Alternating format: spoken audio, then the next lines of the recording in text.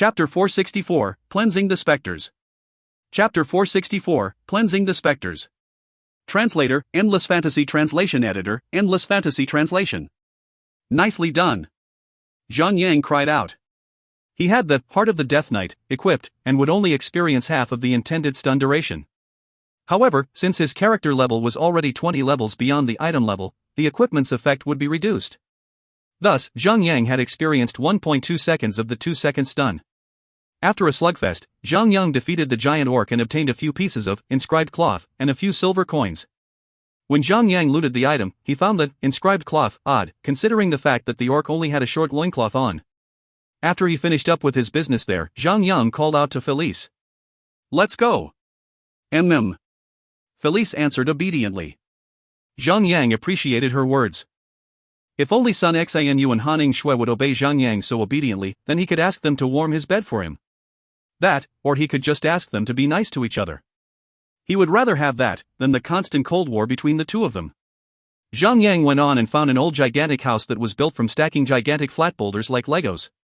The house was so huge that it could be a hall rather than a house. Creak. Before Zhang Yang could go closer to the house, a female orc opened the door and walked out of the stone house. This female orc was much larger in size and height compared to the previous orc that Zhang Yang had just killed. Unlike the male orc, she wore a supersized bra that held her overly large wrecking ball-sized breast. If she were to have a bra size, it would be beyond human measurements. Perhaps, Silky Soft Holdings could specially manufacture a bra with a ZZ cup size. Or perhaps, not. They would be bankrupt if they were to cater for beasts. Zhang Yang was not even trying to hide. The female orc turned around and quickly noticed Zhang Yang's presence. She growled with a thunderous roar and charged at Zhang Yang. Her roar was so deafening that it hurt Zhang Yang's ear. When she got closer to Zhang Yang, she cracked a sinister smile and cried, "Fresh meat! Human meat! Best meat! I kill! Eat fresh!" Zhang Yang charged forward with the bear. With agile maneuvers, Zhang Yang bent over and lay down on the bear's back to evade one of the incoming punches, and sliced at the female orc's thigh. It was not that Zhang Yang wanted to attack her legs, the monster was just too huge, and Zhang Yang had no means of jumping any higher than her thighs. Ha! Felice grunted as she changed into a dragon hawk and fired fire missiles to the orc. In just a short minute, Zhang Yang and Felice had killed the man-eating female orc. Even though he had lost over 70,000 HP, he could recover all his HP loss with a simple activation of Berserker's Heal. Compared to anyone else, the monster's basic attack of 9,600 could have killed anyone easily without them having a chance to attack. A normal party would have to bring in at least 5 members before they could even consider attacking the monster. Zhang Yang moved forward and found many more stone houses like the previous one. Usually, there was only one orc inside. Other times, there were 2 and, more rarely, 3 at a time. If Zhang Yang had to fight 2 orcs at the same time, he would need to use either Shield Wall or Berserker's Heal. If he had to fight 3 orcs at the same time, he would need to use both skills to survive. Aptly scaled to their difficulty, the orcs had given Zhang Yang a luxurious amount of experience points, which was shared with the bear and Felice. The bear had reached level 99, and Felice had gained 3 levels. Zhang Yang alone had only managed to raise a tiny microscopic bump on his experience bar. After level 100, the experience needed to level up was just too much. Level 96 players would take 1 whole month to reach level 100, for God's sake. The valley was not huge to begin with, and Zhang Yang had only taken 3 hours or so to reach the deepest part of the valley. There, at the edge of a thick forest, Zhang Yang could see a spring. The pool of water was not far from the smelly green-colored river, yet it maintained a beautiful, clear color. Zhang Yang soaked his sweaty hands into the pool, and he could see beautiful starlights glistening at the bottom of the pool. Zhang Yang took out the flask that he had obtained and filled the glass bottle up with the water. The quest notification popped up, and notified a change in the quest. Coming Ethereal Holy Water, Quest Item. Item expiration, 4 hours 59 minutes 59 seconds. Crap! There was even a time limit for the item. Zhang Yang had greatly appreciated Felice's help in killing the monsters. Thanks to her, they had managed to the spring in 3 hours. Without her, they might have taken close to 6 hours to kill their way there. If they had taken that long to arrive to the spring, the elite monsters that they had killed on their way here would have respawned after 5 hours. That meant Zhang Yang would have to kill the monster on the entrance of the valley again, which would only further delay the time taken to return to the old man. The quest item could have expired and he would either have to double back, or the quest might even be deemed a failure. Zhang Yang kept the bottle of holy water in his inventory and rushed out of the valley. With no monsters around to block his way, Zhang Yang had only taken 20 minutes to leave the valley and reach the graveyard. "Old man, I've brought back the water." Douglas limped his way around and said, "Well, I never expected to see you so soon. You have indeed proven your words." Zhang Yang took out the bottle of holy water and gave it to the old man. He was slightly annoyed at the man, when he had previously mentioned the number of warriors who have gone and never came back. Zhang Yang was the first person to arrive at this place. What warriors were he talking about?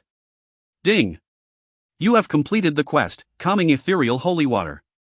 Obtained 5 million experience points. This is but the first step, young warrior. What you have to do next is to sprinkle the water on the bones of the fallen warriors. With that, they can finally rest in peace. Ding! Douglas has a quest for you, Cleansing the Spectres. Will you accept it? Cleansing the Spectre, difficulty level, C. Description: use the holy water and sprinkle it on the spectres in their graves to grant them peace. Progress: cleansed spectres 0/100. Calming Ethereal Holy Water, quest item. Use: cleanses the souls of the spectres, granting them peace to leave this world. Can only be used on the corpse of a defeated enemy? Zhang Yang left the old man behind and went into the graveyard. There were many roaming skeletal warriors, and Zhang Yang had engaged with one in no time. The skeletal warrior had produced a bow out of thin air and had fired an arrow at Zhang Yang. Zhang Yang did not even need to unsheath his sword. His bear and Felice had wiped the poor spectre up in less than 30 seconds. Zhang Yan walked over to the battle, and by the time he had taken out the holy water, the skeletal warrior was already defeated. Zhang Yang then used the Calming Ethereal Holy Water on the corpse. The water was completely absorbed into the bones. Before Zhang Yang could even close the bottle, a human ghost appeared from the remains, and bowed respectfully at Zhang Yang before dispersing into millions of light particles. 1 down, 99 more to go. Light particles spread all over the graveyard as Zhang Yang, Felice, and the bear raided the entire graveyard, and killed every single roaming skeletal monster.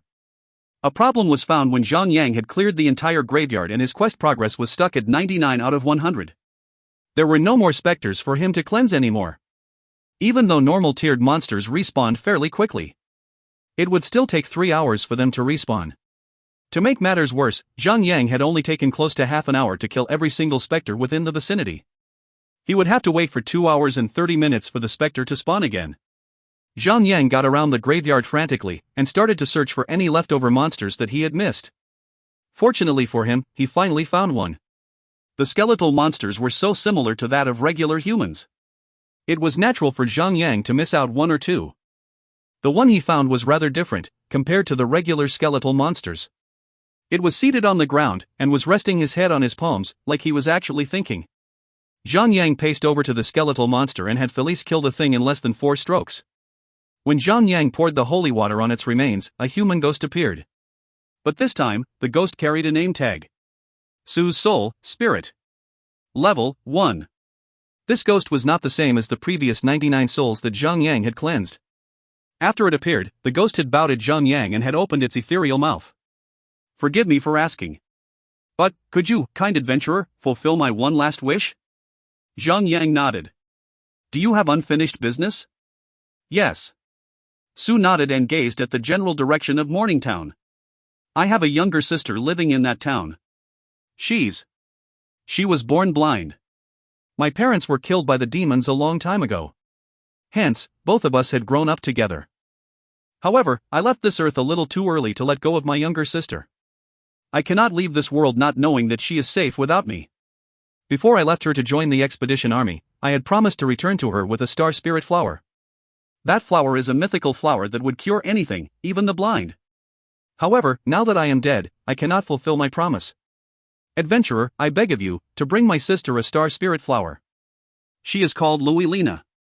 Please, do this in my stead. Ding!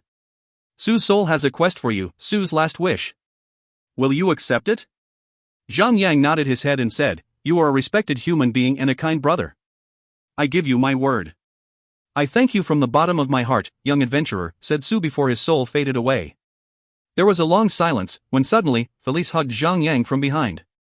With tears in her eyes, she pleaded, Big brother. You cannot leave me behind. Zhang Yang smiled. Silly child. I promised you, didn't I? I will always be there to protect you. Zhang Yang patted her head. Zhang Yang opened the quest log and read the quest description. Su's last wish, difficulty level, B. Description: Su wishes that you will help him deliver a special flower to his younger sister, Luilina. Such a flower can only be found at the highest peak of Red Copper Mountain. Red Copper Mountain is located to the south. Luilina is currently living in the outskirts of Morningtown. Progress: obtained the Star Spirit Flower 0/1. Zhang Yang first returned to Douglas and completed the mission for only 200,000 experience points. However, despite the abysmal amount of experience points, Zhang Yang was not disappointed. The main quest was not cleansing the specters. He knew that the quest might have led him to another which, he hoped, could lead him to get the territory command order for Morningtown. Zhang Yang rode towards the south, with Felice in her Dragonhawk form. The Little Merry party reached to the Red Copper Mountain after only 2 hours of hiking. The mountain was grand and tall. The Red Copper Mountain had gotten its name from the color of the soil and the color of the trees growing ever so scarcely around the mountain. With little to no trees at all, the surface of the mountain was made up of steep cliffs, which made climbing it rather difficult. However, it did not stop Zhang Yang from reaching halfway through where he had encountered the first monster. The monster was a large snake that measured close to 10 meters in length. Spectrum: Venomous Snake, Normal, Beast. Level: 110. HP: 17,600. Defense: 100. Magic Attack: 3,106 to 3,506, Natural Damage. Skills: Venom Spit deals 200% natural damage with a 10% chance to cause poisoned to the target, which will cause the target to receive 20% extra damage when attacked with natural damage attacks. Cooldown: 2 seconds. If you find any errors, ads pop-up, ads redirect, broken links, non-standard content, etc., please let us know. Report chapter so we can fix it as soon as possible. Chapter 465, Flying Mount. Chapter 465, Flying Mount.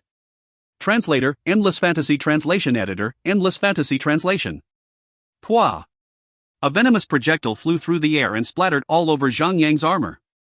The green liquid almost immediately started sliding off his armor. The damage done to him was only 3,061 natural damage. The monsters in the Chaos Realm were a distinct step above their pre-Chaos Realm brethren. Immediately, Felice started acting on her own, without waiting for a single word from Zhang Yang. She shot down from the sky, and morphed back into an energetic young woman. With a quick thrust of her spear, Felice stabbed the snake. -6-201. She was already level 77, having grown far stronger since the time Zhang Yang fought the orcs. Sadly, her attacks have been reduced by the system's level gap suppression. On monsters over level 107, she would only deal 50% of her damage. However, even with half of her attacks taken away by the system, one attack from her spear was already enough to take away 1/3 of the snake's HP. Zhang Yang smirked. He was extremely satisfied to see how much Felice had grown. To speed things up, Zhang Yang and the bear joined the fray, landing one attack each and killing the snake before it could even launch a second attack. She could already deal such a high amount of damage at only level 77. What would happen when she reaches level 100? Would she kill a monster with one hit? Zhang Yang could not wait to find out. With her alone, Zhang Yang would be unstoppable. He reached down and picked up the loot, obtaining a few pieces of snake meat. He could bring the materials back and pass it to any guild member who has taken up the cooking profession. Zhang Yang continued up the mountainous road and killed more snakes that ambushed him. The snakes were hiding in the creeks along the pathway and they had jumped up from behind Zhang Yang as he walked past by. Zhang Yang was not bothered by it. He was already strong to begin with. Now that he had Felice and his bear together with him, he killed them all in less than 2 hits.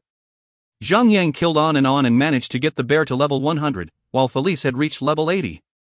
The level 100 gold-eared white bear had 43,680 HP with Zhang Yang's Vitality Aura boost, and an attack power of 5,886 to 6,486, attacking once every 3 seconds. Its DPS was at 2,062. As for Felice, she was at level 80 and had a total HP of 139,300 in her human form, boosted by Zhang Yang's Vitality Aura. Her melee attack power was 14,145 to 15,145 with an attack interval of 3.8 seconds. Her DPS was 3,855. Zhang Yang had nothing to say. The bear had a great track record from the beginning. This was just the bear living up to its standards. That alone pleased Zhang Yang. But when he saw Felice's stats, he was overjoyed, and slightly ashamed. Felice's stats had already surpassed his own. His own HP was 97,190, his attack was 4,081 to 4,481, and his DPS was 1,529. How could he be the master when his battle companion is already stronger than him? Felice. You make me feel so tiny, said Zhang Yang, with a sigh. Right now, he could not live up to his promise to protect her. Right now, it's the other way around. Felice smiled warmly and said, Big brother, you need not worry. I'm sure Big Brother will be stronger in the future. Such a kind little girl, unlike that little brat Wei Yenair who would always tease him at every chance she gets. As they continued on slaying more and more snakes and obtaining more snake meat, Zhang Yang found an odd little shiny thing lying next to the snake meat. It was a snake, measuring only about half a foot long. It was completely white and had silvery lining all over its tiny, miniature body. For someone like Zhang Yang, he could appreciate the snake's beauty. Its eyes were smaller than green peas, but the brilliant green would actually surpass a jade. The odd thing about it was the fact that the snake had a pair of tiny little wings sticking out from its back. It was actually hovering a few inches from the ground. Juvenile Snowy Scale Wine Serpent, Rare Yellow Gold Flying Mount, Beast. Level 0. Note, can be sealed. A flying mount. Zhang Yang eyes glinted with joy. He had never expected to find a flying mount so soon in the Chaos Realm. Even though it was only a yellow gold tier, Zhang Yang did not mind having a lower attack power mount, since the primary purpose of a flying mount is to fly. Just by being the first player to obtain a flying mount was enough for him to ignore the shortcomings of it. It was just lying there for him to take. What is there to complain about? Zhang Yang immediately took out a sealing lease and used it on the little wind serpent to seal it. 1%, 2%, 3%, 57%, pack. Fail. As if the little serpent had taken notice of Zhang Yang's presence, it extended its wings and started to take off. Felice immediately morphed into her dragonhawk form and growled at it. Seeing a large hostile enemy coming at it, the little serpent turned around and cowered behind Zhang Yang's greaves. It was natural to be afraid of Felice. She did carry the name Dragon after all. Zhang Yang took out another sealing lease and used it to the little serpent. 1%, 2%, 34%. Pack. Fail. Zhang Yang remained calm, he still had 8 more turns to make it his. On the other hand, Felice was agitated. In a louder voice, she growled and shrieked at the little serpent. The poor little fellow trembled and curled up at Zhang Yang's greaves. Felice growled again in a lower volume, as if she was trying to convey a warning. The little serpent better submits itself to Zhang Yang, or she would gobble it up. Zhang Yang tried for the third time. 1%, 2%, 3%, 97%, 98%, 99%, 100%. Ding! You have successfully sealed the Juvenile Snowscale Wine Serpent as your flying mount. Ding! You have captured your first flying mount. The tutorial will commence. Before level 30, the flying mount cannot be used as a mount nor a battle mount. The Juvenile Snowscale Wind Serpent will follow the player around upon summoning and will share a portion of the experience points you gain from combat. The flying mount will be usable after reaching level 30. When the flying mount reaches level 100, it can be used to ferry multiple players at the same time. Please visit the official site for more inquiries or use the in-game communicator to speak to one of our correspondents. Please enjoy the game. Thank you. The Juvenile Snowscale Wind Serpent had disappeared from the world and Zhang Yang inventory had gained a new lease.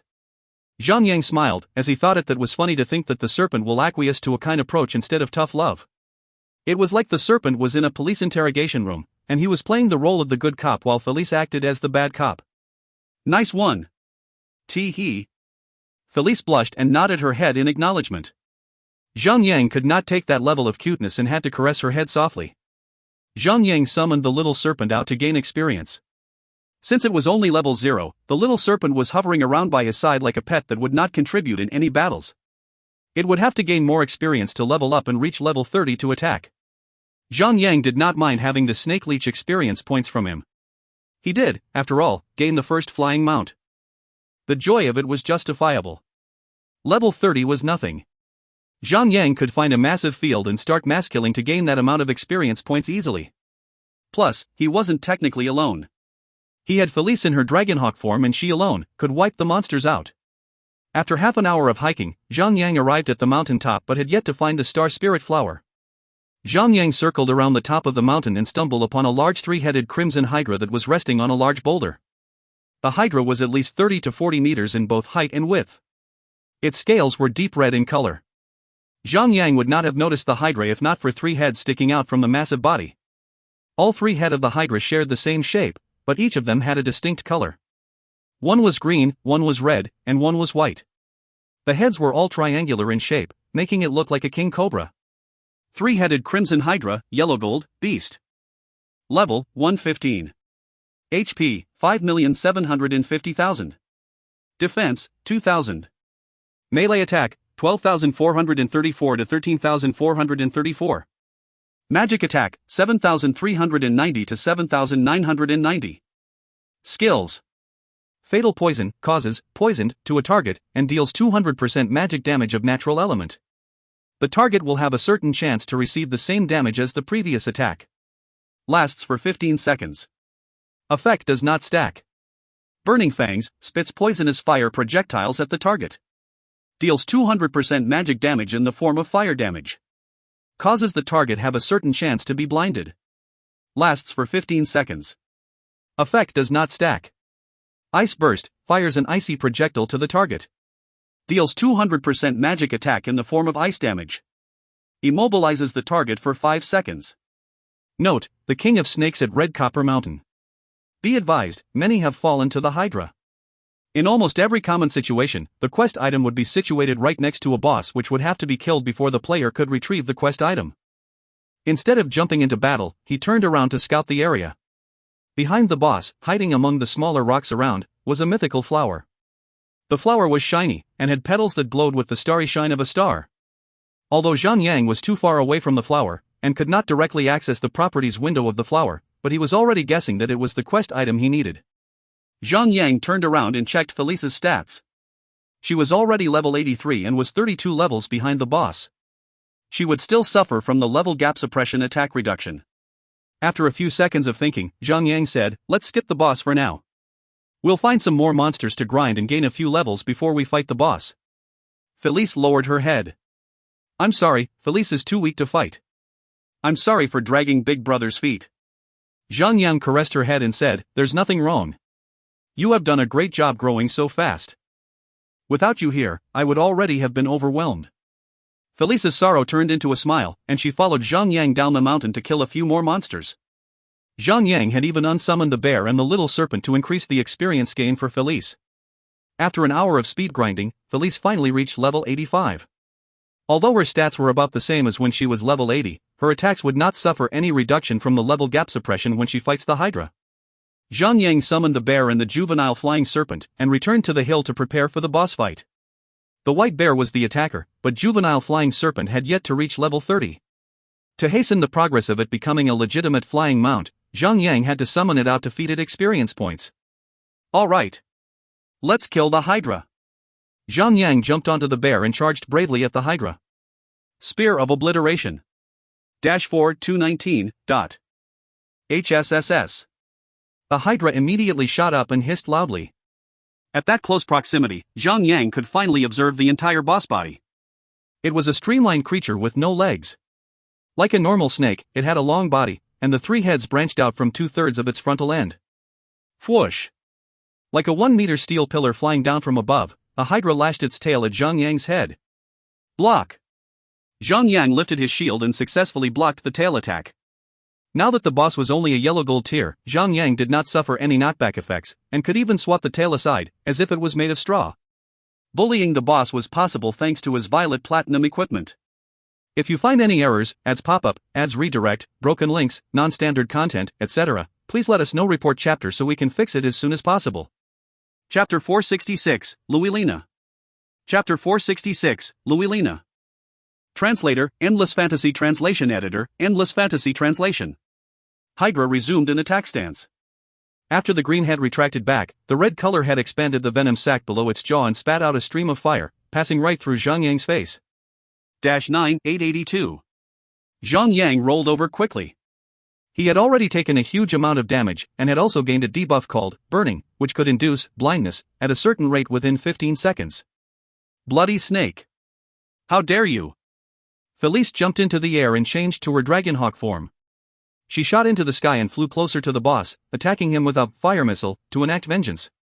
-8921. The boss took its share of damage, slightly higher than what it had done to Zhang Yang, and wiggled its head. Zhang Yang frowned. Right then, Felice was only 30 levels behind the Hydra. Technically, her attack should be higher than that. Zhang Yang thought for a while and had an idea. Felice, attack the white head after this. Yes. Big brother. Felice nodded her head and flapped her wings to readjust her position in the air to target the white head. Pew! 17188. Bingo! The Hydra took almost double the original damage. All three heads retracted and winced in pain. Big brother! You're a genius! Felice cried out happily. Zhang Yang laughed. Felice's attack was fire-based. The red color head of the Hydra should be fire-based as well. Hence, it should have a higher resistance towards fire attacks. That was the reason why Felice's attack could not inflict the damage that it was meant to be. Even though the three heads were dealing elemental-based magic attacks, it still preferred to use melee attacks. Using its massive and thick snake body, Hydra hurled itself at Zhang Yang, far more often than it did use a magical attack. As a guardian, Zhang Yang had a higher affinity to physical defense. He would take no more than 6,000 damage whenever block was not available. Occasionally, the boss would spew green-colored clouds to poison Zhang Yang. At other times, it would blow out a cloud of ice to freeze Zhang Yang for 5 seconds. The fire attack was also used occasionally to blind Zhang Yang. During blindness, Zhang Yang could only guess the location of the Hydra and hack away blindly. Felice was performing at her best. More and more fire missiles were sent to the white head, dealing a constant damage of 17,000 and higher. However, during the moments when Zhang Yang could not attack or be rendered immobilized, he would lose a great deal of aggro, causing the Hydra to target Felice instead. When the Hydra switched its target, it turned to Felice and pounced, extending its neck and biting down on Felice. Felice was not able to dodge in time, and was brought down to the land by the boss. Within a split second, Felice had morphed back to her human form and started going to work with her spear. In her Dragonhawk form, Felice was vulnerable to attacks, since her defense was only 880. However, in her human form, Felice's defense was significantly higher at 3,760 defense value. Felice was only level 85, but her stats were higher than normal. Hence, she could fight toe-to-toe with the yellow gold boss, and showed no signs of losing. Zhang Yang could not help but frown with worry. Ever since he had entered the game, this was his first time being OT'd. Luckily the target that OT'd him was an NPC. If that was not the case, he would have been ashamed of himself. Stinky snake. I am your opponent. Why are you attacking a little girl for? Do you not know shame? Cried Zhang Yang. He came out of the icy prison and headed to the boss. With quick action, Zhang Yang cast Provoke and managed to draw the attention of the boss. Big brother. I'm not afraid of the snake. I can take him on, said Felice as she morphed back to her Dragonhawk form and attacked the Hydra with more fire missile. Even though she had much higher defense in her human form, she could deal much higher damage in her Dragonhawk form. Zhang Yang hacked at the boss and said, Big brother is a guardian. Let Big brother take the hits. Felice can attack him while I draw his attention. Yes. Big brother, said Felice obediently and continued her barrage of fire missiles. Together, their continuous attacks had forced the Hydra to flinch and hiss, more than anything else. At one point, the Hydra had to move its massive body around, whipping its tail all over the terrain and smashing the boulders around into tiny pebbles. Felice was just too powerful. Her Dragonhawk form had more than 9,000 DPS, which was much more than Zhang Yang, even with the bear helping out. Felice was even stronger than the super attackers like Sun Xinu, Daffodil Daydream, and Lost Dream. Zhang Yang was extremely grateful to have her. Fa! As expected of the firstborn battle companion in the entire game. Needless to say, the boss was just a yellow gold boss, and only lasted for about 6 minutes, before it curled up and died with a sorrowful wail. By the end of the battle, Zhang Yang had used both Shield Wall and Berserker's Heal. Shring! Shring! Shring!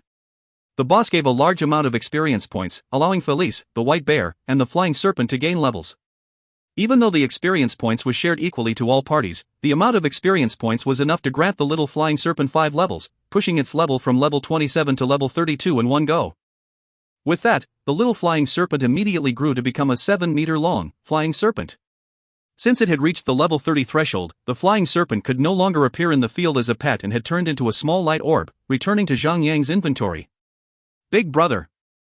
I'll help you pick the flower, said Felice proactively. She morphed into her dragonhawk form and flew over to the cliffside to pick the star spirit flower. This should be how a little girl behaves. If Wei Yenair ever behaved in such a way, however, it would probably only happen during the end of the world. As Felice flew back to Zhang Yang, he went over to the loot and picked up 4 equipment. 3 of them were gray-silver tiers and the remaining one was a yellow-gold tier. Snake scale chestplate, yellow-gold, leather armor. Defense, plus 24. Vitality, plus 370. Strength, plus 331. Dexterity, plus 148. Equip effect, increases your attack and healing rate by 2%. Level requirement, 110. Zhang Yang swooped all the equipment into his inventory, only examining the yellow-gold equipment. For him, none of the equipment was worth keeping.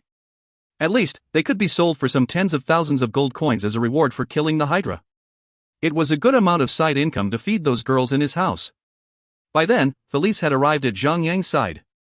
She handed the flower to Zhang Yang and stood aside, quietly and obediently. With quest completed, Zhang Yang unsummoned the bear and replaced his mount with the snow-scale flying serpent. The flying serpent was 7 meters in length. Its wingspan was 10 meters wide. It was no less intimidating than Felice's dragonhawk form. Felice only glared at the flying serpent, and the proud flying serpent retracted its head closer to its body. It stared at Felice with admiration. Zhang Yang cracked a laugh and mounted the flying serpent, descending the mountain. It was a pity that the level 32 flying serpent could only glide around the surface, instead of actually flying. Whenever Zhang Yang encountered a larger obstacle, it could not fly over and could only circle around it. Luckily, as the flying serpent could travel in the air, it was still much faster than the white bear. After a few hours, Zhang Yang arrived at Morning Town. The small town was empty and had little to no people walking in the streets. After Zhang Yang explored the entire town, he had only stumbled upon less than 10 pedestrians. Thankfully, the streets were clear enough for Zhang Yang to speed through to reach the western outskirts of the town, where Su's little sister, Louilina, resided. Zhang Yang arrived at a small, flower garden that had many beautiful flowers, planted unevenly throughout the garden. The person who did the gardening was clearly not a professional. Zhang Yang trod across the garden carefully and saw a small hut at the west end of the garden. The door was wide open, and there was no one inside the house. Zhang Yang guessed that the small house belonged to Louilina. But, where was the person? Zhang Yang frowned and started to kick some dirt around the garden, thinking about her possible locations. Just then, Felice cried out, "Big brother! Over there!" Felice pointed at the far side of the garden. A girl was walking out of the forest, carrying a small flower basket in her left arm, and a walking stick at her right. Louilina, normal, humanoid. Level 1. Note, Su's little sister, a poor, blind girl. Louilina looked like she was already at her 18s. She had a long blonde hair that flowed gently in the wind. Her complexion was perfect, and she had a slender, lithe body. She would have been the perfect woman to marry, if not for her permanently closed eyes. The dress she wore was aged and cheap. Although there were patches all over her dress, it had been well taken care of. Naturally, her hearing would be well honed, so she quickly noticed Zhang Yang's presence from afar, and raised her head at his general direction. She opened her eyelids and exposed a pair of clouded eyes. "Who's there?" "I'm a friend of your brother," said Zhang Yang softly. "My brother's friend?" Louilina spoke softly. There was an obvious tone of sorrow in her voice. Zhang Yang got her attention and proceeded to give the flower to the girl. At first, she was genuinely surprised for receiving such a flower. But no sooner, a smile appeared. "Did brother ask you to deliver this flower?" When the girl received the flower, it started glowing brightly. Particles of light seeped out of the petals and flew into Louilina's eyes. The cloudy layer of her eyes dissipated, and her normal black pupils were revealed. More and more light particles zoomed into her eyes and made both of them glow with a soft radiance. I can see," cried the petite, little girl happily. Tears started to flow down her pinkish cheeks and she pointed her fingers to the surroundings. The sky is blue. I can see it. The trees are green. Red roses too. Ah! I see them blooming. How beautiful. Sob. Ding. You have completed the quest, Su's last wish. Obtain 200,000 experience points. Zhang Yang wiped away her tears and said, "You brother, Su never forgot the promise he made." Louilina. From the bottom of my heart, I am sorry for your loss. You have the world's best brother. Louilina smiled cheerfully and said, "Indeed he was." Felice pouted her lips and before she could say anything, Zhang Yang pulled her back. I'm glad that you think so. Louiselina smiled at Zhang Yang and said, "You're a good big brother as well. I must thank you for granting his last wish. Please, rest at my house. It's not far from here." When a girl offers an invitation, there's no reason to reject. Especially, since he had nothing to do after the quest was completed. Perhaps, her invitation to her house might trigger some sort of event. All three of them walked to her house and made themselves comfortable. Although the house was not big, nor luxuriously decorated, it was tidy and clean. There was even a scent of flowery smell that lingered around the house. The three of them started to talk. Louiselina talked about her brother, where during the whole time Felice could not help but to divert the conversation to be about Zhang Yang. Not long, the glow in Louiselina's eyes faded away and a layer of cloudy membrane coated her eyes. Louiselina returned to become a blind girl. Zhang Yang was surprised. The star spirit flower was potent enough to shed light into the eyes of a blind girl, allowing her to see temporarily, but not cure her blindness. Louiselina," said Zhang Yang. "Worry not, big brother. I am happy. Although it was momentary, I had my fun looking at the world." Louiselina turned to Zhang Yang with her dead eyes and smiled. Zhang Yang hesitated, but eventually caved in and revealed to Louiselina her brother's story. He told her about the war, the expedition, Su's death, and even how Su was able to rest in peace knowing that Zhang Yang was able to fulfill his last wish. Louiselina cried endlessly when she listened to Zhang Yang's story. Time passed on when Zhang Yang realized that it was already late in the evening. Zhang Yang bade Louiselina farewell and headed back to town. Zhang Yang felt annoyed. Louiselina's tragic loss and her sad life had left him hanging with a cliffhanger end to the quest. Zhang Yang wandered about town aimlessly, unable to get over it yet. However, a short distance away from Louiselina's house, he spotted three drunk youngsters zigzagging around. They were obviously heavily intoxicated. Zhang Yang took notice of them but did put it into his mind. Not until the thought of it returned to him after the silhouette of Morningtown came to his vision. Besides the forest, there was nothing outside the town, besides Louiselina's house. The three drunk youngsters must be heading to Louiselina's. To make things worse, they were drunk, intoxicated, and tipsy. They could do things to a helpless, blind girl living alone. Zhang Yang turned around swiftly and shot towards Louiselina's house without hesitation. Just when he touched down, he heard a loud scream of a girl coming from inside Louiselina's house.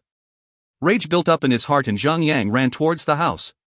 The door was left open and Zhang Yang could see the three drunkards holding Louiselina down, their hands roughly exploring her body.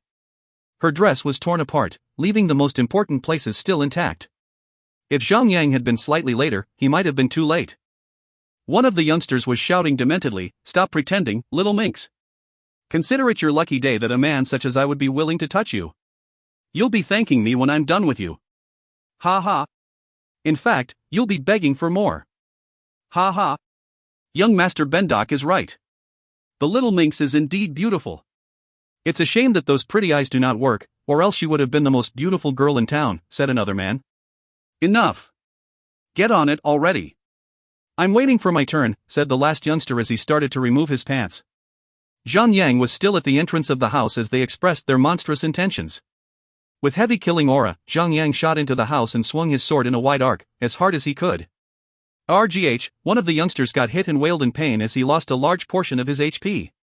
They were all level 105 normal tier NPCs. Such a strike should have killed them easily, but if you find any errors, ads pop up, ads redirect, broken links, non-standard content, etc., please let us know. Report chapter so we can fix it as soon as possible. Chapter 467, Begging for Life, When Death Knocks. Chapter 467, Begging for Life, When Death Knocks. Translator, Endless Fantasy Translation Editor, Endless Fantasy Translation. You. Who are you? One of them looked like their ringleader, the one they called Young Master Bendok shouted at Zhang Yang with anger. The moment one of them had been slashed, the other two had sobered up immediately upon the sight of spilled blood. Me? I am no one. Just a passing Grim Reaper. Zhang Yang took note of their green-colored name tags and was troubled by it. Killing a friendly NPC would not do him any good. There might even be a chance of him increasing the enmity of the residents who live in the town of Morning. It might even affect the quest availability, or worse, he might not even able to get himself a territory command order. Right then, Zhang Yang had already succumbed to his anger. With furious killing intent in his eyes, he brandished his sword, not hiding his intention to spare any of them. When Felice arrived at Zhang Yang's side, she was infuriated. Fiery sparks burst out from the tip of her spear. You dare to assault me? The youngest among them walked out and pat his shoulder proudly. I am the only son of the mayor of Morningtown, Rakia. Touch me, and I'll make sure that father assembles an army to grind your bones to dust. Yeah. That's right. You're nothing but a foreigner. Young Master Bendok, please, help me. I will torture this man to death, said the other youngster who had been wounded by Zhang Yang.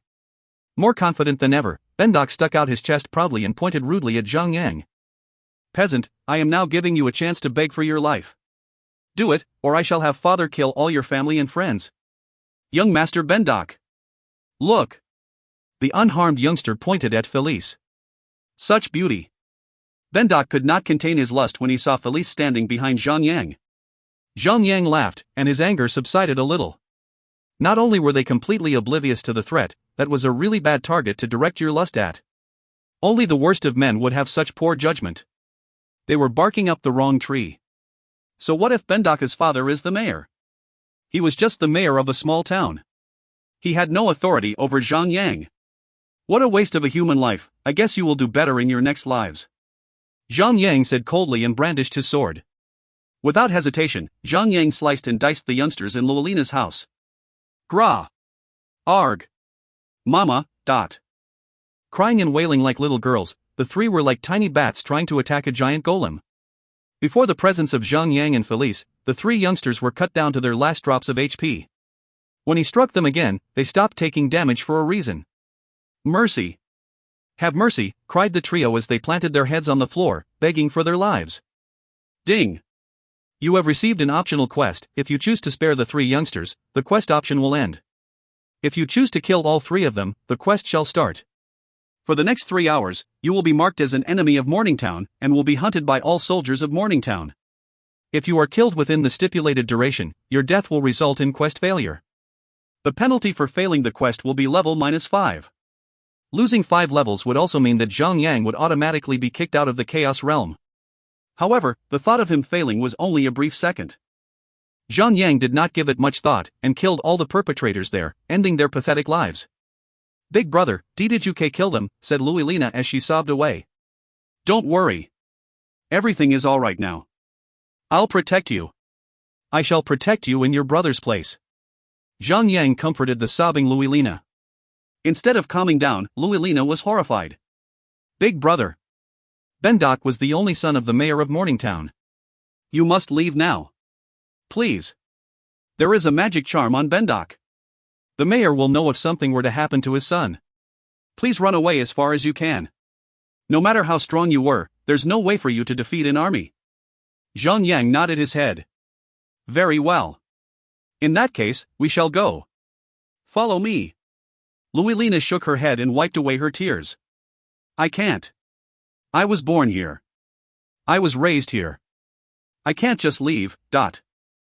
But, if you remain here with the dead guys, I'm sure the mayor himself would not let you walk away unscathed, said Felice worriedly persuaded her to leave the house. Follow big brother. He will take care of you. Luilina hesitated for a while and shook her head. Zhang Yang sighed. Are you afraid of holding us back? Luilina jerked a little. I am but a blind helpless little girl. If I join you, I will only be a liability. Furthermore, Luilina sucked in a deep breath. This house is precious to me. It's a house both my brother and I lived in. I don't want to leave here. Zhang Yang chuckled. Very well. In that case, allow me to remain here as well. Let's wait for the army then. I'll beat them all to a pulp. Luilina started to breathe raggedly. You can't. That's way too dangerous. Zhang Yang kept quiet and smiled. He prepared to barricade the house and planned a bottleneck strategy. Not sooner later, Luilina tapped her walking stick against his greaves. Bro brother, I will follow you. Let's leave. The little girl had nothing to pack but a garden hoe. According to her, it was her most precious possession, since it was a gift from her brother, Su. He had made it by hand, specially for Luilina. Zhang Yang nodded and said, You brave girl. You have done the right thing. Zhang Yang summoned the flying serpent and placed Luilina on its back. Felice morphed into her dragonhawk form and flew into the sky. Ding! You have been given a quest, survive against all odds. If you give up the mission, the system shall deem the quest as a failure. In the stipulated duration, the deaths of Louis-Lina or yourself shall be deemed as a quest failure. The penalty for failing the quest is level -5. Well, Zhang Yang would have to keep himself alive, while also making sure Louis-Lina that survives the army attack. Zhang Yang stopped flying suddenly and dropped to the ground. He figured something out and summoned the bear. Zhang Yang figured that the bear would be better at transporting the girl, since it is much stronger than the recently obtained flying serpent. Furthermore, it was much safer for a blind girl to travel on solid ground than in the air. Big brother. They have mobilized an entire army after us, said Felice. She could soar much higher into the air, and had a clearer view of the oncoming enemy. Good job, Felice. Let's move on. Zhang Yang and Louis-Lina rode the bear and moved on. The bear had grown slightly bigger now, and had a fabulous butt.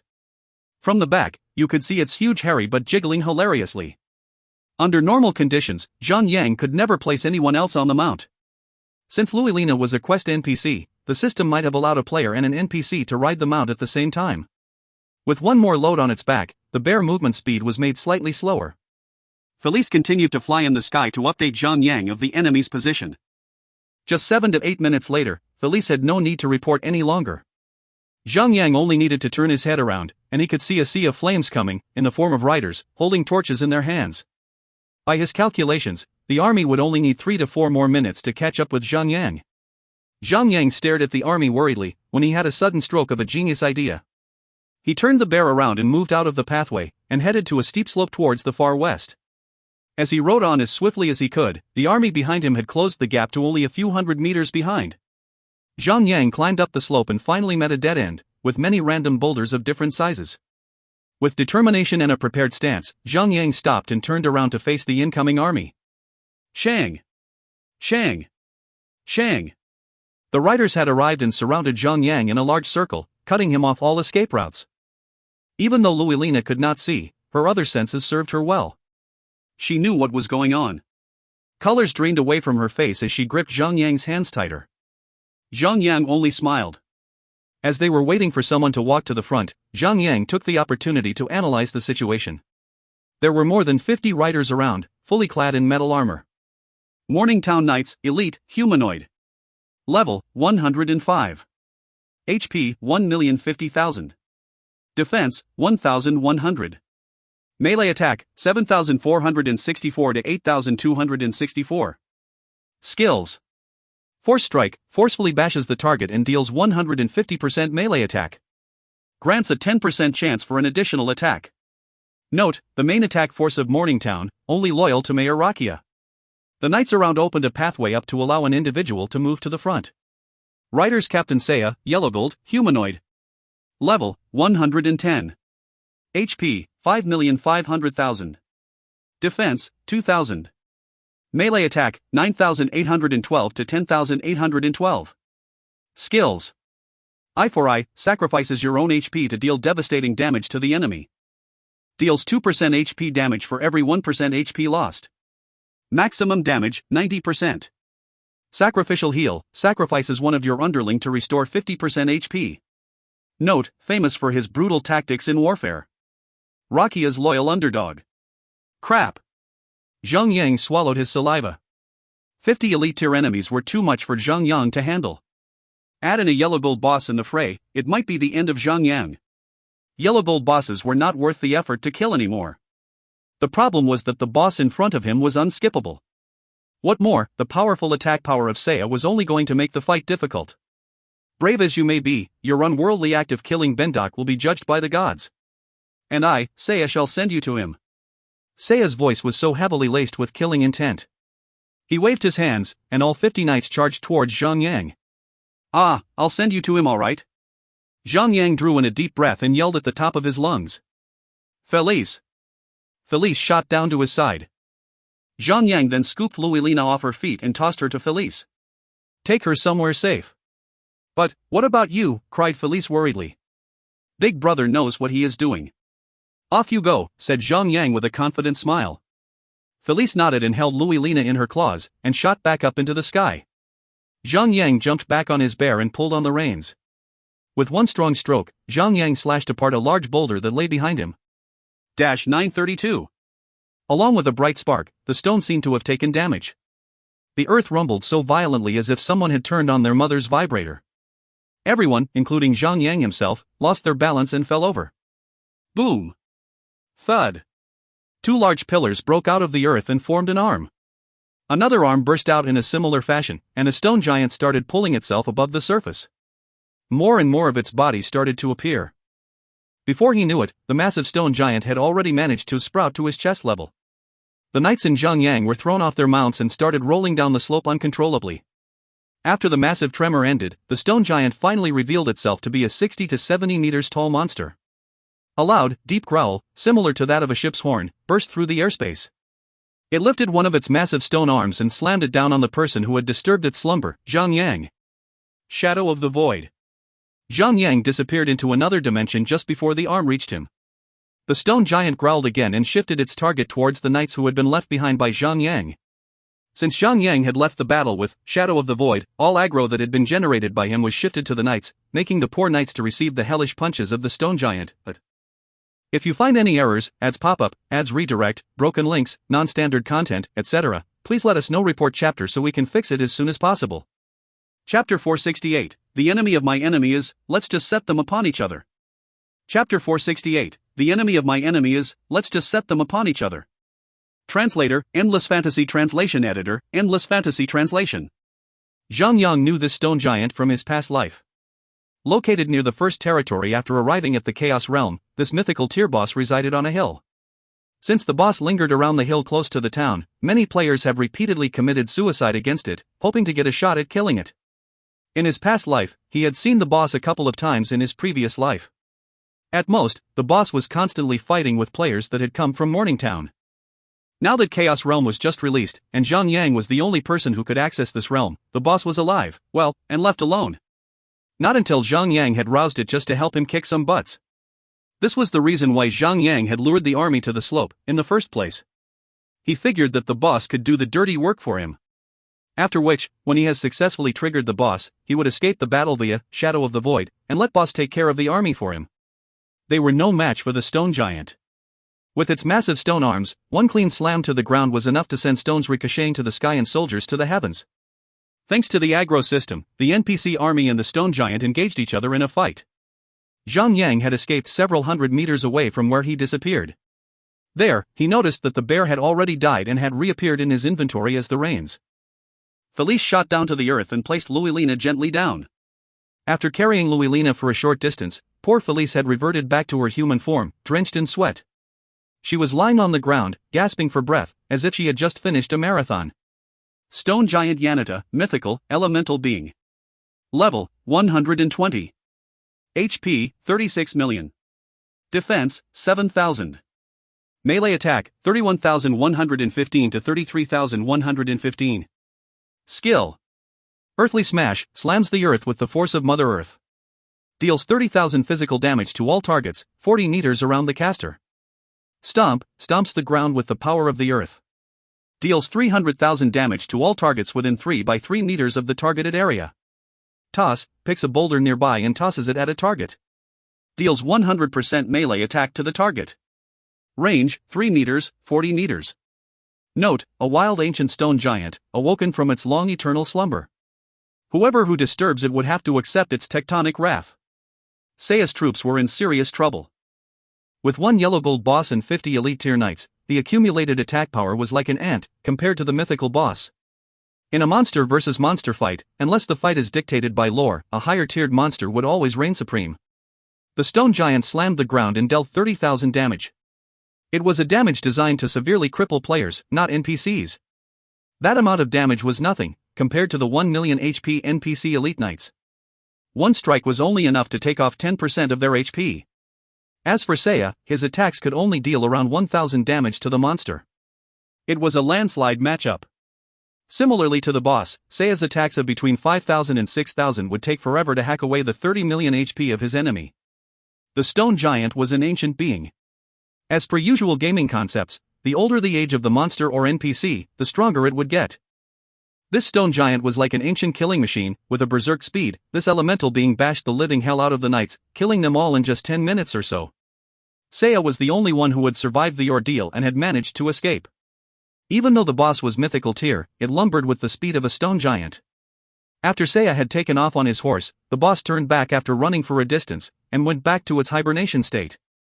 When the stone giant finally stopped giving chase, Seiya stopped his horse and gasped for air. Little did he know that Felice was right above him, and had shot him with a fire missile. The attack came down from the sky and had caught him off guard. By then, Zhang Yang was able to resummon the bear and charge towards Seiya. "You!" cried Seiya with rage. It was all his fault that all his knights were killed. He had been played like a fool. It was his fault that he was forced to tuck his tails between his legs and run away like a true coward.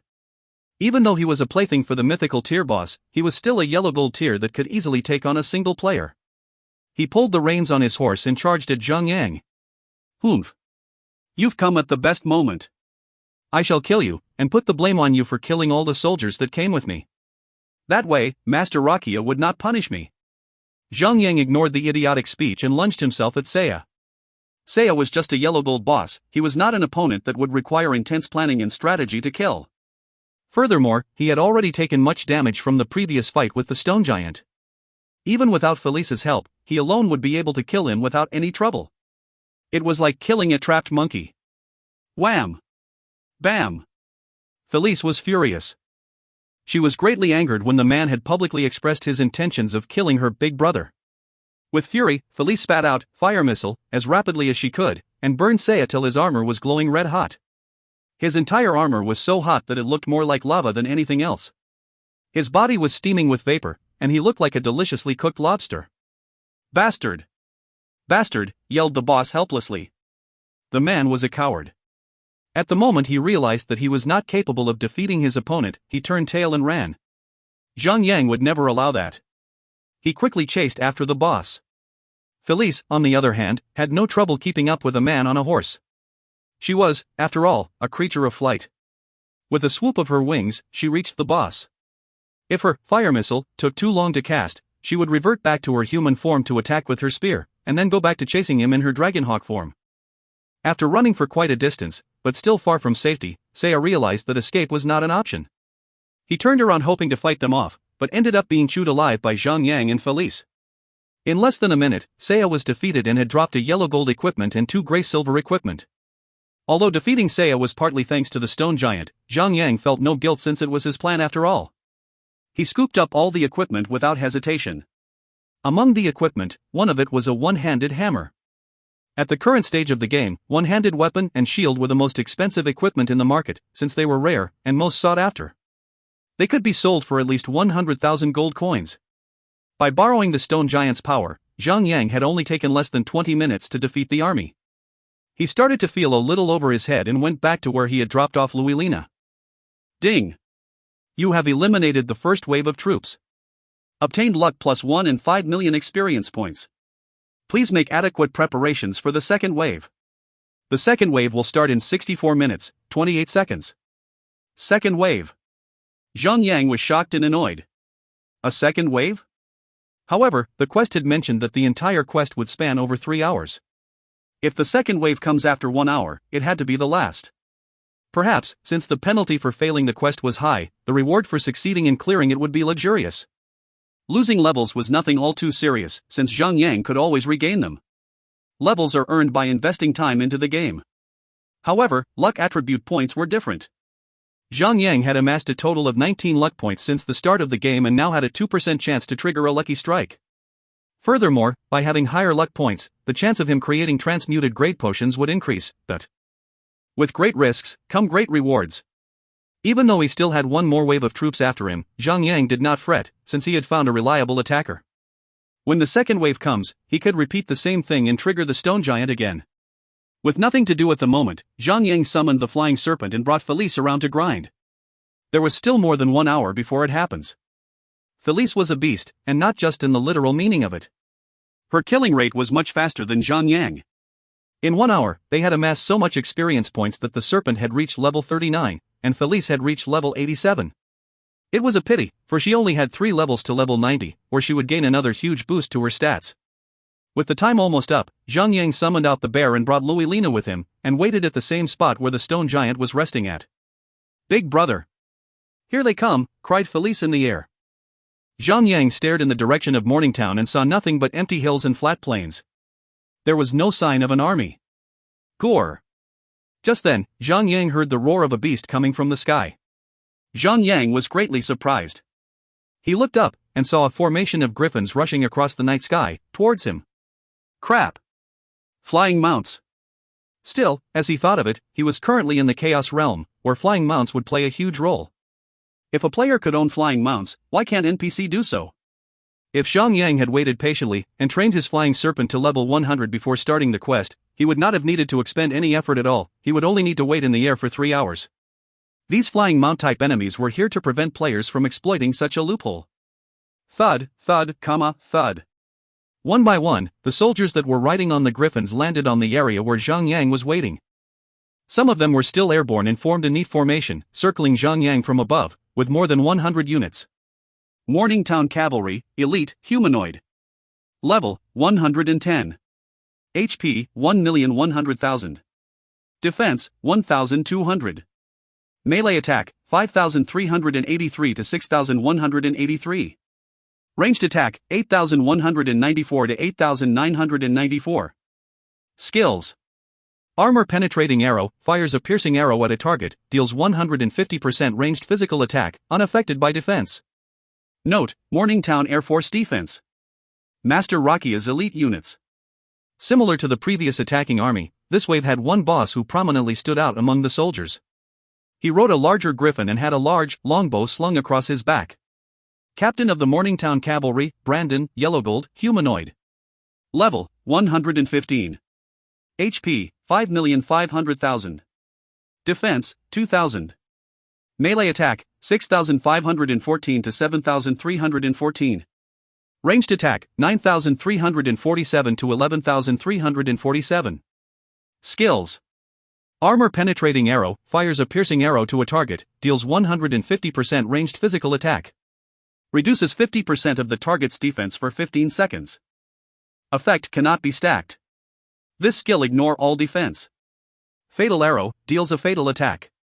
Causes 150% ranged physical attack and prevents the target from receiving any buffs.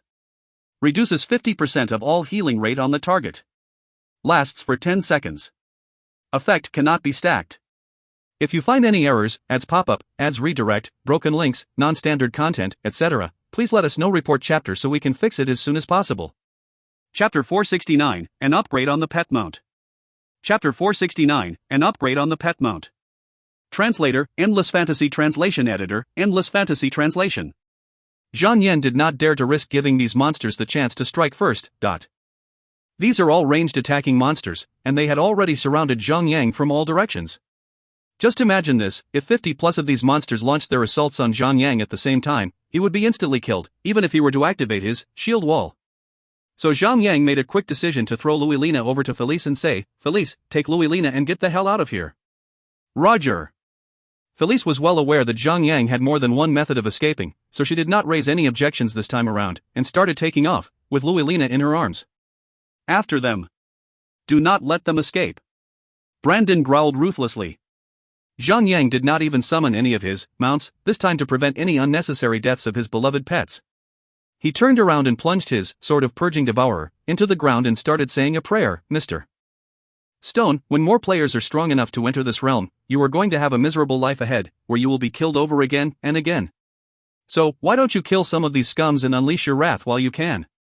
Get some payback in advance, and think later. 862. A damage value appeared on the spot where Zhang Yang had plunged his sword in.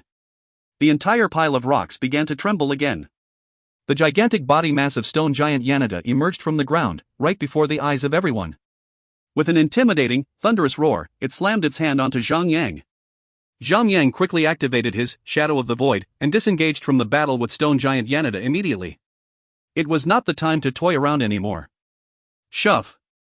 Zhang Yang broke out of the horsehive defense of the cavalry army and left the entire army to endure the wrath of stone giant Yanada.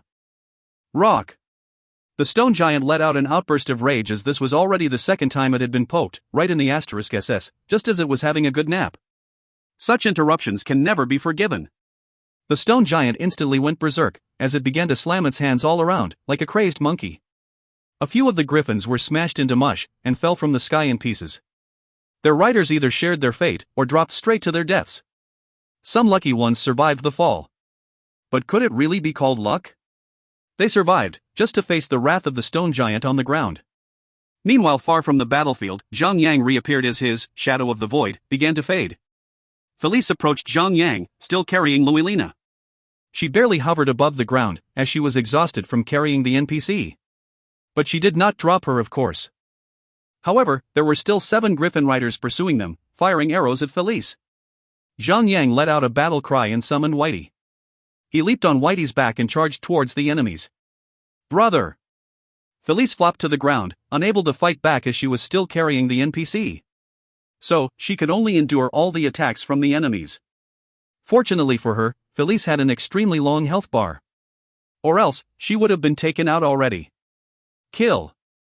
No mercy! The 7 Morningtown cavalries landed onto the ground as well, as they continued to shoot arrows from their bows. Shove! Shove! Shove!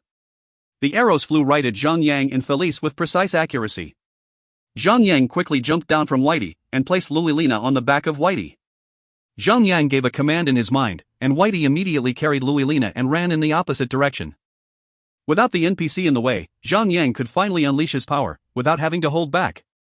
He pulled his sword out and raised his shield, and then he began to charge at the Morningtown cavalries. As he was charging through the arrows that were flying towards him, the arrows were deflected off his armor and fell to the ground, one after another. The sound of arrowheads clashing into the armor was really loud and clear. Because Felice was also facing the same type of attacks, she transformed back into her humanoid form, drawing her lance. She seemed to enjoy the heat of battle, with Zhang Yang by her side. These monsters were in the air, and Zhang Yang had no idea on how to gather the monsters in one spot. The monsters would automatically fly away from each other the moment when they got too close to each other. There was no point in Zhang Yang and Felice trying to force them into one same spot. Therefore, Zhang Yang had to battle without kiting the monsters into one spot. Without caring much about it, Zhang Yang targeted one of the monsters and began to slash like hell. Now he only had to wait for the cooldown period of his Spear of Obliteration to be over.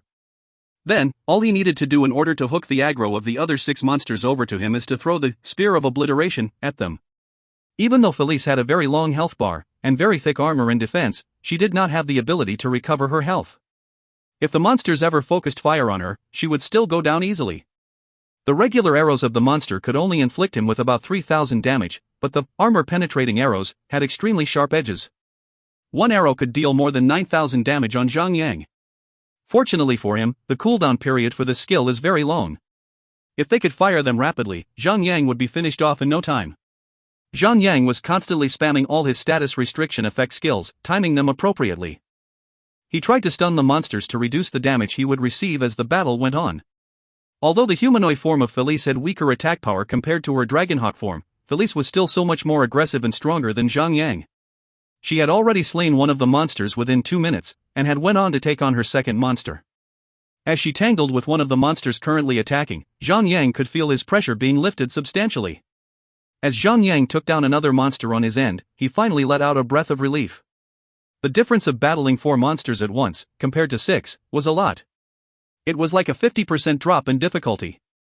After another round of mindless slashing, Zhang Yang had already used up all his skills. He had even activated his rearm. After slaying another 3 monsters, Zhang Yang activated his Shadow of the Void to disengage from the battle and went to the side to patch himself up with some bandages. He was only left with about 2,000 health points.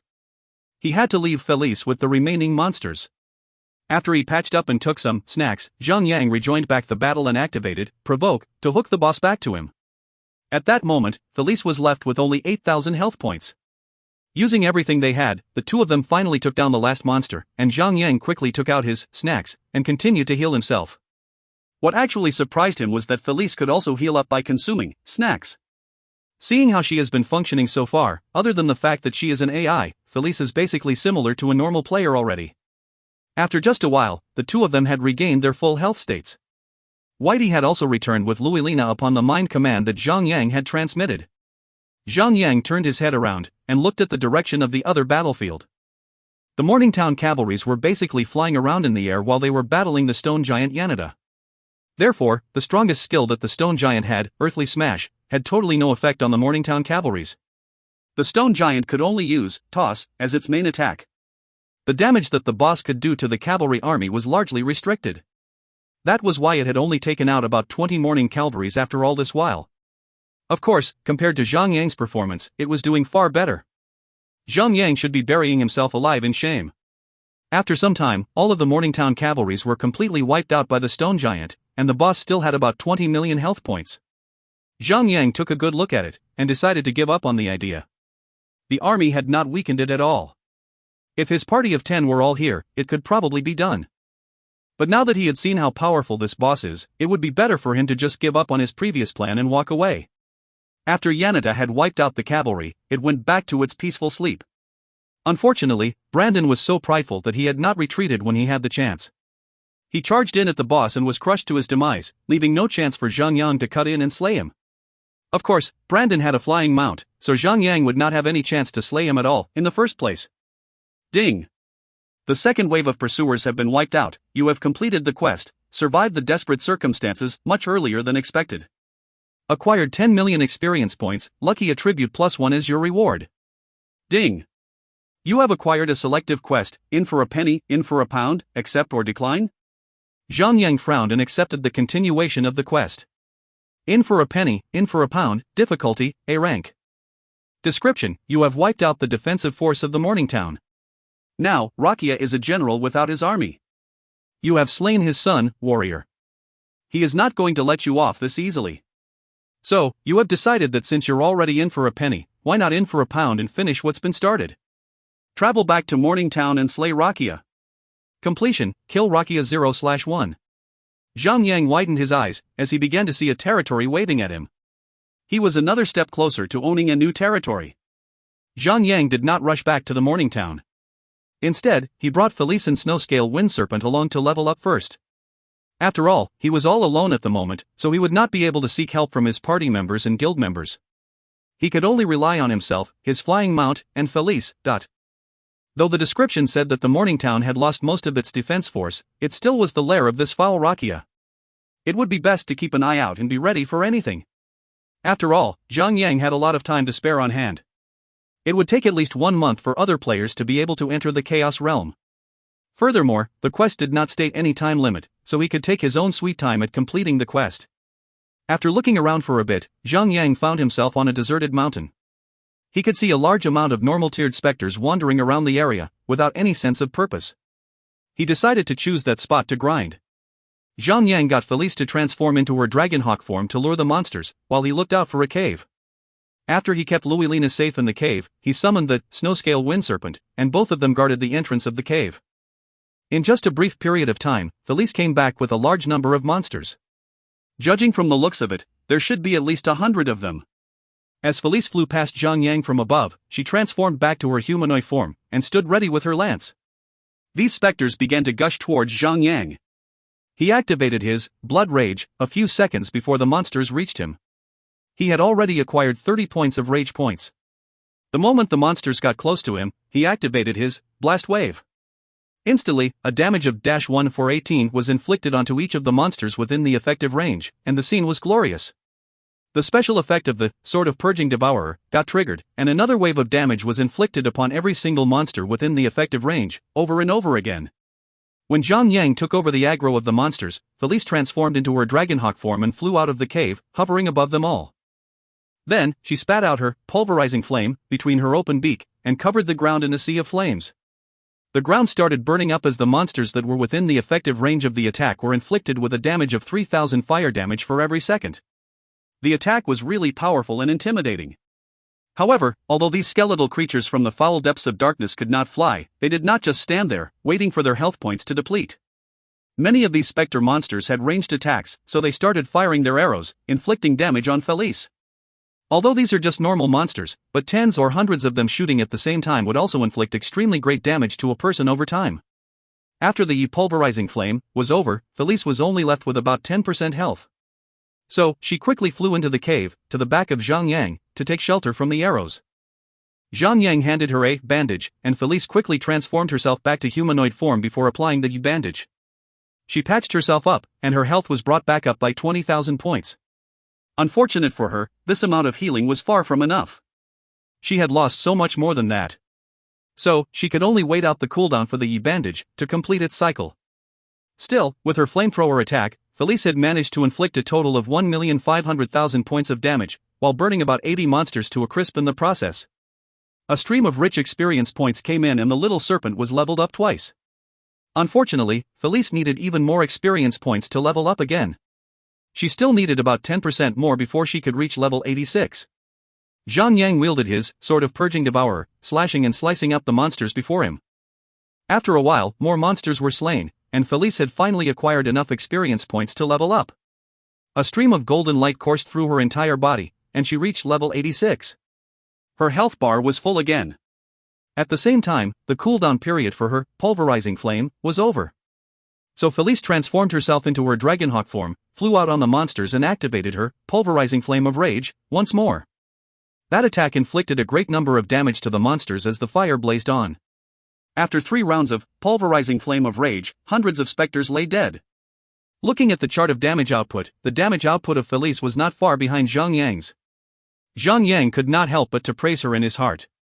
Although Zhang Yang's damage output was not as good as the DPS players on his party like Sun Xanu and Wei Yan, he was still unsurpassed in AoE attacks, especially since he had the Dark Enigmatic Sword. The special effect of the sword enabled him to trigger repeated AoE attacks onto the monsters within effective range.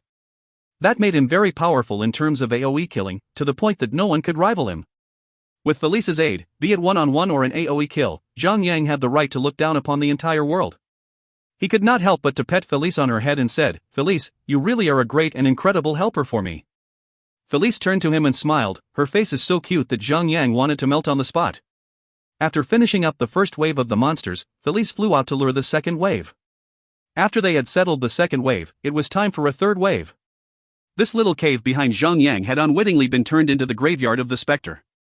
After just 3 hours, the dead bodies of these skeletal specters had piled up like mountains around the entrance of the cave. Zhang Yang would take the time to pick up the loots available on the ground whenever Felice flew out to lure new wave of monsters back to him.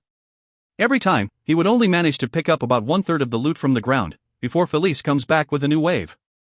Zhang Yang was also trying to pick up the more valuable loot, but many would still disappear and be flushed away by the system.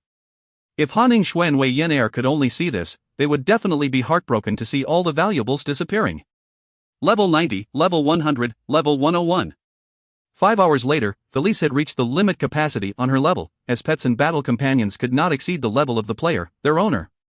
So, now that Felice has reached the same level as Zhang Yang, she would no longer be able to share experience points with Zhang Yang. The experience points would only be shared among Zhang Yang and the Snow Scale Wind Serpent. After Felice had reached level 100, all of her attributes got a major upgrade. Felice, Humanoid Form. Level, 101. HP, 174,190, with Vitality Aura. Defense, 4,480. Melee attack, 17,535 to 18,535, attack interval, 3.8 seconds, DPS, 4,746. Skills. Blazing Dragon Spear, inflicts 100% melee attack, with fire damage on a target. Required, melee weapon. Cooldown, 1 second. Consume, 50 mana points. Dragon Spear Barrage, inflicts 150% melee attack of physical damage onto a target, with a 10% rate of stunning the target for 2 seconds. Effective on bosses as well, but with a greatly diminished rate. Required, melee weapon. Cooldown, 1 minute. Consumes, 50 mana points. Absolute defense, when being hit, takes 1% damage from all attacks, lasts for 2 minutes. Cooldown, 12 hours. This effect can only take place when Felice is in her human form, and will wear off the moment she changes her form. It seems that Felice has acquired a new skill in her human form, and that skill was a ridiculously powerful shield wall. Felice, Dragonhawk Form. Level, 101. HP, 131,660, with Vitality Aura. Defense, 880. Magic Resistance, 4,480. Magic Attack, 10,517 to 11,117. It did not matter whatever form Felice was in, be in human form or Dragonhawk form, her attributes were enough to put every single tanker and DPS player to shame. She had become so much more powerful than them all. They had almost cleared out all the monsters in this area, and the remaining monsters were just too scattered, so Zhang Yang was not in the mood to waste time in slaying them. He rode on the snow-scale wind serpent and flew to another end of the mountain. He located a small cave and began to harvest more experience points.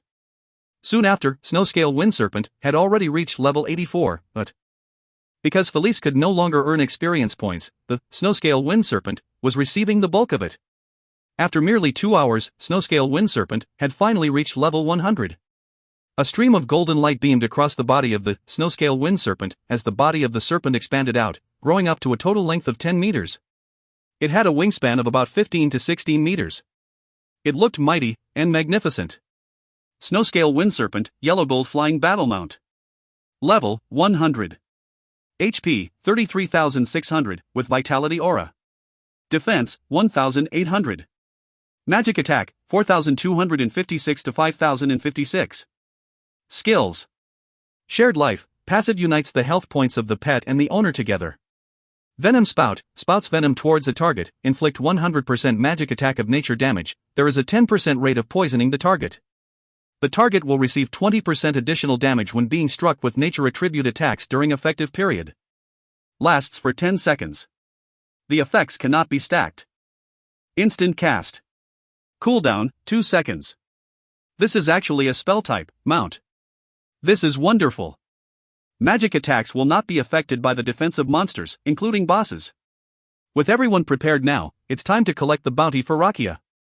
If you find any errors, ads pop-up, ads redirect, broken links, non-standard content, etc., please let us know. Report chapter so we can fix it as soon as possible. Chapter 470, Mayor Rakia. Chapter 470, Mayor Rakia. Translator, Endless Fantasy Translation Editor, Endless Fantasy Translation. Zhang hopped onto the snow-scale wind serpent as Felice and Luilina followed him up. As he telepathically controlled it, the serpent began to hover and fly into the sky, heading towards the morning town. Finally, it was possible to soar freely in the sky. The feeling is just too sweet. The flying speed of the serpent was at least 3 times faster than the movement speed on the ground. In just 10 minutes, Zhang could see the morning town from afar. Zhang took a stop at the front of Luilina's little cottage, and put the blind little girl there as a temporary measure. He planned to slay Rakia first, which should guarantee Luilina's safety after that. The serpent soared into the sky with Zhang and Felice, right after Zhang was done putting the NPC in her little cottage.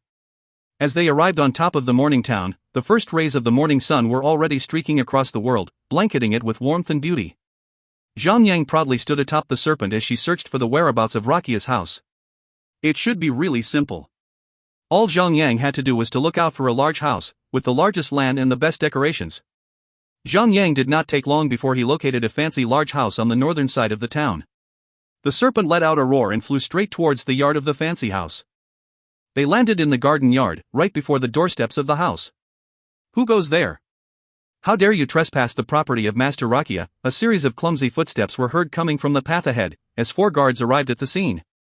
Each of them held a blade in their hands, and they were all fully armored level 110 elites. Their attributes were about the same as the 2 waves of cavalries that had attempted to pursue and hunt down Zhang. After letting out a shout, the 4 guards raised their weapons and attempted to slash him.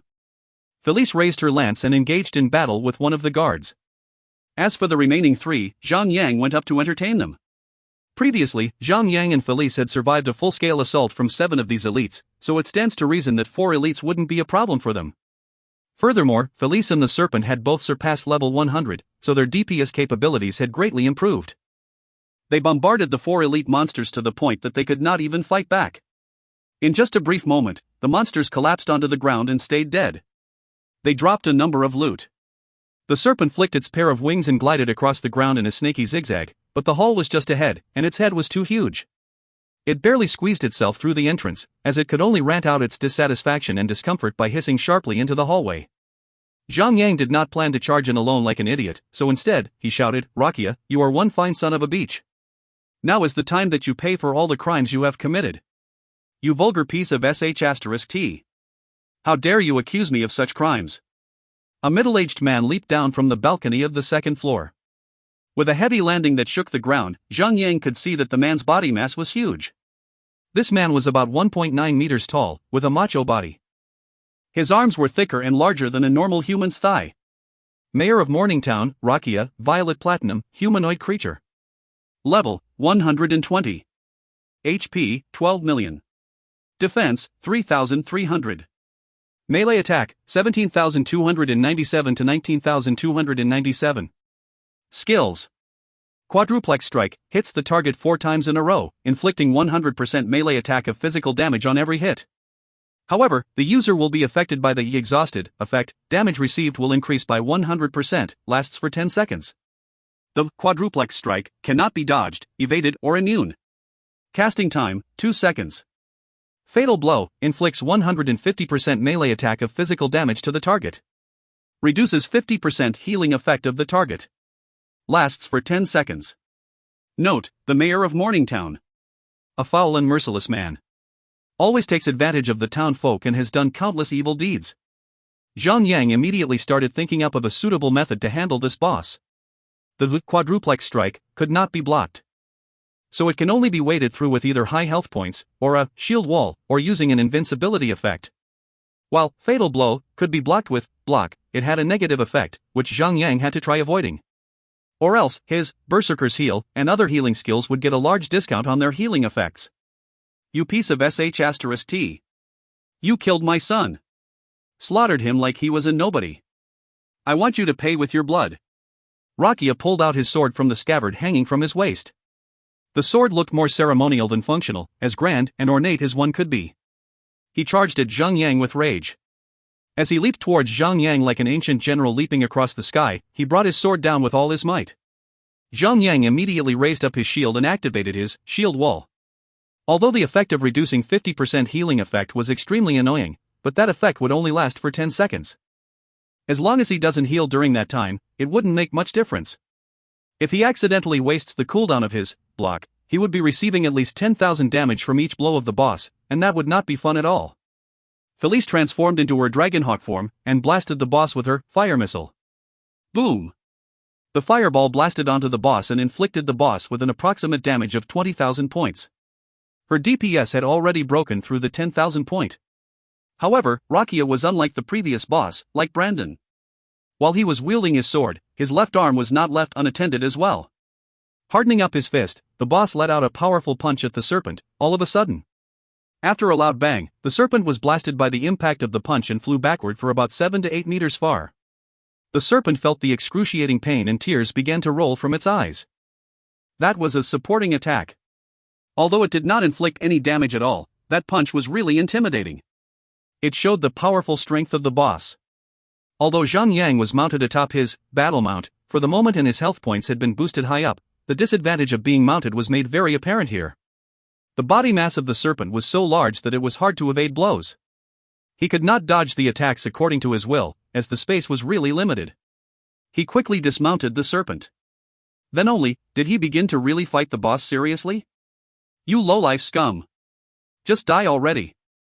The blade of the boss's sword flashed bloody red, and a progression bar appeared right above the head of the boss. 2 seconds later, the boss swung his sword at Zhang Yang. The blade of the sword was swung so swiftly that it was like a flash of lightning. No, it had turned into 4 slashes. It was the quadruplex strike. The boss had activated it. -10659. -11237. -10052. -11889. The 4 flashes of the lightning from the blade happened at almost the same instant. 40,000 damage.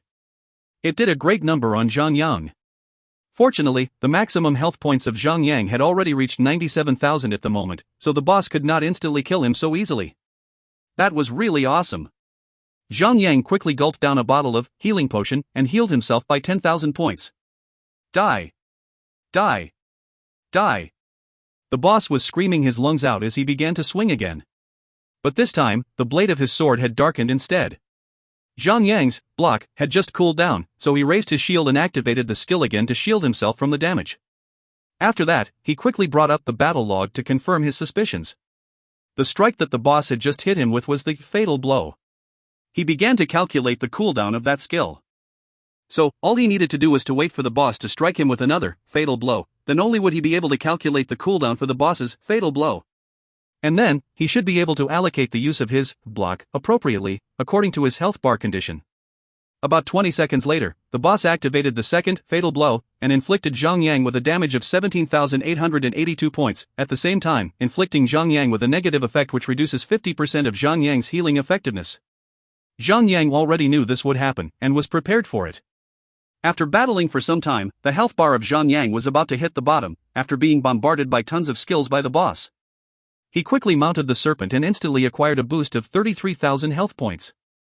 Then, he endured another 3 hits from the boss before activating his powerful healing skill, the Berserker's Heal. After that, he jumped down from the serpent and continued to battle the boss. "You shameless lowlife scum. Arg." Seeing Zhang Yang's health bar returning back to its full state, the boss was enraged, and he threw a punch at Zhang Yang with his empty hand. Zhang Yang dodged a little to the side and with a quick spin, he slammed his shield right into the face of the boss. Well, it would be impolite not to reciprocate after all. So, Zhang Yang merely responded to the boss. Pang! The face of the boss was stamped with a new reddish mark.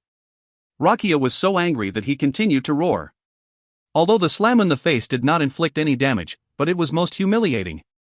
The boss was already furious at Zhang Yang for killing his son, and now, another bash in the face had just made him so angry that his face turned red. Ha ha! A wise man once taught me, when you hit someone, just hit him in the face. Are you having fun yet? Zhang Yang laughed out loud. The boss was a Violet Platinum boss after all, and Zhang Yang did not have any advantages in terms of equipment, and he was level 122 at that. He had to be really powerful. If it wasn't for Felice's aid, Zhang Yang would never have come alone to challenge the boss. Just die. Rakia was so angry that he lost his breath and his face started turning purple instead. He continued to wave his sword at Zhang Yang. Boom! Boom! Boom! The battle was fierce. Felice had become the #1 DPS in the boss battle. Her DPS had reached up to 10,000 points, and she had already surpassed Zhang Yang on the list. The boss suddenly turned around and switched his target onto Felice.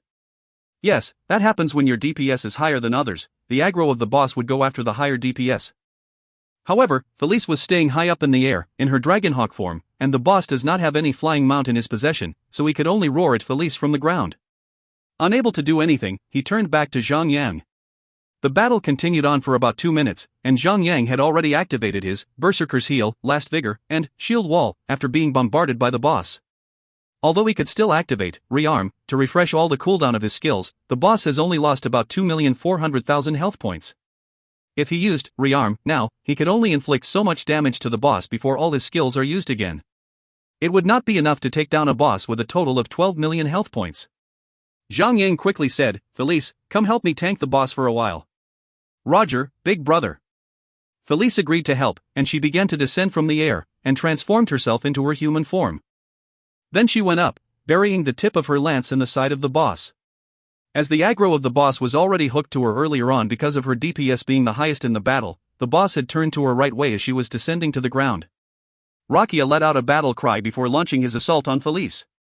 Zhang Yang quickly activated Shadow of the Void to disengage from the boss battle and sat aside to heal up with his snacks he brought along. Felice had already activated her Absolute Defense. Every single hit that landed on her only managed to inflict her with 100 plus damage. They were mere tickles. After Zhang Yang had recovered back to his full health state, he immediately charged back at the boss and began his aggressive assaults on the boss. Since Felice had already activated her Absolute Defense, it would be wise to let her tank the boss for a little longer. Better to make use of everything when it's still worth the while. 2 minutes left before the Absolute Defense fades away. 75%, 60%, 55%, 2 minutes later, the health bar of the boss had been reduced down to 53%. "Felice, get out of there now!" Zhang Yang shouted at Felice. "Roger! Big brother!" Felice transformed into her Dragonhawk form once again and flew up into the air. Rakia could do nothing but watch her take off. "I'm angry. You won't like me when I'm angry." Rakia grounded his teeth together, then he turned to Zhang Yang furiously. The 2 minutes that Felice had bought for Zhang Yang was long enough for Zhang Yang's life-saving skills to cool down. After using all of his life-saving skills once more, the boss was left with only 30% health. Rearm! Zhang Yang cleared out all the cooldown period of his skills and was ready to repeat what he did for the previous 2 rounds. One more time. 25%, 20%, 15%, the health bar of the boss was reducing constantly. However, when the health bar of Rakia was at 3%, all of Zhang Yang's life-saving skills had already been activated. The boss still had about 350,000 health points on him, while Zhang Yang had already activated his Rearm, and he only had about 50,000 health points left. But Zhang Yang was not worried by the circumstances at all. He knows that he still had a last resort, the zombie potion. So, even if he really dies, he could still come back as a zombie and continue to attack the boss. Of course, he must make sure the boss is taken out within 30 seconds, for that would be how long the potion lasts. It was now 350,000 points against 50,000 points. 270,000 points against 40,000 points. 180,000 points against 30,000 points. Suddenly, a progression bar appeared right below the head of the boss. It was another, quadruplex strike, under construction. If that strike comes, Zhang Yang would surely be dead. Shoof. The shadow of a lance suddenly flew at the boss. It was Felice, flying down towards the boss at a high speed, already in her human form. With her Dragon Spear Barrage activated, she inflicted the boss with a damage of more than 25,000 points and stunned the boss, interrupting the boss from casting the spell for his quadruplex strike. Bravo! Zhang Yang felt a tremendous joy in his heart. Although he was prepared to die, if he did not have to, of course, he would take that option. While the boss was weakened, stunned, Zhang Yang, Felice and the serpent lashed out with all their might. Rakia could only let out a miserable scream and collapsed onto the ground, nice and slow. He finally died. At the same instant, Zhang Yang was only left with about 8,000 health points. It was really close. Most importantly, he did not have to die. If you find any errors, ads pop up, ads redirect, broken links, non-standard content, etc., please let us know. Report chapter so we can fix it as soon as possible. Chapter 471, Daffodil in Distress. Chapter 471, Daffodil in Distress. Translator, Endless Fantasy Translation Editor, Endless Fantasy Translation. Ding! You have completed a quest, in for a penny, in for a pound. Acquired 5 million experience points. The boss was finally dead, and it was time to harvest the loot and see what the boss dropped. Rakia had dropped a total of 4 pieces of equipment, but among the 4, only one of them was a violet platinum tier equipment, and the remaining 3 were all yellow gold tier equipment. Ever since the number of violet platinum bosses appearing is getting more and more, the yellow gold tier equipment were slowly dropping in popularity and value. It seems that the violet platinum tier equipment has taken over the role. This special piece of violet platinum equipment is a light silver leather cloth. Purplish sparkles hovered over the equipment, making it look otherworldly. Silver tiger fur cuirass, violet platinum, leather armor. Defense, plus 48. Vitality, plus 847. Strength, plus 242. Agility, plus 548. Equip, increases 3% damage. Equip, increases health points by 1,200. Unidentified. Required level, 120. A 3% increase in damage and an additional 1,200 health points? Well, damn. That's pretty good. Zhang Yang happily. He has decided to give it to Sun Xinu. No matter what, she was now one of his wives, of course he would naturally pick her over others. What that fatty Han doesn't know wouldn't hurt him. After picking up the remaining 3 yellow gold equipment, the dead body of the boss was still lying quietly on the ground. Zhang Yang could not risk missing out anything, so he lifted a leg and kicked the dead body aside. As he took a closer look, he found a small piece of green jade on the ground. Without the need to check on it, Zhang Yang already knew what it is. It was the territory command order that he urgently needed. Because the word order was stamped in the middle of the territory command order on it in clear red. The name Morningtown was crafted on the back of that jade. Territory command order, Morningtown. Launches a territory conquest after 72 hours. The battle will last for 3 hours long. The last player with the territory command order shall become the new Baron of the Morningtown.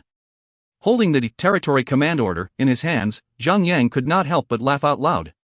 Only one player in the entire game server could enter the Chaos Realm at the moment. This territory conquest would be a very relaxing process. Zhang Yang could even set up a small cozy chair and lean back against it, enjoying the sun while having a good nap. No one else would be able to enter the Chaos Realm to snatch the territory command order from him. If one sword stroke, Humbly Gentleman and his other nemesis hears about this, would they become so envious that they would smash their skulls or dig out their eyes? Zhang Yang could not stop smiling as he visualized their expressions. Without wasting any more time, Zhang Yang activated the territory command order, and instantly, the server began to make the announcements. Server announcement: a territory without a baron has appeared in the Chaos Realm. The territory conquest will commence in 72 hours. All players, please be ready for it. The territory was located at the wilderness of Dubaya, and the specific location will be announced when the territory conquest begins. The territory conquest will last for 3 hours long. When the battle is over, the last player carrying the territory command order will become the new baron for the territory. The announcement was made 5 times repeatedly across the system server. Right after the announcement stopped, Zhang Yang received countless private messages, while the guild chat blew up. Everyone knew for a fact that only Zhang Yang had reached level 100 and he was the only one that is eligible to enter the Chaos Realm in the current stage of the game. So unquestionably, the person who was going to get the territory command order would be Zhang Yang. No one else. Snowseeker, Greensleeves Prince, Sword of Light and the rest of his allies started sending in their congratulations. They repeatedly praised Zhang Yang for being extremely lucky, for he had managed to get a territory command order, an extremely rare item in the game, in such a short period of time, after entering the Chaos Realm. As Zhang Yang is the player above level 100, this territory command order was like a free gift from the game itself. Of course everyone would look at him in envy. When Lu Wei received the news, he smashed his game helmet onto the ground. Noob tank.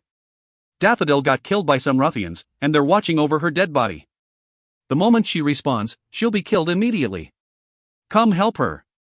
Zhang Yang suddenly received a private message from Wei Yin Air. What?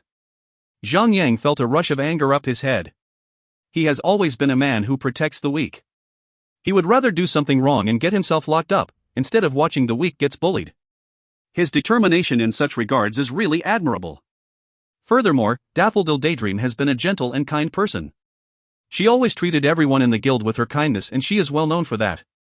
Now that someone was actually camping over her dead body, of course it would anger Zhang Yang and his guild members. He quickly contacted Daffodil Daydream through the voice communication device. Daffodil, where are you now? Daffodil Daydream was shocked and relieved at the same time to hear Zhang Yang's voice. Then she said, I'm currently lying dead by the Crimson Flame Hills. I was there to grind my levels. Never expected to be ambushed there. They stopped me and said that they wanted my staff. Of course I did not agree, so they started attacking me. I killed 3 of them, but there were too many of them. So, I was killed after that. Since then, they have been guarding over my dead body. I do not dare to resurrect, I'm worried I might drop the staff if I get myself killed again. This lady is a smart lady indeed. From the way Zhang Yang had spoken when he contacted her, she knew that he already had the gist of her situation, and wasted no time telling him the details. Zhang Yang suddenly remembered something. When he was identifying equipment with his fellow ladies at the identification shop, they had met Royal Highness of Thunder. As he was tearing up his teleportation scroll, Zhang Yang asked, Are the players from the myth? Yes. It's them all right. And their leader is called Royal Highness of Thunder. Seems more like a Royal Highness of Ash *Lu to me. So it was really him. That day, his greedy face had been projected right at Zhang Yang. Zhang Yang had intended to warn Daffodil Daydream about this, but the server was closed for 3 days straight.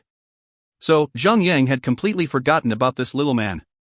Looks like the man had been thinking about this for the past 3 days. The moment the server was reopened, he actually came after Daffodil, guarding by her dead body, all for the staff. A stream of light beamed upon Zhang Yang as he transported himself back to Thunderstorm Castle. After walking out of the palace, he summoned the serpent out.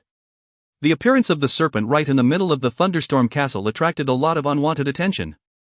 Many players began to round up around Zhang Yang and the serpent. To them, no pet or mount could be this big.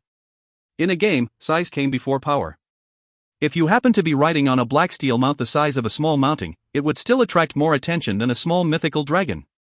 Needless to say, the serpent looked magnificent. Its body was covered in snowy scales, and it had a large and long body.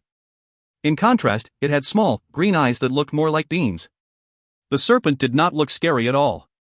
Instead, it looks kind of cute. Wow! What kind of mount is that? It looks awesome. Is this a snake? How can there be a pair of wings on it? Snakes can't fly. If they do, aren't they supposed to be dragons? Ha! You morons! How could mounts even fly? Do not think that it can fly just because it has wings. I can tell. It's as good as an ostrich. That's right. The official notes said that flying mounts can be obtained only from the Chaos Realm. It's only been a day since the Chaos Realm is opened. It's impossible to catch a flying mount so soon. Zhang Yang jumped onto the serpent and gave a command through his mind. The serpent fluttered its wings and plunged straight into the sky. Everyone on the ground was silent. Zhang Yang sent Daffodil Daydream a party invitation, but Daffodil had already joined a party.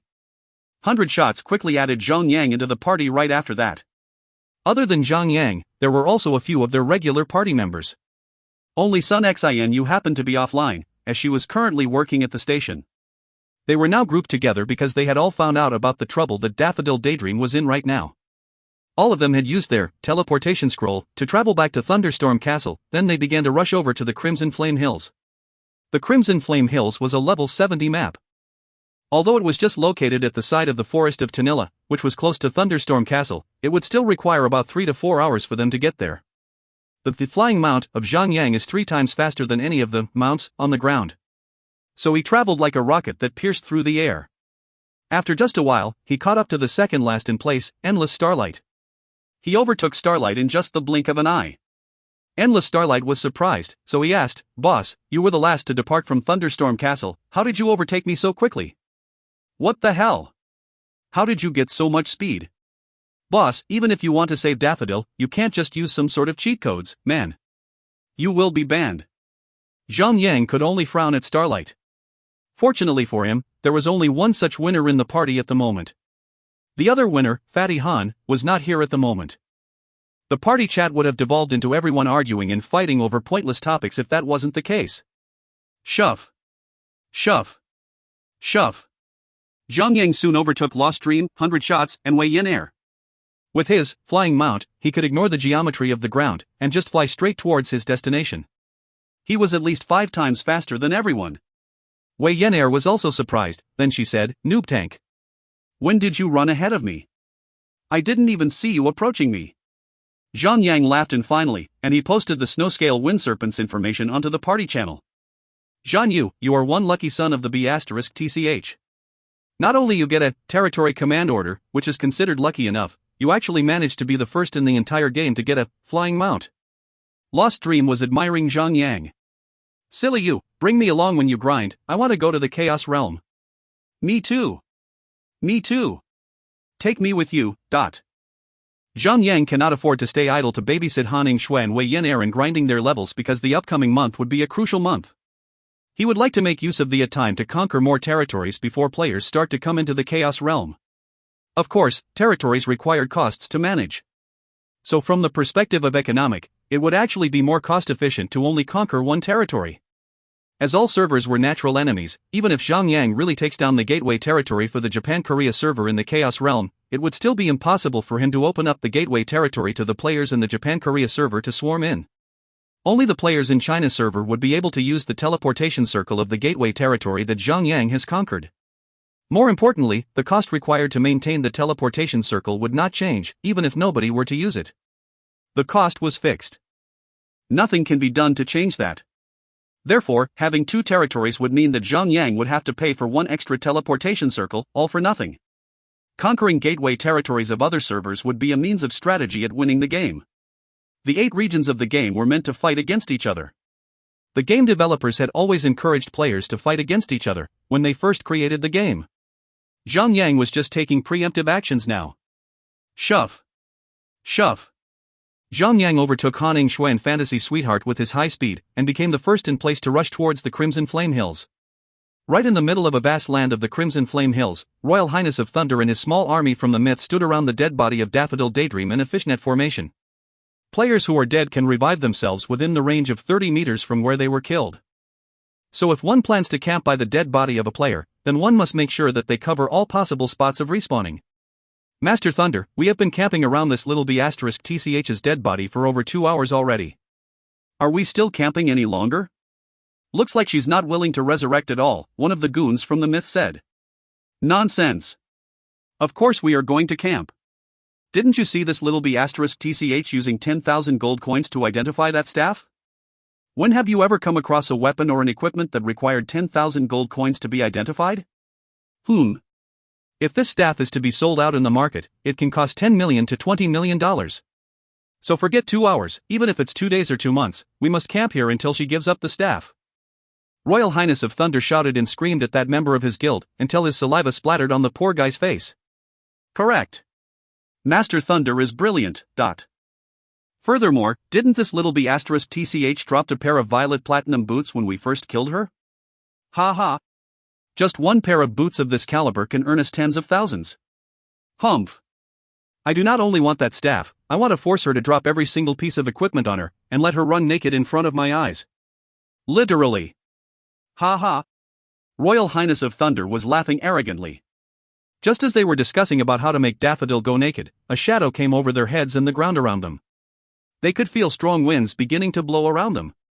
If you find any errors, ads pop-up, ads redirect, broken links, non-standard content, etc., please let us know. Report chapter so we can fix it as soon as possible. Chapter 472, Massacre.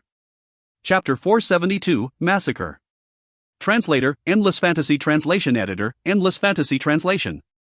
Royal Highness of Thunder and his goons reflexively craned their necks upwards to look into the sky. What they saw was a gigantic shadow of a bird hovering in the midair. As the sun was just over the gigantic bird, they were partially blinded by the sunlight, and could barely make out the scene. Most of them had almost instantly shut their eyes, staring back to the ground, recovering from the glare. Hoof!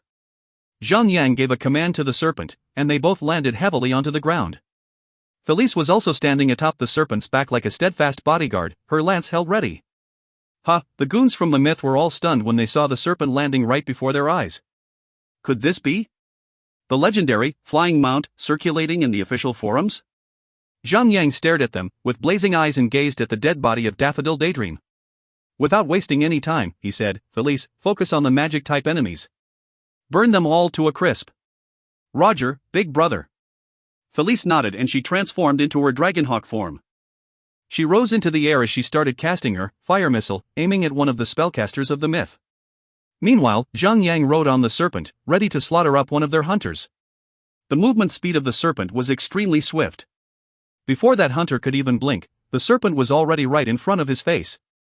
With a quiver in his sword of purging devourer, Zhang swung his sword straight at the hunter's throat and inflicted him with a damage of -4,198.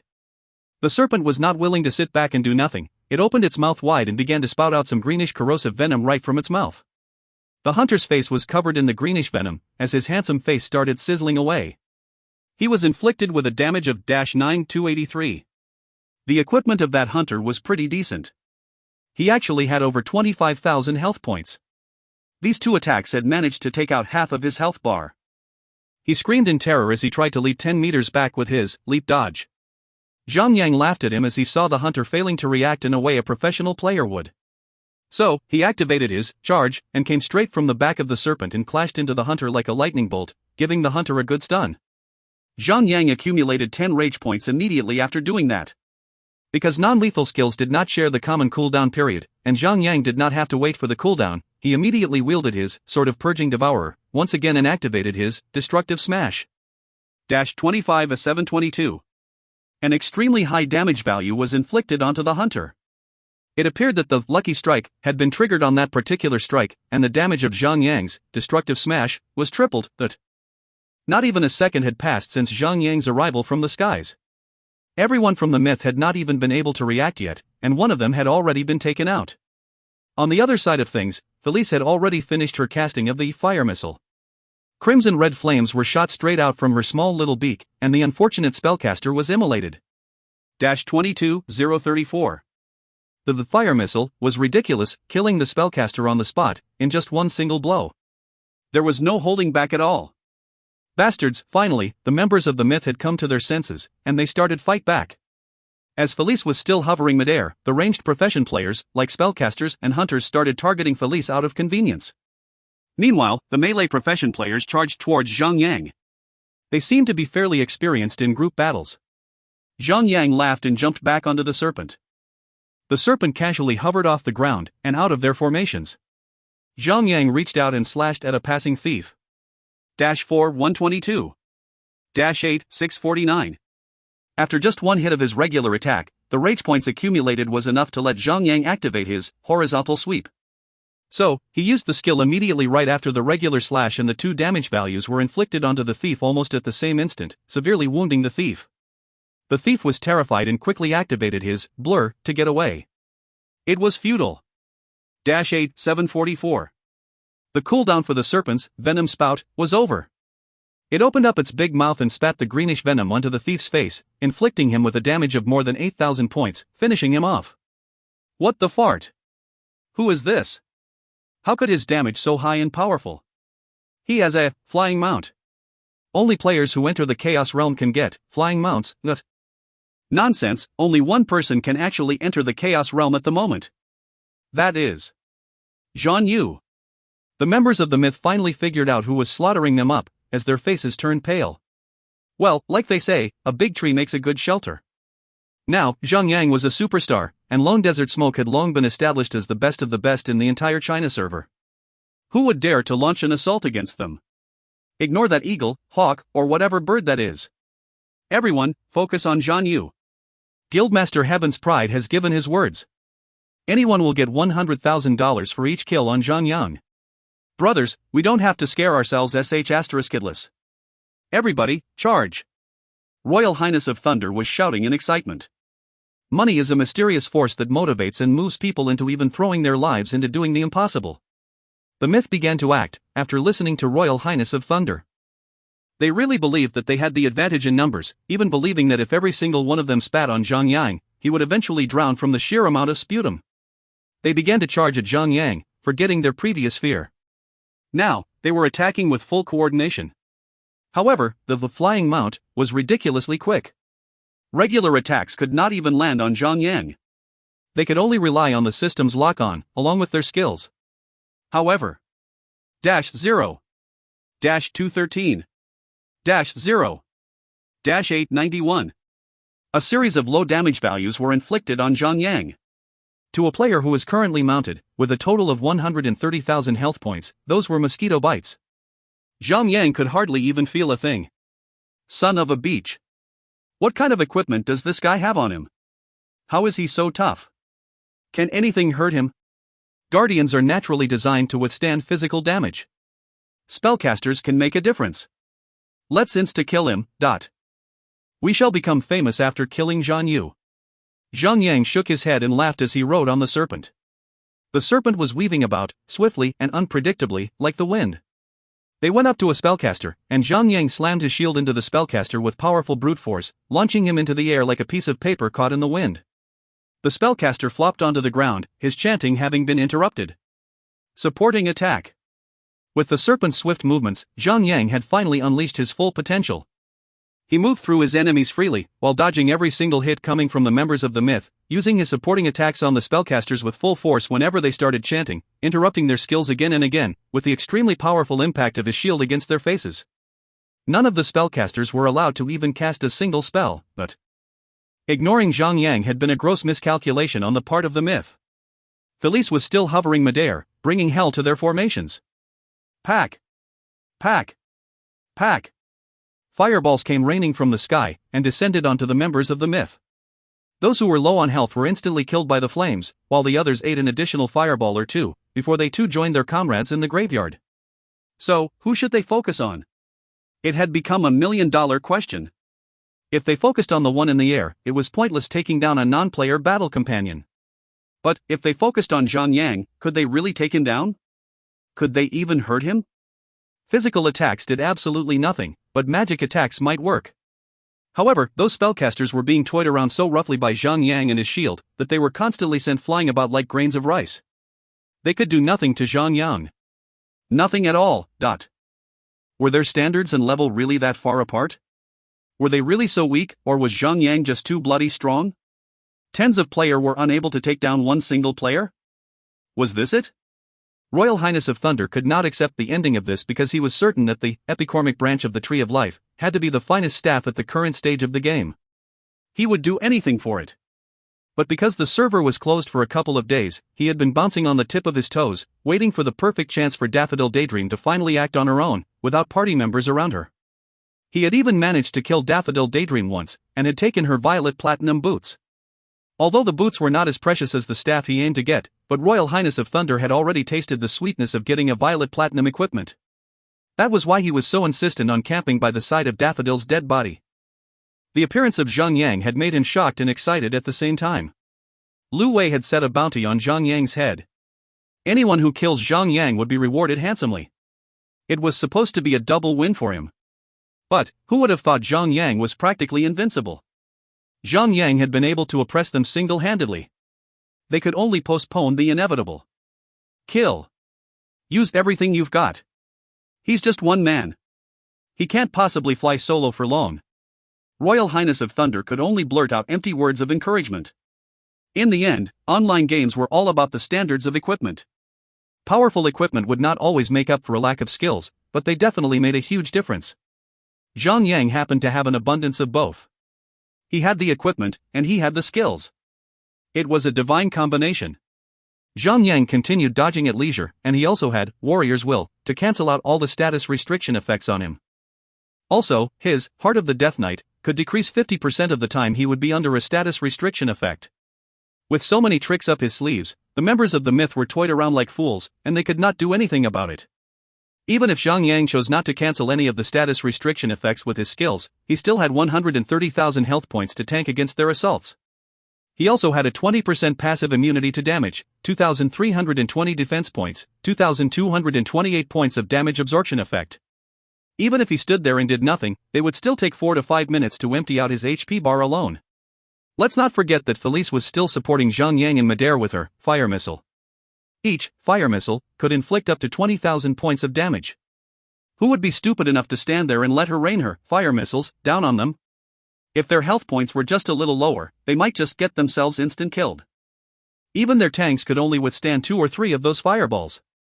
They did not have any super healers like Han Shui to heal them up. Pack. Pack. Pack. Felice was like floating turret, launching fire missiles after fire missiles. The death count was really astounding. It was a total massacre. 11 left. 9 left. 5 left. 2 left. Zhang Yang raised up his sword and plunged his sword straight into a berserker, sending him straight to the graveyard. From that moment onwards, the only member of the myth that was left standing was Royal Highness of Thunder himself. Daffodil Daydream, you can resurrect yourself now. Zhang Yang informed her through the party channel. All right. Daffodil Daydream had released her soul and had been waiting by her body. Crunch. Zhang Yang bashed his shield right into the face of Royal Highness of Thunder, and instantly, the face of Royal Highness of Thunder started bleeding. Pa! He spat out some broken teeth. Half of his face had swollen up immediately. He had survived up to this point, only because Zhang Yang had left him alive on purpose. He has better plans for this PR*CK. Zhan Yu. Don't cross the line. Royal Highness was speaking through his swollen face. He could not even pronounce his words nicely. Our master, Heaven's Pride, is not someone you can trifle around with. Boom. Zhang Yang smashed his shield into his face again, and more blood splattered on the ground as Royal Highness of Thunder was sent flying 4 meters away again. Right after Royal Highness staggered to his feet. Boom. Another blow landed straight on his face. Zhang Yang hammered him with the shield again. Those were all supporting attacks, unable to inflict a single point of damage on Royal Highness of Thunder. However, it was truly embarrassing to be humiliated this way. Royal Highness held a fairly high rank in the myth, but now that he was being smacked in the face, like a little kid being repeatedly smacked on his butt. Zhang Yang turned over and asked in a cold tone, Daffodil, how long did he camp by your dead body? More than 2 hours. Very well then, I shall slap him for 3 hours. Zhang Yang said calmly. That dead calm was enough to send a chill down Royal Highness of Thunder's spine. He knew just then that *T was about to happen. Pack. Pack. Pack. Royal Highness of Thunder turned into a life target practice. After a series of smashes and bashes, his face was so swollen that it no longer looked like a face of a human. But Zhang Yang did not stop there or even think of ending it right then. He wordlessly continued to bash that swollen face up. He just kept on hitting Royal Highness of Thunder right in the face. It was brutal. The eyes of Daffodil Daydream began to well up with tears as she watched Zhang Yang standing up for her. She was touched to the point that she did not know what to say. Royal Highness of Thunder could no longer keep count on how many times he had been struck in the face. So, he decided to lie down on the ground like Snoopy does on the roof of his kennel. He believed that Zhang Yang would stop if he stayed down. But he was wrong, very wrong. The moment he lay on the ground, Zhang Yang began to use his legs instead of his shield. He started kicking the face of Royal Highness of Thunder like a soccer ball. Royal Highness of Thunder could only cry and endure the pain. He would never have thought that it would be possible to torture people like this in God's miracle. He believed that if he could not win, he could just run. And if he cannot run, then he could just die and run back to his dead body to resurrect once again. But now, he could not even run if he wanted to, and he could not even die if he wanted to. Zhang Yang was not inflicting any damage on him. He was still at full health. What he was experiencing now was worse than death. After being kicked and stepped on for tens of minutes, Royal Highness of Thunder finally could not take the humiliation anymore, so he decided to sign out of the game immediately. However, it was another dead end. He immediately received a system notification: you cannot sign out of the game while you are engaged in battle. If you forcefully disconnect yourself from the server, your character will receive a penalty of -3 levels. Royal Highness of Thunder could only grieve in silence. It's extremely difficult and time-consuming to level up even once. After getting over level 90, it would take about 12 days in real time just to gain one level. So, a penalty of -3 levels would mean the loss of a whole month. Now that everyone was fighting to get into the Chaos Realm as soon as possible, a drop of 1 level would already be a major setback. A penalty for dropping by 3 levels? That was unthinkable. Therefore, Royal Highness of Thunder had no choice but to endure the punishment. He silently took the blows, believing that as long as he did not fight back, the other party might eventually get bored. Zhang Yang did not hold back in any of his attacks. 3 hours went on, and Zhang Yang had made sure that Royal Highness of Thunder had suffered for 3 hours, before he ended his life with a few slashes of his sword. But that wasn't the end. He had already stationed Wei Yin Air and the others by the graveyard nearby.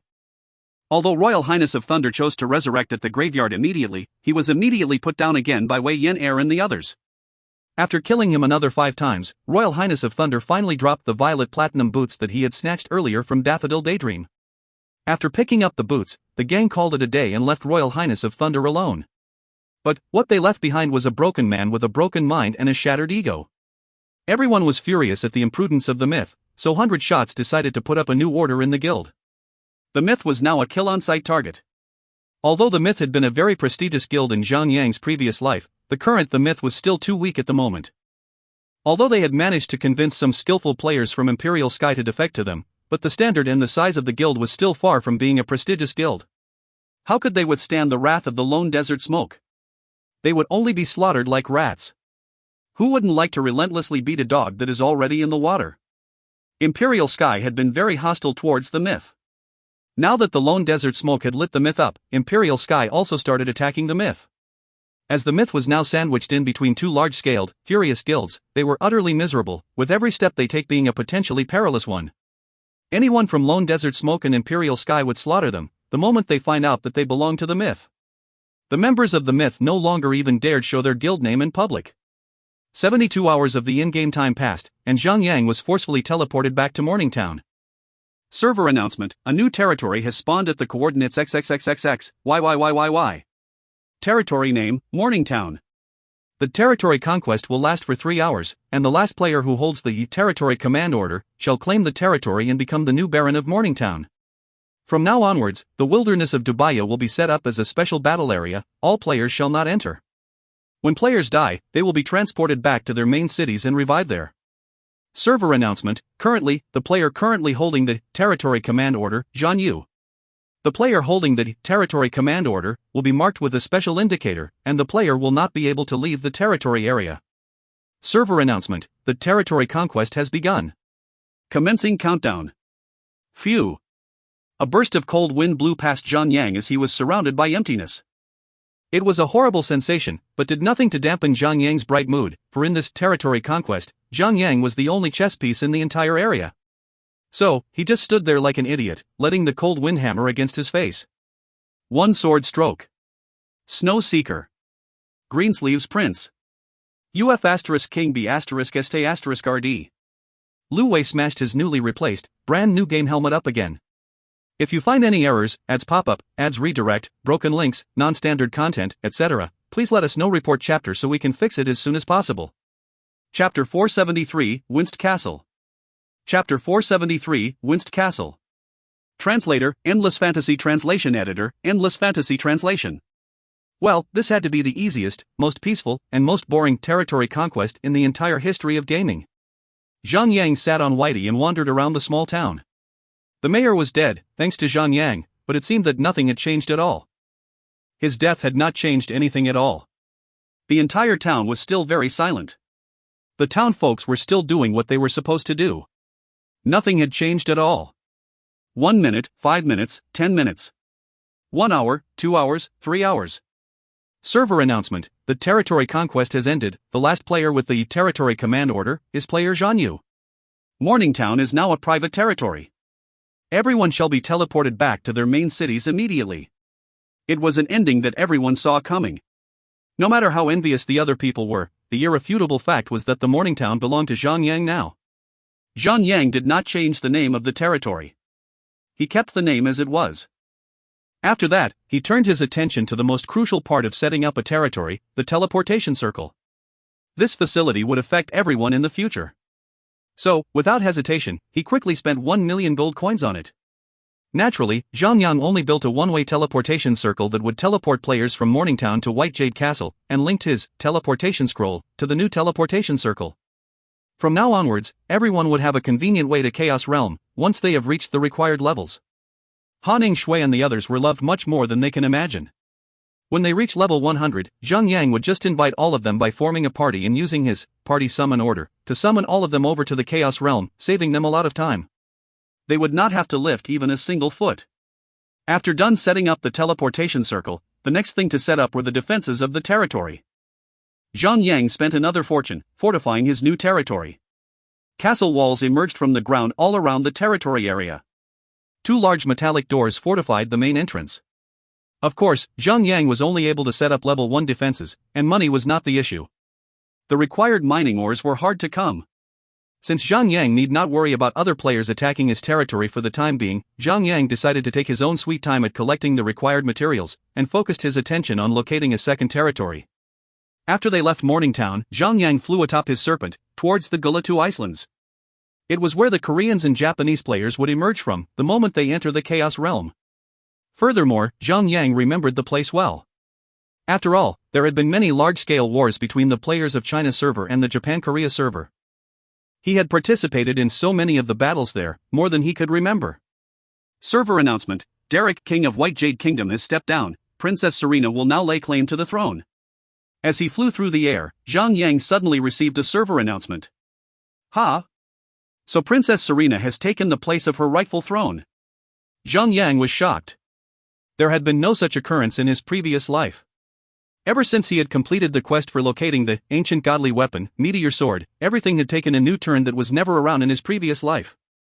They even added a new system called the Battle Companion system, and now Princess Serena is stepping to be the ruler of White Jade Kingdom. Alright, let's put that aside for now, and focus on the main aim. The serpent was fast, and more importantly, it could fly. So, it could ignore the geometry of the ground, flying over the mountains and the seas. However, the sky was also a hostile area. Suddenly, a large eagle-like creature flew at Zhang Yang and the serpent like a missile, its 2 metallic claws outstretched. It was aiming for the serpent's throat. Sky Devourer Condor, Normal, Beast. Level, 112. HP, 17,680. Defense, 100. Melee attack, 5,186 to 5,986. Skill. Tear, uses metallic claws to tear open its target, inflicting 150% melee attack of physical damage to the target. Note, a ruthless predator of the sky, loves to prey on pythons. So, it was just a normal tier monster. Zhang Yang did not even feel like killing it himself, so he ignored it, knowing that Felice would automatically act on her own accord. Felice spat a fire missile and burnt the condor into a roasted chicken in an instant. The roasted chicken then dropped from the sky and crashed into the ground. Zhang Yang could only shake his head. He thought to himself about it, what if he was riding on a phoenix? Would the condor still have dared to attack him with its claws? Would it even dare to approach him? After flying for over an hour, Zhang Yang arrived at the Gulatu Islands. Right before his eyes lay a vast, white snowy area, covered in glaciers, showing off the magnificent scenery of the north. Zhang Yang took out his world map to study it for a bit, before telepathically commanding the serpent to go northwest. Quite a number of monsters tried to ambush Zhang Yang. But, none of them could stand before a furious Felice. A few elite tier monsters were able to survive her fireballs, forcing Zhang Yang to spend some time finishing them off. But, none of them could stop Zhang Yang from going forwards. After flying for another 10 minutes, Zhang Yang finally arrived at his destination. A huge castle was now right beneath them. The tallest building within the castle was a hall, and a white-themed flag was installed right on top of the palace. It bore a fierce tiger as its mascot. The flag fluttered as it caught the wind. Outsiders. This is the territory of the Duchess Winst. Get to the ground at once. This is a restricted area. Just as Zhang Yang was admiring the magnificent scenery of the castle, suddenly, 3 knights riding on snow condors flew out from the midst of the castle and blocked Zhang Yang's way. Their names were currently green, so there was absolutely nothing to gain from attacking them. Zhang Yang nodded and commanded his serpent to land. After they had all landed on a flat platform within the castle area, Zhang Yang noticed several dozens more of snow condor in the area. It was obvious that these snow condors were Winst's aerial units. The 3 knights had also landed and they had dismounted the snow condors. One of them walked up and said, "Outsider, tell me your name." Zhan Yu, an adventurer from the White Jade Castle. White Jade Castle. The 3 knights exchanged looks and they started to look at Zhang Yang in disdain.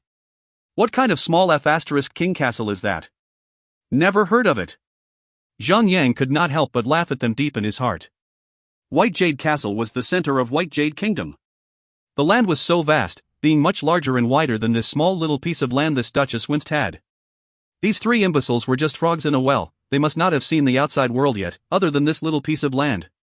They could actually feel so proud, occupying such a small piece of land and castle. But Zhang Yang had no reason to argue with 3 NPCs, they were not human after all, so he said, "I have heard great tales about the prestigious name of Duchess Winst, so I have traveled a great distance from White Jade Kingdom just to open my eyes to the greatness of Duchess Winst.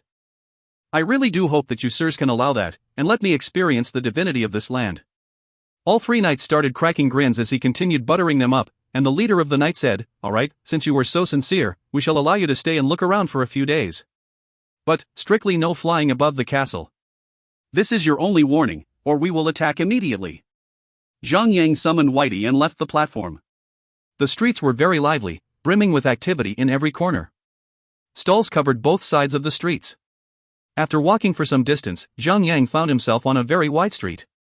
The 2 sides of the street were full of people, but there was not a single person in the middle of that road. It was like they were making way for a very important person.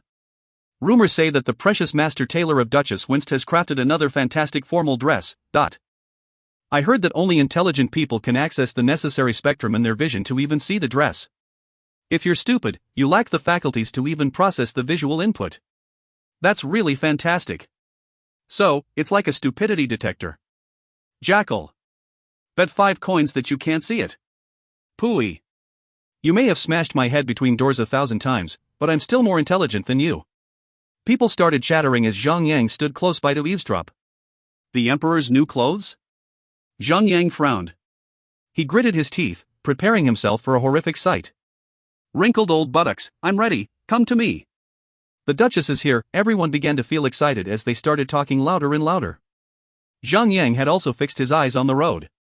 All he saw was a band of people walking down on the road like bosses.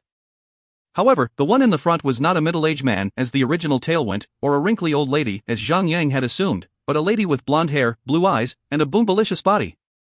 This lady was completely naked, with her head raised high, as if she was above all others.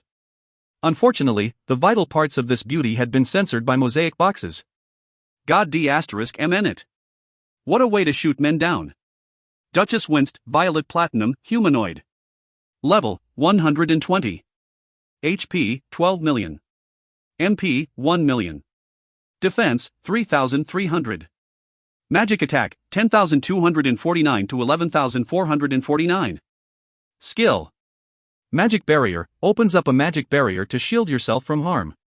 The magic barrier can absorb damage. The specific amount of damage that can be absorbed differs based on the number of players engaged in battle. The magic barrier can absorb an additional 10,000 damage with each additional player in the battle. When magic barrier is in effect, the radiant punishment cannot be interrupted. Instant activation. Light of the Stars summons light from the stars, inflicts 100,000 holy damage to all targets within the area of 100-meter radius, having the user as the center point. Chanting time, 2 seconds. Radiant punishment punishes the target, inflicting 150% magic attack of holy damage on the target. Instant activation. Cooldown period, 2 seconds. Note, the owner of the Winst Castle, the 17th Duchess of the Winst, a true narcissist. Well, who would have thought this Duchess Winst was such a young, hot lady? Staring at the lady whose butt cheeks took turns bouncing up and down with each step she took, with her explosively large pair of boobies perked up by her straight back, Zhang Yang could not help but to feel satisfied. He could only feel sorry and pity for Fatty Han and Endless Starlight. If these two were here with him to savor the scenery, they would definitely drool and flood the street. But do I look beautiful? The Duchess was shaking her hot-ass body while walking through the street, looking around proudly. She also posed seductively in many ways, trying to show off her new dress. Does my new dress looks beautiful on me? How could a man? A person say that a lady is not beautiful when that lady stood butt naked in public? The people at both sides of the road were nodding indefinitely. The truth was, they were already stunned by what they saw. They also praised and tried to butter her up by saying that she's very beautiful and that the dress was simply stunning. Just then, a sharp, shrill voice tipped the balance of the fragile, tense atmosphere, but this big sister does not have anything on her. A vague voice of a child came right out from the crowd and silenced the entire street. All of a sudden, the people began to chatter again, as people started dropping their pretenses. Zhang Yang could see the smile on the Duchess's face froze, and then her face turned black as she started to heat up. Suddenly, she shouted with anger, turned around and ran back to where she came from. It was like a free, naked show for the public. Not long after that, the entire castle imposed a martial law. The silver snow condors began to fly into the sky, one after another, and the knights on them were shouting continuously, trying to inform everyone in the area, from now on, a martial law is in effect. Everyone must remain in your own homes. You are not allowed to shelter any outsiders. Or else, you will be executed for treason. The streets that was filled with chattering and laughter instantly turned quiet. Only Zhang Yang and another mysterious man in a cloak remained standing at the far side of the street. My friend, mind lending me a hand? The mysterious man took the cloak off his head and revealed a handsome face. His smile revealed his perfect, white teeth. If you find any errors, ads pop up, ads redirect, broken links, non-standard content, etc., please let us know. Report chapter so we can fix it as soon as possible. Chapter 474, Messick. Chapter 474, Messick. Translator, Endless Fantasy Translation Editor, Endless Fantasy Translation. Messick, Elite, Humanoid. Level, 110. HP, 1,100,000. MP, 10,000. Defense, 1,200. Melee attack, 8,094 to 9,094. Skills. Light of Life, recovers 10% health points. Consumes, 500 MP. Foul Chatters, begins to curse at a target, inflicting a large amount of aggro. Instant activation. Cooldown, 5 seconds. Note, calls himself the best tailor in the world. Zhang Yang could not help but laugh. So this was the person who had tricked the Duchess into walking naked in the public. So he said, you really have balls of steel. You even dare make fun of a Duchess. Messick laughed and said, I say you, my friend, can't we get out of this dangerous place first, before we speak any further? Ding. Messick has given you a quest, escape from Winst Castle. Will you accept it? Obviously, to conquer the castle and make it his own territory, Zhang Yang would have to overthrow Duchess Winst and take her place. This daring tailor must be her worst enemy in this story. So, aiding him against the Duchess should lead him to a final battle with Duchess Winst. Zhang Yang gave it some thought and accepted the quest. Escape from the Winst Castle, difficulty, C. Description, you chose to aid Messick. Messick is currently being pursued by Duchess Winst and her men. You have made yourself a public enemy of Duchess Winst and her men. Help Messick escape from Winst Castle, and do not let him die. Completion, aid Messick in escape from the Winst Castle 0 to 1. Fortunately for him, this quest did not have any penalties that could potentially reduce his levels. On the other side of things, there weren't any rewards that would give Zhang Yang any luck attributes. Zhang Yang let out a breath of sigh and summoned out his serpent. Meanwhile, Felice had transformed herself into her dragonhawk form, ready to make an expeditious retreat. But before Zhang Yang could call out her name, Messick had already tried to climb up on her back. Felice was so furious that she had swiveled her head around and launched a fire missile. Messick was struck in the face, turning black like a big piece of charcoal. Zhang Yang could not help but to shake his head again and again. This brother would still think of taking advantage of a lady at a time like this. Zhang Yang was at a loss for words, unable to find anything to say about this NPC. Without wasting any more time, Zhang Yang lashed out, aiming at Messick's despicable buttocks, and with a powerful kick, he launched Messick onto the back of Serpent, jumped aboard and gave a command to take off. The Serpent immediately fluttered its wings and flew right into the sky. They flew right out of Winst Castle. However, their movement attracted 5 knights who were patrolling in the surrounding areas of Winst Castle. They immediately reacted and flew right towards Zhang Yang on their snow condors. The flying speed of the serpent was indeed impressive. With just a few flaps of its wings, it had already brought Zhang Yang and Messick to the exterior of Winst Castle. There were only 5 knights on their tails. Zhang Yang quickly patted on the serpent's neck, controlling it to turn around. They headed straight to face the 5 knights.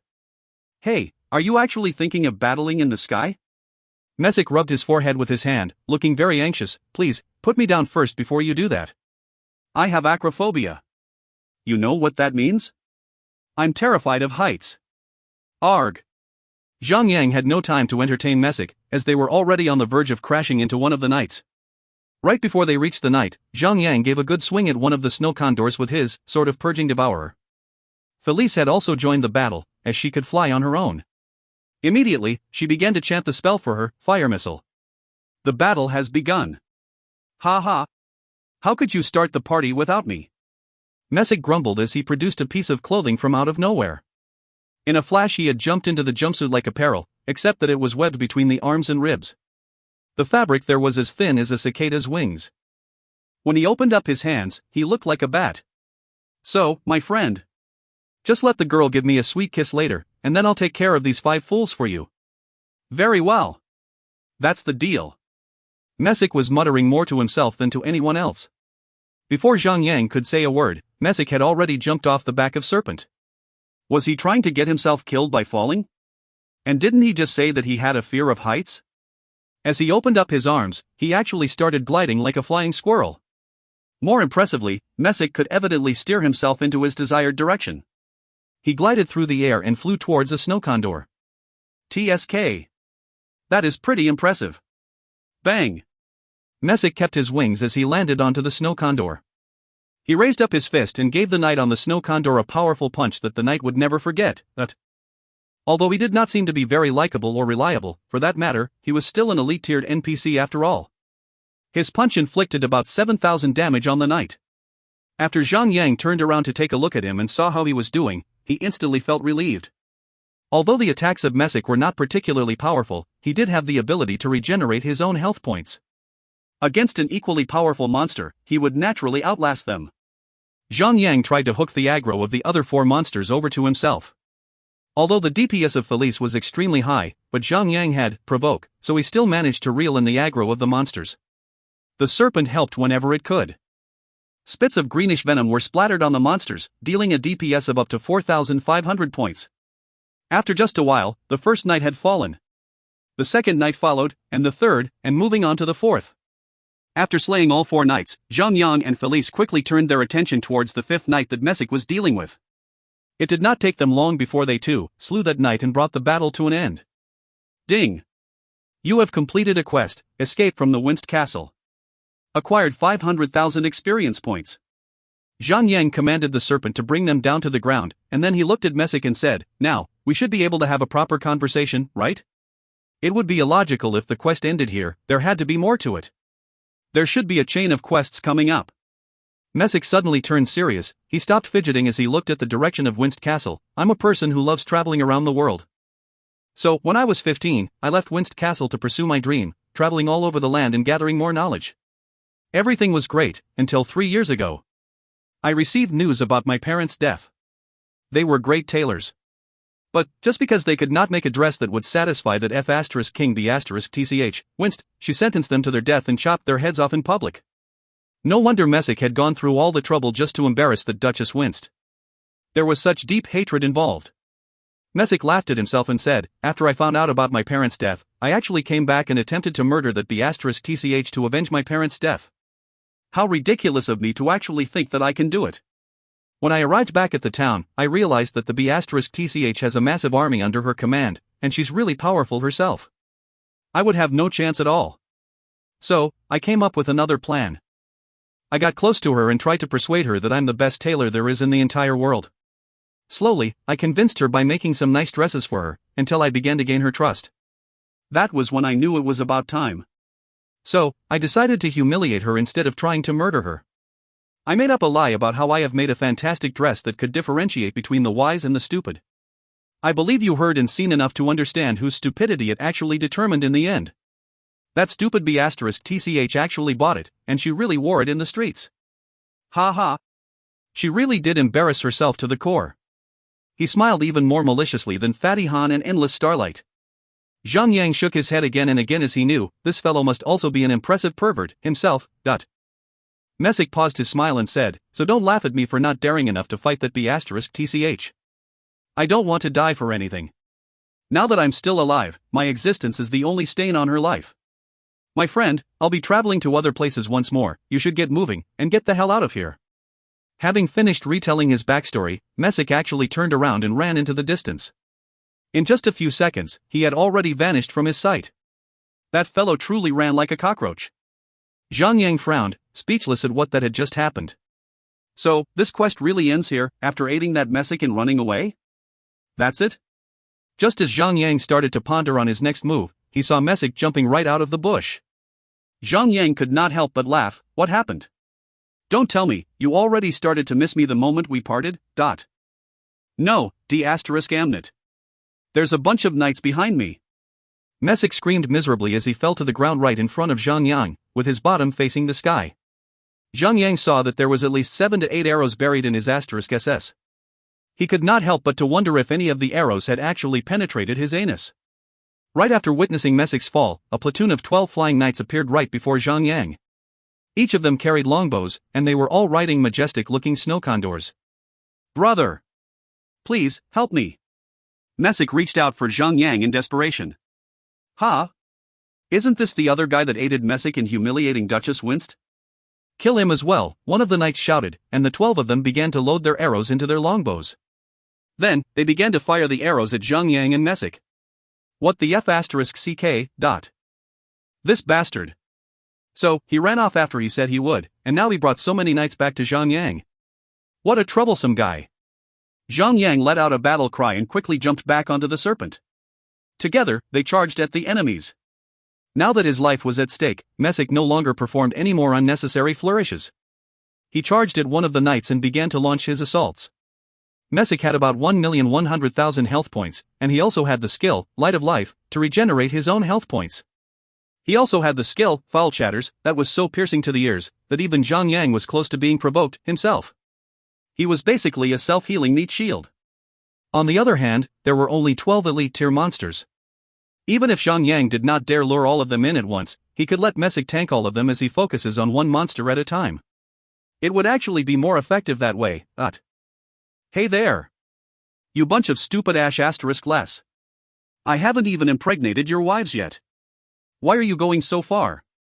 Messick would try to provoke the monsters with his tongue as he fought. Every time he opened his mouth, a series of foul, provocative words flew right out from his mouth and enraged the knights. The knights were so enraged that they could not stop hitting him with everything they got. So, this skill, Foul Chatters, was ridiculously effective. Zhang Yang had finally seen it with his own eyes.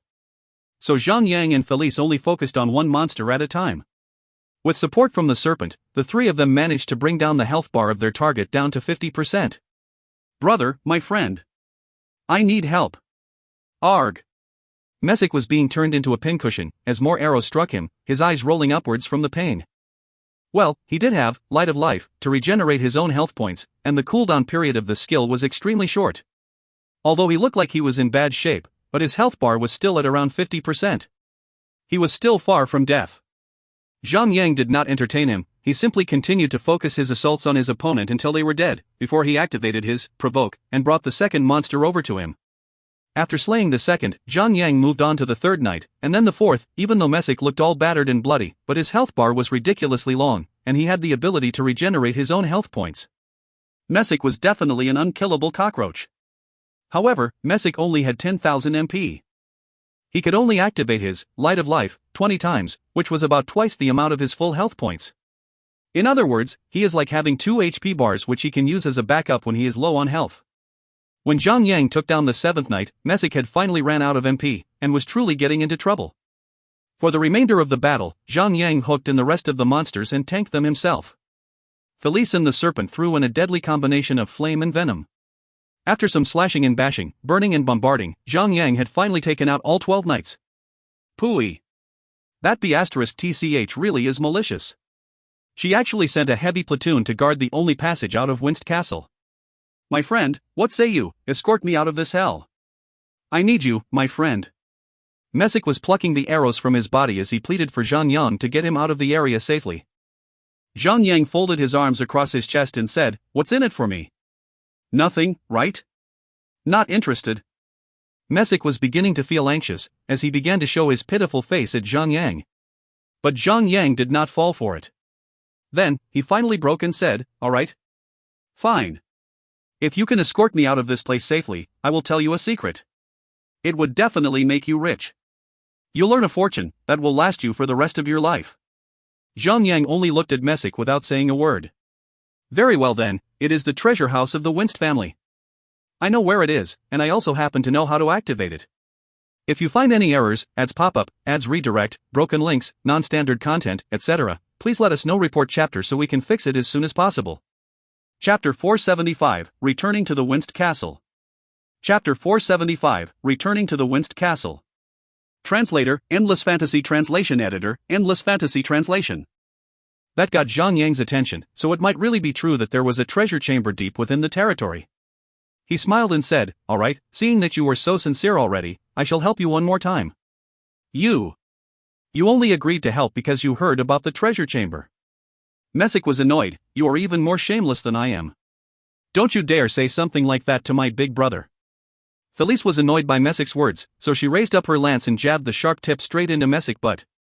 Previously, Zhang Yang wasn't aware of any of the arrows had really gone straight into Messick's anus, but this time, he was very positive that the lance totally penetrated Messick's vital spot.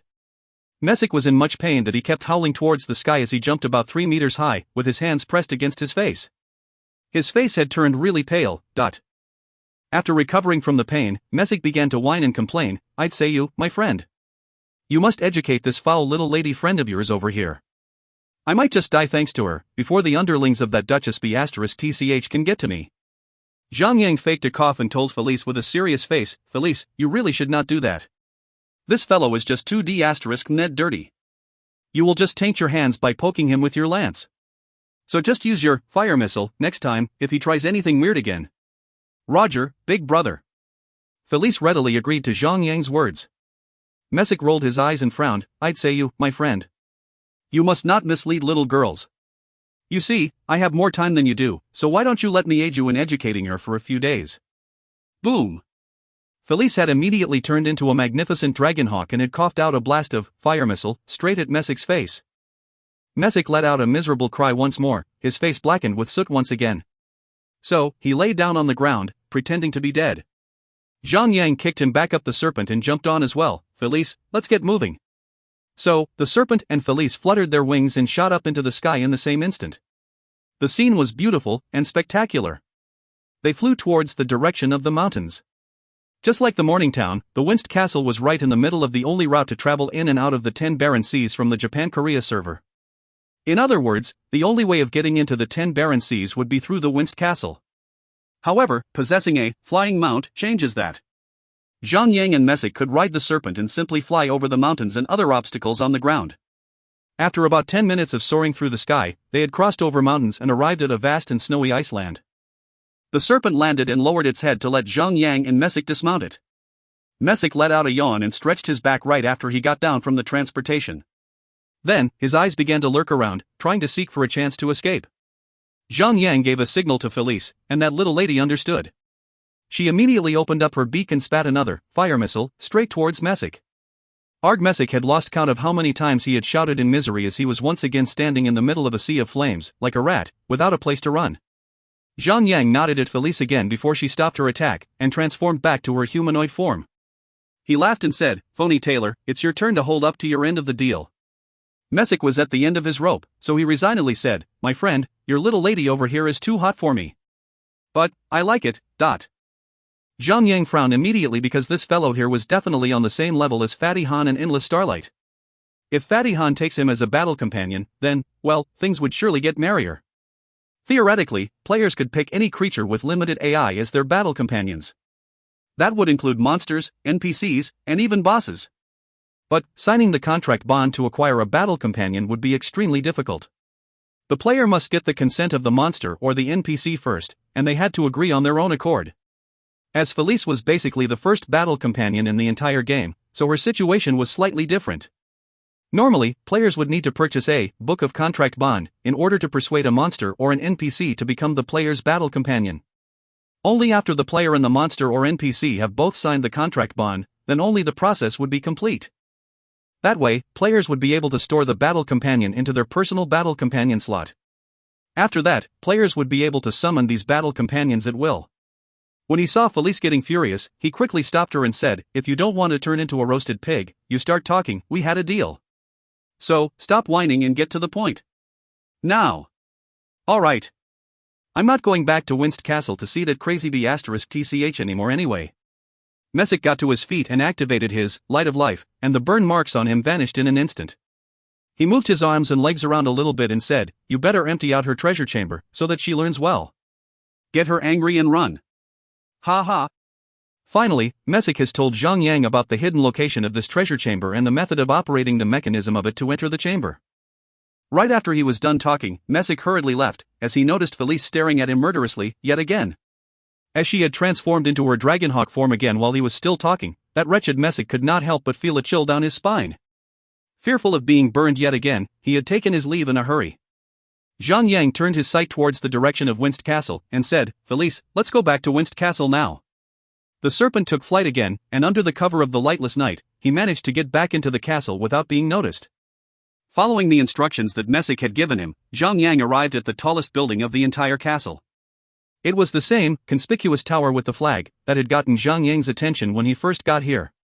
For statues of ancient gods were placed right outside the palace. Each of the statues held up a different kung fu pose. Zhang Yang began to lead Felice and the serpent into the palace as the serpent was struggling to fit its long and large body into space. "Who goes there?" Two heavily armored guards with lances in their hands suddenly leaped out from behind the pillars. Their lances flew at Zhang Yang, before he could even retort. Palace Guard, Normal, Humanoid. Level, 115. HP, 17,800. Defense, 100. Melee attack, 5,103 to 6,103. These normal-tiered monsters had no skills of their own whatsoever. They only knew regular attacks. Felice answered them with her own lance. Slash. Slash. One slash at a time, she took out the two palace guards with ease. Having such a powerful battle companion, Zhang Yang became much more relaxed. Against normal monsters, he no longer needed to raise a finger. Felice would easily wipe the floor with them. Even if the monsters survived the first hit from Felice's lance, the serpent would finish them off. So, it did not matter, even if Felice does not manage to take them out with a single blow. Proceeding forward like an unstoppable train, Zhang Yang ventured deeper into the palace. He stopped at a towering statue. According to Messick, there would be a switch mechanism right on the back of this statue. All Zhang Yang needed to do to get the entrance open would be to turn the switch button 3 times to the left, 4 times to the right, and 2 times to the left. After Zhang Yang did what he was told, he heard a sound, click-cluck. A door appeared right behind the statue, and the path that leads down to the underground seemed eerie and spooky. Zhang Yang went down the stairs swiftly, Felice following closely behind. Meanwhile, the serpent attempted to squeeze itself into the entrance, however, got its body stuck in between 2 walls beside it. The big fellow was unwilling to admit the fact that it was no longer a cute, little thing, but a giant beast. It blinked its 2 little eyes pitifully at Zhang Yang, trying to wriggle its butt in, as if it wanted to prove that it still had a slim, small body. Well, it looked more cute than pitiful. As Zhang Yang could feel the dust falling from the ceiling, he could not help but to get worried that if serpent continues forcing its way through, the entire underground tunnel might just collapse. So, he quickly unsummoned serpent and continued his way deeper into the treasure chamber that he had been promised. As hoped, he did arrive at the treasure chamber. That Messick may not be all bad, after all. The chamber was vast, and torches hung on the walls, illuminating the entire chamber. There was a large number of treasure chests lying around the sides of the room where Zhang Yang stood. Some of the treasure chests were open, and there were countless jewelry, gold, silver and other kinds of treasure within those chests. Illuminated by the torches, the treasures looked like a scene from a fairy tale. Who dares to trespass into the treasure chamber of the Winst family? Whoever you are, you must die. Suddenly, a guard with a full set of heavy armor came out of nowhere and swung his sword towards Zhang Yang. Treasure Chamber Guard, Elite, Humanoid. Level, 115. HP, 1,150,000. Defense, 1,200. Melee attack, 8,123 to 9,123. Skill. Heart Pierce inflicts a massive blow to the target. The attack depends on the duration of the charge. Inflicts a basic damage of 100% melee attack. Damage will increase by 100% for every 1 more second of chanting period. Can stack up to 500% of damage. Chanting time, 1 to 4 seconds. Range, 30 meters. Note, loyal squire of the Winst family guards the safety of the treasure chamber. Anyone who dares trespass the treasure chamber becomes their target for elimination. This, Heart Pierce, was something to watch out for. It was still manageable for Zhang Yang as there was only one monster coming at him with Heart Pierce. But, what if a few more monsters charged at Zhang Yang with Heart Pierce?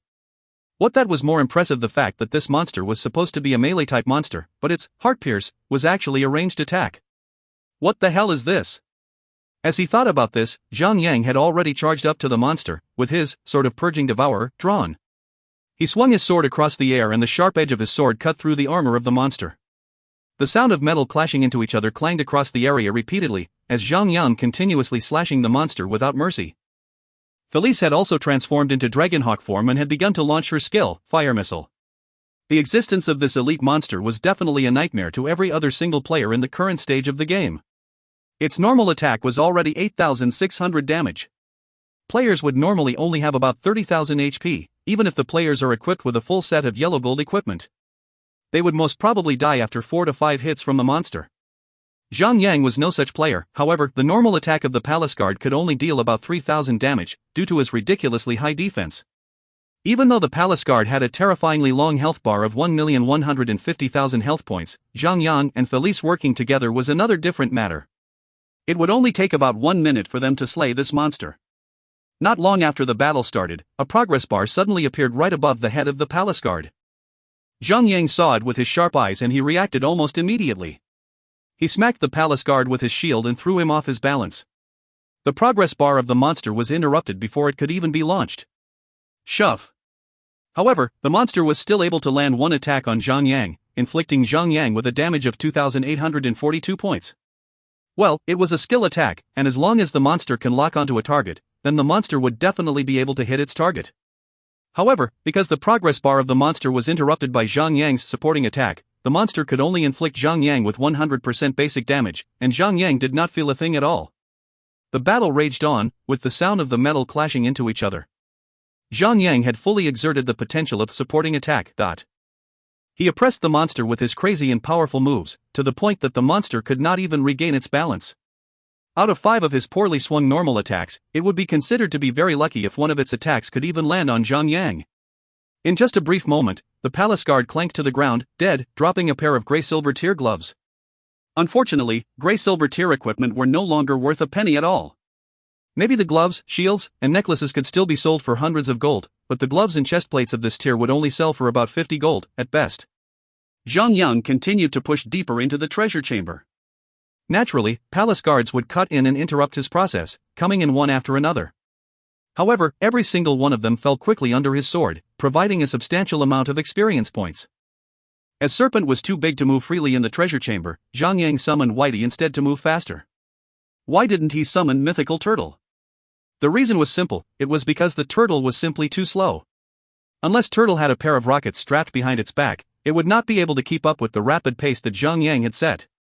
After pushing forward for a while, Zhang Yang found himself in a large hall.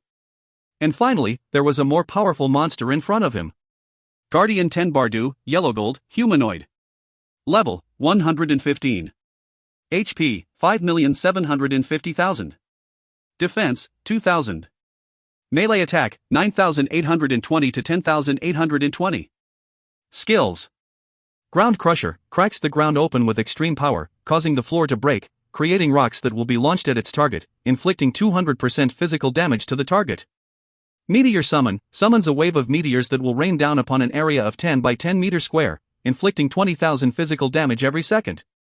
Lasts for 5 seconds. Bleed, target will bleed continuously while being struck in the head, neck, chest and other vital parts of the body, inflicting an amount of health loss, equivalent to 1% of the target's maximum HP. Note, the left-hand man of the Duchess winced. This boss was completely bare-chested, only wearing a pair of trousers.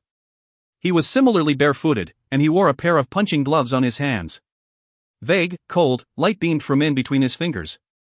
Zhang Yang had no worry of facing a yellow gold boss. However, there were 5 fully armored elite tier palace guards, standing right behind Guardian Tenbardu. Those were the deadly palace guards who were capable of using Heart Pierce if they ever activated their skills at the same time.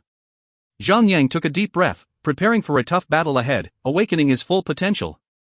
Felice, just follow my lead. Whichever monster I take, support me with everything you've got. Roger, big brother. Felice nodded.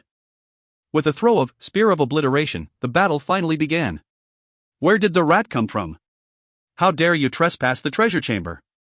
Allow me, Tenbardu, to be the one who ends your life. Tenbardu was not particularly tall, but his muscular body packed a lot of power. Those bulging, explosive muscles would twitch and jerk about whenever he moved. His footwork was extremely swift, as he charged up to Zhang Yang at supersonic speed. He raised his fist and threw a punch at Zhang Yang's head. The physical attacks of the boss had a bleed effect. Zhang Yang did not dare to let the boss hit his vital parts. So, he quickly raised up his shield when he saw the fist flying at him. It would really be troublesome if Zhang Yang ever lets the boss touch any of his vital parts. Kaboom! The fist of Tenbardu landed on the shield solidly, pushing Zhang Yang 2 to 3 steps back. Obviously, the boss slightly overpowered him. Zhang Yang already has a full set of violet platinum equipment over his body, so he would have enough strength to literally crush a yellow gold boss. But his Titan Wall was just a level 80 violet platinum shield. It would not be a problem for him to crush a level 80 yellow gold boss. But Tenbardu was a level 115 yellow gold boss. Those numbers made a lot of difference. Furthermore, Zhang Yang was geared up for defensive battles. Naturally, he would be lacking in the offense department. Kill. The 5 elite place guards also joined the battle. They started to surround Zhang Yang in a circular formation. Zhang Yang picked one of the palace guards, and began to launch his assaults aggressively, with his sword of Purging Devourer.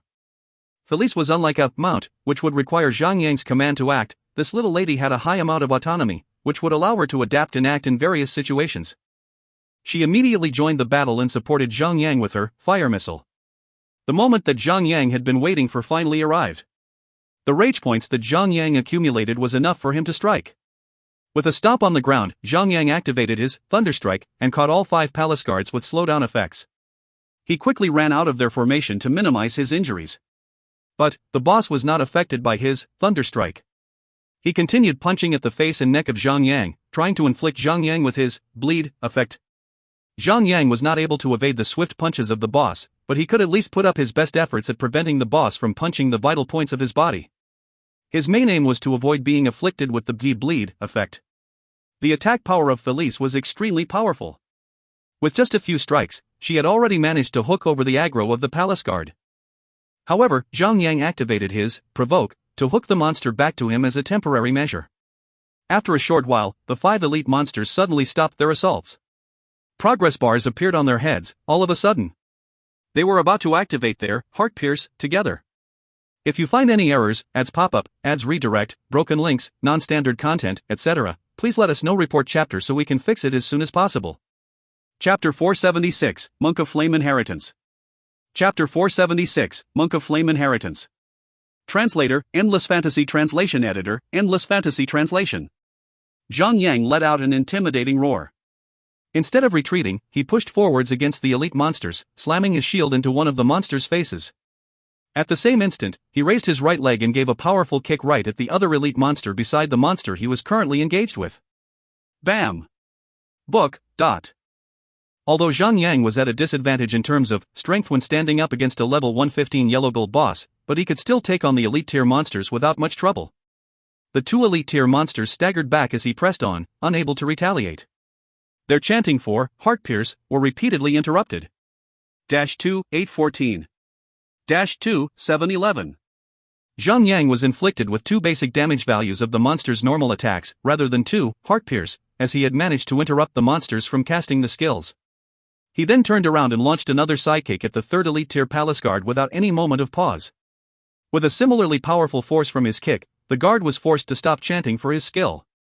Zhang Yang kicked the body of the guard until he was slouched over. -2, 911. Another normal attack landed on Zhang Yang. Zhang Yang quickly reacted, and activated his Blast Wave. Pack. The remaining 2 palace guards were stunned at the same time, and their chanting for Heart Pierce was interrupted as well. The main reason why Zhang Yang did not just activate his Blast Wave straight was because the effective area of Blast Wave not being wide enough to cover all 5 monsters. Plus, the 5 monsters were not standing in the same spot. As they were surrounding Zhang Yang from 5 different directions, Zhang Yang could only hit 2 or 3 of them with his Blast Wave. If they were standing in front of Zhang Yang on the same spot, Zhang Yang would not have to go through so much trouble. The 5 palace guards were busy trying to chant their skills, but instead, each of them only managed to inflict Zhang Yang with their basic damage. What a sad case for them. The boss came right up and launched an angry attack at Zhang Yang, and that punch landed right on Zhang Yang's neck. As the sharp edge of the glove slid over his neck, he succeeded in giving Zhang Yang's throat a surgically narrow cut. Instantly, fresh blood started oozing out from the cut. 183. 972. The first damage value came from the punch of the boss, it was a direct hit. And the second damage value came from the bleed effect, which reduced 1% of Zhang Yang's health bar. The small amount of damage wasn't a problem at all. But the main problem was that Zhang Yang's throat had been sliced right open. Although it wouldn't inflict him with any additional damage, that cut on his throat would not allow him to consume potions, because the potion would simply drip out from the cut on the throat. It had become a serious problem for him. Of course, the cut, or any other wounds would disappear as time passed by, but still, it would require about 30 seconds for that to happen. I am Tenbardu. I am the undefeated. The boss roared into the sky and launched another powerful punch towards the ground. Instantly, a large crack appeared on the ground, and it rapidly streaked towards Zhang Yang, at blinding speed. Zhang Yang was not able to react to that. He lost his footing and he started falling into the crack. As the ground rushed up to meet him, Felice dove down and wrapped her claws around Zhang Yang's shoulders, lifting Zhang Yang up in the nick of time. Then, she carried him up for about 3 to 4 meters high into the air. Crack! Crack! Boom! The crack continued to expand by up to 30 meters far, opening up by about 3 meters.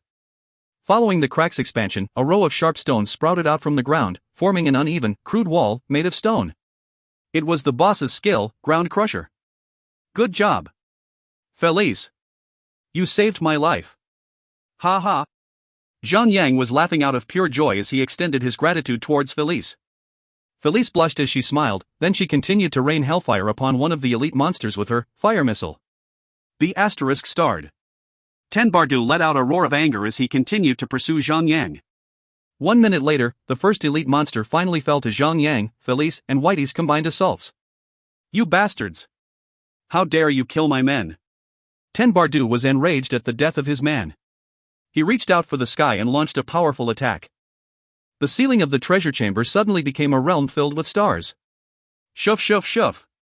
Countless meteors were raining down to the ground in an area of 10 by 10 meter square feet, right in front of the boss.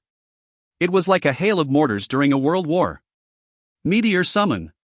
11-916. Zhang Yang was inflicted with a high damage value as he was caught in the middle of the meteor shower. He quickly made a tactical retreat by backpedaling rapidly, until he was out of the effective range of the meteor summon. Ha ha. Yes, you should run, like the stray dog that you are when you are facing me, the guardian Tenbardu. The boss laughed out loud and continued to pursue Zhang Yang. He launched his assaults aggressively, and every single hit from the boss went for the vital spots around Zhang Yang's head. The eyes, the neck, even the ears. Suddenly, Ground Crusher. Tenbardu punched the ground again, as another crack expanded across the ground and another roll of hideous stone spikes sprouted out from the crack. The rumbling sound was spectacular to hear. Actually, this boss was not really that difficult to take on. But, the 5 elite monsters that came with him had made him significantly more difficult. If Zhang Yang only had to tank against the boss's aggressive assaults, with all his skills unleashed, he could have easily taken the boss down. If Zhang Yang was still the old Zhang Yang, then he would have failed to survive against a boss with the support of 5 super strong elite monsters. Now that he had Felice supporting him, his damage output had increased by more than double, or maybe triple. As time passed by, the remaining 4 elite monsters soon fell, one after another. Since all of the supporters were now dead, the boss had now become child's play. He could actually torture the boss at leisure. Activating super skills one after another, Zhang Yang unleashed hell upon the boss. In less than 5 minutes, Tenbardu let out a miserable cry and collapsed onto the ground. After the long animation of the boss' dramatic death finally ended, the loot began to drop out of the dead body. Naturally, Zhang Yang would not even look at the normal yellow gold equipment and the gray silver equipment. He shoved all of them into his inventory immediately. But, after picking up 4 pieces of equipment, he discovered a piece of pale silver fragment lying on the ground. It was like a small corner of a broken turtle shell. Both sides of the fragment had mysterious runes. Monk of Flame Inheritance Fragment, 3, Inheritance Class, Z. Description: collect all 4 pieces of the Monk of Flame Inheritance Fragments, combine them to acquire the Inheritance Keepsake of the Monk of Flame. By doing so, you shall activate the quest line 4 Monk of Flame Inheritance. Upon the completion of the final quest of the quest line, you shall acquire the Monk of Flame Inheritance. Other than the skills of your own class, you shall obtain parts of the skills the Monk of Flame has to offer. All 4 pieces of the Monk of Flame Inheritance Fragments will resonate when they are close to each other. If you are killed by other players who also happen to have the Monk of Flame Inheritance Fragment, the Monk of Flame Inheritance Fragment on you shall drop, and other players would be able to claim it. All Monk of Flame Inheritance Fragments cannot be stored anywhere, only taken along by the players. It was an inheritance fragment. Still, Zhang Yang could only stare at it in dismay. After entering the Chaos Realm, the inheritance patch had been released upon the opening of the Chaos Realm. So it was perfectly normal for players to get inheritance fragments from bosses. This Class Z, Monk of Flame Inheritance, belonged to the lowest category of all. No wonder Zhang Yang got it from killing a mere yellow gold boss. The best inheritance ranking would naturally be the Class S, followed by the Class A, then the Class B, Class C, Class D, Class E, Class F, Class G, Class H, and last but not least, the Class C, making up a total of 10 classes. So, Class Z was the worst of all inheritances. Among the 10 classes, Class C inheritance was a dividing crest that showcased the power difference between the different classes. Those inheritances that were above Class C would allow players to activate transformation skills, an awesome skill to have. Unfortunately, those inheritances that are lower than Class C does not have such perks. Players would only get to acquire new skills according to the inheritances that they acquire. Let's have a look at the Vampire Inheritance fragment, which was currently in Zhang Yang's possession. Zhang Yang could activate the vampiric transformation if he wanted to, and it would last for 1 hour. This transformation would offer the player incredible regeneration, and also the ability to feed on blood to recover health points. Basically, this inheritance fragment would turn a player indestructible. Of course, the cooldown period of this transformation skill would be as long as 72 hours. So, the possessor could only use it to show off, once in a while. So after the inheritance patch was released, the strength and capability of a guild would be decided based on the number of players in their guild who were capable of transforming. The more players with inheritances of classes C and above, the stronger the guild would be, and also, the better they would be able to perform in both assault and defense battles. According to rumors from his previous life, Imperial Sky, at its peak, had over 100 players with at least a Class C inheritance. Many of them transformed as they charged towards the castle during territory conquests. If other guilds did not have the same number of players with at least Class C inheritances, then there would be no way for a guild to hold out against the assault of Imperial Sky. It would be like a hot knife cutting through butter. Because of that, Imperial Sky was able to secure the throne to the best guild in the entire China server, in Zhang Yang's previous life. The Crimson Rage from his previous life was also considered as a super strong guild, however, the number of players with at least Class C inheritances were not more than 40.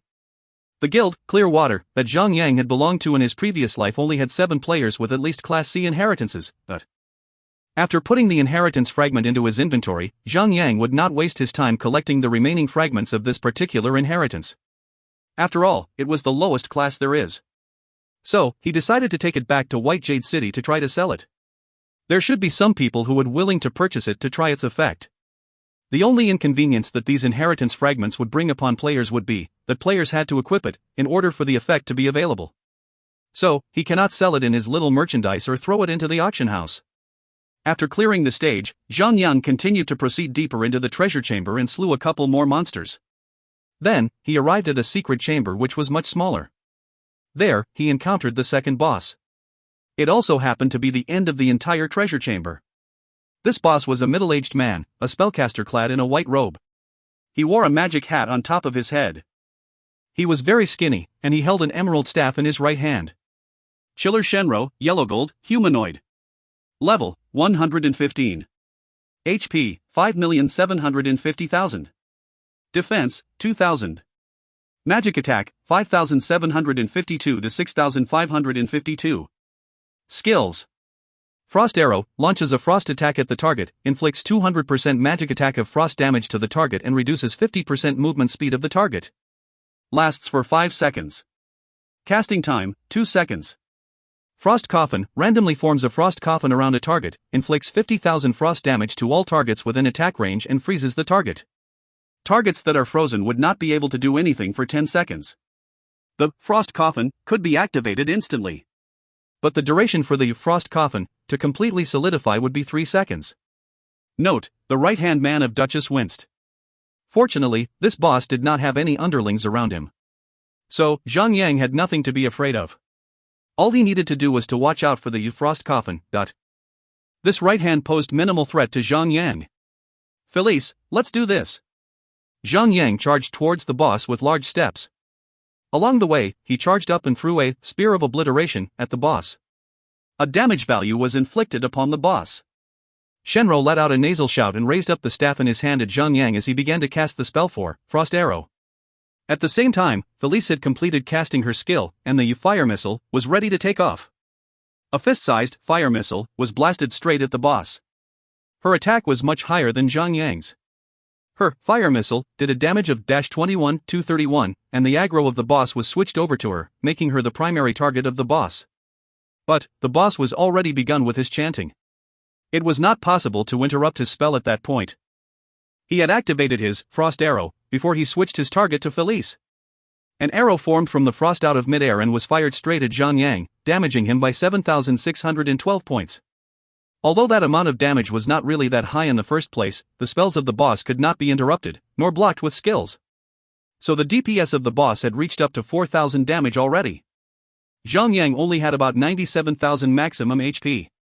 With his current amount of HP, he could only tank against the attacks of the boss for about 25 seconds, tops.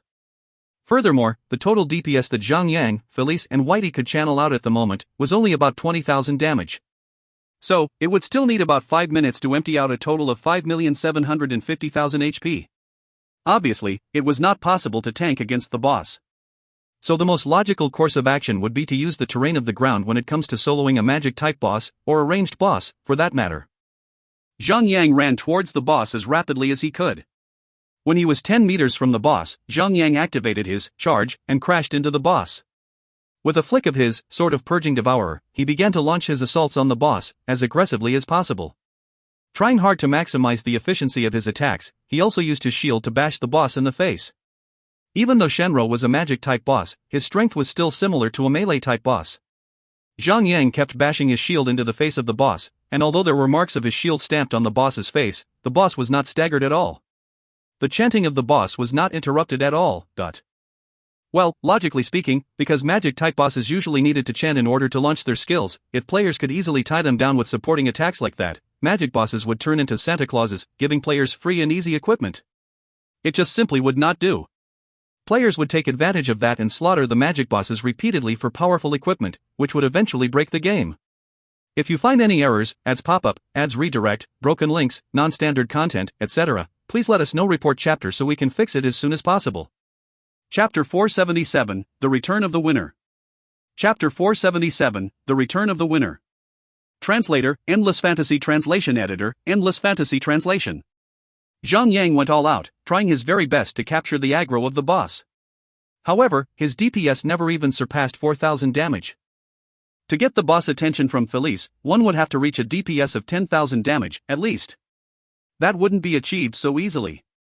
After pushing himself, having gulped down a bottle of power potion, and even activating his Dance of the Heaven and Earth, Zhang Yang finally succeeded at becoming the primary target of the boss.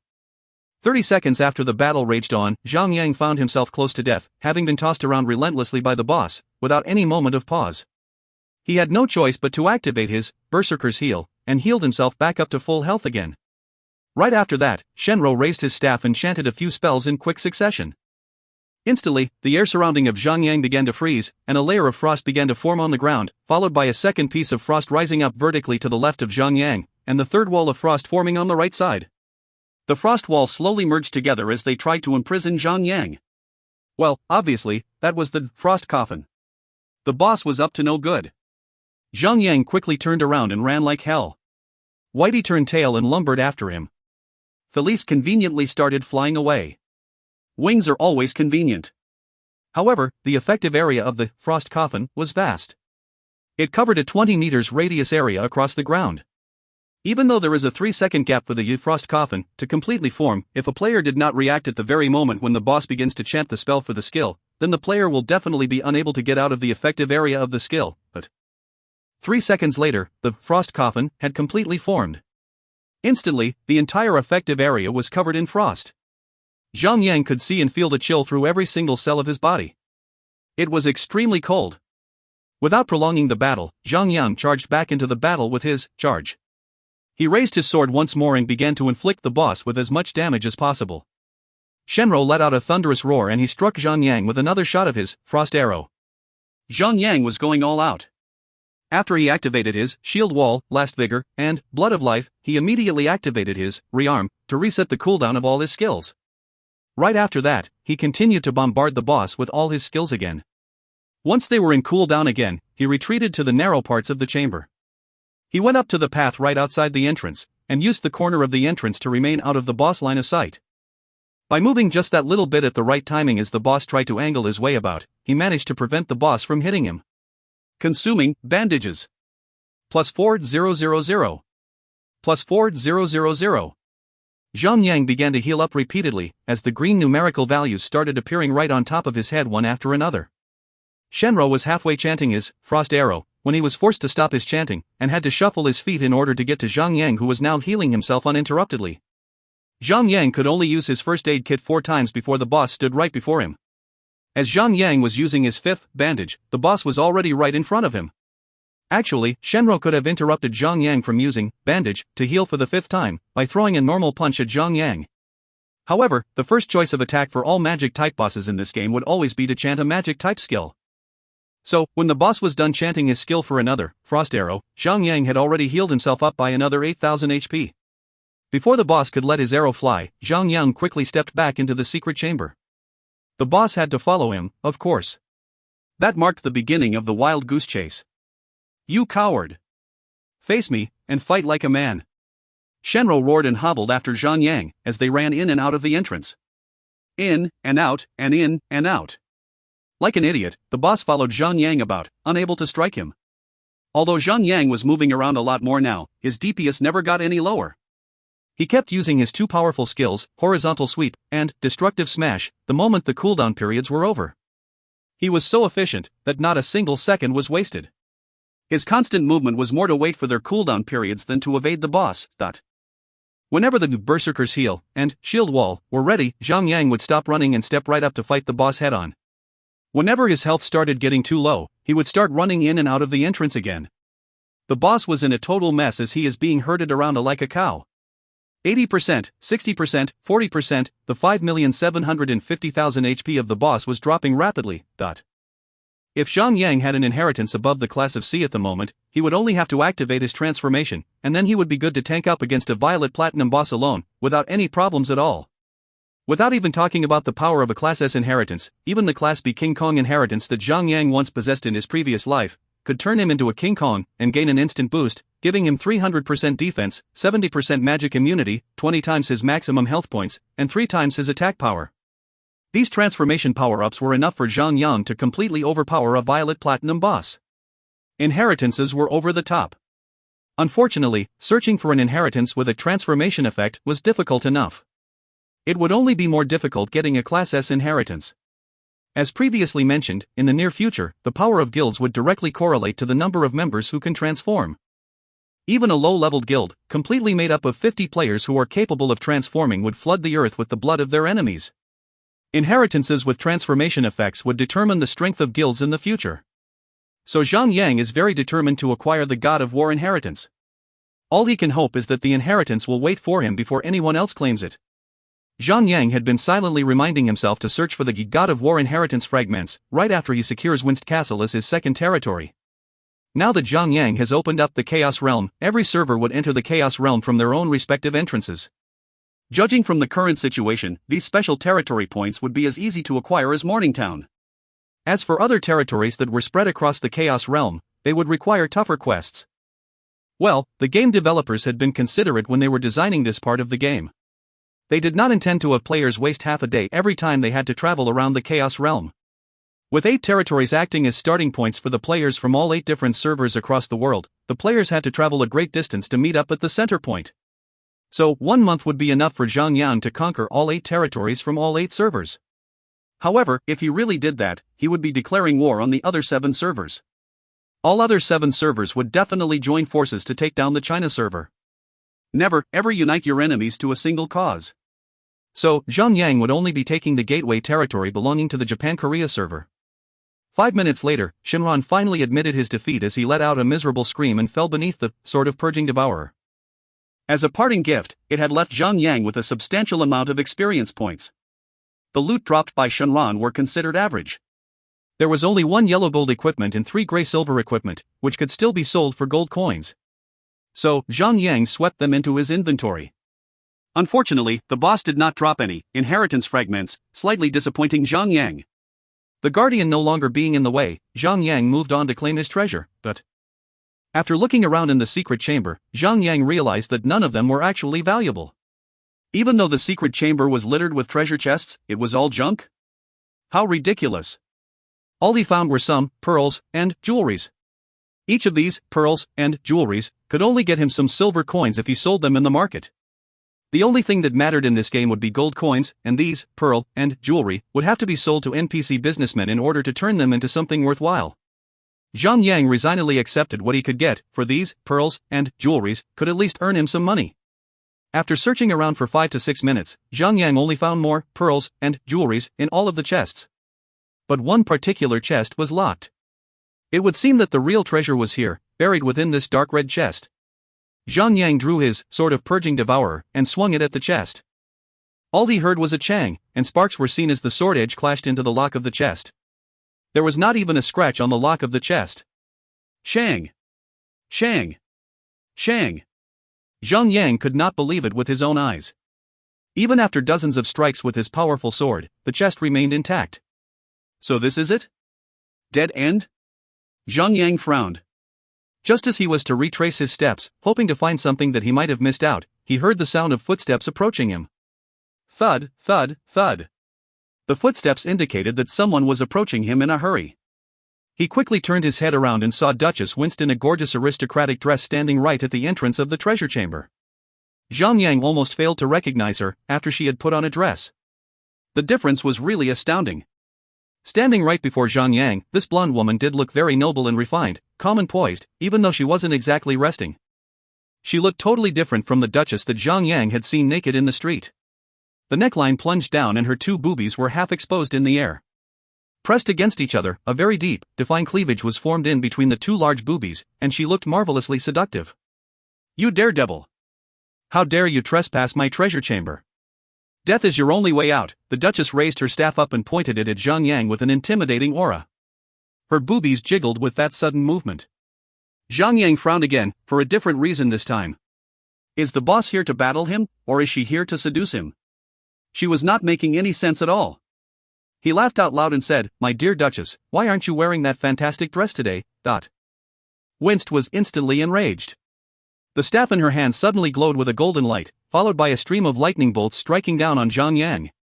All at once, Zhang Yang was inflicted with a damage of 10,000 points. Zhang Yang frowned, sensing trouble in the coming fight. The radiant punishment of the boss had not required any chanting time. He would not be able to fight her like he did against Shenro. So, no more playing with angles and obstacles. It would be suicidal, moving around, trying to kite her as he waits for the cooldown of his skills. This Duchess has extremely powerful attacks, and she could also activate her magic barrier. Fortunately for Zhang Yang, the amount of damage that the magic barrier could absorb would depend on the number of players around the boss. However, it would still be a serious problem if she is able to activate this skill frequently enough. Well, Guardians are naturally at a disadvantage when they ever encounter a magic-type boss. So Zhang Yang could not even think of any possible way that he can win this battle. Should he activate his Shadow of the Void and make his escape first? He could wait for Han Yngshui and his gang to reach level 100 first before they come back together and slay this B*TCH. However, it had its risks too. A large number of players from all 8 different servers across the world would have already entered the Chaos Realm by that time. What if the Japan-Korea server ever forms an international alliance with other servers? Things would escalate and get messy if he ever waits that long. No matter the cost, Zhang Yang decided to take down this B*TCH and take over the gateway territory for the Japan-Korea region before that happens. He planned to make the players from the Japan-Korea region look bad again. Hey, my man. I've thought it through, and I have decided to come back and make another scene. Just as Zhang Yang was about to make a tactical retreat, the voice of a macho man was heard from the same direction of the Duchess. A man with a handsome, yet wretched face appeared right behind the boss. It was Messick. The winner. Zhang Yang laughed out loud. Messick has foul chatters, which can hook over the aggro of the boss. It could not be helped, he was born with those perfect, Aryan looks that were asking for a punch to dislodge the perfect symmetry. He also has Life of Light to recover his own HP. So, he would definitely be the most suitable tank against this boss. Messick had an MP bar that was long enough for him to activate Life of Light for 20 times, which would recover a total amount of 2,200,000 HP. Furthermore, he has a total of 1,100,000 HP. So, he basically has a total of 3,300,000 HP before he dies. If the boss wanted to kill him first, it would require about 6 to 7 minutes. Zhang Yang himself would be able to tank against her for 2 to 3 minutes long. If the boss really cannot be killed within that time, then Zhang Yang would have to admit defeat. Shove. With that charge, Zhang Yang triggered the boss battle. Currently, the cooldown for all his healing skills was over. So, he should be able to tank against the boss for a good while. When he no longer can tank, he would activate his Shadow of the Void to disengage from battle, leaving Messick to be the main tanker of this battle. By the time Messick falls, the cooldown periods for his Berserker's Heal and Shield Wall should all be over by then. Pack! Pack! Pack! Streams of lightning fell upon Zhang Yang, one after another, inflicting him with a damage of 10,000 points, repeatedly. Meanwhile, Felice and Whitey were also attacking the boss with all their might, showing that they were not just a bunch of Looney Tunes, one cheering for him with some useless fireworks. On the other hand, Messick's mouth was really full of foul words. He pratted on at the Duchess, saying that her boobies were mismatched and oddly shaped, and that her butt was shapeless. Zhang Yang also heard something along the lines of her thighs being as large as elephants' legs, and something that had to do with her farting like a skunk. The Duchess was so greatly provoked that she started smoking up in anger. In the list of the boss's aggro, the aggro for Messick was increasing, extremely rapidly. In just a few seconds, it had already exceeded Felice's. So it would only be a matter of time before Messick would capture the aggro of the boss over from Zhang Yang, and become the main tanker in the battle. Well, it was impossible to understate, or downplay the power of foul chatters. Zhang Yang could not help but think that only Messick has the power to sway bosses over to him by the word of mouth. The one and only. TL notes.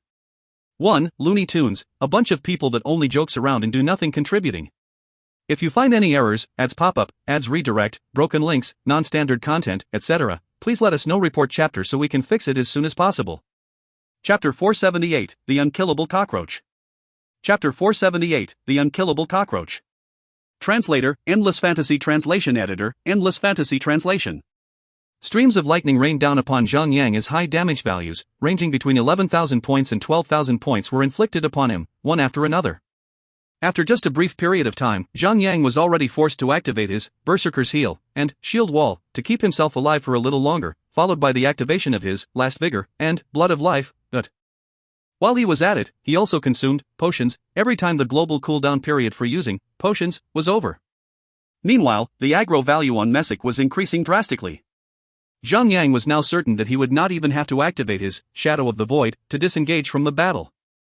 All he had to do now was to stop attacking for a moment, and Messick would definitely gain the aggro of the boss. That's right, B*TCH. Your tits are fake, I know. And that's not it. The doctor who did that was crappy. He actually made them lopsided, look at that. One's like a huge melon, the other is a wrinkled up raisin. Ha ha. Messick was blabbering out more nonsense with his mouth, trying his very best to provoke the Duchess. Hey, don't look at me like that. I'm just being honest. Hey, let's not forget that I was your tailor. So, which part of your body haven't I touched? Zhang Yang frowned, sweat dripping down his brow. This wretched fellow was good. The best of the best in his art. The Duchess was enraged to the point that her chest was about to explode. Without any hesitation, she left Zhang Yang alone and started to point her staff at Messick. Bam! She gave Messick a radiant punishment to release her anger. 15,973. Messick did not have any damage absorption abilities like Zhang Yang had. So, he had no choice but to take on the full damage of the radiant punishment. Wow! You really are AB*TCH after all. So mean and ferocious. You should get yourself abducted by bandits and get banging together all night long. That should be plenty of fun for them, and you. Messick continued spouting out more nonsense, even as the boss mercilessly bombarded him. It was a certainty now that this fellow really had a foul mouth. Zhang Yang had also activated his Shadow of the Void to disengage from the battle. At a safe cover, he started to consume the snacks that he had prepared to replenish himself. Although the aggro value of the boss on Messick was already a lot higher than the aggro value on Zhang Yang, he was still dangerously close to the boss. If the boss ever decides to activate her Light of the Stars, all of a sudden, then Zhang Yang would be as good as dead. After a brief moment, Zhang Yang had recovered his HP back to its full state. He let out a battle cry and charged back to the boss. Zhang Yang flung a Spear of Obliteration at the boss and clashed into the boss with Charge at the same instant. You low-life traitors, the Duchess screamed through her teeth. Although her face had not yet been touched by Zhang Yang, but the color of her face was changing rapidly. Obviously, Messick's foul chattering was driving her crazy. Voom! A translucent barrier appeared around the Duchess all of a sudden, shielding her from harm. At the same time, a progress bar appeared right above her head as she began to chant. Light of the Stars, ... Felice! Attack her! Quickly! Zhang Yang cried out in panic. This skill could inflict damage to all targets within the area of 100-meter radius, and the damage of this skill went up to 100,000 holy damage. Although Zhang Yang would not be instantly killed because of his high amount of damage absorption, that skill would definitely put him close to death. Furthermore, the cooldown of the skill was really short. Even Zhang Yang and Felice would be killed if the Duchess activates Light of the Stars again. Based on the description of the skill, the Light of the Stars could be interrupted, provided that the magic barrier of the boss is destroyed. Fortunately for Zhang Yang, the amount of damage this magic barrier absorbs would be based on the number of players present. Although there were 3 persons and a pet launching their assaults towards the boss at the moment, Zhang Yang was the only player around. So, the magic barrier could only absorb a total of 10,000 points of damage. However, all skills shared a global cooldown period, and magic skills required cast times. A mere 2 seconds was what they had to destroy the magic barrier. If they could not get their skills ready at the right moment, it would be all over. Felice charged at the boss down from the sky. Although her fire missile could have destroyed the boss's magic barrier in a single hit, but she too required 2 seconds to cast the spell. Furthermore, the fire missile was a ranged attack. It would require more time to travel through the air. By the time the fire missile strikes the boss, it would already have taken about 2.2 seconds to 2.5 seconds. So, she immediately transformed into her human form and raised her lance straight at the boss and stabbed forward. 7, 825. 16, 175. A Spear of Blazing Dragon, followed by a normal attack, managed to destroy the magic barrier, while also inflicting a damage of 24,000 points. As the barrier was now down, Zhang Yang quickly raised his shield up and smashed it into the boss. Activating Crash Magic. Pack. Right before the progress bar was about to complete, the Duchess was interrupted. She let out a scream of frustration and raised her staff up again. A stream of lightning flew at the head of Messick. Messick was zapped to the point that he was screaming in weird falsettos and achakaturas, but his vulgar tongue forever remained in his mouth. He continued to provoke the Duchess by criticizing her body, her face, and her temper. With his tongue alone, he had made the Duchess sound like a tasteless, ugly B*TCH. The Duchess was so furious that her blood veins were about to pop. No wonder Zhuge Lianwen could really mess Zhou Yu up with his so-called wisdom. Zhang Yang could not help but to feel a chill down his spine as he listened to Messick's foul words. Still, to deal with the killer of your parents in such a light-hearted manner was already an act of mercy. After a brief moment, the Duchess shielded herself with another magic barrier again and started to chant the spell for the Light of the Stars. This time, however, she had picked the wrong time to do so. Even before her magic barrier was erected, Felice was already launching a fire missile at the boss. The barrier was almost immediately destroyed half a second later. Zhang Yang laughed out loud as he continued to give the boss a crash magic and interrupted the boss's chanting progress. So there were benefits in having lesser people in a boss battle, after all. If hundreds of players were to battle this boss at the same time, even if they had the necessary DPS to carry their weight, each additional players increases the amount of damage that the magic barrier can absorb by 10,000 points, and the chanting of the spell must be interrupted within 2 seconds, so each player would have to have a DPS of about 5,000 damage. The limited space would make it impossible for them to efficiently dish out that amount all the time. They were free gifts for the boss. If the magic barrier could not be destroyed in time, the light of the stars would rain hell upon the players, doing 100,000 holy damage. So, other than an insanely powerful tanker like Zhang Yang, who has an insanely powerful set of equipment, with an insanely long HP bar, and a 20% passive damage absorption, other players would never survive this without activating their life-saving skills, but... Guards! Guards! The Duchess was having trouble taking down Zhang Yang, and it was starting to annoy her, and she had been listening the foul words coming out from the foul mouth of Messick the whole while. Of course, she was already at the verge of losing herself to her own anger. In frustration, she began shouting for reinforcements. Zhang Yang was shocked for a moment, as he had not expected the boss to call for backup. If the boss really summons a few elite monsters like the palace guards at a crucial time like this, then victory would seem unlikely. Yet, this had not been mentioned in her description. After waiting for a while with bated breath, there were no signs of any new monsters coming in. Zhang Yang let out a breath of relief. Apparently, the boss was just rambling in fury.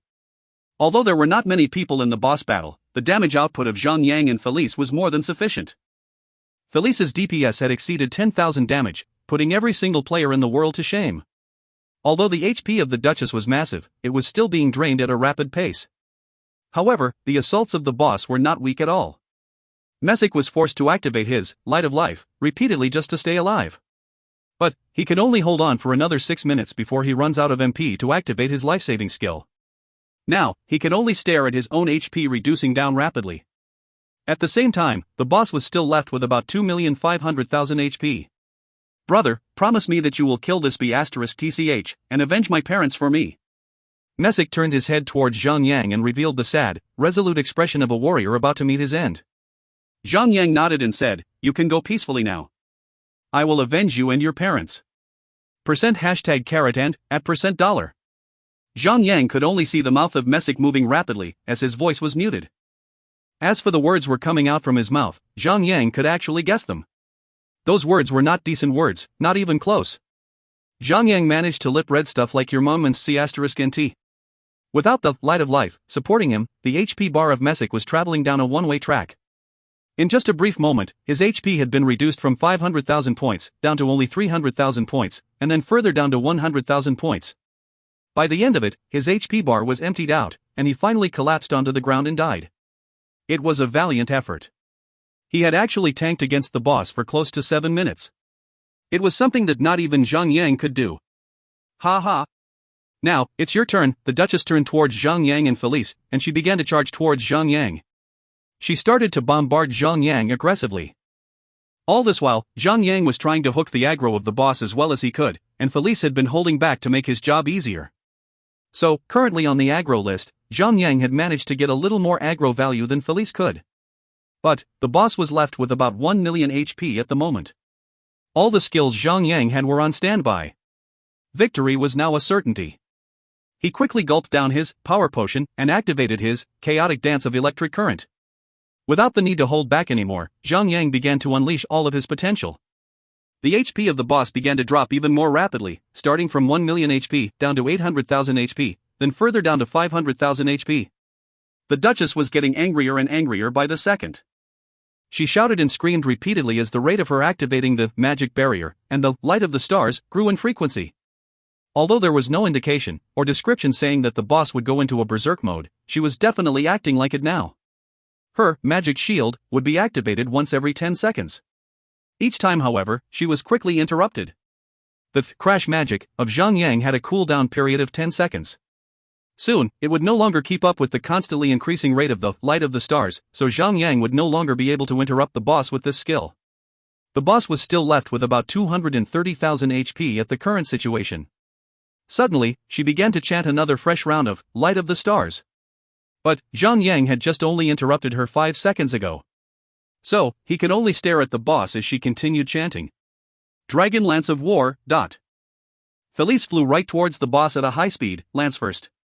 Not only did she damage the boss tremendously, she had also stunned the Duchess for 2 seconds long. The Light of the Stars was interrupted once again. Nicely done. Zhang Yang praised Felice and took the opportunity to channel as much damage as possible onto the boss. 2 seconds had passed and the Duchess had recovered from the stun effect. She once again began to chant the spell for the light of the stars. She seemed to go all out, as she knew that she was about to die. Going out with a bang, perhaps? Zhang Yang had also activated his sacrifice and shield wall. He started the final sprint to the finish. Pack! The boss had finally succeeded in chanting the spell for the light of the stars. Instantly, the entire secret chamber was lit up with the beaming stars all around. It was like countless lasers shooting across the area. 37772. 10000. Both Zhang Yang and Felice suffered heavy damage. That was the final chance for the boss. 150,000. 100,000, 50,000. Arg, the Duchess finally let out a miserable scream as her graceful body slid to the ground slowly. Her body fell right on top of Messic's dead body, and she dropped a bunch of loot. It was not easy at all. Battling a magic-type boss was really tiring. If it weren't for Messick, the super-strong human shield and his foul chatters, Zhang Yang would not have been able to take down the boss by himself. He would not even know how to battle the boss in the first place. The Duchess had dropped 1 piece of violet platinum equipment and 2 pieces of yellow gold equipment. Other than that, there was a shiny, silver key. This key was initially hung around her neck. Felice had spotted it with her sharp eyes and had held it up to Zhang Yang. Zhang Yang was very sure that this key would unlock the dark red chest that he had found earlier on. He patted Felice on the head and praised her. Zhang Yang kept the 2 yellow gold equipment in his inventory without even taking a look at their attributes. Then, he moved his hands toward the violet platinum shield that radiated in a purplish light. Mark of the Winced, Violet Platinum, Shield. Defense, plus 2016. Vitality, plus 1411. Equip, absorbs 688 damage when being hit. Equip, increases maximum HP by 5,600 points. Unidentified. Required level, 120. This shield was truly worthy of being a violet platinum tier equipment. To compare with Zhang Yang's current shield, his Titan Wall only adds an additional 1,344 vitality points after identification. After all, the levels of the 2 equipment had a 50% difference, so their attributes would also have a 50% difference. However, when Zhang Yang reaches level 120, he would already be focusing on mythical tier equipment. Although this shield seemed promising, but players would only get to equip it when they reach level 120. As it was not really that practical to use, Zhang Yang decided to put it up for sale. No matter what, a violet platinum tier equipment should be worth at least a couple of millions, and the money would cover some of his own expenses. Just as he was about to use the key on the lock of the treasure chest, the dead body of the boss suddenly twitched. It was an unexpected twist of events. Zhang Yang was so terrified that he had let out a very high-pitched scream. How could the dead body of the boss still move after dropping the loot? Is she zombified or what? Then, a hand came right up from beneath the dead body and pushed the dead body of the Duchess aside. It was Messick. He crawled right back on his feet and started to whine as usual. Pooey. Pooey. Pooey. This stinky B*TCH really goes heavy on the perfume. I was about to suffocate. Holy SH*T, this fellow really is an unkillable cockroach. Zhang Yang walked up to him, pulled out his sword and jabbed it into Messick's butt. Arg, Messick grabbed on his butt as he screamed in pain and jumped. Then, he tightened his teeth and stared at Zhang Yang. What was that about? I couldn't tell if you were a person or a ghost. Zhang Yang teased. Messick. How can you be not dead? Zhang Yang was very curious, as he witnessed Messick being struck to the ground with his own eyes. What the F***CK? Were you really wishing for my death that badly? Messick rolled his eyes at Zhang Yang. Playing dead? Zhang Yang could not help but frown. There had been no mention of this playing dead skill, not in the description of the NPC, and not in the skill lists as well. Well, whatever, he's alive and well now. Zhang Yang walked up to the treasure chest, and he bent down to unlock the chest. After using the key on the lock fell off. Zhang Yang reached out and opened up the chest. The next thing Zhang Yang saw was beautiful, bright light, shining out of the chest. There was a pale yellowish necklace that looked ancient, a piece of bronze armor plating, a yellow gold scale, a piece of green jade-like order, and a scroll. Treasure. Messick immediately regained his bubbly demeanor. He charged up to the chest and tried to snatch it from Zhang Yang. Zhang Yang furiously kicked him aside. Everything outside this treasure chest is yours, I only want these few pieces. Pooey. Those are all junk. How can you compare them to these fine babes here? Don't mistake me as a tasteless hillbilly. Messick cupped his hands over his butt as he charged back at the treasure chest. This time, Felice ran up and blocked his path. With her lance pointed between his eyes, she stared at Messick coldly and said, "Don't get any funny ideas." "Hee, aren't we brothers in arms?" "I say you, my brother." People say that there are 3 things that determine the brotherhood of men. 1. To battle side by side with each other. 2. Drinking booze, and the 3rd, picking up women together. We may have not yet fulfilled the latter 2, but we have definitely fought side by side, together. I don't mind having a toast with you at the bar and introducing you to some women later. So, don't you pretend like nothing ever happened between us? And the NPC went on with his own speech. Zhang Yang shook his head as he commanded Felice to block that annoying NPC from touching the chest. Now, Zhang Yang could finally pick at the chest in peace. TL notes. 1. Zhuge Liang, military leader and prime minister of Shu Han during the Three Kingdoms period. He constantly defeated Zhou Yu when it came to war tactics, the main hero of the fictional romance of Three Kingdoms. 2. Zhou Yu, a military general and strategist serving under the warlord Sun Tzu in the late Eastern Han Dynasty. Always gets outsmarted by Zhuge Liang when it comes to war tactics. If you find any errors, ads pop up, ads redirect, broken links, non-standard content, etc., please let us know. Report chapter so we can fix it as soon as possible. Chapter 479, The Forbidden Scroll. Chapter 479, The Forbidden Scroll. Translator, Endless Fantasy Translation. Editor, Endless Fantasy Translation. The ancient-looking pale yellowish necklace and the bronze armor plate were both violet platinum tier. Unfortunately, although both of these equipment were powerful, players could only equip them when they reach level 120. By level 110, Zhang Yang would no longer be looking for violet platinums. He would be hunting for mythical tiered equipment. These level 120 violet platinum equipment would be mere decorations by then. Still, they would fetch a great price. If Zhang Yang sells them, they would definitely capture the eyes of a large number of buyers, and earn Zhang Yang a lot of money. They were still good loot, no matter what. The single piece of yellow gold scale was not an equipment, but instead, it was a material. Golden Dragon Scale, material. Description: a piece of scale that fell from the body of the golden dragon. Even though the scale has fallen off the dragon, you can still feel the terrifying power that surges through the scale. If you collect a few more pieces of these golden dragon scales and locate a fine grandmaster, then you can create a very powerful equipment. A dragon scale? This is an awesome find. According to Zhang Yang's knowledge, special equipment such as the colorful dragon scale armor and the dragon scale shield can only be forged with the highest quality of recipes. Not only would recipes be required, all sorts of other specific materials were required to forge these special equipment. For instance, all sorts of dragon scale were required in order to forge holy tier equipment. It was like winning a lottery. Zhang Yang put the golden dragon scale into his inventory as quickly as he was able to. Although one piece of dragon scale was not enough to forge anything, but without starting at 1%, there will never be a 100%. So, it's a good start. The following items that Zhang Yang it was the scroll. Before he could even take it up to examine, Zhang Yang already saw that the scroll was shrouded in an evil presence. It was visibly covering the scroll. Skulls floated amongst the shroud, moaning and groaning. Is this a forbidden scroll? Zhang Yang was shocked and excited at the same time. A forbidden scroll is also a type of the magic scroll. But, because of its terrifying power which could bring unimaginable destruction, it is forbidden. In his previous life, as Zhang Yang had started the game too late, he had only managed to hear about a number of extremely rare and powerful items, without having any of them in his hands. He had no idea how much power they had, exactly. So, how powerful is a forbidden scroll?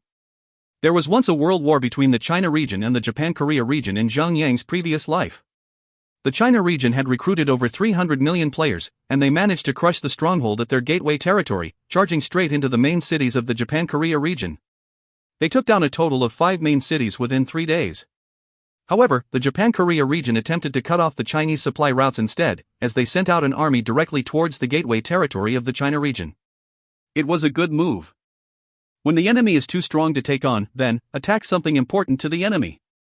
So, they launched an army of their own towards the stronghold at the gateway territory of the China region, in order to drive the army of the China region back to save their own gateway territory. But, Crimson Rage that was in charge in the defense of the gateway territory did not even flinch as they faced the massive army. Instead, Snowseeker only tore off one scroll, just one. It was the scroll of Heaven's Fall. Lo and behold, and heaven truly fell upon the enemy.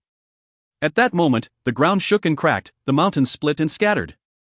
Volcanic lava spewed out from the cracks in the ground. Other than the territory, everything within the range of 10 kilometers was demolished. The Korean-Japan army was immediately wiped out. Only hundreds of them survived the effects of Heaven's Fall. Another example, also from Zhang Yang's previous life, was when the Imperial Sky battled a super boss, Crystal Dragon Cassiodus, in the Lost Land. Anyone who had ever fought the boss would understand that this Crystal Dragon Cassiodus was like a bug in the game. Not only was the HP bar of the boss too long, the boss also had ridiculous AoE attacks. Any player would just die when the boss started bombarding the area with waves of extremely powerful AoE attacks. There was no way of even getting close to it. Imperial Sky had used a total of 3, Forbidden Scroll, Light of Divinity, during that boss battle, providing all players within the effective area of the scroll with 80% damage immunity effects, and also a substantial amount of HP recovery. So, they survived the ridiculous assaults from the boss and finally slew the Crystal Dragon Cassiodus, claiming the title of first clear for the boss stage. Of course, those, Forbidden Scroll, Light of Divinity, were very hard to come by in the first place. There was no fixed rate of the scroll dropping. 1 Forbidden Scroll, Light of Divinity, was already like a winning lottery ticket. 1 Forbidden Scroll, Light of Divinity, could reach up to tens of millions of gold coins. If this item ever appeared in the auction house, only the large-scale guilds could afford to bid for it. Zhang Yang was so excited to see the scroll that he hurriedly unfurled it. While he was at it, the shroud of dark energy aura started surging even more violently as he unrolled more of it. It was getting stronger by the moment, as if the dark energy was gushing out from the scroll. Forbidden Scroll, Scourging Doomsday, consumable. Use, with the user as the central point, all targets within the effective area of 5 km radius will be punished with the Judgment of Doomsday. All targets will lose 10% of their HP per second. The maximum HP that the targets lose cannot exceed 100,000 damage. Lasts for 30 seconds. Required level, 100. What the hell? So powerful. The effective range was 5 kilometers wide. That was a little too much. No wonder Crimson Rage could wipe out the entire army of the Japan-Korea region with Heaven's Fall in his previous life. So 1 Forbidden Scroll already has this much power. Reducing 10% of the target's HP in every second? It would actually be even more effective if the enemies are stronger. Although it was limited to only a maximum of 100,000 damage every second, that was still a total of 3 million HP being reduced within a duration of 30 seconds. Let's not forget the area this effect would take place. 5 kilometers wide. Who could outrun that? Zhang Yang put the Forbidden Scroll, Scourging Doomsday, into his inventory without any hesitation. This is actually a weapon of mass destruction. It's a nuke in a world of magical cannons. No one would even dare to mess with you if they ever find out that you have such an insanely powerful weapon in your hands. Hey, brother. You can't just take everything. Messick was looking forlornly at Zhang Yang, as if his parents had just died. Well, his parents did die. He begged, I also helped you a lot. I even told you everything about this place. Zhang Yang laughed out loud and said, let's put it this way. When I become the new baron of this town, I shall give you a high ranking. Messick rolled his eyes at Zhang Yang and he said, although this stinky B***TCH has died, do you really think that it's that easy for you to become the next baron? Without saying a word, Zhang Yang took out the final piece of green jade-like order, that was the last item in the chest, tapped on it gently and said, everything will be different with this. Region announcement, a territory without a baron has appeared in the Chaos Realm. The territory conquest will commence in 72 hours. All players, please be ready for it. The territory is located at the Gulatu Iceland. The specific location will be announced when the territory conquest begin. The territory conquest will last for 3 hours long. When the battle is over, the last player with the territory command order will become the new baron of the territory.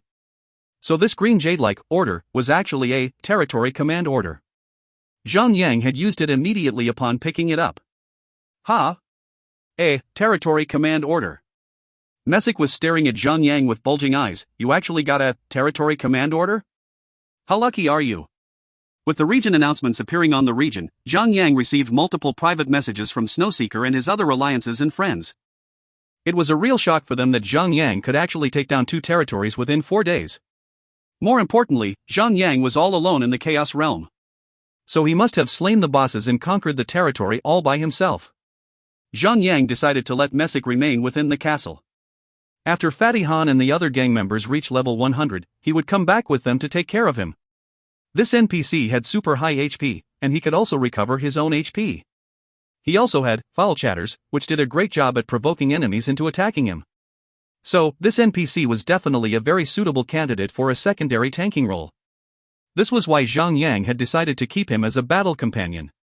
Zhang Yang was only uncertain if Messick would still have such an amount of HP after he becomes a battle companion. So, upon the activation of the second piece of territory command order in hand, all Zhang Yang would have to do right now is to wait for the 72 hours to pass before he can claim this territory. Zhang Yang used a teleportation scroll and traveled back to Morningtown, and he was finally ready to look for the quest that would lead him to the God of War inheritance. Not long after he left the ground with the serpent, he saw a large dragon flying towards him at a high speed. In just an instant, the dragon had arrived right before Zhang Yang. It was a blue dragon. Its body was hundreds of meters long. A man in shining armor, with a long lance in his arm, sat on its back. White Jade Dragon Knight, elite, humanoid creature. Level? HP? Defense? Attack? Skills? Note, the elite force of White Jade Kingdom, representing its strength. Zhan Yu. Under the command of Her Majesty Queen Serena, I hereby summon you back to the main palace of the city. The Queen would like to have a few words with you. The Dragon Knight patted the dragon and stopped in front of Zhang Yang as he declared those words. Is this another main quest for him? Zhang Yang nodded and said, I shall return immediately to see Her Majesty, Queen Serena. Godspeed. The Dragon Knight let out a roar, patted the dragon, and headed back in a hurry. As the dragon flapped its wings, in just a blink of an eye, the knight and the dragon were already hundreds meters away from Zhang Yang. The dragon was far faster than the serpent. Zhang Yang grew envious of the knight and immediately started thinking of getting a new, flying mount. A dragon, perhaps. But the question was, when would he be able to do that? After landing on the ground, he took out his teleportation scroll and teleported back to White Jade Castle. After he arrived at White Jade City, Zhang Yang summoned the serpent and rode it towards the palace. As the serpent flew across the sky, many people were caught off guard, as the shadow looming past them was the last thing they would expect.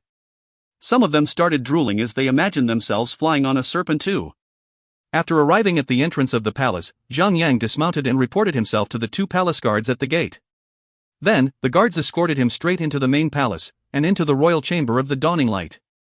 It belonged to the late king of the White Jade Kingdom, Derek. Now that Serena has stepped up, it was a given that this main palace belonged to her now. The former princess now wore a grand and magnificent royal robe, which tightly wrapped around her slim, slender body.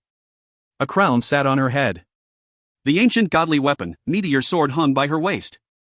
She looks extremely domineering and intimidating, being the true queen of the kingdom. My queen. Zhang Yang started bowing. No need for that. Serena stood up from her throne and said, Zhan Yu, I wish to go to war, to expand the land of White Jade Kingdom and to share our prosperity. I am going to make significant achievements, unlike all the languishing kings and queens of the world. Would you aid me in such a quest? So, what is this new queen up to now? Zhang Yang nodded and said, Zhan Yu will share your worries and solve your problems, and my sword will always be by your side. Very well. Serena nodded and said, I am promoting you to be the war general of this expedition. You shall conquer the world with me tomorrow. We shall first conquer the Black Dragon Kingdom, the Emerald Kingdom, Tranquil Wind Kingdom and the other remaining kingdoms of the 7 main kingdoms. After that, we shall march into the Chaos Realm and dominate the world. The heavenly glory of the Imperial Heavens Empire shall flourish, once again. Zhang Yang felt a chill straight down his spine. In his previous life, all 8 kingdoms had remained independent for as long as he could remember. There were never wars or expeditions among kingdoms. But in this life, Queen Serena actually planned to start a war to combine the 8 kingdoms into one. This was a completely new turn of events. Go now, and rest. Tomorrow, we shall set out for war. After Zhang Yang left the palace, he quickly informed Han Shui and the others about this. Everyone was confused and shocked to know about the war. So, when war sparks between 2 kingdoms, what could players earn from being a part of the war, then? The region answered their questions almost immediately. Region announcement, White Jade Queen Serena has declared war against the Emerald Kingdom. The war will commence in 24 hours. All players can join the war and earn merit points by slaying players and NPCs. Merit points can be used to exchange high-quality equipment, potions, gemstones, and scrolls.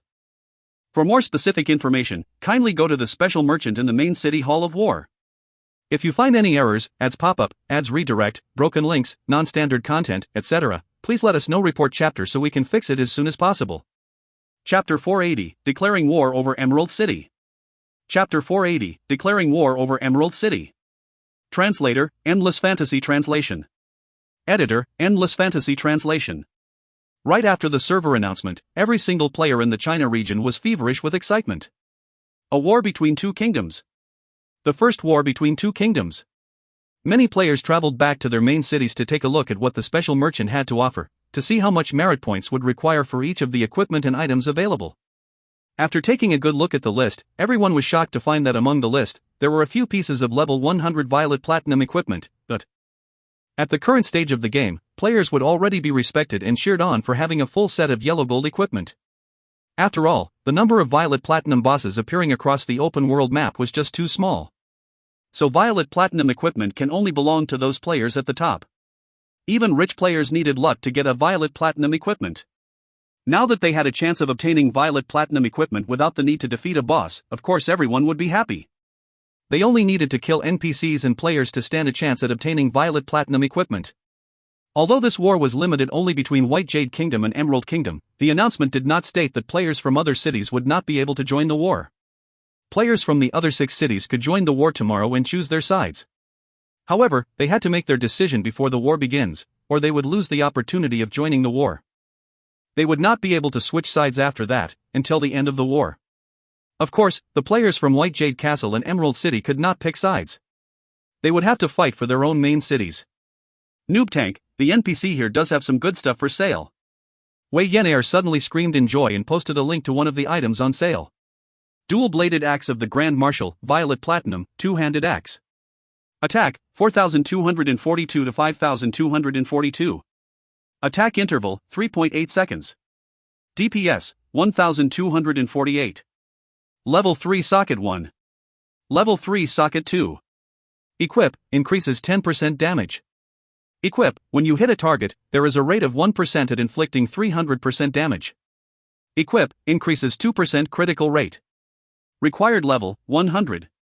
The DPS, the attacks and the additional effects of this two-handed axe was the pinnacle of the Violet Platinum tier. It could only be surpassed by a mythical tier or ethereal tier. Zhang could not help but to laugh, then he said, "So, how much merit points does this axe cost?" 40,000 points. Zhang gave it some thought and said, "Then, I suppose that it's not going to be easy to earn merit points, or else the axe would have cost more than that." Fatty Han, Endless Starlight and the other gang members joined in on the discussion. At the same time, Zhang had also started sharing some information on the Chaos Realm. When Zhang mentioned Messick the winner, Fatty Han and Endless Starlight seemed to show a lot of interest in him. They both made up their minds that the first thing they would do in the Chaos Realm would be to meet up with this Messick. They believed that they would be able to bring Messick down to his knees by intimidating him. Or, they could use their hardcore attitudes on Messick, and the man would surely raise his ass up for them. Naturally, the vulgar words from the mouths of these two wretched men had provoked the ladies, and they were scolded by the ladies like hell. As the war was just upon them, all players from all 8 main cities were preparing themselves. Equipment, check. Weapon, check. Potions, check. They were checking to see that everything was in place to make sure that they could perform at their best in the coming war. As the official notes had stated very clearly, players killed during the war would not be given any form of penalties, nor will they lose experience points upon deaths of their avatar in the game. Players will not even drop equipment upon death as well. The only penalty they would get is the reduction of their equipment's durability by 10%. That did not matter to them at all. Who would still keep count on the repair costs when they could just earn merit points for better equipment without the need of spending a dime at all, and now that they were basically immune to all penalties of dying, who would not push themselves to their full potential in order to earn some fine equipment for themselves. However, Zhang could only shake his head again and again as he could see through the real agenda behind this big event. The game developer would never devalue the high-tier equipment, so it will surely be extremely difficult for players to earn the merit points. So, it would seem that a lot of players would have to pay the system to repair their equipment when the war begins, and the developers are only going to earn another round of fortune. Most players would only earn enough merit points to exchange some fine quality potions. After reaching level 100, players would no longer get benefits from the merchants. For instance, the level 4 gemstones were not available for sale. Players would be required to battle monsters and bosses in order to obtain them. The level 4 mana potion and level 4 healing potion were also unavailable in potion shops, players could only obtain them via alchemy. However, the recipes for the level 4 mana potion and level 4 healing potion were extremely rare to come by, and even Zhang had spent a lot of effort on getting his hands on these two recipes. Currently, most players with the alchemy profession could only make level 3 mana potions and healing potions at best. So, the market had increased the prices for the level 4 mana potion and level 4 healing potion by up to 100 gold coins for a bottle. Even though they definitely overpriced, the demand simply overshadowed all other concerns. For that, players started going crazy when they discovered that the merit point dealer for the upcoming war event had these potions on sale. The merit points required in order to exchange potions were not high. Each level 4 gemstone only cost 2,000 merit points, while level 4 mana potion and level 4 healing potion only cost 200 merit points. Unfortunately, all the items and equipment that players earn from this event would be bound to the players. The developers have made it so to prevent players from selling their spoils for money. 24 hours had passed in just a few blinks of an eye, and a temporary teleportation door appeared in the middle of the central square of White Jade Castle. Players would be transported to the outer skirts of Emerald City's Tama Fortress. This Tama Fortress was basically the counterpart of White Jade's own Tukula, which was the fortress that was once conquered by the demons. It was then released from the grasp of the demons after the level 50 expedition. When the time was up, the temporary teleportation door was activated. Players were teleported over to a location, about 1,000 meters away from Tama Fortress, one after another. Right behind the players was the massive army of White Jade Kingdom. The troops were lined up in neat formations, complete with military columns and square formations. Each formation consisted of tens of thousands of soldiers. There were a total of 500 square formations. The scene was spectacular. At the other end of the battlefield, the players of the Emerald City were also on standby, stationed atop the walls of their fort. The players from the opposing sides met each other's gazes in intense silence.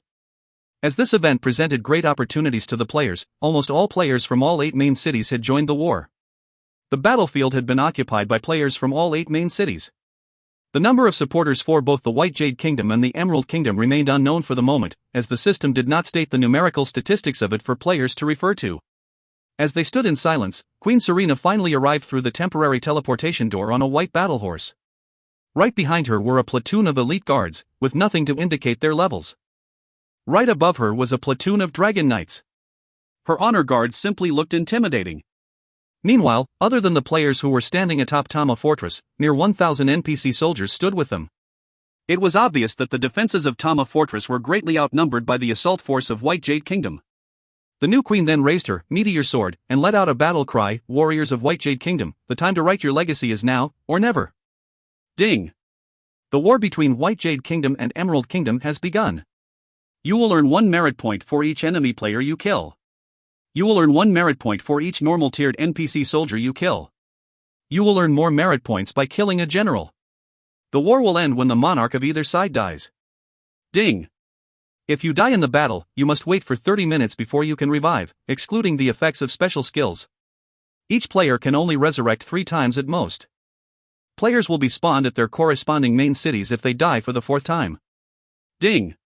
After the war is over, the player with the most merit points will be awarded the title of Imperial Aggrandizer, correspondent to White Jade Kingdom, or Imperial Aegis, correspondent to Emerald Kingdom. All players from both sides received the notification from the system. After a brief moment of silence, the players on the side of the White Jade Kingdom let out a heaven-shaking, thunderous roar as they began to charge towards the direction of Tama Fortress. At the same instant, Zhang suddenly received another notification from the system. Ding! You have been appointed by Queen Serena as the war general of this expedition. You will earn 1% worth of merit points from all kills on opposition players and NPCs who are killed by the NPCs of White Jade Kingdom. Zhang was pleasantly surprised at the sudden gift from the system, but although 1% was a small number, there were about 5 million of NPCs in this war. If each of the NPCs managed to kill 1 player or 1 NPC of the opposition, then Zhang would earn 50,000 merit points by simply standing at one corner. Zhang felt like crying tears of gratitude, there and then, as he had finally experienced the advantage of the affection that Queen Serena had for him, for the first time. Meanwhile, the NPC army of White Jade Kingdom marched towards the wall of Tama Fortress. The massive army still maintained their formation as they marched forward. Looking at the crowd of people, Zhang felt tempted to take the Forbidden Scroll out from his inventory and use it on the enemy. The scene was really spectacular and breathtaking. Shan Yuan's sword stroke approached Zhang atop his mount. He did not intend to join into the battle so soon. He went up to Zhang and smiled, "Well, it's really rare to see you, without having the need to battle." Right beside one sword stroke was a young beautiful lady on a black panther, having an ID name that matched quite well with the ID name of one sword stroke. Her name was One Sword Smile, and she was only level 56 at the moment. Zhang Yang tensed up the moment after he recognized the lady. She looked just like someone he knew, Luo Xin. It was so obvious, and it made sense as well. However, Zhang Yang only looked at Luo Xin for a brief moment, before he turned his eyes back at One Sword Stroke, saying, "Looks like we can't afford to battle each other today." Imperial Sky and Lone Desert Smoke have been competing against each other in every battle and every event. Meanwhile, the Silky Soft Battle Team and the Sky and Ocean Electronics Battle Team were in forever would be a nemesis for the S-Rank Professional League Championship. So Zhang Yang and One Sword Stroke have always been enemies. But now that Imperial Sky have chosen to support White Jade Kingdom, they could not afford to battle each other at a crucial event like this. One Sword Stroke smiled and pointed at Luo Xin. "Allow me to introduce to you, my girlfriend." "Don't you dare say that you know me." Right before Zhang Yang could even react and talk, he had already received a private message from Luo Xin. He was a little shocked, but after putting some thoughts in it, he understood. Luo Xin had not yet revealed it all to One Sword Stroke. After all, knowing that she had been a corporate spy would really make people uncomfortable. If One Sword Stroke ever finds out that she had once been a spy, and was possibly spying on him, even now, then everything that Luo Xin has done would be reduced to dust. Zhang Yang smiled vaguely without a word. Although the relationship between Lone Desert Smoke and the Imperial Sky had improved a little after the event of Lu Wei betraying and leaving Imperial Sky, they could not be called allies just yet. Zhang Yang did not particularly like One Sword Stroke either, so professional courtesy would only bring him to acknowledge the other man this much. Snowseeker, Greensleeves Prince, and the other guildmasters of larger guilds walked up to Zhang Yang right after that. After they greeted each other with some small talks, suddenly, One Sword Stroke came up with an idea: "Why don't we compete and see who gets the title of the Imperial Aggrandizer?" With him voicing that out, Greensleeves Prince, Sword of Light and the others agreed to compete against each other to see who would be the winner. Well, everyone should have a little competition for being the best, at least. Zhang Yang shook his head and said, "I will not be joining this time." He had an additional method of earning merit points, so it was extremely easy for him to win. If he joined in this little competition, it would be as good as cheating. However, as Luo Xin was still eager to take revenge on Zhang Yang for humiliating her back in the day, she spoke in a cold tone. "So, even the mighty and powerful Zhang Yu would get cold feet sometimes, I assume?" One Sword Stroke laughed out loud and said, "Brother Zhang Yu is definitely not afraid of us at all. He is probably too powerful to compete with us, the insignificant ones. He probably doesn't want this to be one-sided." With those words, One Sword Stroke had turned Snowseeker and the other guildmasters against him. Well, words are the most powerful weapon in the world, sometimes. Zhang Yang could not help but sigh. He had not planned to join in, as it was already one-sided, and it would not be due to his individual prowess. Since One Sword Stroke had already placed his face so near for Zhang Yang to bash, why not just cooperate and bash it more than just once then? Zhang Yang could not let him down, as Zhang Yang was moved by his passion and sincerity. "All right. Since that everyone is in the mood, then I will not take the fun out of you guys. Let's compete, then. If you find any errors, ads pop up, ads redirect, broken links, non-standard content, etc., please let us know. Report chapter so we can fix it as soon as possible." Chapter 481, Chapter 482 The Siege. Chapter 482 The Siege. Translator, Endless Fantasy Translation. Editor, Endless Fantasy Translation. Zhang Yang summoned the Flying Serpent, much to the delight of Wei Yan and Han Shui. Both of them insisted to ride along, something which he did not mind. The serpent had reached a point where it was strong enough to lift 3 to 5 players. However, in this mode of transportation, players who are riding along would not be able to participate in fights. The flying serpent shot into the sky, taking Zhang Yang, Han Shui, and Wei Yan to the front lines. The moment they reached, the little brat and Han Shui summoned their own mounts and headed straight into enemy lines. With Han Shui taking care of Wei Yan, Zhang Yang was left at ease. Together with Felice, they went back up to the skies. Why not make use of the first flying mount in the game? It would be a shame not to. The battle was completely one-sided. White Jade Kingdom's army had almost 5 million soldiers, including the almighty killing machine, Prince Serena. Escorting her was a group of elite dragon riders. The kingdom's army was large, but the group of elite dragon riders were the most outstanding units. The level-hidden elite tiers had the power that was equivalent to mythical or an ethereal tier monsters. As for Prince Serena herself, when she was merely a holy tier NPC, she could already massacre a field full of players with her sword of life and death. Now that she had already procured the meteor sword and gained the status of ascended, how powerful could be she? Emerald Kingdom was no match to this level of power. White Jade Kingdom's army pushed on hard, and had soon crossed the Borders River. A single fortress stood to defend it, but it was nothing compared to the devastating power of 5 million soldiers. From the player's perspective, the war meant nothing but the opportunity to gather a few merit points. The outcome of the war would not cause much effect to their lifestyles. No changes would be made to the losing city, no permanent loss of power, much rather, they would all be under the same united banner. This was not even a civil war, where one side would be sure to suffer a penalty. Hence, players had no care about winning or losing. They only wanted to farm more merit points. Thus, the war was fought with no morale nor raging vigor. No vengeance, no greed, just a bunch of players participating in a huge event. The enemy players were now fighting on the front lines, halting the NPC soldiers. Against these tougher enemies, they were having trouble killing enemies and gaining more merit points. As a result, Zhang Yang's passive income of merit points was also dropping. In this situation, Felice had rushed out and blasted the earth with her pulverizing flame, sending a sea of flames across the ground. Unlike NPC, players would never stand to fight till they fall, giving free kills and points to the enemy. They would withdraw from the front lines and recuperate in safety. It was these very players, who were on their way to the rear, critically low on HP, who were Felice's targets. Her attacks were precise.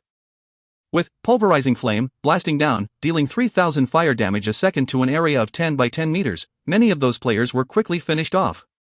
Many of them had 5,000 to 6,000 HP and the risky daredevils had even lesser, at 2,000 to 3,000 HP.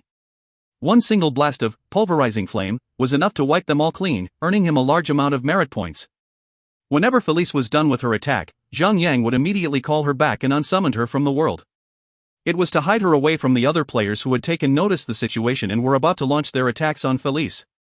Since her attack took 30 seconds to cool down, it was best to hide her away, even for a brief moment. Princess Serena led her company of dragon riders and moved on towards the fortress. An ambitious guild, hoping for fame and glory, had ambushed Princess Serena in a pincer attack. However, Princess Serena did not even need to raise a finger. The 12 dragon riders had zoomed down to ground level and unleashed their dragon breath fire on all the players in the area. In less than half a minute, more than 10,000 players were dead. It was a shame that the kills of the dragon knights did not garner him merit points. If Princess Serena were to lift her finger, the earth would split in two, her meteor sword would obliterate all that is living in sight. Just like that, the entire White Jade Kingdom's army marched on forward. The Emerald Kingdom's forces were forced to rapidly withdraw. With haste, the fortress was taken over easily. The invading forces marched on and took over the level 40 maps, level 30, level 20, and eventually, the Castle of Emerald itself. The NPC army had been left behind, marching in their fixed, rigid formation. The battle was now between the players of the two kingdoms, since the army's movement speed was slow. Players themselves had obtained a large number of merit points. Zhang Yang naturally had obtained far more than anyone else, for his points had already surpassed 8,000. 2/3 of the points came from Felice alone. Her carpet bombing and Zhang Yang's aerial capabilities gave them a solid edge over everyone else. They had constantly been targeting the retreating, weakened players. Just as the raging players was about to invade the castle gates, a few spots on the castle wall glowed brightly. A beam of light flashed by and landed down like a heavy, particle beam cannon. When the blast subsided, the area was vaporized. Nothing in Ground Zero survived. Without a doubt, it was a magic cannon. The strongest defense mechanism. Without a siege catapult, it would almost be impossible to directly deal with the superpowered cannons. Right now, there was no other way but to rush in with sheer numbers. Hundreds of blasts later, the players of White Jade Kingdom finally saw reason, returned to lick their wounds at the back of the marching army. If they are killed for more than 3 times, the 4th death would result in expulsion from the war. Arg crap. I died. Bloody cannons. Was I too outstanding? Too good looking for you, said Wei Yan'er, having been among those who were vaporized. I told you so. Don't always rush into things. You've gone from putting a load on me, to actually dragging me down with you. Han Yingshui sighed. Zhang Yang chuckled to himself. With Han Yingshui's healing capability, the only items that would really overwhelm her healing would be the instant kill magic cannons. How many points has the little brat earned so far? Nee hee hee. I got more than 1,400 points, said the little girl like a big smile on her tiny little face. Oh crap. I'll need to wait for 30 minutes before I can revive. How much have you guys collected? Whoa. The little girl got 1,400? I only have 800, said Lost Dream. HM. I have around 1,200. Said 100 shots. Everyone reported their collected merit points. Some were happy with their scores while some were lamenting over it. Technically, ranged attackers should be earning more than melee attackers. Ranged attackers could snipe at a fleeing target, after all, or pick off a nearby enemy who was one hit from dying to the blows of another. Ranged attackers also had many AoE skills at their disposal. The points system does not count the amount of damage that you deal, but the number of players who have died by your hands. For the valiant but inefficient, even if they deal a total of 10 million damage, that might not have even earned them 10,000 points. As the saying goes, the early bird gets the worm, but the second mouse gets the cheese. By the end of it, only Zhang Yang and Endless Starlight had still remained silent. Fatty Han called out, "Hey! Starlight! How many points did you get?" 74. Said Endless Starlight sadly. Everyone laughed, after Endless Starlight awkwardly revealed his score. It was understandable, still. A tank would have trouble dealing damage in the first place, and if their opponents decided to run away, a tank could not do anything about it, besides waving them goodbye. Truthfully speaking, Endless Starlight had done a good job snagging 70 points. How about Zhang Yang? 100 shots added. Zhang Yang smirked. He did not want to reveal his total points, since it might actually cause them to feel despair. Vaguely, Zhang Yang said, "Only a few thousand points. More than you guys anyway." "How many exactly?" said Haning Shui. She emphasized on the last word. 8 to 75. "What that's a lot. You cheating noob tank. How did you manage to kill so many people? This young lady here has been running around like a mad dog. I even rushed into their ranks to swing about, and only managed to accumulated 1,400 points. Cheater. 8,000 points is indeed hard to believe. If the system had calculated by damage dealt, it would make sense for Zhang Yang to get 8,000 points. But by the number of players killed, 8,000 points is just too much to be true," said Daffodil Daydream. Zhang Yang laughed. None of them had flying mounts yet, so they would have no idea on how flying would make a whole difference in warfare. He could easily fly behind enemy lines and kill players before escaping. Since players can only attack targets within 30 meters, Zhang Yang would only need to fly 31 meters above them to stay safe. As they were happily chatting, more hot-headed players had rushed to the castle. However, despite their reckless bravery, the magic cannon had blasted them off into oblivion. The magic cannon power was just too strong. It was firing continuously, without any signs of overheating or running out of ammo. Many players from the White Jade side were starting to worry. None of them had any idea on how to get past the massive firing range. Not even numbers can solve this problem. You can send in 5 million players, and all of them would be blasted to smithereens. Just then, Princess Serena opened her mouth, but Zhang Yang was too far to hear anything. When she stopped talking, the 12 dragon riders behind her sortied. Like F-22 fighter jets, the 12 dragons shot past the field. Even though there was only 12 of them, each dragon was at least a few hundred meters wide. When all 12 of them formed a V-shaped formation, they could easily eclipse the sun and cover the entire earth in darkness. The dragons reached the castle within 4 flaps of their gigantic wings. 12 dragons spew raging hot fire on the castle walls, which immediately caved in. The flames had obliterated the cannons, along with their operators. Boom! Boom! The remaining cannons immediately retaliated. The magic cannons turned upwards to the dragons. Despite being huge, the dragons were as agile as tiny raccoons. Even before the cannons fired, the riders would already take evasive action, by simply anticipating the unmistakable blow of the barrels. The dragons flew back to the castle top and blasted the castle walls again. More and more magic cannons were destroyed. Having taken so many fireballs directly, the walls were beginning to cave in. Crack lines started forming on their surfaces. The cracks appeared like thunder during a storm, spreading quickly from the top to the bottom of the castle. More and more cracks branched out, as if the wall was aging at a rapid speed. No sooner later, a large part of the castle crumbled like the hollowed-out, rotten trunk of a tree. Vroom! Rock! Just when almost all of the magic cannon of Emerald Castle had fallen, 12 dragons burst out of the crumbling castle walls and charged towards the White Jade Kingdom's dragon riders. Dragons from both sides of the war started launching fireballs at each other. Now that is what you call toe-to-toe, wing-to-wing. Charge! Hurrah! Even though there were still numerous magic cannons that were still functioning in other parts of the castle, players had gained enough morale to charge up the front. Players of White Jade burned with intense morale and swarmed the castle like a tsunami. Similarly, when the dragons from Emerald Castle had burst out heroically, their players had also rushed out of the castle to fight the incoming players. The result of the war did not matter to either side, since their main objective was to earn as many merit points as they could. Hence, neither side would want to have their fight in the castle, even though it would be easier to engage in a defensive fight.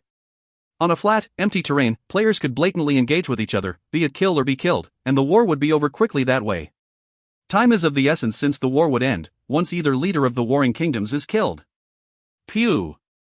Pew! Dot. The magic cannons on the castle wall constantly blasted the players. However, since they had been vastly reduced, the light beams blasting into the sea of players would be like bowling balls hurled into the Pacific Ocean. They would hardly make any difference, in the grand scale of things. The war zone was starting to turn ugly. Every second of every minute, players would be dying. The cycle continued on and on. Screams filled the sky as the sun started to set, slowly relieving the last rays of light from the blood-soaked shade of a once grassy plain. The battle was only between players. The NPC army in Emerald Kingdom was not moving, and the NPC army of White Jade Castle had yet to arrive. Apparently, the system had made it so to provide time for players to fight each other. If both NPC armies were to fight, the war would end in a heartbeat. 10 minutes, 20 minutes, 30 minutes, 3 hours, 5 hours, 10 hours.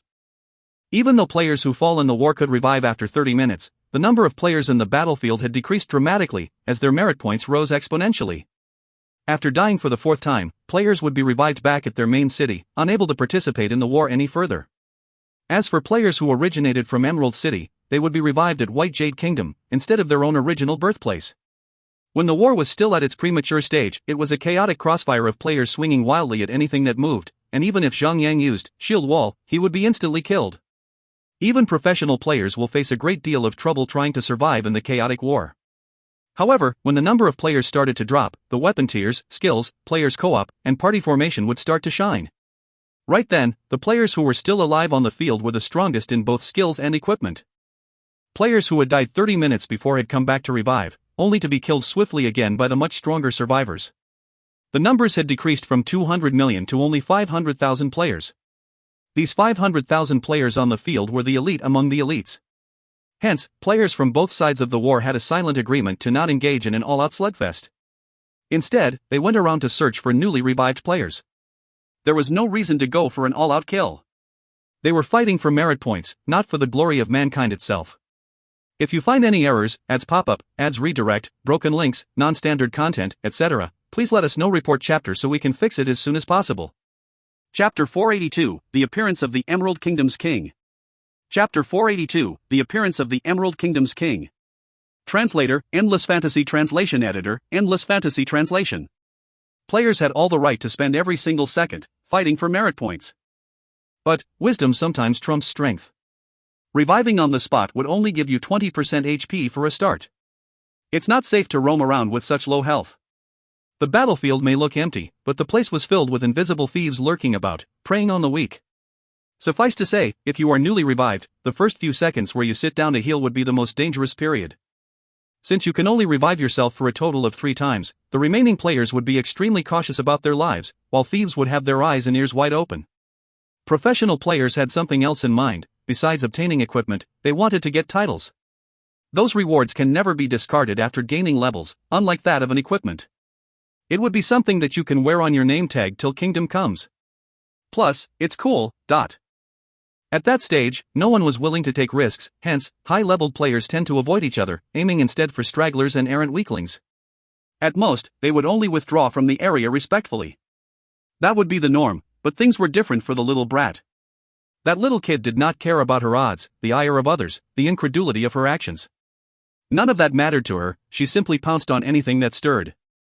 Thanks to her efforts, Zhang little band had gathered up into an unstoppable force. Zhang would be in the air, attacking players as they moved forward.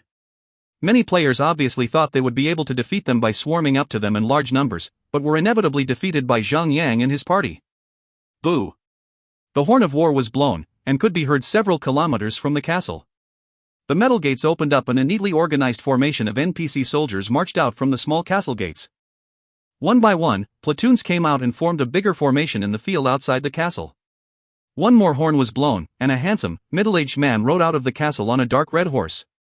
The soldiers made way for the man and he stood at the front of the front line. The man wore a suit of armor that gave out a bright, golden luster. He wielded a normal-sized battle hammer on his right, and a bloodied red shield at his left.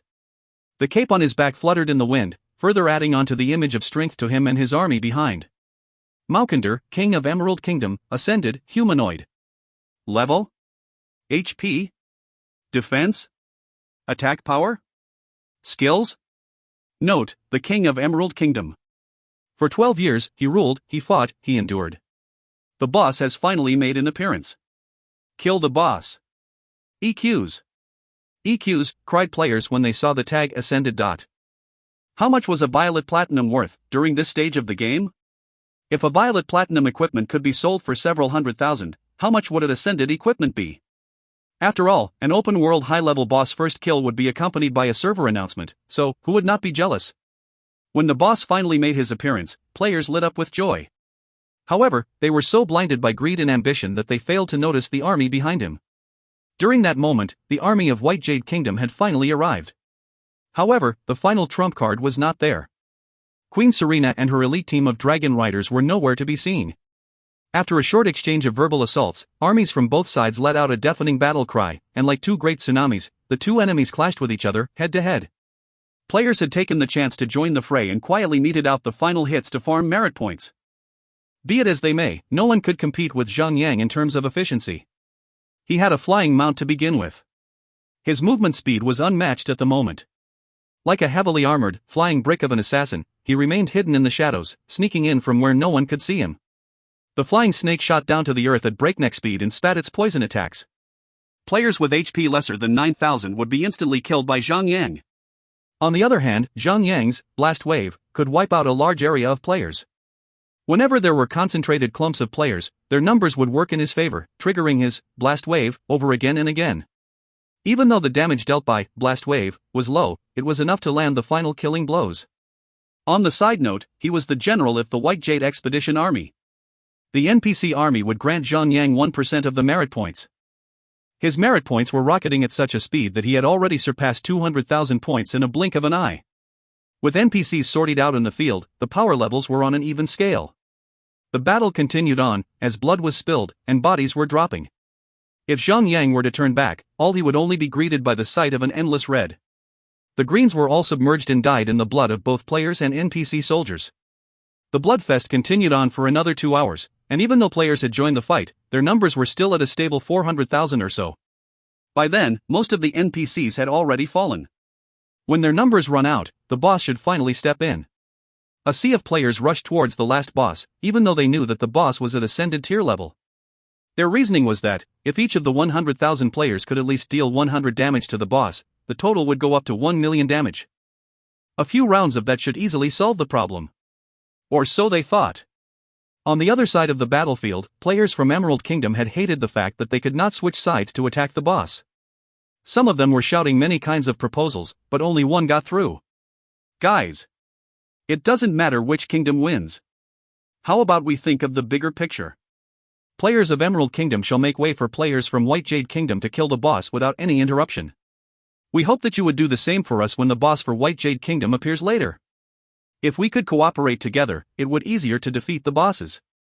The proposal immediately gained everyone's agreement, but it was only a premature decision. Before Queen Serena appear, no one would be willing to give up their one and only boss to the opposite side. Wait, cried Zhang, stopping Wei Yan from rushing over. Calm down. Do you remember when we first fought the mythical tier boss? The dungeon had a pile of mythical tier equipment for us to use, then. Even so, it was a miracle for us to survive the battle. Ascended and mythical equipment are 3 tiers apart. The boss is not someone we can just defeat with sheer numbers. Wait for Queen Serena and let them fight it out. We cannot and never would be able to survive a hit from the boss. Let the 2 ascended bosses fight it out, and then we'll attack from behind. The little brat sulked when Zhang had stopped her but calmed down when she listened to Zhang explanation.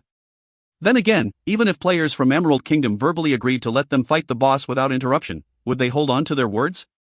There were many who shared the same line of thought as Zhang. Instead of rushing in like retards, they stood back and observed. Fools!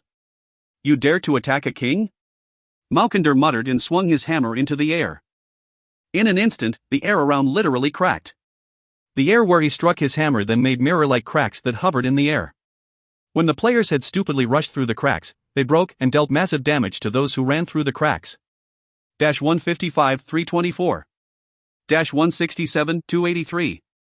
All players within 100 radius from the boss were instantly inflicted with damages of more than 150,000. All players were killed faster than the attack from a magic cannon blast. After the attack, no one was standing. No one made any noise. No one survived. Such power can only be that of an ascended tier boss. Players that were rushing from behind immediately held their steps and turned around to flee. No one, not even the strongest tanks, could take such a hit and still survive. The boss' first attack was already an AoE attack type, with at least a 100-meter wide radius.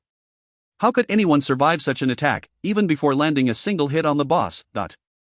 When Maukinder laid down the first strike, he had let out a loud battle cry and gained the bloodlust. He charged up front and chased after players to kill. With his powerful attacks, he had no need to even reach the players to kill them. All he needed to do was to swing his hammer in the air, and he could deal destructive attacks on everyone within the vicinity of 100 meters. To make things worse, the skill's cooldown time was merely 10 seconds. Almost immediately, all the players from White Jade Kingdom turned tail and ran with haste. Some unfortunate players who had just waited 30 minutes to revive were killed instantly when the boss attacks were within their respawn locations. Those ill-fated players had no idea what killed them and had to spend another 30 minutes waiting. Some were even instantly kicked out, because they had already ran out of tries. In such a chaotic scene, no one could even uphold the agreement proposed by the Emerald Kingdom players. Verbal agreements meant nothing when players from White Jade Kingdom were running away like sheep. During this commotion, reasoning made no sense anymore. Greed ruled the battleground when players from Emerald Kingdom started to reinforce their king and kill the players. Now, White Jade Kingdom was actually running out of players. Maukinder's devastating attack and its ridiculously short cooldown time could possibly have turned him into a world-class boss. To defeat a boss of such caliber, a large number of players would have to join hands and charge in with sheer numbers, and among those vast number of players, they had to have decent skill and equipment. That, or, players would be wiped out before they can even approach the boss. That, or the Forbidden Scroll. Dummy! What should we do? If we let this go on, our forces will be completely annihilated, cried Haning Shui. Zhang Yang looked down and then turned back. Right now, all we can do is to hang on until Queen Serena gets here. That's no other way. Even though Zhang Yang had a Forbidden Scroll in his inventory, he had no intention of wasting it on the boss. The scroll would be extremely effective against players or NPC armies. It would be a complete waste to use the scroll right there and then. As the situation continued to worsen, One Sword Scroll, Greensleeve Prince, and Snowseeker had started leading their troops towards Zhang Yang's party. Somehow, in their opinion, if they were to stand behind the world's greatest tank, things would be fine. Zhang Yang could not help but frown. If he had unlimited shield walls, he could at least put up a fight with the ascended boss. But now, there is literally nothing to do besides waiting for Queen Serena to arrive and babysit them all. Ha ha! Fools! Know your place. Die and rot in hell. Maukinder laughed as he rode his super-speedy mount and chased down more players, wiping them out by droves with his hammer. His movement speed was just a little over the speed of Zhang Yang's flying mount. Eventually, the number of players of White Jade Kingdom dropped from 400,000 to 200,000. The power balance had been shattered. If Maukinder were to stop and return to his castle, players of White Jade Kingdom would still retreat as far as they could, since the number of both sides differed too greatly. If you find any errors, ads pop-up, ads redirect, broken links, non-standard content, etc., please let us know. Report chapter so we can fix it as soon as possible. Chapter 483, The Queen's Protection. Chapter 483, The Queen's Protection. Translator, Endless Fantasy Translation Editor, Endless Fantasy Translation. Oi! Stop following us! Buzz off, cried Zhang Yang. For a while now Zhang Yang and his party had been flitting about, trying to remain inconspicuous, while One Sword Stroke, Snowseeker, and Greensleeve Prince had followed them closely. Zhang Yang was immensely annoyed. With such a large number of players concentrated in a small area, it would surely attract the attention of the boss. If that happens, they would be in serious trouble. Lo and behold, speak of the devil and he doth appear.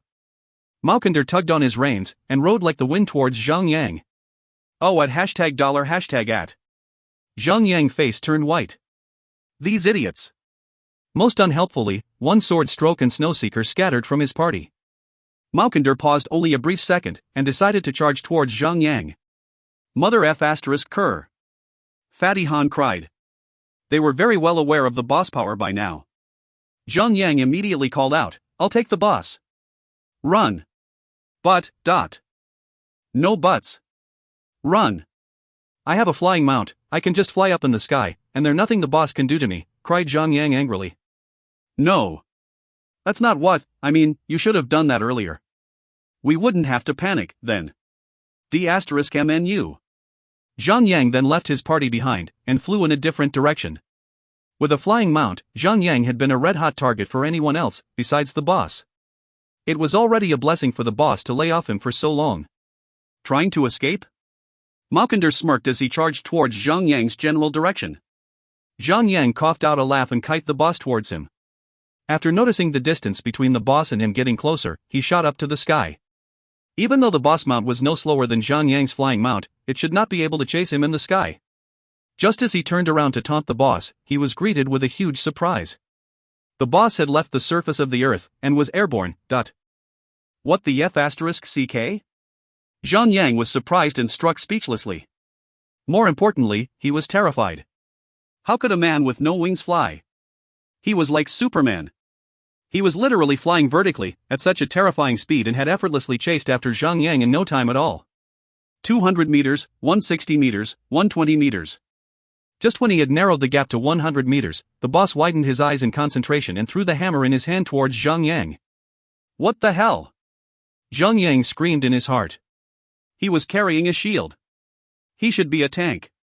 That would only mean that the hammer throw would be a boss version of the Spear of Obliteration. With no time to be questioning the logic of the skill, Zhang Yang instantly activated Shield Wall. 23,772. First, he flew like Superman. The next thing Zhang Yang saw was that the hammer had flown back like a rocket and back to his hands. Oh, come on. Thor and Mjolnir? The boss was annoyed. It was as if he had expected his hammer to kill his target in one hit. He weighed the hammer in his hand and hurled his hammer again. Zhang Yang frowned like a deranged man. Wasn't that a skill? How could it not have cooldown? That, or the cooldown was already ticking at the moment he hurled his hammer out, and when he received his hammer back, it was ready to be used again. That's too short. 24,582. Zhang Yang took another blow. But it did not stop there. The boss continuously hurled his hammer over and over again, with the sole purpose of killing him. Luckily, Zhang Yang's Shield Wall had the Titan's chestplate reinforcement effect to restore his HP. If he had not, the Shield Wall would only allow Zhang Yang to endure a few hits at most. Still, it was only 15 seconds. With only a few seconds left on the timer, Zhang Yang knew that the end was coming soon. He made up his mind to kite the boss for just a little while longer to buy time for Queen Serena to arrive. Having run out of all his emergency skills, Zhang Yang equipped the Lover's Charm. Just before he activated it, a loud thunderous voice roared through the high heavens. Malkinder! You dare! The sky cracked a thunderous roar. From the edge of the horizon, a green sword aura burst out and morphed into a large dragon.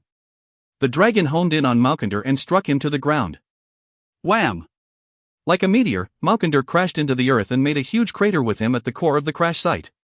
A large mushroom cloud of dust formed. After that, the dragon dissipated into millions of particles, vanishing without a trace. Crack! The earth split apart, and out came Malkinder from the crater, with his face covered in dirt. Serena! Malkinder cursed like venom. Not far from where the sword aura first burst out, Queen Serena had finally arrived. The young queen rode gallantly and charged forward with the sword in her hands, pointing towards the enemy.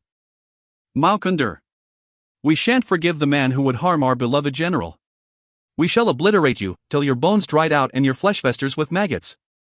Hell will give you no quarter. She thrust her sword into the air and sent out a similarly green light aura to the sky. The dragon reappeared and lunged itself towards Malkinder. Oomph, looking down on us? Malkinder bellowed, and hurled his hammer at the dragon. Boom! Another loud thunderous crack burst out to the high heavens. This time, Malkinder had barely managed to evade the dragon. However, the force of the dragon was proven to be stronger, sending Malkinder hurtling back a great distance. Everyone, including Zhang Yang, stared, with their jaws dropped down to the center of the earth. The previous demonstration of Malkinder was terrifying, but that was him attacking the players. He had not yet displayed his full potential. But now that he had an equal opponent to fight, he was being pushed back by Queen Serena with her sword. Now, everyone knew the power of a ascended tier boss, and what they could do. Aside from that, the one thing that no one could understand was the relationship between Queen Serena and Zhang Yang. Did I just hear her say, beloved general? F***ck. Maukinder was chasing Zhang Yu like a dog, and that Queen Serena came to rescue Zhang Yu and beat Maukinder up. What the hell is happening? How did Zhang Yu get someone as powerful as Serena to cover his *SS? God damn it. That's a queen. Zhang Yu is so lucky. Everyone was impressed, in awe, envious, and jealous of Zhang Yang's luck. If they could, they would want to walk in his shoes, literally for a day. On the other hand, one sword stroke, Luo Xin, and the many others who followed them were jealous. That being said, they had every reason to feel jealous, little did they know the hardships Zhang Yang had gone through to gain such favors. Meteor sword. That is the ancient weapon. Maukinder cried in surprise, when he had a clear view of the sword that Queen Serena held in her hands, as their weapons crossed. Maukinder, we would have spared your life if you were to surrender to our reign. Yet you have raised your sword at our beloved general. Death is all we will give, cried Queen Serena with a heavy killing intent. She swung her sword with force and sent out the dragon once again. Zhang Yang felt a little overjoyed. Being nothing more than a common player, the queen herself was so enraged on his behalf, how could he not feel happy? Maukinder roared with rage and charged towards Serena at lightning speed. He raised his shield up high and lunged at the dragon. Fool, do not overestimate yourself, just because you are wielding an ancient sword. Be gone. I shall personally have your head. He was an ascended tier boss. Other than celestial tiers, most bosses would gain a boost of status points when they were enraged, similar to that of a berserk state. Maukinder brandished his hammer and struck down the dragon. With the dragon out of his way, Maukinder lunged at Serena. Serena did not waver, and parried his hammer strike with her sword. They started raining blows on each other with fervor. Amid the fight, the sword glowed and formed the same dragon. Both kingdoms' representatives were ascended tier, there was no way for players to get between them. Their power was so strong that even the sheer rebound of their attacks would kill players who got too close. Zhang Yang was nothing but a helpless soldier when two superpowered bosses were having their slugfest. There were many players on the sidelines, staring in while others were already calculating the timing to land the killing blow. Should they land the killing hit, they would receive a large pool of experience points. Perhaps even an ascended tier equipment drop. Despite that, none of them were willing or stupid enough to charge in. They would end up being a pile of ash before they could even breathe. No one would even go near to the bosses. It would be suicidal. In the air, Zhang Yang did his own calculations. He had the skill, Shadow of the Void, that would grant him 20 seconds of invincibility to get close to the boss. If his position and timing were accurate, he could land the final blow without being killed himself. However, the accuracy required would be down to the millisecond. If he appears just a little earlier, he could be turned into sand before he could blink.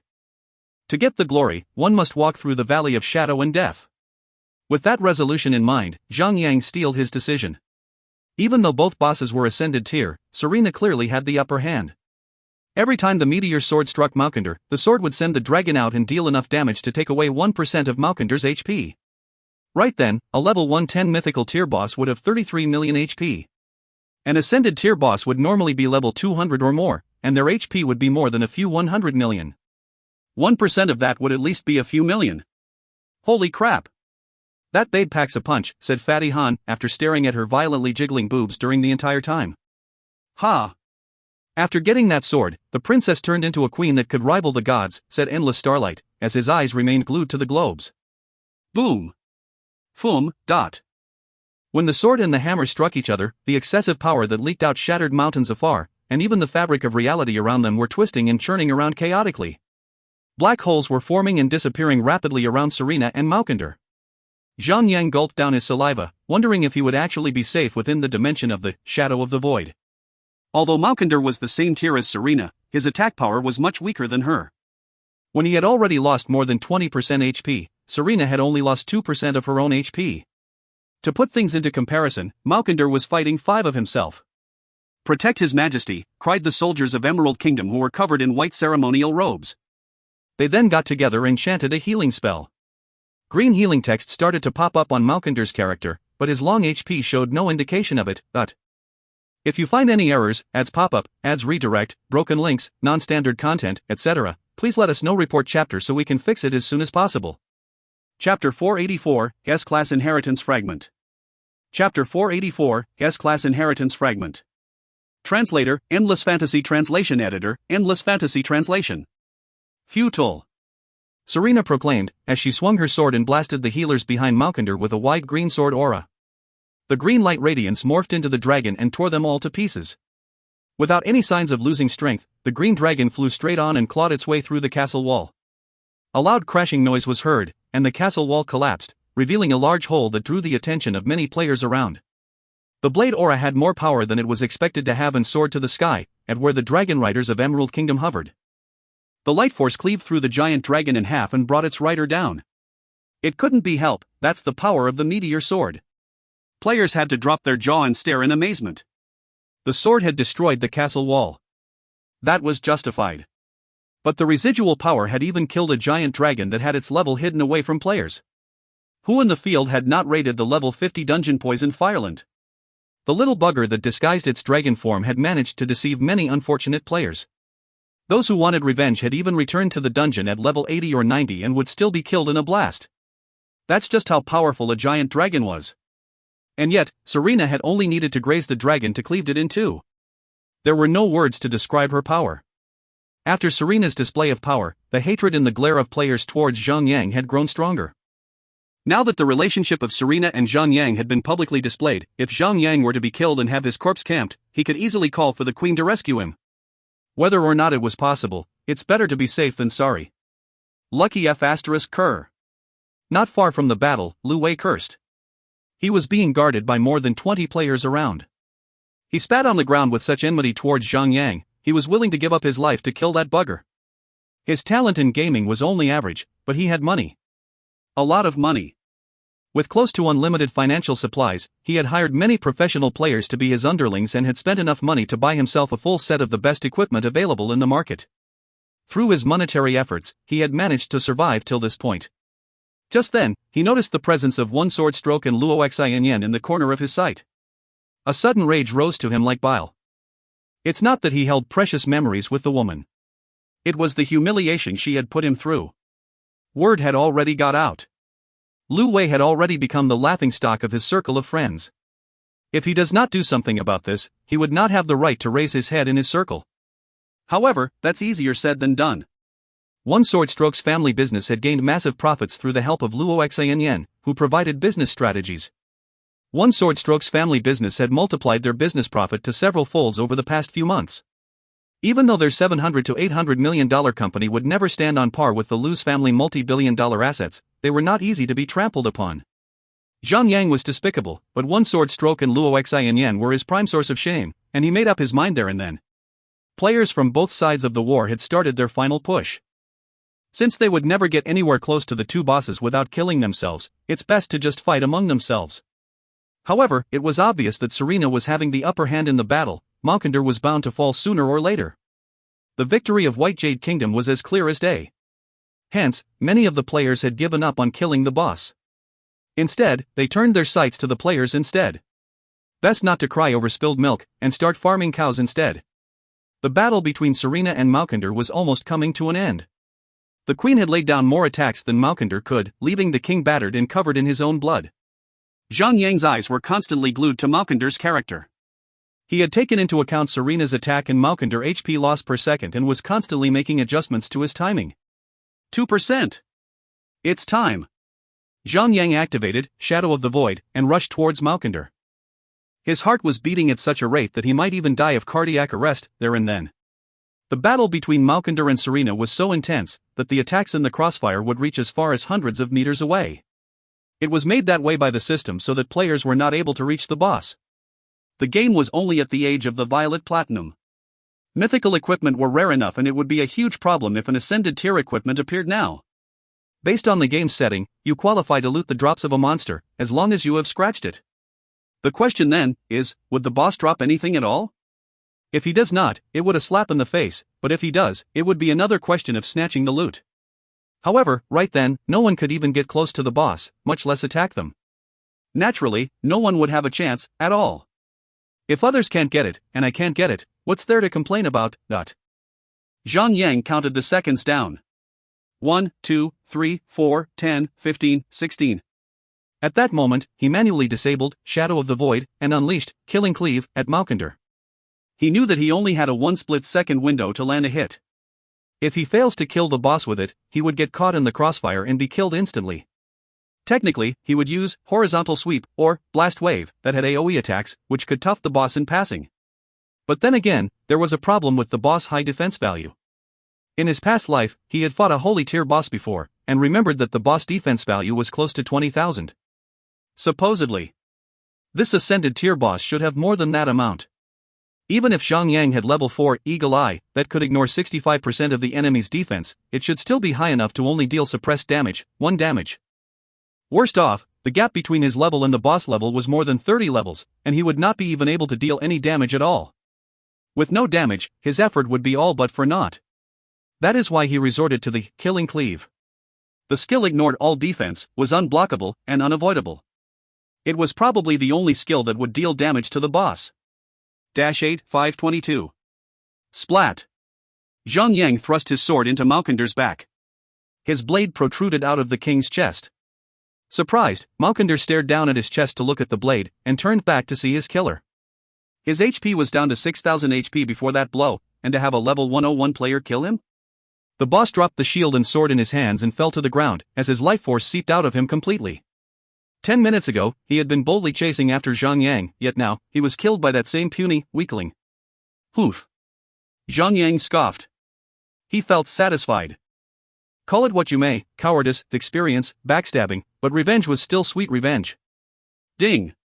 You have killed Maukender, King of Emerald Kingdom. Obtained 100 million experience points. Ding. You have utilized an unorthodox method to kill the first open-world ascended tier boss. You have lost the qualifications to be named in the Hall of Fame. 100 million experience points. Shring. Zhang character glowed in a golden hue, and gained a level. That was one of the reasons why Zhang wanted to land the killing blow. It was to allow him to obtain the 50% experience points gain. In the game, the system would grant 50% of the entire experience pool provided from the monster to the player who lands the killing blow. Zhang smirked. It was a huge gain. He then turned his sight to the body of the fallen king and noticed 2 loot. One was a dark green, 2-handed battle axe and a milky white shard that looked like a jade fragment. It was a pity that the boss had only dropped 2 drops. Still, it was more than he could have asked more. Zhang had only needed to land a hit to gain 2 drops from the boss. It was an ascended boss after all, and for the system to drop anything at all was already a blessing. Server announcement: Maukender, King of Emerald Kingdom had been slain. The War of Kingdom had ended. The player with the highest score, Zhang, shall be given a title Imperial Aggrandizer. Server announcement: White Jade Kingdom has absorbed the Emerald Kingdom. The origins of players of both major cities will not be affected. With the system announcing the title owner, the battle had officially closed its curtains. Everyone had seen the bright flash of light coming from Zhang.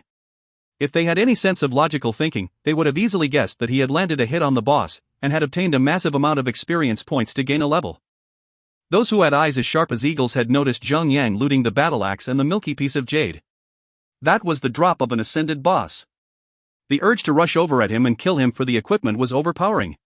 Zhang noticed their rash behavior and felt a little disappointed in their stupid actions. Could they not see that Queen Serena was standing right next to Zhang? His bodyguard had just defeated another ascended tier boss, all by herself. Her power exceeded that of a god even though she only bore the title of ascended.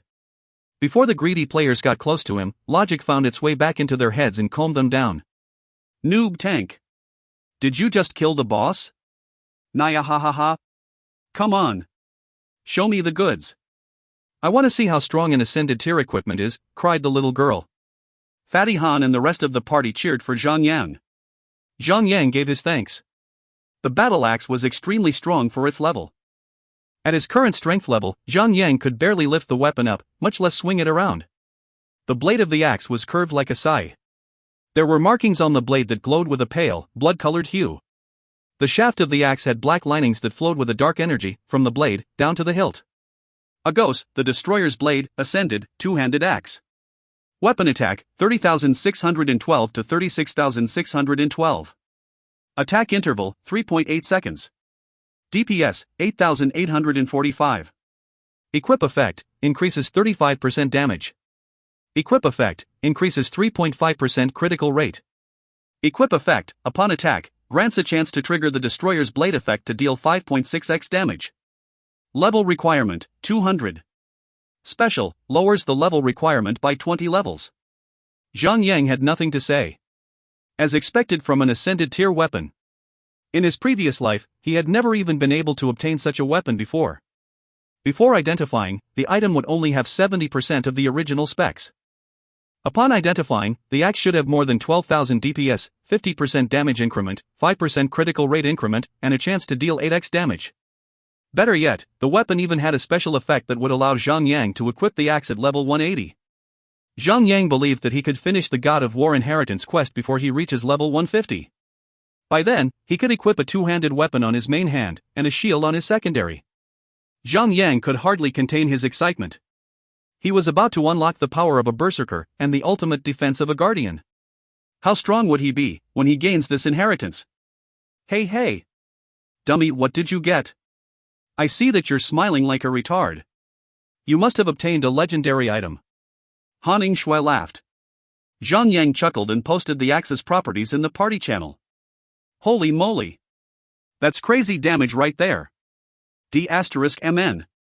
It's more than 30,000 damage in one hit. You plan to behead someone with that? Ha. That's my weapon. Good job. Since you can't really use it, this young lady shall take it off your hands. Everyone was enjoying themselves, chattering about the equipment prowess. Not far from where they gathered, players noticed Zhang Yang had already picked one equipment out of the loot. Greed had managed to find its way back into their hearts as the players roared and charged towards Zhang Yang. Insolent! Serena roared and swung her sword around. The green dragon appeared, and swept all players off their feet, instantly killing them. Just then, they remembered that this very NPC had just killed Malkinder with relative ease. She was much stronger than Malkinder ever was. How could they, mere players, be her opponents? In an instant, no other players dared to charge forward. Some of them had a plan. Mentally planning their assault, hoping that Serena would eventually leave Zhang Yang alone at some point in time. That would be their cue to kill Zhang Yang and get his equipment. Zhang Yang glared around and continued to pick up the last piece of drop on the floor. Milkmaid Deity Inheritance Fragment Piece, Inheritance Class, S. Description: collect 10 fragment of Milkmaid Deity Inheritance Fragment to form a complete Milkmaid Deity Inheritance keepsake. You can initiate the inheritance quest for Milkmaid Deity. You will obtain the inheritance, Milkmaid Deity, upon clearing the quest line. You will gain skills of your related class and skills of Milkmaid Deity. All inheritance fragments will resonate with each other, and if you are killed while carrying an inheritance fragment in your inventory, the inheritance fragment will drop at a 100% rate. All inheritance fragments can only be stored in a player's inventory. Special requirement: Milkmaid Deity Inheritance Quest can only be taken by Priest class. Ho! S-class inheritance fragment. So is this how you get it? According to Zhang Yang's knowledge, there were only 5 S-class inheritances in his past life. The warrior class, God of War inheritance, was taken by a North America player. The knight class, God of Holy Knights inheritance, was taken by a European player. The hunter class, Shadow Striker, fell into the hands of an India player. The thief class, Shadow Dancer inheritance, went to Sun Xinu, and the spellcaster inheritance, God or Arcane Magic inheritance, was taken by a player from the Japan-Korea region. As for the 6th inheritance, the priest class S-class inheritance, was never found. The developers of the game had never revealed the method of obtaining it. No one knew the method of obtaining the inheritance, much less even the name of it. Now, the mystery had been solved. The priest class S-class inheritance was called Milkmaid Deity. Zhang Yang frowned. Which bugger was the person who was in charge of naming the inheritances? S-class inheritances are such a big deal that once obtained, the player will be wearing the title like a crown. Who in their right mind would want to have a tag named Milkmaid Deity? Translator note: the original name of Milkmaid Deity was, which literally translates to milk, cow, god. In Mandarin, or China's Mandarin, also means babysitting or supporting. The term is used to dub healers. Initially, we planned on using God of Heavy Support, or other names that carry the meaning of support. However, there would, of course, be jokes about Han Shui having more milk to heal, which brings us back to square one. In the end, we figured that the most suitable translation would be Milkmaid Deity. If you find any errors, ads pop up, ads redirect, broken links, non-standard content, etc., please let us know. Report chapter so we can fix it as soon as possible. Chapter 485, Milkmaid Deity. Chapter 485, Milkmaid Deity. Translator, Endless Fantasy Translation Editor, Endless Fantasy Translation. Zhang Yang fiddled with the inheritance fragment and thought of the God of War inheritance. In his previous life, the blabbering North America player had publicly announced the method of obtaining the first fragment of the God of War. As long as you get your hands on the first piece of the inheritance fragment, the system will automatically lead you to the next fragment, either through quests or other means when a player enters the map that has a piece of the inheritance fragment. It was made easy for players to collect all other inheritance fragments. Hence, as long as players get the first one, the rest of the inheritance fragments would be easy to collect over time. The first piece of the God of War inheritance fragment was not obtained by quest nor a boss drop. It was found deep inside a cave. It was as easy as finding a cave. The problem, however, was getting into the cave. Zhang Yang noticed that something was wrong when he obtained the fragment. The first thought was that the system must have watered down the difficulty. The only inheritance fragments that could be obtained bosses were lower class inheritances. For example, the Monk of Flame inheritance fragment. The inheritance required only 4 pieces. Zhang Yang could have easily obtained them by killing more bosses. Z-class inheritance quests were fairly easy to complete. The inheritance quest would require players to run a few errands or fight a few medium difficulty bosses. It was only a matter of time and effort when it comes to obtaining lower class inheritances. High-level inheritances do not behave the same way. For example, Zhang Yang's inheritance in his past life was the King Kong inheritance. All 8 inheritance fragment pieces were obtained through all sorts of methods, such as quest rewards or treasure chests. None of it was obtained from a boss drop. Quest rewards that were based on inheritance fragment were fair on average, however, those fragments that were obtained from treasure chests were a hassle. The system would only provide a vague description of the fragments' locations. Players would have to search every nook and cranny of every corner of the location that the system provides. Zhang Yang had taken over half a month, real-time, searching the entire valley for the 6th piece of his fragment. Half a god d*med month. Whether the system has watered down the difficulty or not, an S-class inheritance is something that only 6 persons in the world can own. Zhang Yang posted the S-class inheritance fragment to the party channel, and everyone was thrown off their feet. Milkmaid, deity? In truth, they were more confused than amazed. Sis. I think you might actually be the milk cow, not the milkmaid, if you get this inheritance, laughed the little girl as she rolled about, clutching her stomach. Han Shui snorted. She thrust out her chest proudly and said, "How could you compare such beautiful features to the likes of a cow? I'll be d*Ned. That's an S-class inheritance. Just how strong would a person be, once they obtain that?" Curious and intrigued, no one in this world had yet to obtain the first inheritance. No one knew to what extent does the strength of the inheritance stretch. However, there was without a doubt that the inheritance fragment would go to Han Shui. Milkmaid deity, the name of the inheritance was obviously directed towards healing and supporting. Since Han Shui already has massive boobies, would her cup size increase from D to E after? After the battle ended, Zhang Yang followed Serena and entered the Emerald Kingdom. The new queen circled around the main cities, followed closely by the large army behind her. After demonstrating her powers to the citizens of Emerald Kingdom, she quickly gained support from the NPC citizens and successfully assimilated the kingdom. No NPCs seemed to protest. This was how the developers of the game had envisioned a hostile takeover, apparently. Since PvP in the main city is disabled, Zhang Yang had no fear of getting jumped on. He bade farewell to Serena and joined Han Shui and everyone else at the White Jade Kingdom to spend his merit points. Zhang Yang had a total of 200,000 and more merit points and was completely clueless at how to spend them all. The merchant sold a total of 7 Guardian-specific equipment that were respectively meant for the head, body, hands, leg, foot, primary and secondary weapon slot. All of them were level 100 Violet Platinum tier. Even though every individual piece was stronger than his current equipment, he was wearing a set equipment. In the end, the effect of the Titan armor set was much stronger. The only slot worth changing was his weapon. However, the Sword of Purging Devourer had yet to be fully unsealed. Furthermore, the sword was just too strong to give up on, for a random weapon that only has a 2.5 seconds attack interval. It was not exceptionally strong, thus it wasn't worth the change. Even though the equipment offered by the merit points merchant were strong, none of them were worth buying. Zhang Yang had absolutely zero desire of purchasing them. Other items, such as the level 4 vitality potion, was not worth it as well. Zhang Yang was an alchemist. He could make potions and create transmuted great potions. The potions that the merchant was selling did not have any transmutations, hence, potions were out of the picture. Lastly, at the end of the item page were the level 4 gemstone. He had over 200,000 merit points. Each level 4 gemstone would cost 2,000 merit points. That means he could buy at least 100 pieces. There were only 11 sockets for one character's total equipment. How could he use all 100 gemstones?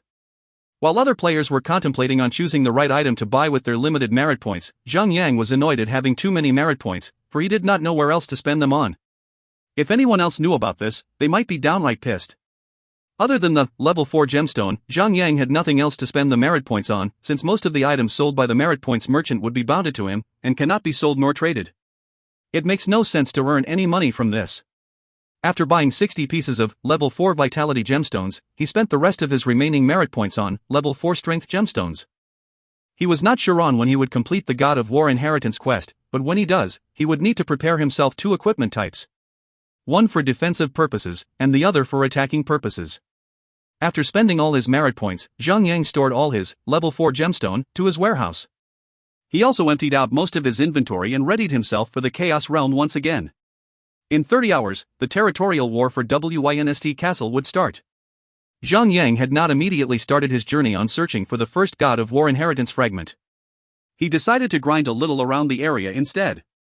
Without much time, Zhang Yang was teleported to Winst Castle and had waited aimlessly for 3 hours, till he obtained the territory with no effort. After he gained ownership of the castle, Zhang Yang wanted to modify part of the castle for a change. Since the territory was part of the Japan-Korea region, and their entrance gate to the Chaos Realm, players will force themselves into the town if they did not possess any flying mounts. That, or, they would forever be stuck in the small region outside the Chaos Realm. It was a predictable scene. When players of Japan-Korea region find out their gateway to the Chaos Realm occupied by others, they would be enraged, and would initiate an all-out round-the-clock war. That is why, Winst Castle has to be fortified to prevent the downfall of the castle, or it should at least provide a major inconvenience to them. Of course, it would be impossible to rely on a single castle to block all players from Japan-Korea region. Unless Zhang Yang manages to gather all players from China to join his fight in keeping them back. Zhang Yang wanted to capture the territory simply to annoy the players there. He wanted to slow their progress down a little, and deny them their teleportation points, making them take the long route each time they had to travel to the Chaos Realm. Regardless of their methods, the territory would most likely spend more of its time smoking and on fire, than standing with the regality of a territory. Still, without a territory conquest order, no one could claim the territory. They could force their way through and damage the territory as much as they could, but the players from Japan-Korea region would never be able to use the teleportation points. However, even if someone were able to get their hands on a territory conquest order, the fight would be between 2 guilds. In a guild versus guild fight, Zhang Yang and his lone desert smoke would never lose to anyone. Corner someone to a wall, and they would have nothing to move but front.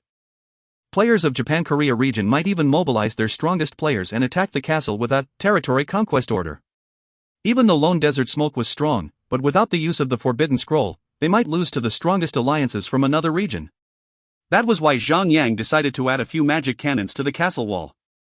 After one comes another, and just when the Emerald Kingdom was taken down by White Jade Kingdom, Serena had started another kingdom war with the next kingdom, the Black Dragon Kingdom. Similar to the war from before, players could earn merit points by killing NPC troops or enemy players.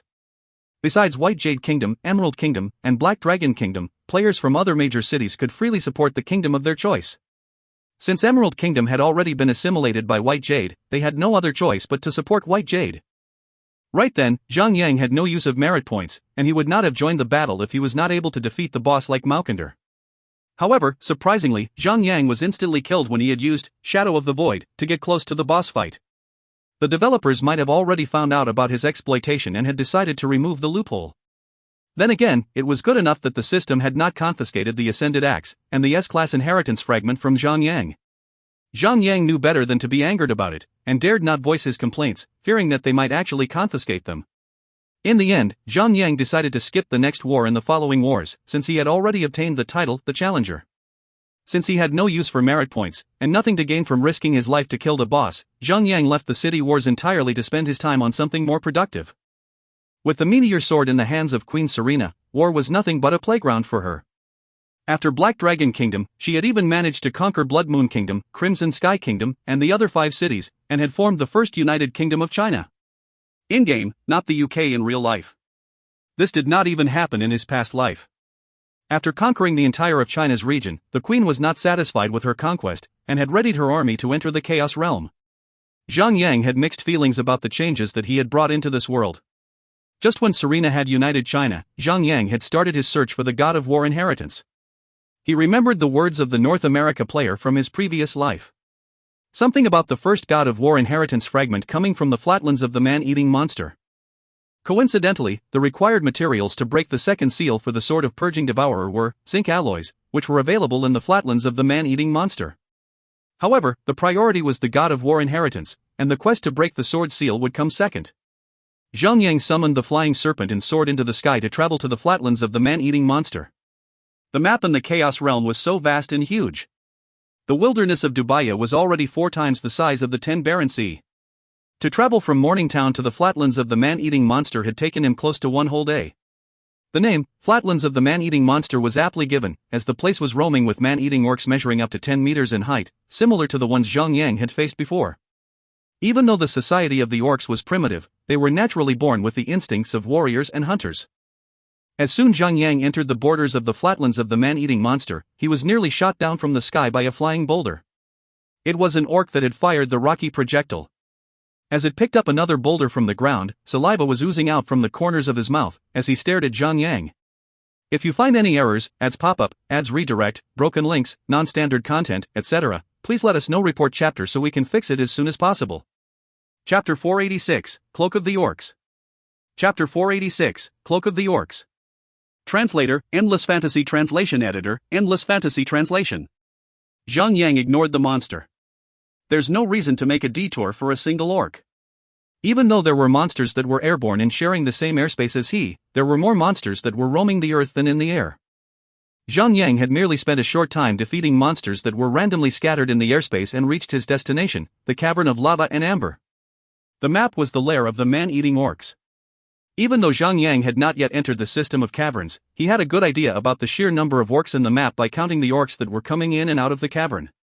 Molten Man-Eating Orc, Elite, Humanoid. Level, 125.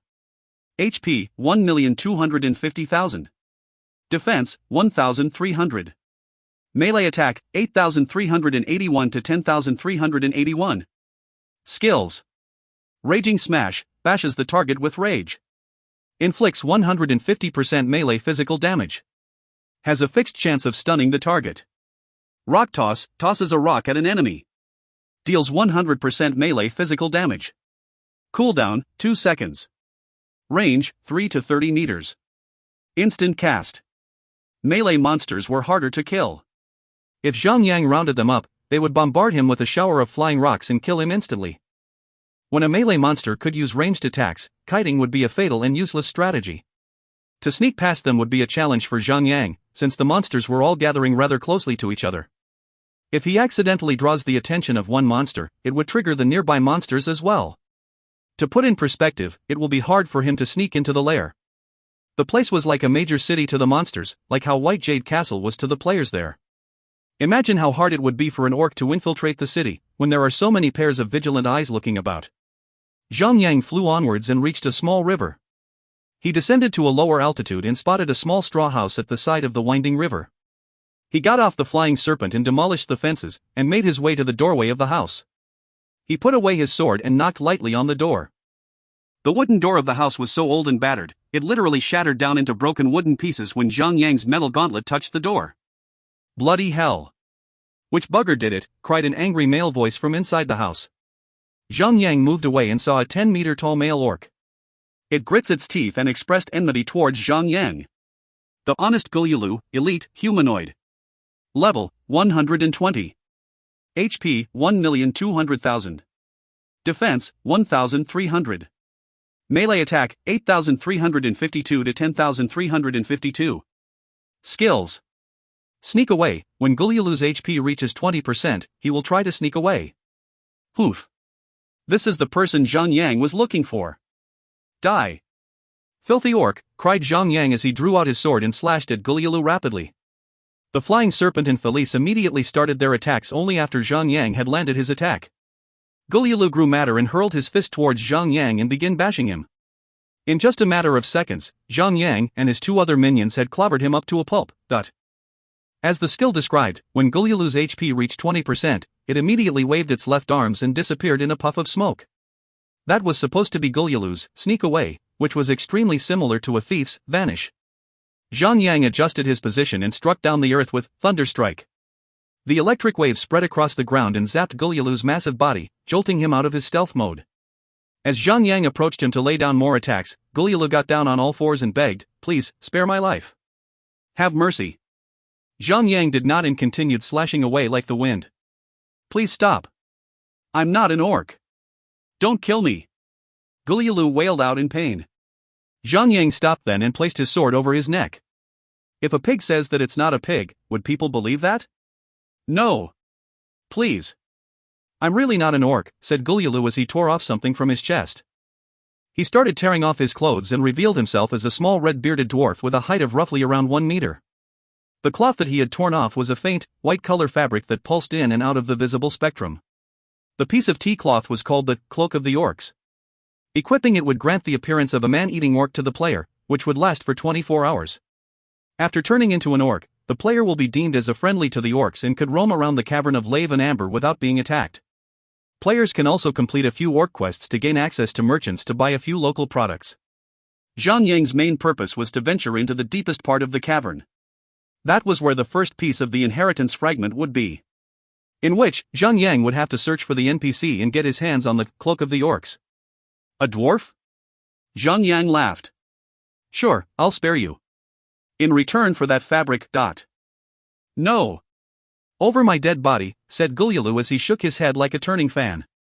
"I have spent my entire fortune for this cloak. I'd die before I surrender this." Even though the NPC's name contained the word honest, it was bracketed with double quotation marks. Zhang Yang had encountered this NPC in the past and knew very well how honest he really is. Zhang Yang remained cool and said, "That's fine by me. I'll kill you first, and pry the cloak off your dead fingers." Gulyalu blinked rapidly and quickly went on all fours again when he saw Zhang Yang drawing out his sword. "Please. Wait. How about I tell you a secret? This cloak has a time limit to it. Even if I give it to you, you would not make full use of it. However, if you really need it, I can make one for you if you bring me the necessary items." Ding. "The honest Gulyalu has a quest for you, making the Cloak of the Orcs. Will you accept it? Since it was not possible to take the cloak from the dwarf, Zhang Yang had no choice but to accept it. Zhang Yang nodded and accepted the quest request. Making the Cloak of the Orcs, difficulty level, C. Description: Gulyalu has agreed to make you a Cloak of the Orcs in exchange for his life. Gather the following materials: 1000x, inscribed cloth. You can obtain inscribed cloth from any humanoid monsters above level 90, 20x, magic dye, purchase from Ankar, the traveling merchant, 5x, psychedelic deer fur, obtainable from killing and skinning an adolescent psychedelic deer. Psychedelic deers are roaming in the west of the Psychedelic Valley. Progress: inscribed cloth 128/1000 magic dye 0/20 psychedelic deer fur 0/5. Quest reward: Cloak of the Orcs X1. Cloak of the Orcs, tool. Use, transforms you into a man-eating orc. Gulyalu is terrible at such handiwork, but it is believed that the cloak he makes would be able to fool the dumb orcs. However, be wary of the Iron Fang's white wolf, for their sensitive noses could easily snuff out intruders. Leave requirement, 100. Binds upon acquisition. Among the 3 types of material needed, the inscribed cloth was the highest in quantity. However, it was also the most easily obtainable material. You could easily farm the cloth from any humanoid monsters around. The toughest one was the magic dye. Even though it could be bought with gold coins, the traveling merchant was always traveling. There was no fixed position to locate the bugger, and it would take some time to track him down. In his previous life, there was one player who was too free and had nothing to do, and decided to follow the NPC around. He then charged players for 1 gold coin for the location of the traveling merchant. It was extremely cheap, so that player had amassed millions of gold coins in the time span of 2 years. Since Ankar was always hard to track down, a player would not mind paying such a small sum of gold to get his precise location. Even with the flying mount, Zhang Yang would need to fly around the map to search for that one single NPC. It was difficult, for if he flew too high, the ground would not be visible, but if he flew too low, the scope of his vision would be narrowed. It could not be helped, for the sake of the God of War inheritance, Zhang Yang would have to search every nook and cranny to find that traveling bugger. Zhang Yang hopped atop the flying serpent and left Gulyalu's straw house. Even though Ankar was constantly traveling, he had a few fixed routes. In the massive map, there are 4 long pathways for him to travel by. If players have a flying mount, they could circle over the pathway and find the NPC from the high altitude. The idea was simple enough, but the time taken was another matter. Zhang Yang had taken more than 2 whole days of in-game time to finally find Ankar. When he saw the NPC, he wanted to take out his sword and dismember his legs so that he would not be traveling anymore. Zhang Yang descended and jumped down from the air, and landed down next to the merchant. Traveling merchant. May I have a look at your goods? You have good eyes. What do you need? I have the nude shots of Duchess Fisher. I even have the video recording of the elven priestess Phoebe Moonwalker's bathing scene. Worry not, for all of the imagery is recorded with the highest grade crystal ball. I promise Ultra HD quality pictures. Fret not of any mosaic censorship, my friend. Ankar was a male human adult, aged roughly around 30. He had a face full of untrimmed beard and messy hair. After his introductory speech, the man unpacked his cloth baggage and displayed a variety of items on the ground. Zhang Yang winced. Looks like Messick is not the only perverted NPC in the game, after all. Zhang Yang browsed the item menu and found the magic dye that he needed. Each bottle cost only 5 gold coins. Zhang Yang had spent 100 gold coins to buy 20 bottles to meet the quest requirement. Even though it was not much of a burden to his wallet, it was a massive blow to his psychological state of mind. The magic dye was bound to Zhang Yang upon his purchase, which meant that only the player who bought the item could use it. No wonder the player could make a living from selling the location of the traveling merchant. Anyone could have earned the same amount of money if they could just buy the merchant's wares in bulk and sell them in major cities. Zhang Yang had bought a total of 100 bottles, instead of 20, for insurance. 100 bottles could make a total of 5, Cloak of the Orcs. Since the caverns of lave and amber was huge to begin with, Zhang Yang might take a long time to search the entire system of tunnels in the cavern. It's better to be safe and sorry. Who knows how long Zhang Yang might take to search the fragment of the God of War inheritance. If he had only 1 or 2, Cloak of the Orcs, and had used them all, and still failed to find the fragment, he might have to spend another 2 days just to search for the freaking traveling merchant. Zhang Yang kept the 100 bottles of magic dye and flew away, all the time holding back the massive urge to slice off the merchant's legs. Next, Zhang Yang traveled west for his next objective, the fur of the psychedelic deer. Yo! Wanna check out the latest work of Master Chen, the great god of trend? Buy a copy of A Crazy Night with Chihu Zent. Live your life the fullest, bro, cried Ankar from the ground. If you find any errors, ads pop up, ads redirect, broken links, non-standard content, etc., please let us know. Report chapter so we can fix it as soon as possible. Chapter 487, Boy? Or Girl? Chapter 487, Boy? Or Girl? Translator, Endless Fantasy Translation Editor, Endless Fantasy Translation. After flying for half an hour, Zhang Yang arrived at the airspace of the Psychedelic Valley. He then descended down towards the Earth's surface and found himself in the middle of a beautiful flourishing valley that was filled with life. The rivers were clean, the trees were growing thickly in the forest, and the animals were thriving. There were even rabbits among other small critters, playing around in a small flower bush. It was like Eden. However, even in the most peaceful of environments, danger could exist in many ways. Just when one of the little rabbit was happy hopping around a tree, the root shot out and grabbed the little rabbit. The tree's trunk cracked open a mouth and swallowed it whole. Felice was a young, growing girl. She was attracted to small cute animal, just like any other girl around. As she was happily following the rabbit, she was heavily startled by the tree's action. The little girl was not a calm little girl. She immediately morphed into her dragonhawk form and blasted the tree with her fire missile. The carnivorous tree was hidden all too well in plain sight. Before it attacked, Zhang Yang had not noticed it at all. Normally, if an entity is a monster, a name tag would be placed on its character. This carnivorous tree looked and behaved just like every other harmless tree in the forest. The system would reveal the name tag only when the carnivorous tree starts to attack. Psychedelic carnivorous tree, normal, elemental being. Level, 125. HP, 19,400. Defense, 100. Melee attack, 5,598 to 6,598. Skills.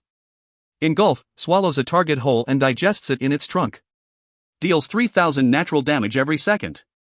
Lasts for 3 seconds. When the skill is in effect, the target will be immobilized and cannot engage in any movement. Instant cast. Range, melee range. Tree bark, immune to all natural type damage. Pew. Felice blasted the tree for 20,122 fire damage, which had immolated the entire tree, causing it to be killed in one shot.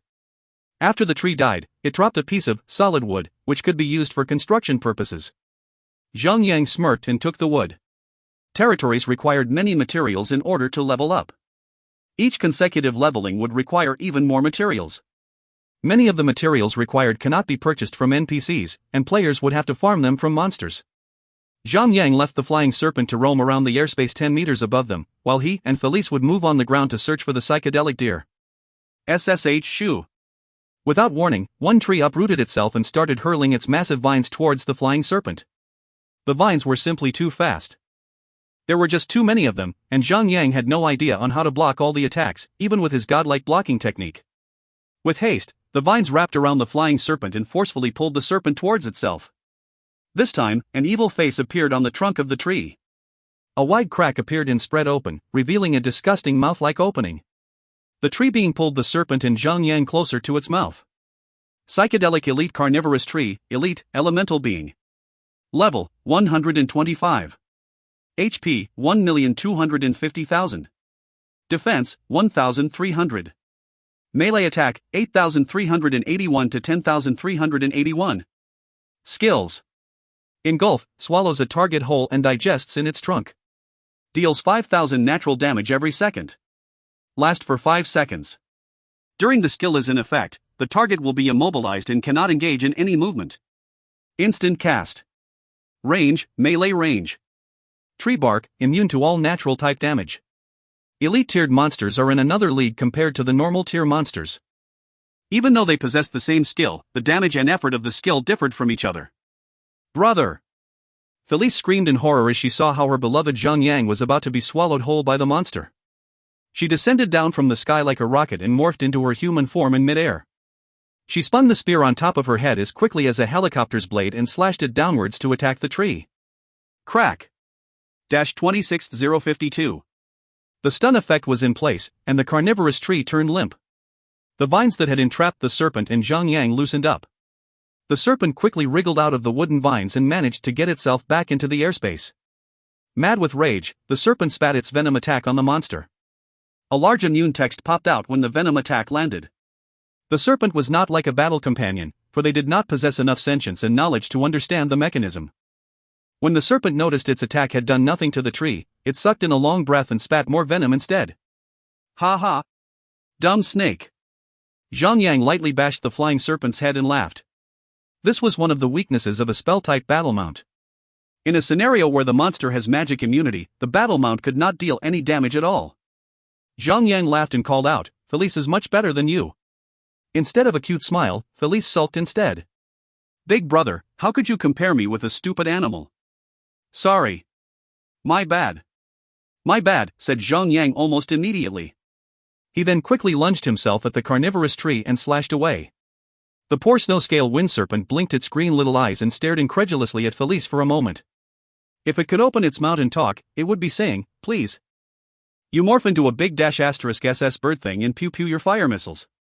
You are spitting red fire while I spit green poison. We're just the same. Who are you calling stupid? You dumb chick." Org. The carnivorous tree groaned and flung out more vines to entrap Zhang Yang.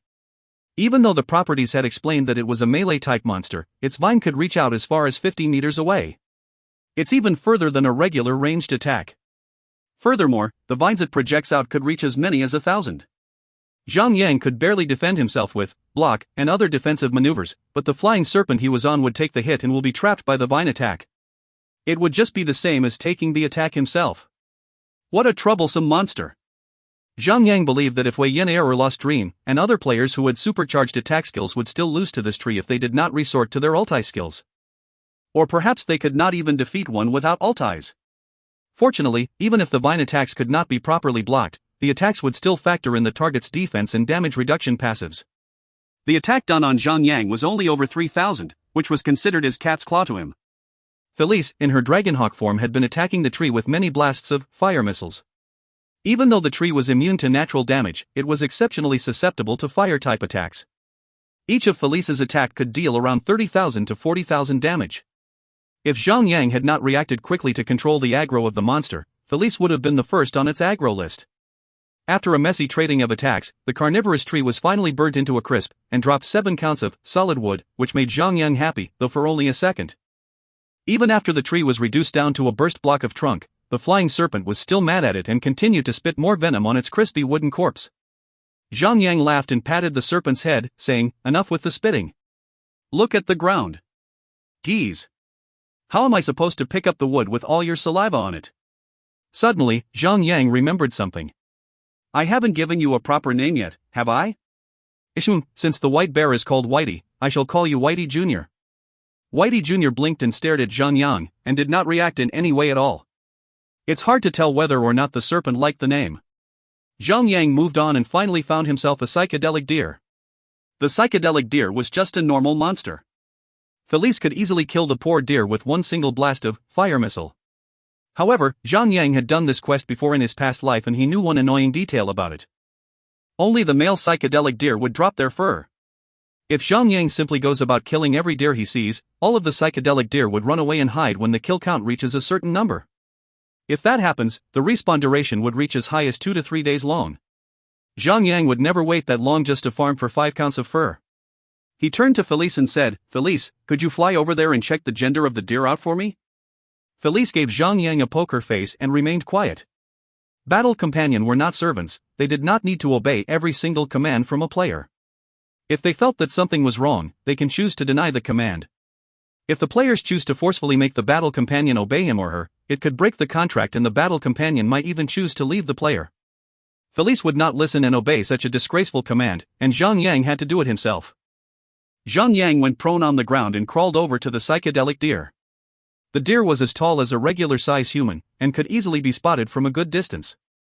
When it heard Zhang Yang crawling over, it whipped its head up and jumped to its hooves to charge towards him. Bump!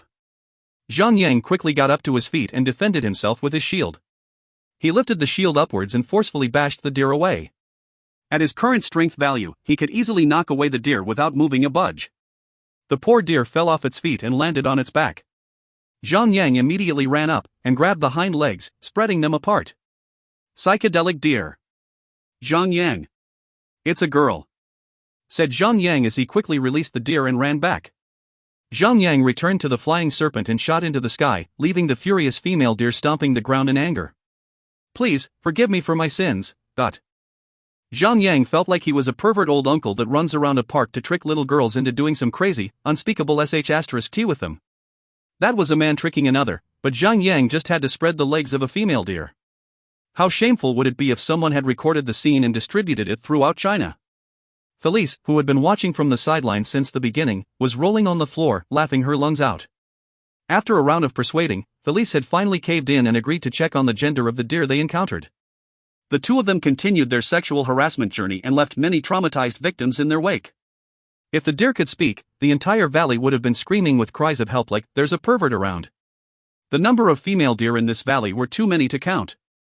30 minutes since their first victim, Zhang Yang had only managed to kill 3 male deer and obtain their fur. From a dirty perspective, those 3 dudes had a sea of hundreds of female doe to copulate.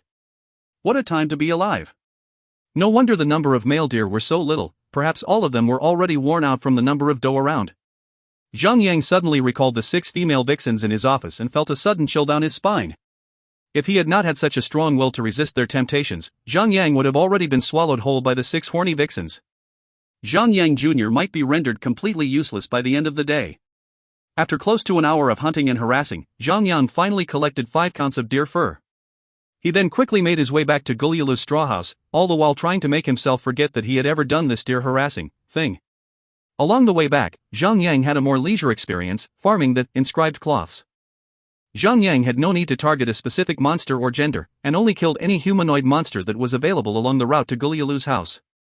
Just halfway through the journey, Zhang Yang had already amassed more than 1,000 inscribed cloth. Zhang Yang zoomed into the air and reached Guliulu's straw house in just 1 hour. Zhang Yang entered the house and found Guliulu tinkering with something on the table. When he saw Zhang Yang entering the room, he quickly grabbed a white cloth on the side and hid it from view hastily. Angry and annoyed, Guliulu stood up and yelled, "Could you at least knock the door?" Zhang Yang shrugged. "What door?" Guliulu sighed heavily. There was a door, but it was already destroyed by Zhang Yang when he first came to his house. Gulielu walked out of his seat and used his body to block the item from Zhang Yang's line of sight. Why are you back so early? Meh. All the things that you asked for? I got them. Zhang Yan unloaded his inventory and placed the items that he had asked for on the table. Not bad, for a human. This is good, this is great. With this, I can finally enter the Gulielu bit his own tongue to stop himself from saying anything more. Pretending that it had not happened, Gulielu examined the items on the table. All right. Leave me alone. I need complete silence to focus on my work, said Gulielu, as he shoved Zhang Yang out of the house. Zhang Yang already knew that the NPC was a big cheater. The materials he gathered was more than enough to make 3 Cloak of the Orcs. The dwarf had cheated him of his materials and had even refused to let Zhang Yang observe the crafting process. Perhaps, he was trying to use the extra materials to do something else. Zhang Yang had merely waited outside the house for a while when Gulielu stomped out and threw a large piece of fabric at Zhang Yang. Take it and leave. Do not let me see you again. I'll have you know that I chipped in my own materials to craft this for you. Ding. You have completed the quest, making the Cloak of the Orcs. Ding. You have obtained an item, Cloak of the Orcs. What a shame that the quest had not given any experience points. The quest was a repeatable quest. As long as a player could hand over the 3 materials in their correct amounts, Gulielu would craft out the Cloak of the Orcs again. However, since the NPC would consume all materials, even if it was enough to make 2 cloaks, the trade had to be precise, or the NPC would silently keep the materials to himself. Zhang Yang rode on the flying serpent and came to the cavern of lave and amber. Zhang Yang put on the Cloak of the Orc, and his character was turned into a huge, 10-meter-tall male orc, wearing only a piece of small loincloth like a Japanese sumo wrestler. Ha ha! Big brother is so shameless, cried Felice as she blushed. Laugh? Ha ha! I'll grab you, said Zhang Yang as he gently lifted Felice and put her on his shoulder. He then paced quickly into the caverns. The form he took just then was extremely huge and heavy. Each of his steps was so heavy that his lightest footsteps already shook the ground. Ho! Food! Good food! Me eat, cried one of the man-earing orcs when it saw Felice on Zhang Yang's shoulder. It rushed towards Zhang Yang with both its hands outstretched. Wham! Zhang Yang greeted the incoming orc with a high-five to his face. The orc was blown off his feet and was sent flying till he smashed strongly, face-first into the cavern wall. Ha ha ha! You funny! He's strong! Ha! The orcs around the cavern laughed barbarically. Among the orcs, it was a culture for them to respect the strong. When they see something they want, they would take it without question. Naturally, if they faced an overpowering foe, they would respect the stronger one and give up. That was why Zhang Yang had wanted to display his strength when one of the orcs wanted to attack him for Felice. The orc that was high-fived to the face sulked angrily and sneaked away with a shameful expression. If you find any errors, ads pop up, ads redirect, broken links, non-standard content, etc., please let us know. Report chapter so we can fix it as soon as possible. Chapter 488, A Vixen Orc? Chapter 488, A Vixen Orc? Translator, Endless Fantasy Translation Editor, Endless Fantasy Translation. His strength clearly demonstrated before every orc present and they submissively made way for him. That was what power could do in the Orcish society. Not politics, not money, but by fists of fury. Whoever who wields the biggest stick shall be treated with utmost respect. As the saying goes, the strong prey on the weak. Zhang Yang ventured into the deepest section of the orc's lair. The cavern of lava and amber was unsurprisingly huge, considering the average height of the orcs, which surpassed 10 meters when standing upright. The ceiling of the cave loomed 40 meters above the ground, providing sufficient space to move in comfort. Despite being in a cave, its interior was well lit with shards of white stalactites that hung down a few inches from the ceiling. The stalactites were filled with glowing white, non-fluorescent liquid, giving off a warm light that was easy on the eyes. Although they did not provide the lighting of modern-day bulbs, Zhang Yang could view his surroundings and walk easily, without the need to squint his eyes. After walking far enough to be out of the range where news of his strength had spread, he was challenged again by random orcs who wanted Felice as his dinner. They would only crumble before Zhang Yang, who found no need to draw his sword. The cavern was ancient and was filled with many mineral deposits around the ground and the walls of the cavern system.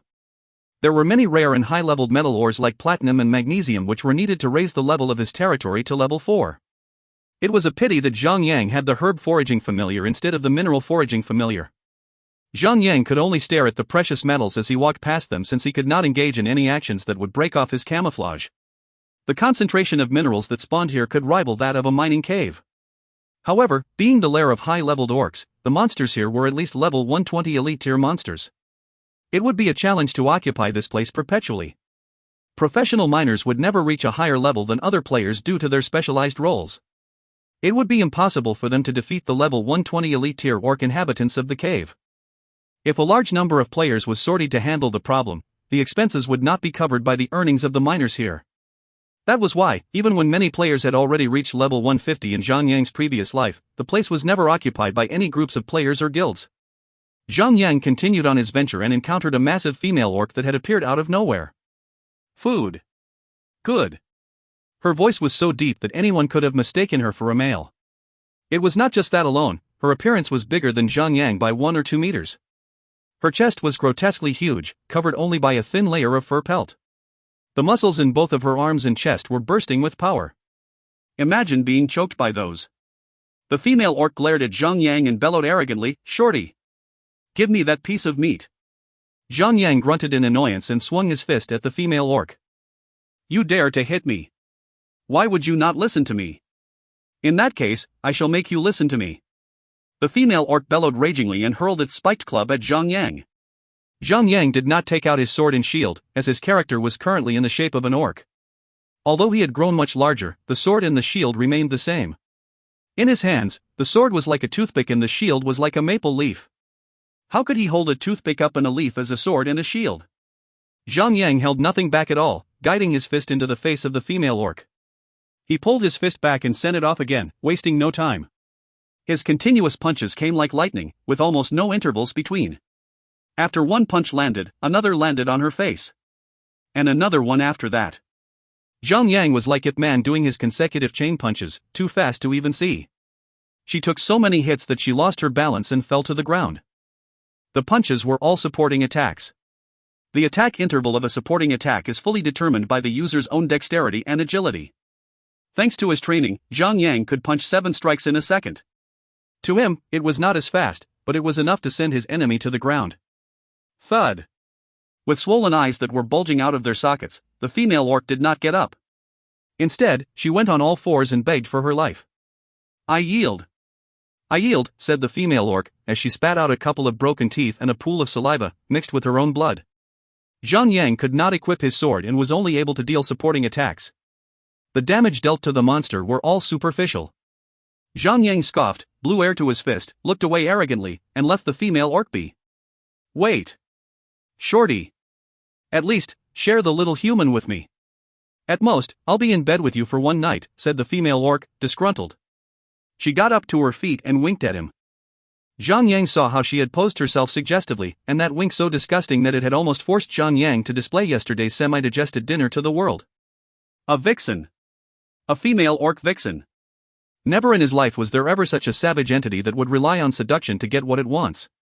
No wonder they say that love is blind. Well, true love, that is.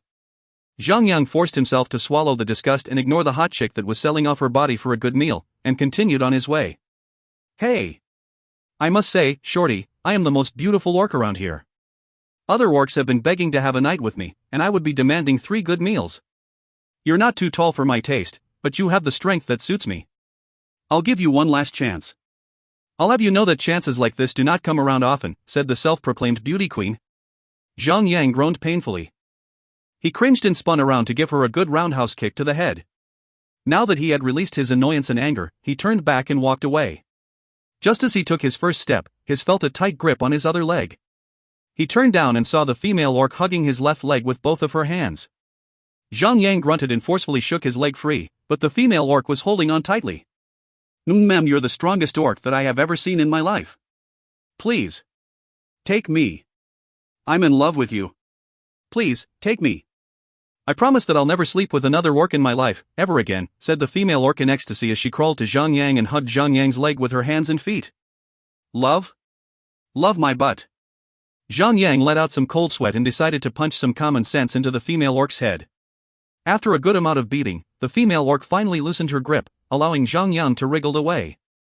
The moment Zhang Yang got back his legs, he jumped to his feet and sprinted like Usain Bolt. Being strong had never been such a nuisance before. Tee-hee. Big Brother is such a captivating man, that no matter what form you take, There will always be girls flocking to you, said Felice smugly. Zhang Yang cringed and frowned. While he was having the time of his life, the little girl had thought that he was an omnipotent god. After shaking off the sex-crazy female orc, Zhang Yang searched around the cavern and went in deeper. After a great deal of searching, Zhang Yang finally stumbled across the aforementioned iron-fanged white wolf. Unlike the green name-tagged orcs around, the iron-fanged white wolf had a red-colored name tag, which meant that they would immediately attack Zhang Yang if he walks into their aggro range.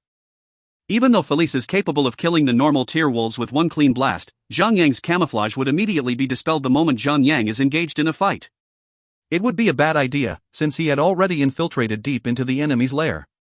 Unless he uses burrow to run away, he would be surrounded by a large number of elite tier orcs and be beaten to death.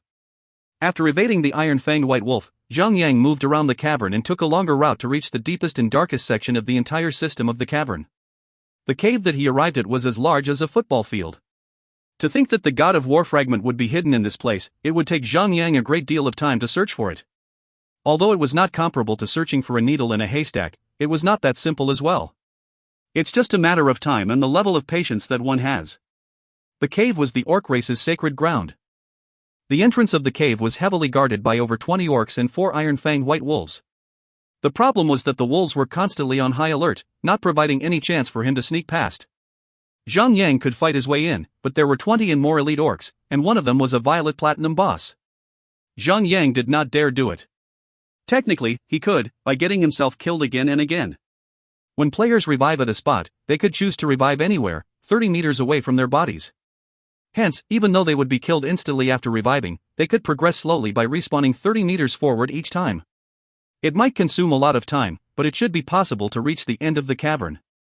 This strategy can only be applied if the place is not a dungeon-based instance. In a proper dungeon, after a player dies, they can only revive at the entrance of the dungeon and would have to run physically to their bodies. Zhang Yang did not need to do anything so tedious, as he had Burrow and Shadow of the Void to sneak past the enemy guards. Since he had no idea on what was hidden in the cave, Zhang Yang decided to use Burrow. Shadow of the Void would remove all living entities in his vision, whereas with Burrow, Zhang Yang could still observe anything above the ground. If there are monsters inside the cave, things could end badly for him. Zhang Yang returned Felice to his inventory and activated Burrow. The ground beneath his feet turned into liquid form, allowing Zhang Yang to sink in like a submarine.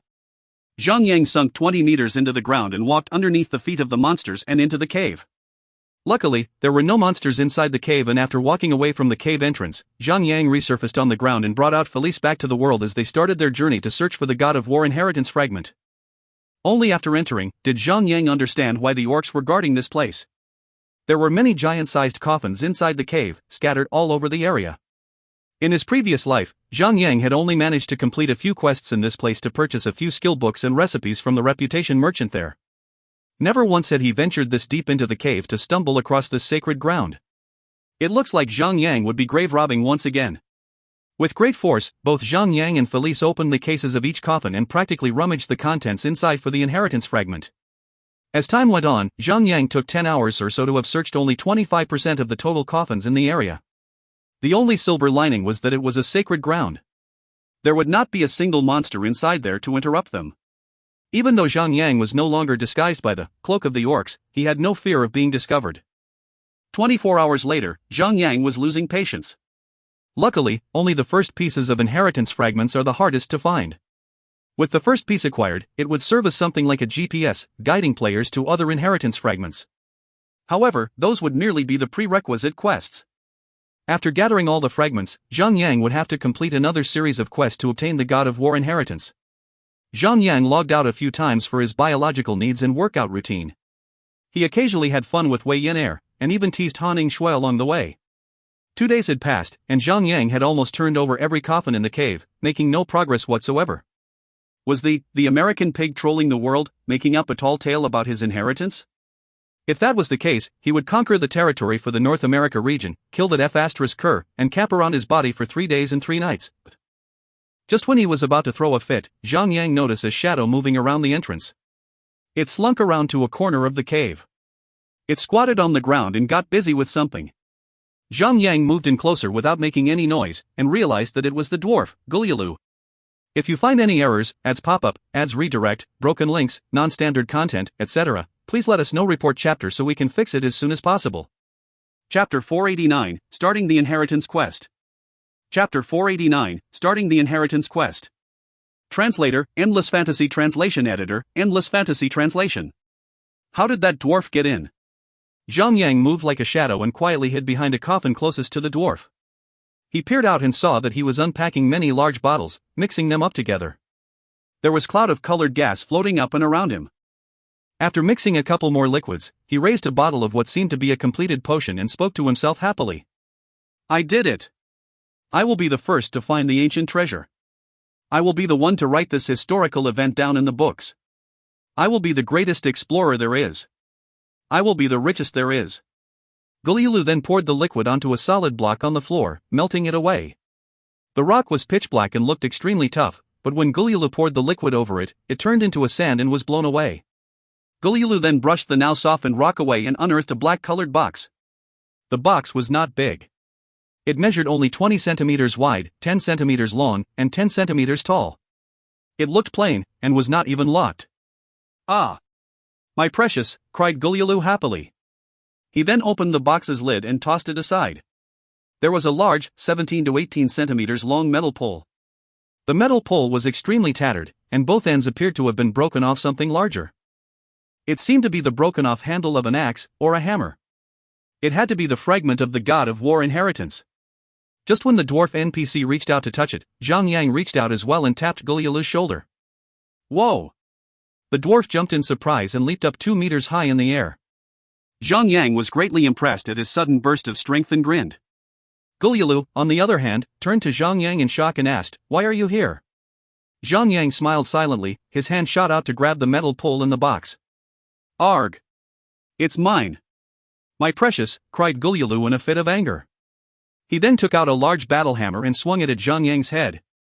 Zhang Yang raised his shield effortlessly and deflected the hammer, knocking it completely off course. Zhang Yang snickered and said, "Dwarf, that thing belongs to no one.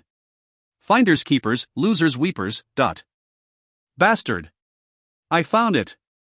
It belongs to me. I have been searching for more than 10 years. I shall have your head," cried Guliulu angrily. Zhang Yang finally understood how things were. The NPC was the guide for the God of War inheritance quest. As long as player waited in the cave long enough, the NPC would appear. As long as the player takes note of such small, slinky actions, they would find the fragment of the God of War inheritance.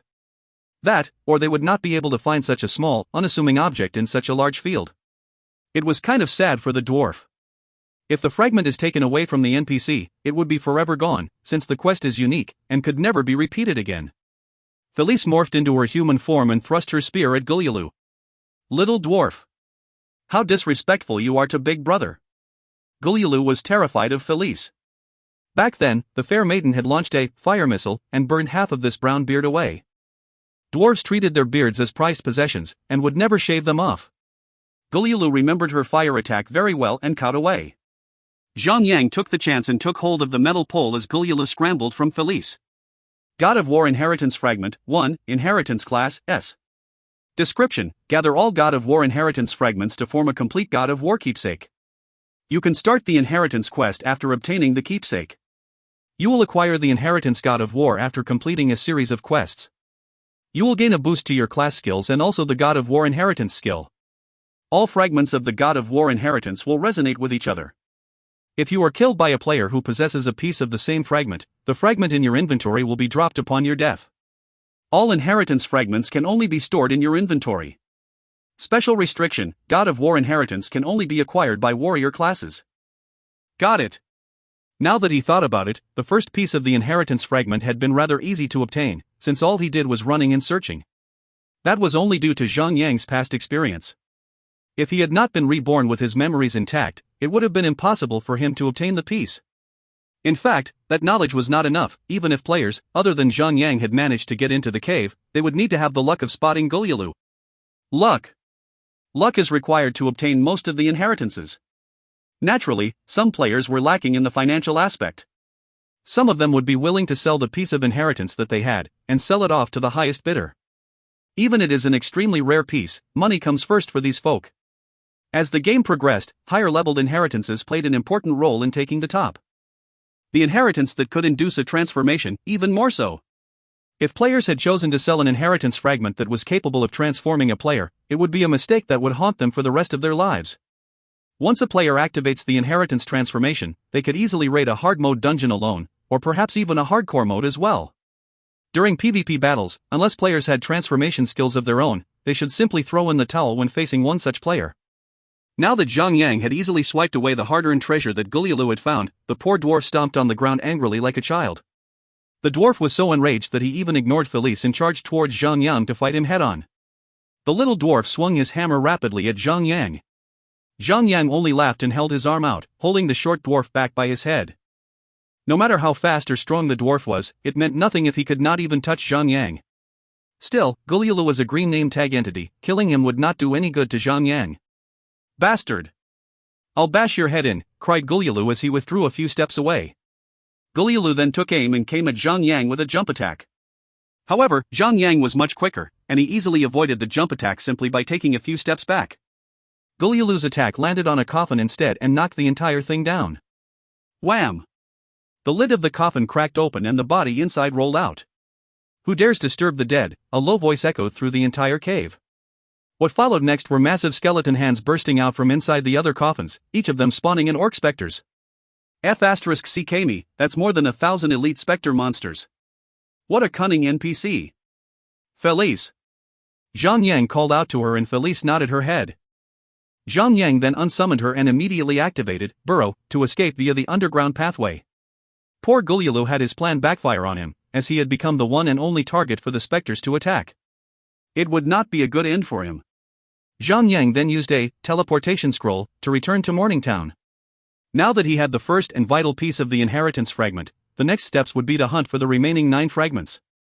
Zhang Yang wanted to complete the inheritance before more players from the Japan-Korea region enters the Chaos Realm. By then, he could transform and kill all the players himself. How awesome would that be? Ha ha! Zhang Yang smirked. Now that he had the first piece, the 9 others should be easier to hunt. Zhang Yang mounted on Whitey Jr. and flew map after map. As long as there is a piece of the God of War inheritance fragment available in the map Zhang Yang arrives in, the system would automatically notify Zhang Yang about it. Most of the inheritance fragments should be included in a quest. They could be hidden in plain sight, or stashed in the most obscure of places. When Zhang Yang holds the first piece of the God of War inheritance fragment near another fragment, both fragments would glow and produce a bright light, which would show the position of the fragment. The fragment pieces are not dropped by monsters in the first place. They were merely hidden away in random places that had many monsters guarding them. Before actually hunting them, Zhang Yang would have to kill his way around to make sure that the place was safe. The God of War inheritance fragments were all over the place. They were deep in a valley, sometimes buried deep in a snow pile, buried on the side of a steep cliff, buried deep in the desert, and the last piece was in a pot, deep in the ocean. There was even a level 135 mythical tier shark boss guarding it, but Zhang Yang got Felice to lure the boss away, and he rode the mythical turtle to swim towards the pot to get the inheritance fragment. The pot was buried in the seabed, and it took quite some time to retrieve the last piece of the inheritance fragment. Zhang Yang unsummoned both the mythical turtle and Felice, before leaving the battlefield with Shadow of the Void. Zhang Yang arrived at a safe location and quickly teleported to Morningtown. His hands trembling with excitement, Zhang Yang assembled all the fragment pieces together with extreme care. As the last piece fell in place, a bright radiant glow burst out, and all of the fragment pieces fused together, as if they were being welded together. The fragment pieces formed a long battle axe, shining with an intense radiance. Zhang Yang picked up the hammer and found that it was unexpectedly easy to lift. Zhang Yang took the axe up and carefully examined the axe. All of the fragments had magically welded together. The surface of the axe was so smooth, and there were no traces of any cracks. God of War Inheritance Keepsake, Quest Item. Use, initiates the God of War Inheritance Quest. Class requirement, Warrior. Level requirement, 100. Without hesitating, Zhang Yang initiated the quest. The axe glowed brightly, and the light entered his body as it surrounded him like an ethereal spirit. Ding! You have initiated the God of War Inheritance. This is a series of quests. When you have completed all the quests, you will obtain the God of War Inheritance. Ding! You have accepted a quest, the Search for Mecha. The Search for Mecha, difficulty level, D. Description: after gruesome hours of searching, you have collected all 10 pieces of the inheritance fragments and formed an ancient axe. Based on your inexperienced knowledge of history, you have failed to determine the origin of the axe. However, you have heard of an old warrior named Mecha. With the man's vast experience with weapons, he might be able to tell you something. Mecha is currently residing at the Shahada Lake of the Dayu Rainforest. What are you waiting for? Get to it, quickly. Completion, find Mecha and ask him of the axe's origin 0/1. More running around again. Zhang Yang sighed heavily. However, it was a good thing, as he was the first player in the entire world to start an inheritance quest. Perhaps, if word gets out that he is the first to obtain an inheritance, people will start going crazy. Nobody but Zhang Yang was in the Chaos Realm, and nobody else had ever laid eyes upon an inheritance fragment. For him to acquire a complete set of an S-tiered inheritance would be too much for them. Zhang Yang should be looking out for flying slippers coming his way. Zhang Yang summoned Whitey Jr. and shot to the sky towards the Dayu Rainforest. The poor flying serpent was pushed to the limits as Zhang Yang flew nonstop for several hours.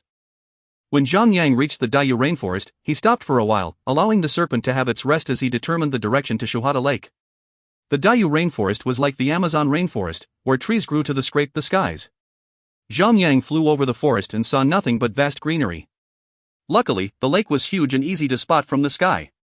Since Zhang Yang had some recollections of the place from his past life, he had only taken another 10 minutes prior to the previous rest and arrived at his destination, the Shahada Lake.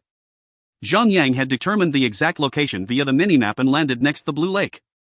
The flying serpent was so exhausted that it lay flat on the ground and refused to move. Even when Felice tried to growl at it, the flying serpent did not budge. Since flying mounts were more suitable for long-distance travel, Zhang Yang unsummoned the flying serpent and summoned the bear for a change. He rode the bear around the lake and begun his search for the NPC called Mecha. If you find any errors, ads pop up, ads redirect, broken links, non-standard content, etc., please let us know. Report chapter so we can fix it as soon as possible. Chapter 490, Mecha. Chapter 490, Mecha. Translator, Endless Fantasy Translation Editor, Endless Fantasy Translation. Mecha was not difficult to spot. In no time at all, Zhang Yang had already found a small hut by the lake. There was a vegetation farm next to the hut. A middle-aged man was in the midst of it, watering the plants. The man was sloppily dressed in tattered cloth linen clothes.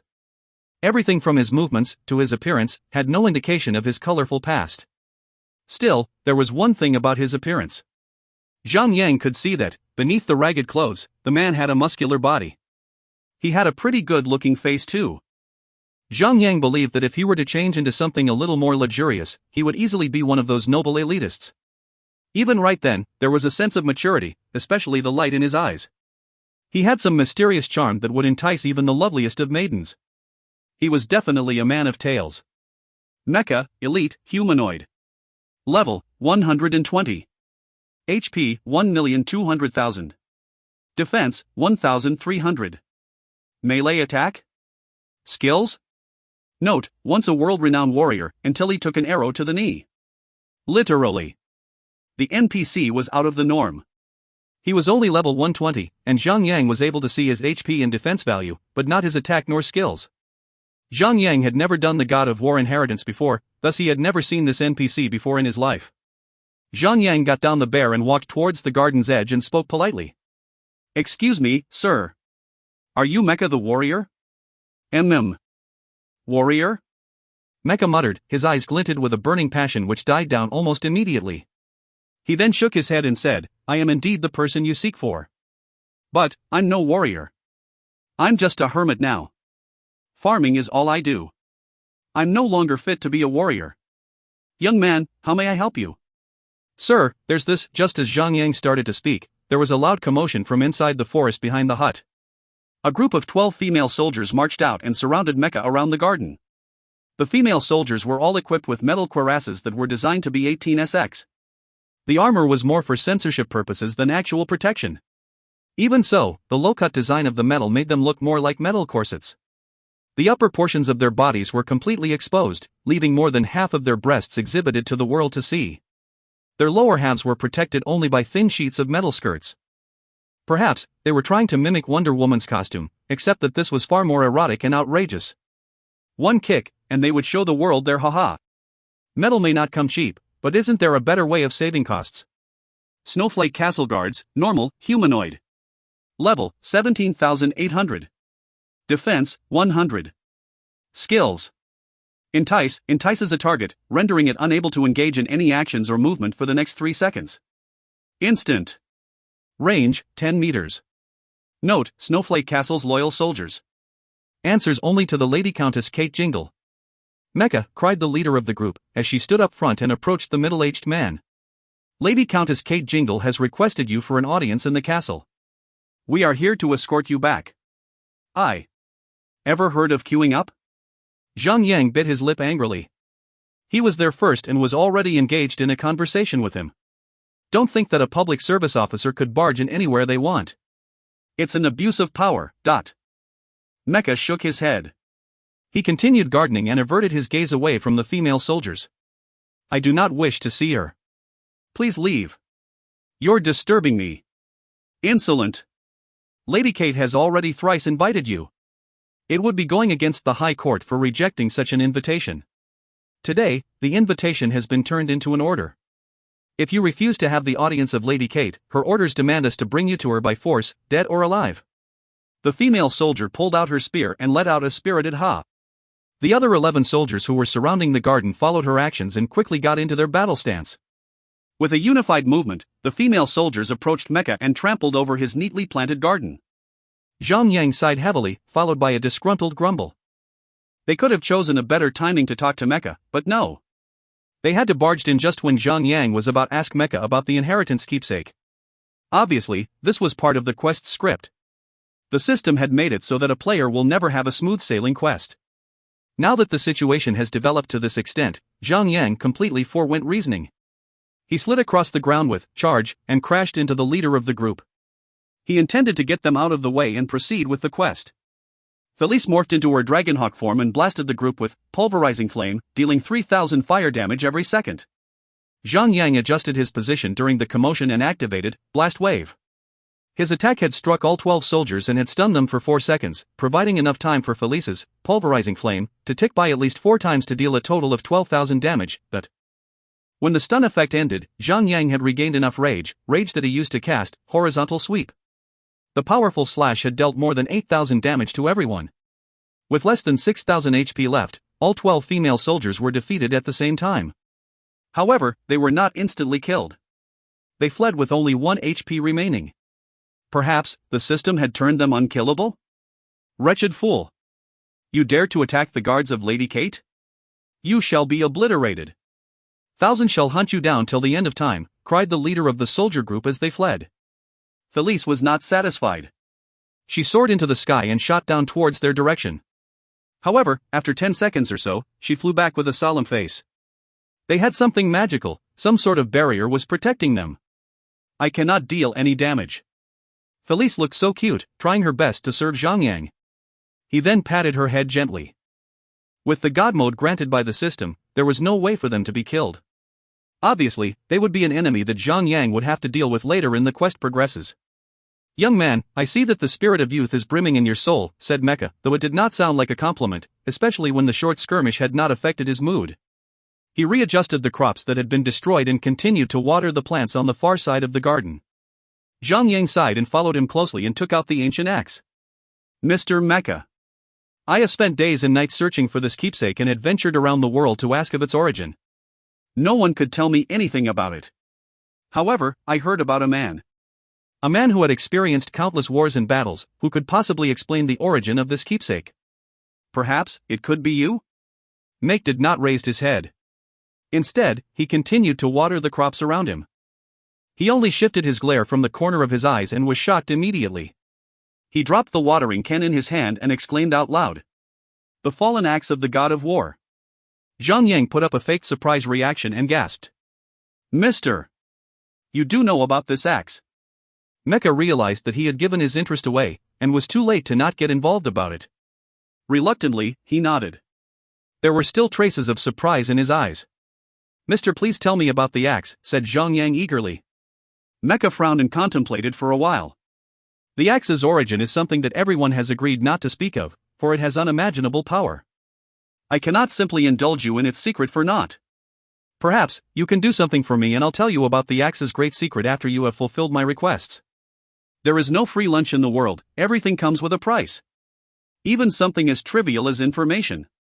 Zhang Yang nodded his head and asked. I'm honored. If you have any last wishes, I'll be more than happy to grant them for you.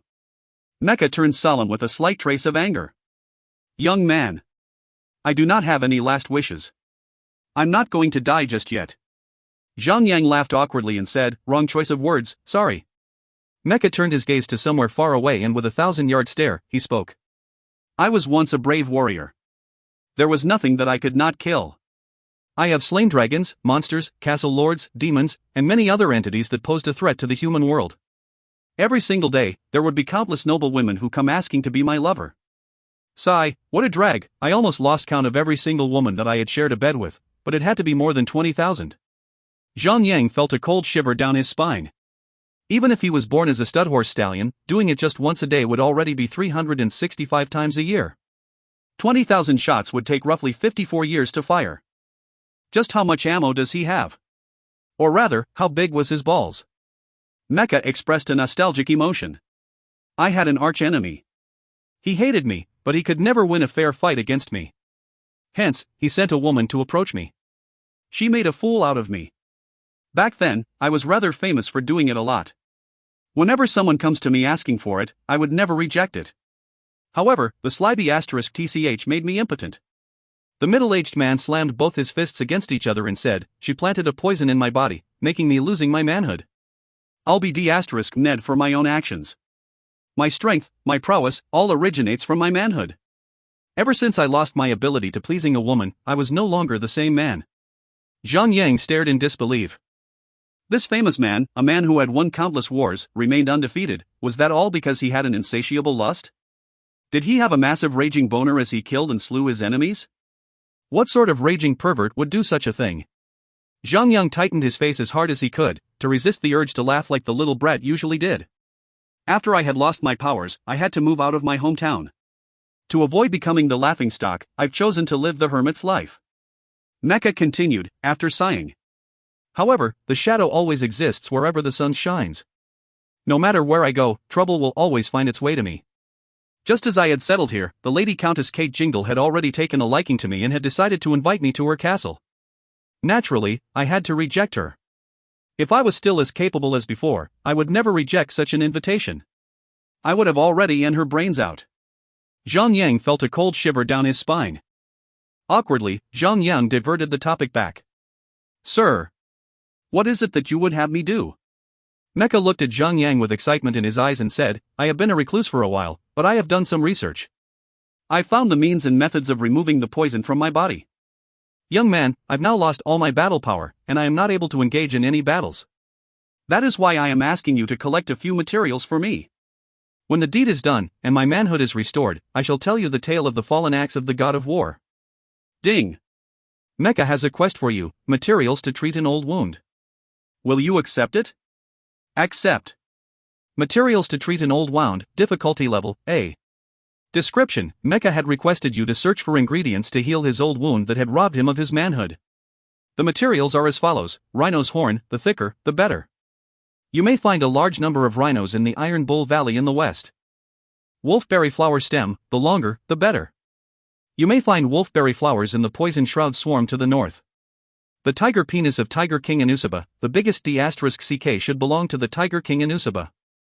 You may find Anusaba at the Blood Mist Camp located in the east. Completion: Rhino's Horn 0 of 200, Wolfberry Flower Stem 0 of 50, the Tiger Penis of Tiger King Anusaba 0 of 1. Thicker, longer, D*MN, this old man, the desire to restore his manhood is strong. Zhang Yang nodded his head at the man and said, Sir. Wait for my good news. I shall return, soon enough. Felice, off we go. Zhang Yang hopped on the flying serpent and soared to the west. After a short flight, Zhang Yang came down to the Iron Bull Valley. There were many types of species of the bull, such as the bulls, cows, wildebeest, and also the largest among them, the rhinos. Many of them were merely normal tier. Unfortunately, Zhang Yang's hunting targets were the elite-tiered whiteback rhinos.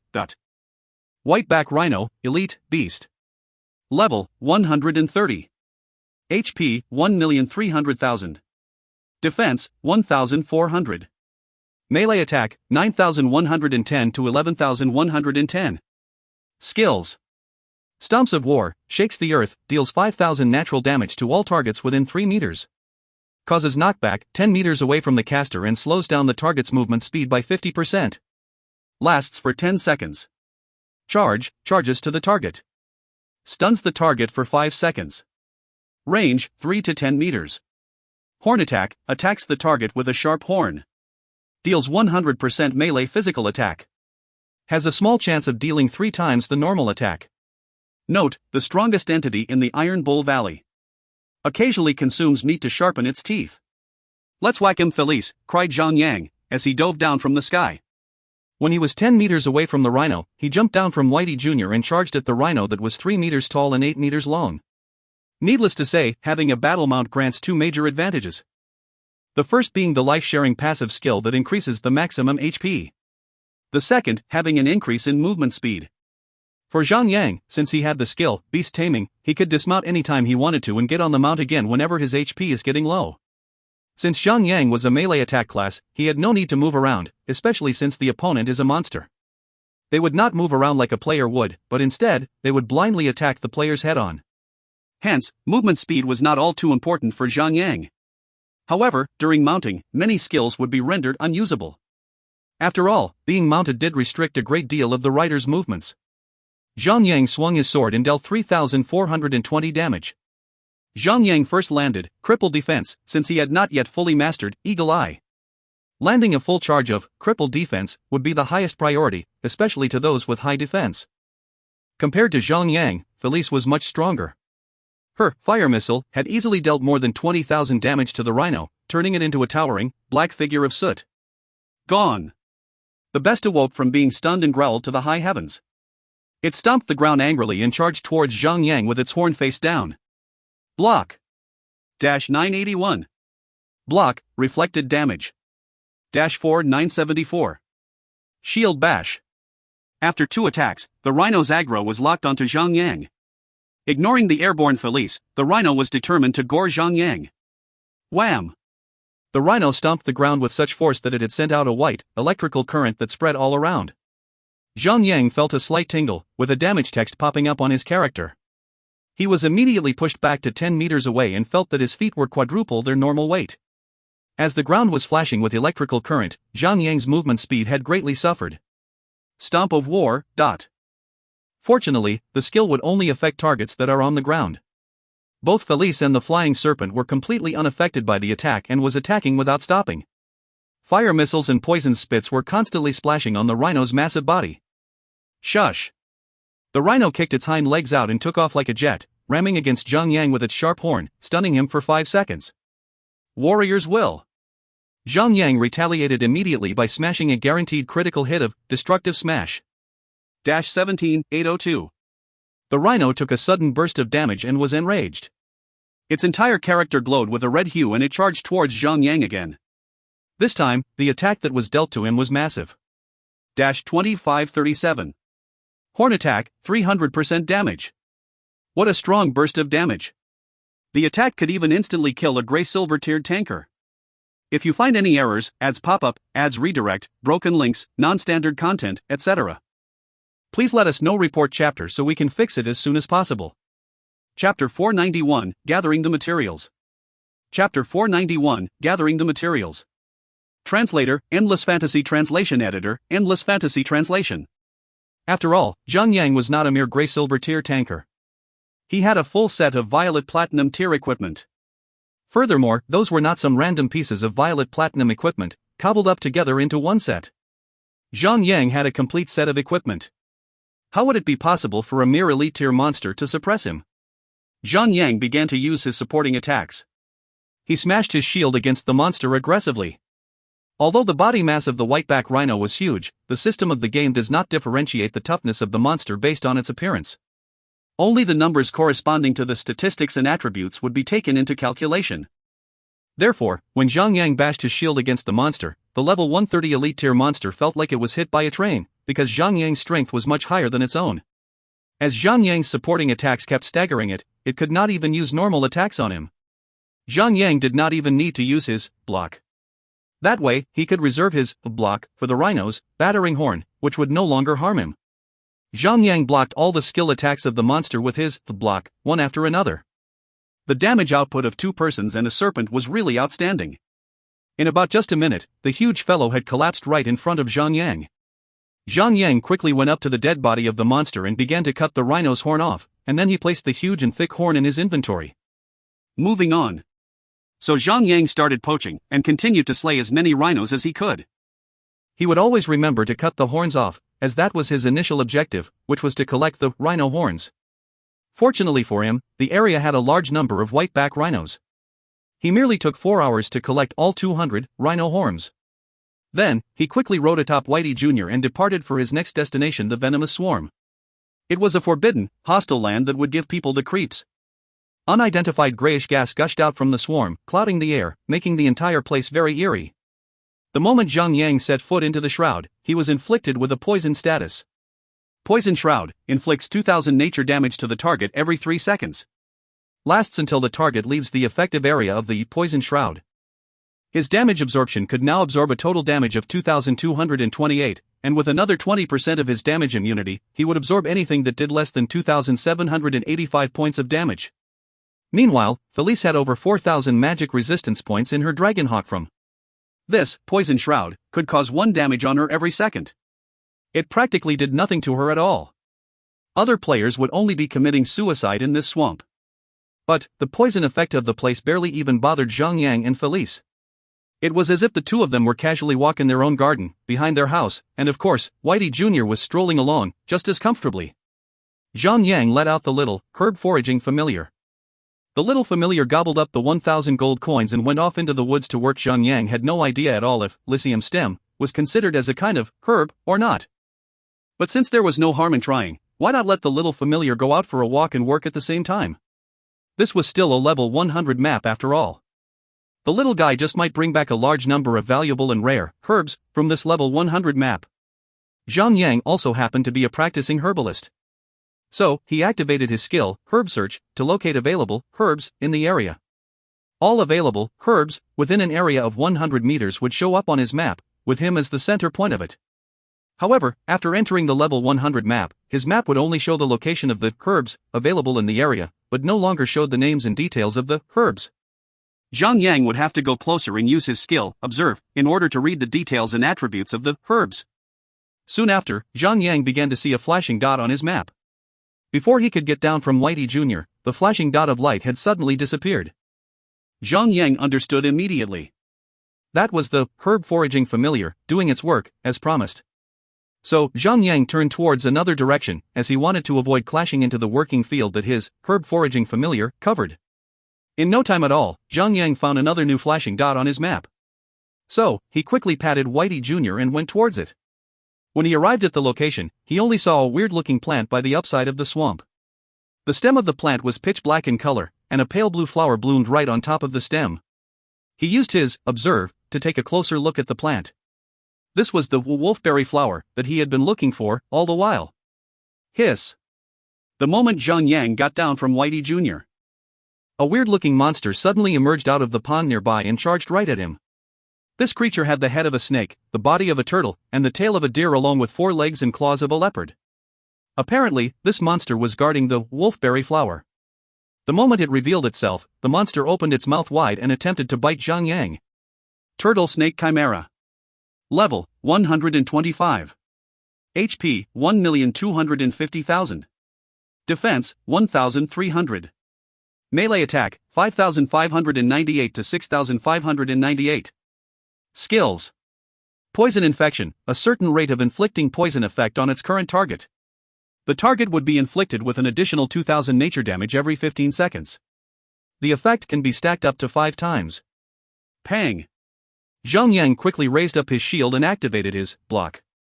The turtle snake chimera bit into the solid shield and almost lost its teeth. Zhang Yang laughed out loud and began to swing his sword at the turtle snake chimera. This monster did not only know how to bite. The 4 sharp claws were also its weapons. It would raise up its claws and slash at Zhang Yang at random times, giving Zhang Yang no time to predict and guard against its claw attacks. In just a brief moment, Zhang Yang was already inflicted with 5 layers of poison infection. Unfortunately for the monster, 5 layers of poison infection could only damage Zhang Yang by 10,000 damage, and it only damaged Zhang Yang once every 3 seconds.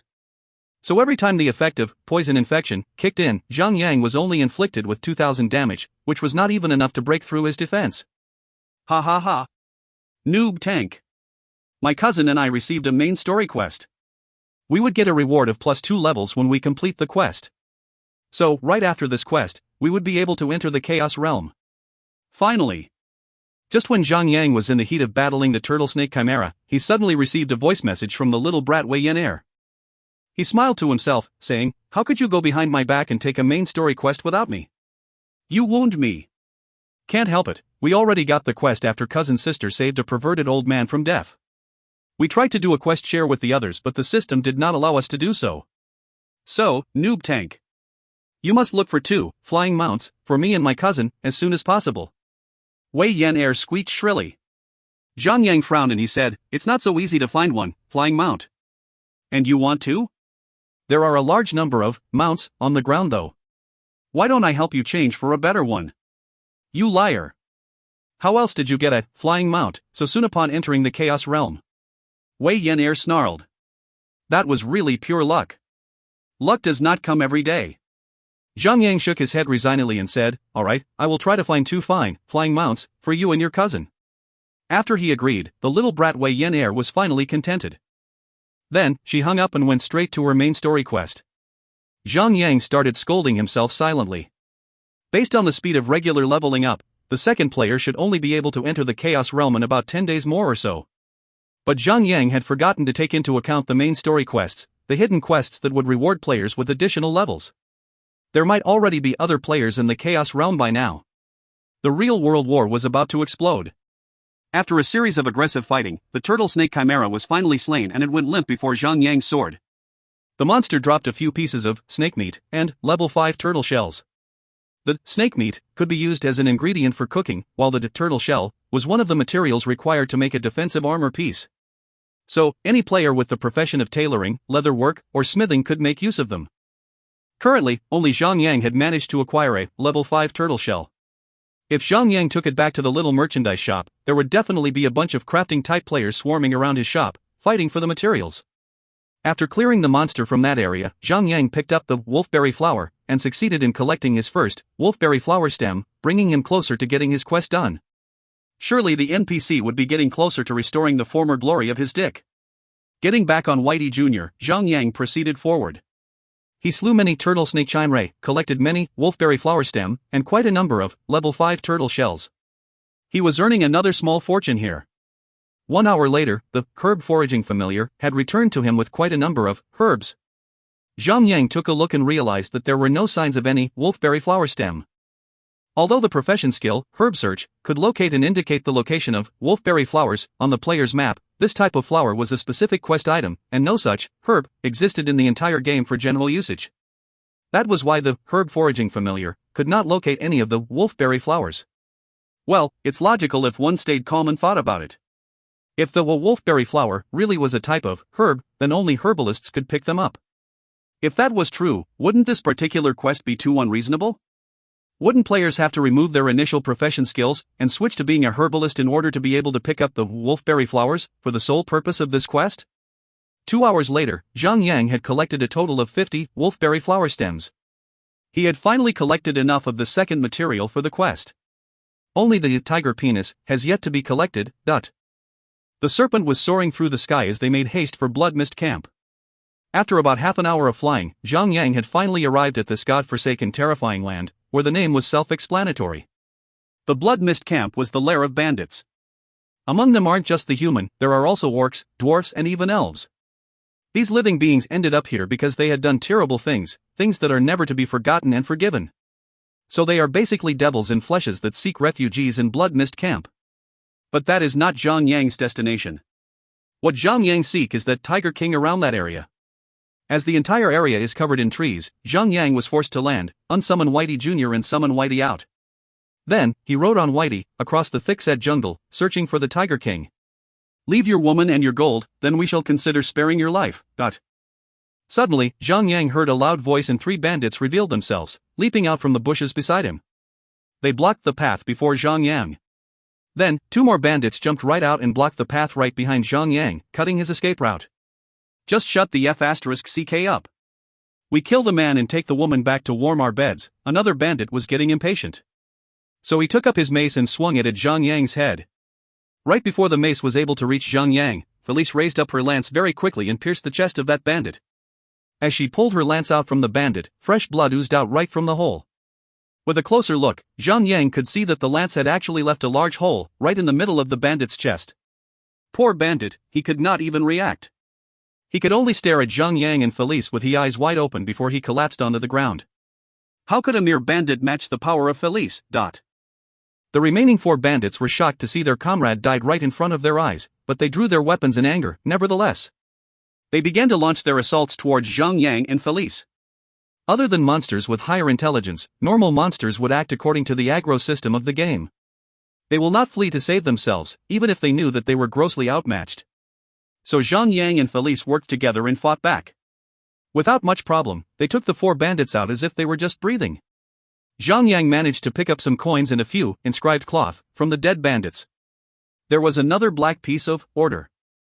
Zhang Yang took a look at the description and realized that the order was actually an item that would trigger a quest. But Zhang Yang's current priority was to locate and obtain the God of War inheritance. So he had no time spare for insignificant quests. Therefore, he placed the order right into his inventory. If he ever finds time to spare, he would probably go about finishing it. If not, then he would simply throw the piece away later. The jungle was full of bandits lurking around in every corner. Zhang Yang had already encountered another group of bandits after walking for a brief moment. Although these bandits did not pose any threat to him at all, it was still highly annoying to be stopped in your tracks like that. But, when he walked into another territory, nothing came out to him for the next 3 minutes. Nothing. No monsters, nor bandits jumped out at Zhang Yang. In an instant, Zhang Yang realized that he was either out of the bandits' turf, or he had already stepped into the territory of the ferocious Tiger King that he had been looking for. That would be why the bandits dared not ambush him in this area. The answer to his question was revealed a brief while after he walked for a short distance.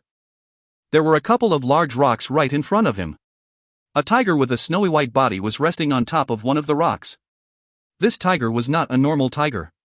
It had a pair of golden wings on its back.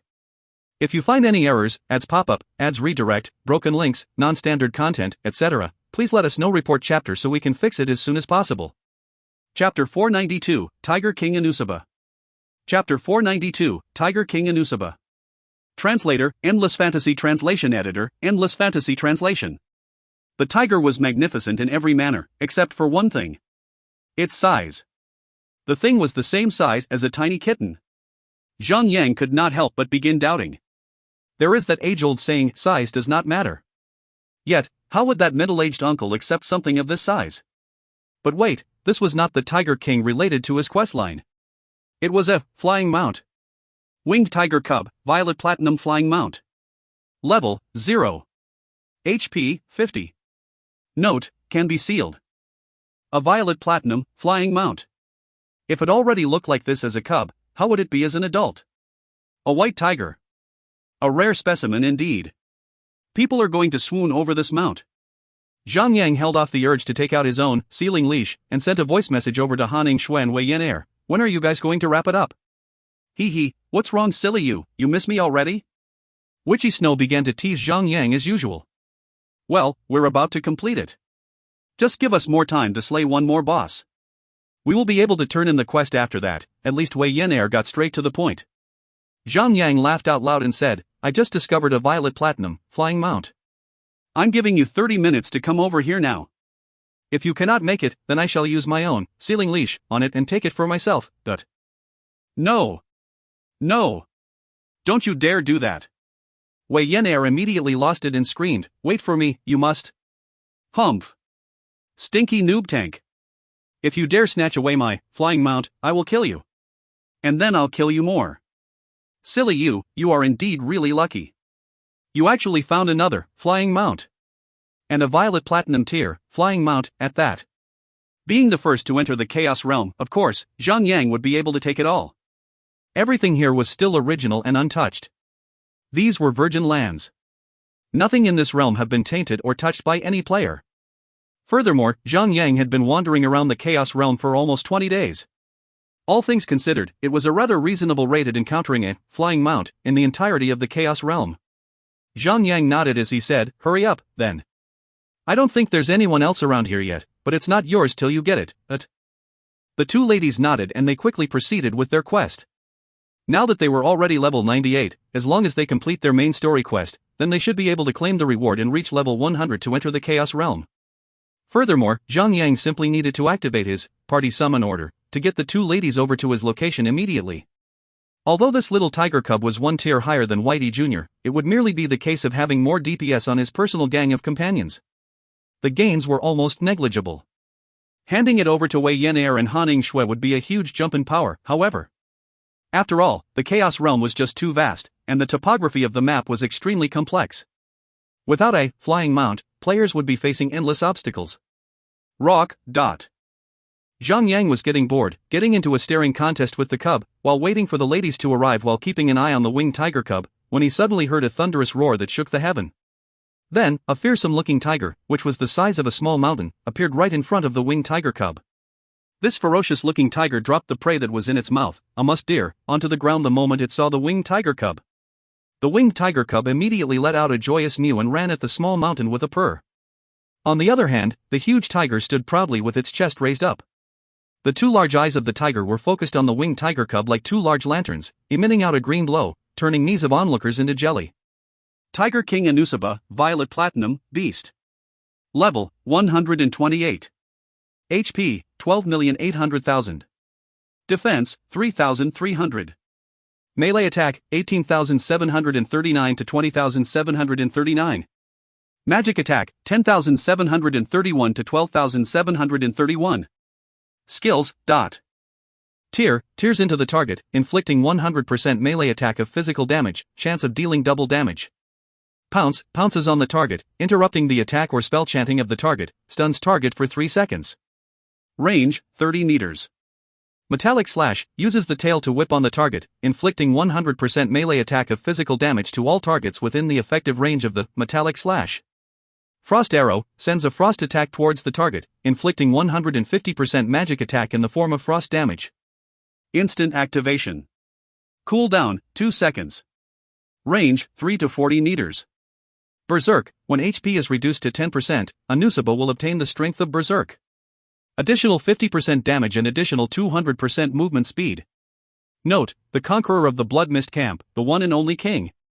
According to legend, Anusaba had once forced itself upon a wounded female dragon. After reading the side note of the boss, Zhang Yang could not help but frown. No wonder Mecha wanted its tiger penis so badly.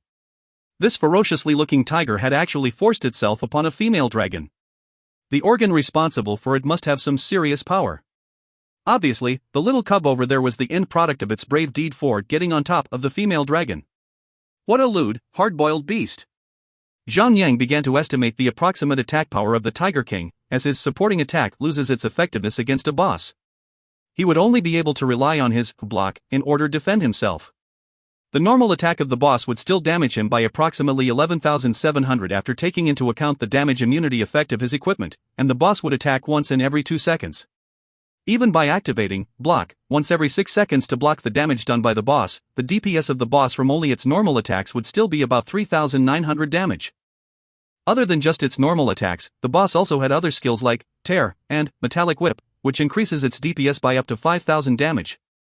Furthermore, Zhang Yang only had a total HP of 141,200 the moment he mounts Whitey. That would mean that he had to go head-on with the boss for 30 seconds. To take down this boss without any backup at all, Zhang Yang would have to work together with Felice with perfect timing. Although the boss also had a ranged attack, it only had a maximum range of 40 meters. Felice could definitely grab hold of the boss's aggro and fly up further into the sky, out of range. As long as the boss is not a flying type, then she should be able to kite the boss around, theoretically. According to the game's system, if the target with the highest aggro is not within the range of attack, then the monster would attack the next highest until the original target gets within range. This makes it possible for 2 players to play tag with the boss. However, it wouldn't be that easy and simple to kite a boss. This boss had ranged attacks. If Zhang Yang puts too much distance between himself and the boss would automatically send frost arrows flying towards Zhang Yang from afar. More importantly, Zhang Yang's block was ineffective against magic attacks like Frost Arrow. So, he had to maintain a distance that was not too close that it would swipe at him and devastate his HP, nor one that was so far that it would immediately launch a frost arrow after it turns around from Felice. After making some calculations, Zhang finally came up with an idea on how to battle the boss. To battle a boss that requires him to move around so much, the mythical turtle would not be an ideal choice. So, he decided to go all out with Whitey. He patted Whitey and said, "My friend, let's do this. Felice, attack from midair." "Alright, big brother." Felice nodded as she began to transform into her Dragonhawk form. Whitey let out an intimidating roar as it charged towards the Tiger King.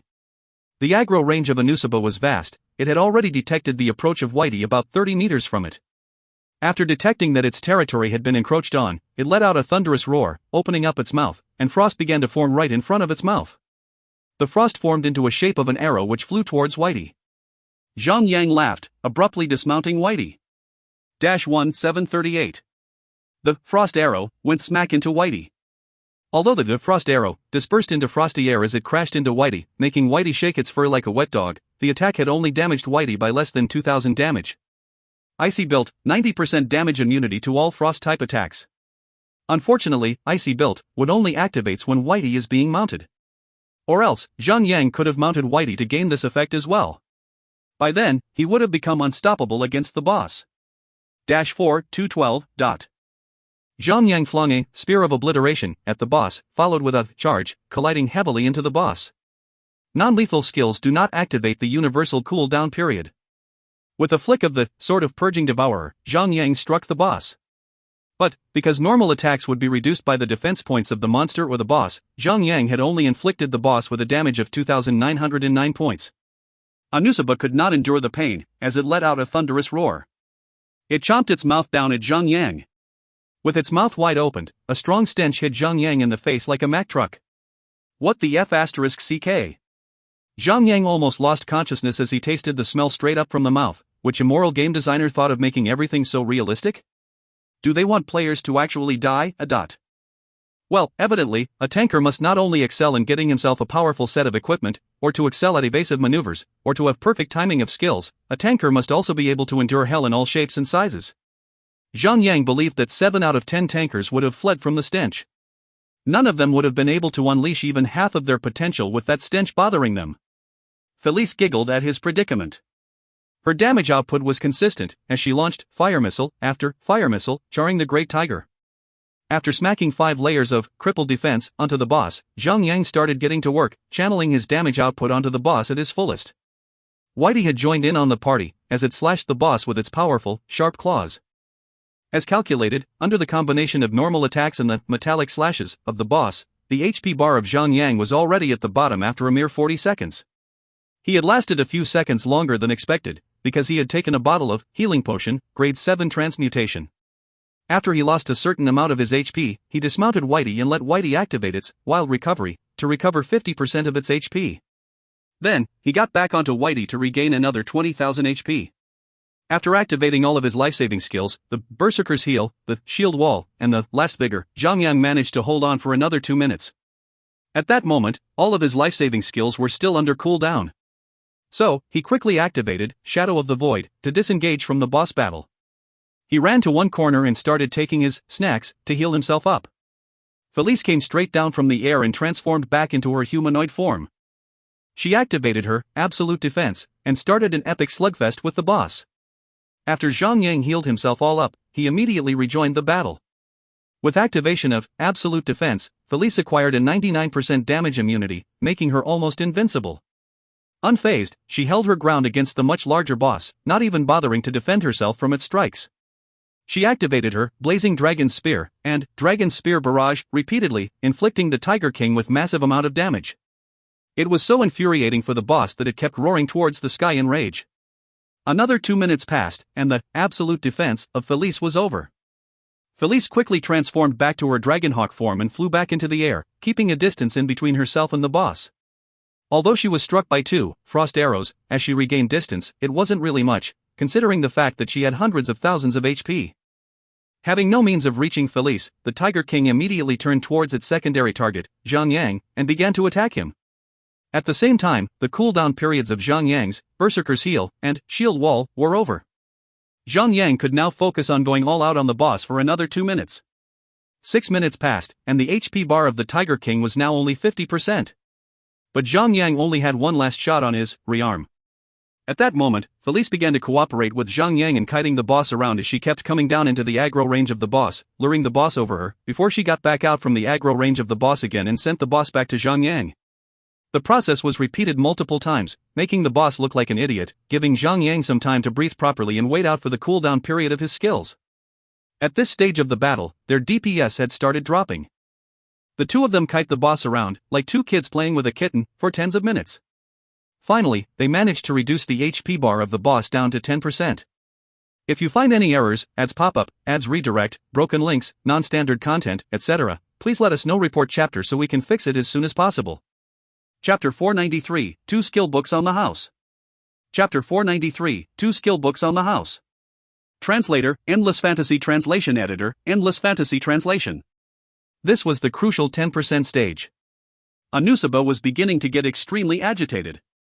Its entire body began to radiate in a bloody red, glowing light. The boss looked as if it had just taken a dip in a blood tub. The two glowing eyes of the boss started releasing chilly vapors. The foul stench from its mouth grew even stronger, suffocating Zhang Yang to the point that he almost smashed his face into the ground, but still, this Tiger King was actually as brave enough to stick its penis into a female dragon. Now that it looked like it's on heat for mating, its entire body was smoking. The movement speed of the Tiger King was boosted so extensively that Felice was no longer capable of kiting it anymore. Whenever she landed on the ground, the boss would suddenly phase through the air, appearing in front of Felice. Right after releasing a frost arrow, followed by a violent chomp of its jaws. Its movements were so fast that Felice was not able to react in time. With just a few attacks, it had already brought Felice critically close to death.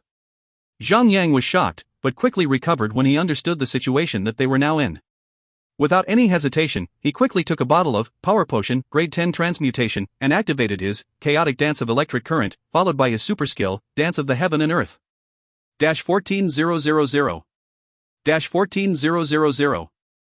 The boss was instantly inflicted with a series of high-value damage. The Tiger King was so terrified by the bombardment of those skills that the hair all round its body were stood up on end, causing it to look like a hedgehog. Rock! Anusaba turned around swiftly and chomped down on Zhang Yang. 19,764. An extremely high value of damage was inflicted on Zhang Yang. One single hit from the boss had taken away 1/5 of Zhang Yang's HP. Never, ever trifle with a berserking boss. Zhang Yang found no reason to hold back anymore, so he activated his rearm, followed by his shield wall. Now, all of his skills were no longer on cooldown period. Time to earn a living. 10 seconds later, he activated more of his emergency skills. A second activation of Dance of the Heaven and Earth, followed by a second Chaotic Dance of Electric Current, and together with the assaults from Whitey, about 400,000 HP of the boss was reduced. Finally, Zhang Yang managed to hook over the aggro of the boss onto him. A battered Felice came down to the ground, joining in the fight, no longer having to worry about herself.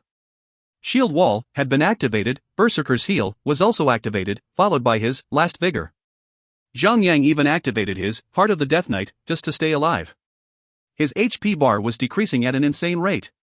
Fortunately for him, there was not much HP left on the boss. Furthermore, Felice had transformed herself into her humanoid form and had activated her Dragon Spear Barrage, and stunned the boss for 2 seconds long. That gave Zhang Yang a 2-second gap to breathe, and finally, he managed to slay the Tiger King before his HP was reduced to 0. Phew! Zhang Yang let out a breath of relief.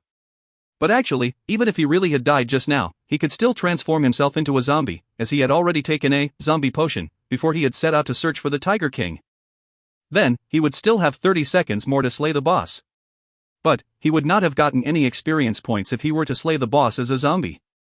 Furthermore, the durability of his equipment would drop by 10% after he dies.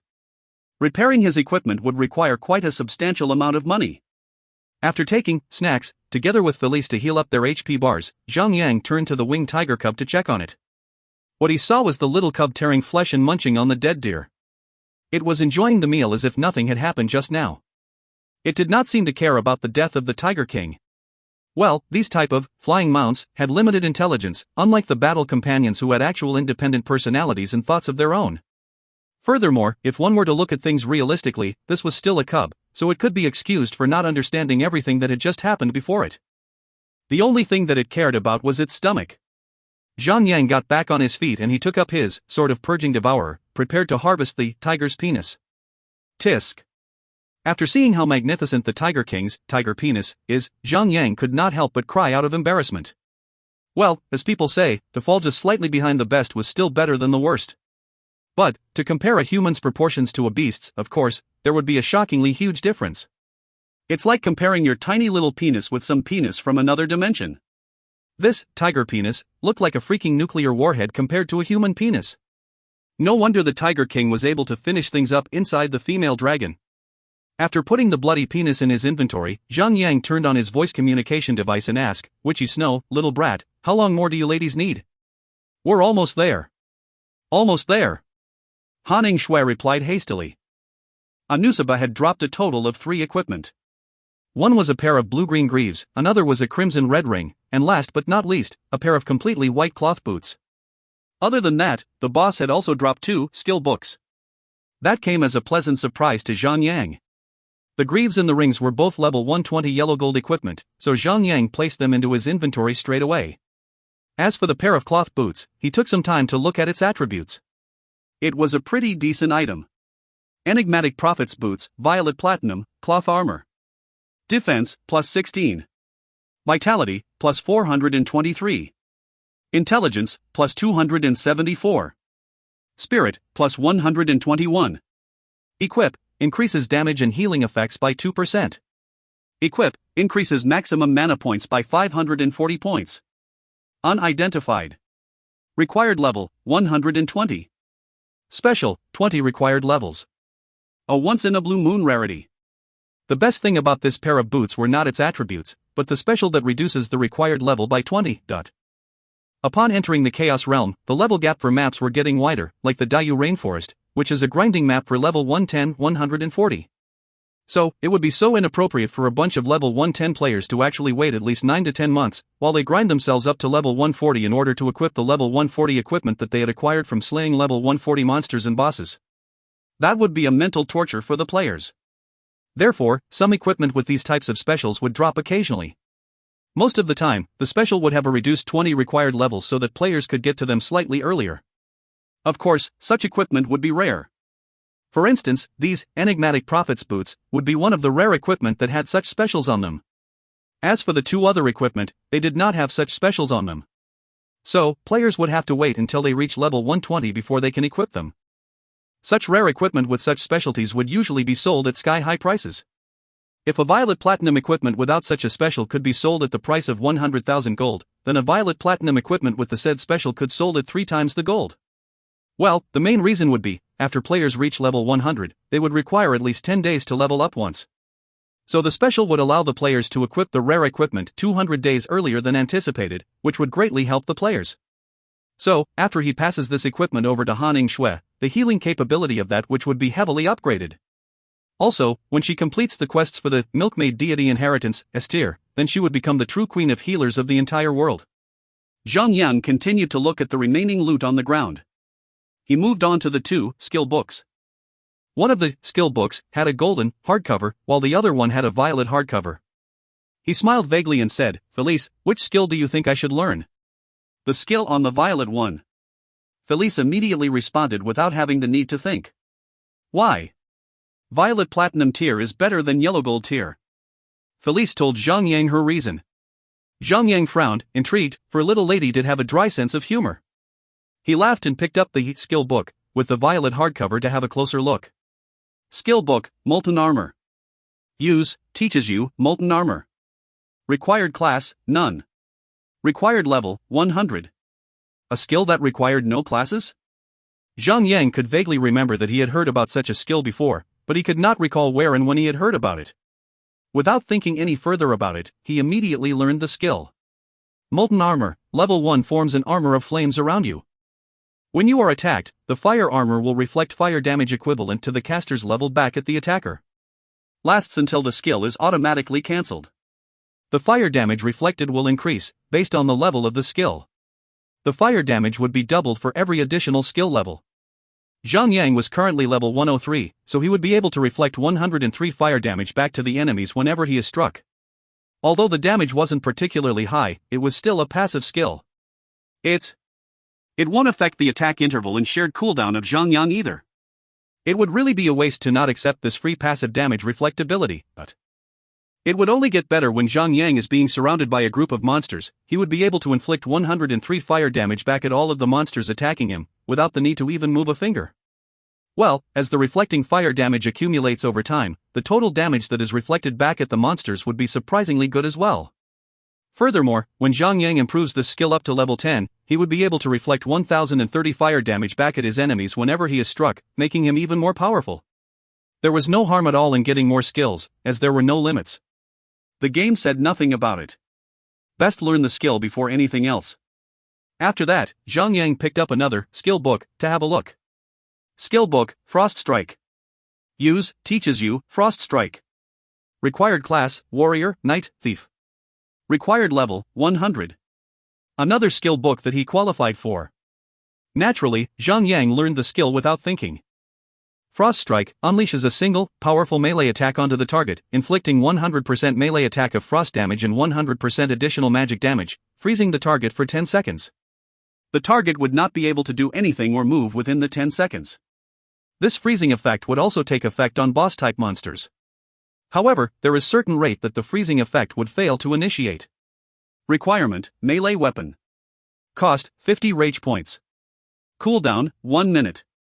Zhang Yang lost his words for a while. A melee attack that has frost damage, with an additional magic attack? Judging by those percentages, this skill would already be a game-breaker. Furthermore, this skill could actually freeze targets, which was as good as stunning. And it actually worked on bosses. Well, damn. Zhang Yang was really getting along now. He could not help himself but laugh on his own. Felice felt a little uncomfortable looking at Zhang Yang laughing all by himself. She worriedly muttered, "Big brother, you really look silly." Although Han Shui had informed him that they were almost done, nobody should ever take the words of the witch seriously. Zhang Yang waited until he was so bored that he seduced Felice, in a way, into playing scissors, paper, stone with him. The winner would receive a kiss. Unexpectedly, the little lady agreed. By the end of it, she had kissed Zhang Yang so many times that his face was full of her pink kiss marks. Zhang Yang could not help but to sigh. The game developer had made this girl so lively. 2 hours later, Zhang Yang had finally received a joyful voice message from Wei Yan, "Noob Tank, summon us over now. Quickly." Zhang Yang activated his party summon order, and with a shove, the two ladies finally appeared beside Zhang Yang. Now that both of them are finally level 100, Zhang Yang could finally summon them in the Chaos Realm with his party summon order. The moment the little brat appeared, she jumped and down, looking left and right, like an impatient monkey asking for its treat. "Noob Tank, where is my flying mount?" Zhang Yang pointed straight towards the direction of the little winged tiger cub which had just finished its delicious meal. It was resting on a large rock with its belly facing the sky, having its belly tanned under the sun, there. The little brat immediately let out a cheer as she took out her sealing lease straight from her inventory and threw it at the little cub. Even though she failed several times, but her luck was considered pretty good, as she did not even have to make 10 attempts at it. Now, she only needed to level up this beastly little cub, and she would become much stronger than ever. Wei Yan decided to grind up the level of her new flying mount in that area, and she also dragged Han Shui along to accompany her as well. As Zhang Yang had nothing else to do, he passed the enigmatic prophet's boots over to Han Shui before he departed back to Mecca for the quest rewards. But before he could even get close to Shahada Lake, he was already ambushed by the snipers of Snowflake Castle. So, it took him more than 2 hours to break his way through before he finally landed on the side of the little cottage of Mecca. Have you collected all 3 materials?" Mecca looked at the face of Zhang Yang, full of hope. Well, this was about his penis after all. It was something Zhang Yang could empathize with. As Zhang Yang took the 3 materials out from his inventory, he wondered to himself that if he ever quits God's miracle in the future, would he end up an old medic in the military, treating infertility? There is hope. There is hope after all. Mecca looked over the materials with gratitude, as tears dropped down across his cheeks. Ding! You have completed a quest, heal the recurring problem. Acquired 500,000 experience points. Mecca was already running into his little cottage, as he babbled on, "Young man, I need to concoct a potion and save my painy, to clear the poison out of my body. So while I am at it, I must not get any disturbance. So, please keep watch over the door for me and let nothing get in my way at restoring my painy, my former glory." Ding! Mecha has a quest for you, not to be disturbed. Will you accept it? What to do? Of course, he would accept it. Not to be disturbed, difficulty, A rank. Description: Mecha is currently concocting a potion to cure himself from the poison he claims to be in his body system. The potion will be able to bring back his painy, Eherm. Clear the poison from his body. But, concocting the potion requires time and Mecha must not be disturbed at all. Or else, the process would be interrupted, and unforeseen circumstances would arise. Warrior, guard the door and let no one enter the little cottage. Completion: protect Mecha while he is concocting the potion to cure himself 0/1. So the difficulty for this quest was A rank. Zhang Yang would have to prepare for a rough ride ahead. The ground suddenly began to tremble. Suddenly, Zhang Yang heard the galloping sound of the horses over from the direction of the rainforest, approaching his location at a high speed. In just tens of seconds, he could already see hundreds of white, handsome horses approaching from the distance. Female knights sat atop each of the horses, their hips angled with a mix of sexiness and grace. Their ornate, finely crafted, shining plate armors exposed a great deal of flesh at the all-too-important, juiciest areas, and each of the women was a coquettish beauty in her own right. Snowflake Castle Knights, Elite, Humanoid, Female. Level, 125. HP, 1,250,000. Defense, 1,300. Melee attack, 8,381 to 10,381. Skill. Soar, dive bombs at a target, inflicting 100% melee attack of physical damage. Can interrupt the chanting progress of the target. Note, Snowflake Castle Knight Corps, they are extremely powerful combatants. Zhang Yang took a deep breath. These were not just extremely powerful combatants, they were ridiculously powerful, terrifying enemies. Hundreds of elite-tiered monsters stood right before his eyes. Fortunately, these female knights were all melee-type monsters. Or else, Zhang Yang would have to lay down his arms, wash his neck nicely and prepare himself for the knights to chop his head off.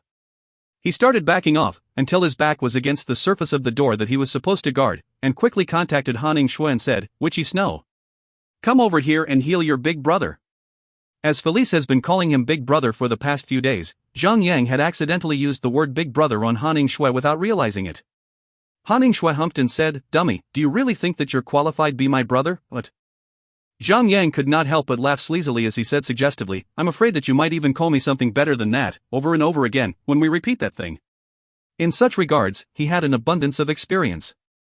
Before Yuli had tasted the pleasure of the activity, she looked just like a decent teacher. But after being ravaged by Zhang Yang aggressively, she was left screaming like a little b***tch. Bust tart. You're going to die. Hanning Shui was not as pure as the little brat Wei Yen Air, so of course, she got the point immediately. She immediately turned red and scolded Zhang Yang. Shove. A stream of white light appeared. Hanning Shui had activated her lover's charm, appearing beside Zhang Yang. If you find any errors, ads pop-up, ads redirect, broken links, non-standard content, etc., please let us know. Report chapter so we can fix it as soon as possible. Chapter 494, Hold the Painy. Eherm, door. Hold the door, dot. Chapter 494, Hold the Painy, Eherm, door. Hold the door. Translator, Endless Fantasy Translation Editor, Endless Fantasy Translation. Upon seeing the hundreds of female knights before them, Hanning Shui lost her tongue for the moment, before she recovered and said, "Silly you, why couldn't you just lure a small number of monsters every time you summon me?" Zhang Yang shook his head as he said, "Nonsense. If I'm only fighting a small number of monsters, why would I even need your help? You ruffians! How dare you go against the will of Snowflake Castle? In the name of the Countess, we shall kill you all," a female knight with a pair of extremely outstanding boobs shouted, as she waved her sword and directed it at Zhang Yang. Instantly, the hundreds of female knights right before Zhang Yang and Hanning Shui started their charge. As this was going to be a defensive battle where the door drew the line, Zhang Yang had already summoned out the mythical turtle, which stood by his side, guarding the door of the little cottage. Meanwhile, Felice had already transformed into her dragonhawk form as she started taking off.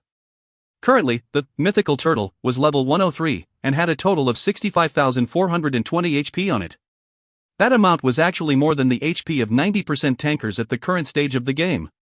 With a thick shell and a super healer like Hanning Shui supporting it, it would be able to guard the door as easily as it breathes.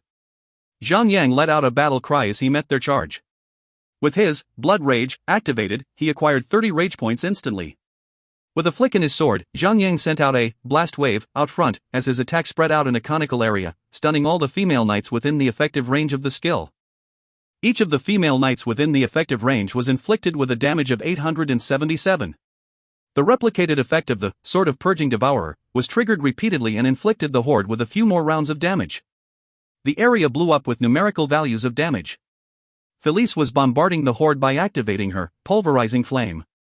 Streams of blazing flames were splattered upon the monsters, inflicting them with massive damage.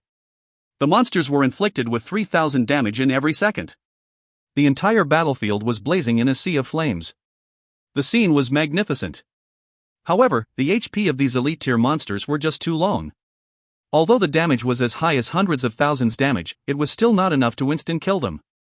It would require a few rounds of equally damaging combinations before they die. Thud. Thud. Thud. The forces had already forced their way through the flames, and they were approaching Zhang Yang at a high speed. They were charging towards Zhang Yang, their spears pointed straight at him as if they were in a jousting contest, with their lives at stake. As there was a super healer like Han Yingxue supporting him, Zhang Yang courageously faced the oncoming spearheads. Mythical Turtle was a violet platinum mount. It had the advantage of being a higher tier mount. Zhang Yang also had a full set of violet platinum equipment. Of course, he would be much more powerful than these monsters. The Mythical Turtle and Zhang Yang were both far superior to the female knights.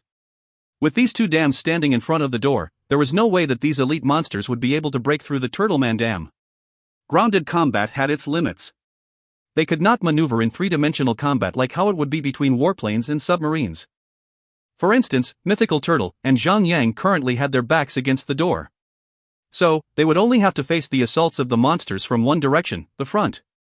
Furthermore, the battle horses were massive, so only 4 of the elite monsters could attack Zhang Yang and Mythical Turtle at the same time. The rest of the monsters could only line up for their turns behind their comrades, standing idly. Of course, the damage of 4 elite monsters was nothing that Han Yingxue couldn't heal. Other healers would be able to perform just as well initially, but they would run out of MP in no time. They would be overwhelmed by the sheer numbers. It was different for Han Yingxue, because she had Divine Soul, a skill that reduces the MP consumption of all her healing skills by 75%. Furthermore, she was a highly skilled professional player, with a superhuman level of MP management, gained through her experience from hundreds of impossible battles. Well, practice makes perfect, and Han Yingxue had lots of it, being a veteran member of Zhang Yang's crazy little party. This level of healing was a piece of cake for her. As long as she has enough MP potions on hand, she would be able to keep up all day long. That did not seem to be necessary, as the monsters were finite in numbers. The AoE attacks of Zhang Yang and Felice are extremely powerful and effective. In not more than 10 minutes, the HP bars of a large number of monsters had been emptied out, and they collapsed onto the ground, one after another. Han Yingxue quickly said, "Quickly, summon Yen Air here, now. Look at the number of monsters here. She will definitely earn quite a lot of experience points here." TSK. This witch was treating the little brat better than him. Zhang Yang took his party summon order out. Well, it had already been more than 2 hours already since he last used it. The little brat instantly appeared right before Zhang Yang and Han Yingxue atop her flying tiger. Fortunately, she had materialized at a less chaotic corner at the side of the house, away from the thick of battle. If she had appeared in the midst of those deadly knights, she would have been immediately shredded to pieces. As they were currently in an indoor environment, the mount of the little brat was unsummoned automatically, and she fell straight onto the ground on her butt. She rubbed her butt in anger. "Noob tank. I hate you." Zhang Yang laughed out loud and said, "Hurry up then, get us out of here then, so that you can summon your mount and get its levels up." Still, the monsters were blocking the way out by the door. How could Wei Yen Air get out of the indoor environment? She steeled up her heart, took out her axe and started swinging it at the roof of the house like a mad girl. She actually took out the entire roof of the house. After that, the system indicated that the area was no longer an indoor environment. That little brat actually managed to summon her mount again. That actually worked? Zhang Yang shook his head in amazement. Only this little brat would be crazy enough to come out with such ideas and follow through. This time, her wild idea had actually worked. Zhang Yang was left speechless, as he did not know what to say at all. Well, let's hope it doesn't affect Mecha's progress in any way. If this NPC ever gets interrupted and something goes wrong, he might end up having a weird penis. It might become the joke of a lifetime when he goes into the battlefield again, if ever. As the little brat had resummoned her winged tiger, Zhang Yang could now see that it had already reached level 42. It was so much bigger compared to the time Zhang Yang last saw it. The body was fully covered in snowy white fur, and its wings were like the wings of a bat. No, in fact, they were actually the wings of a dragon. It looked most magnificent and attractive. Zhang Yang had also mounted atop his mythical turtle, and the two of them worked together, blocking the monsters at the entrance of the house. The winged tiger suddenly opened up its mouth wide and spat out a blazing breath of dragon breath. It waved its head to the left and right, allowing the dragon's breath to sweep across the area in a conical AoE, burning every monster there with a damage of 2000. Zhang Yang was startled. Little brat, your baby does AoE attacks? Of course it can. Wei Yan'er was feeling proud and happy. She only had a gray-silver tier mount before she got her winged tiger. Now that it was such a jump in tiers, she was in cloud 9. She quickly posted the skill description of her baby onto the party channel. Flame of the Dragon Breath releases dragon breath at the targets. The attack spreads out over a conical area, inflicting 2000 fire damage to all targets for every second. Lasts for 10 seconds. Instant activation. Requires channeling.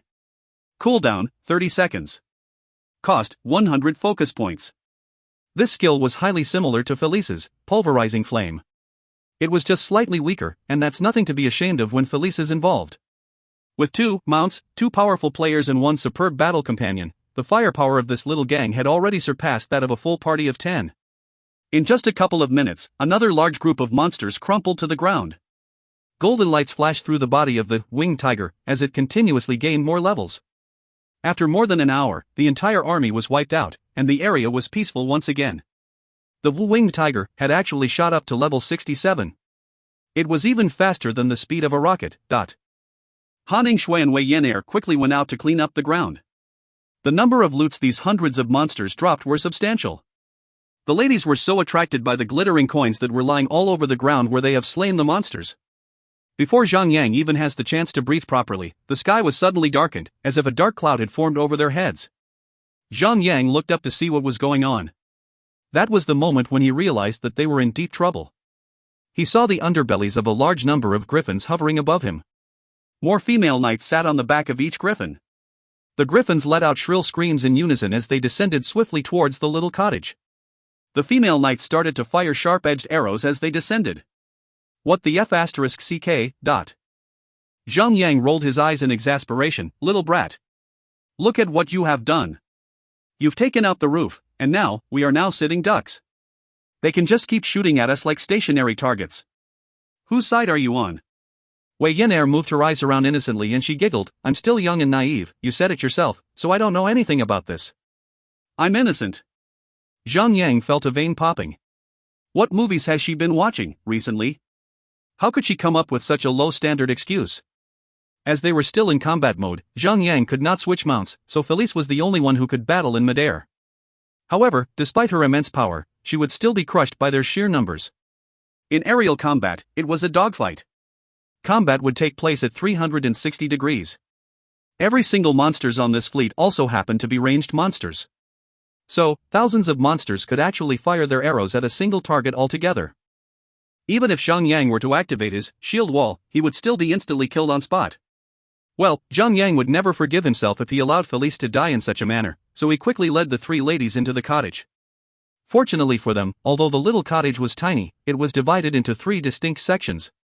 The first section was the front living room, the second was the main living room, and last but not least, the third was the bedroom. Mecha was concocting his potion in the bedroom.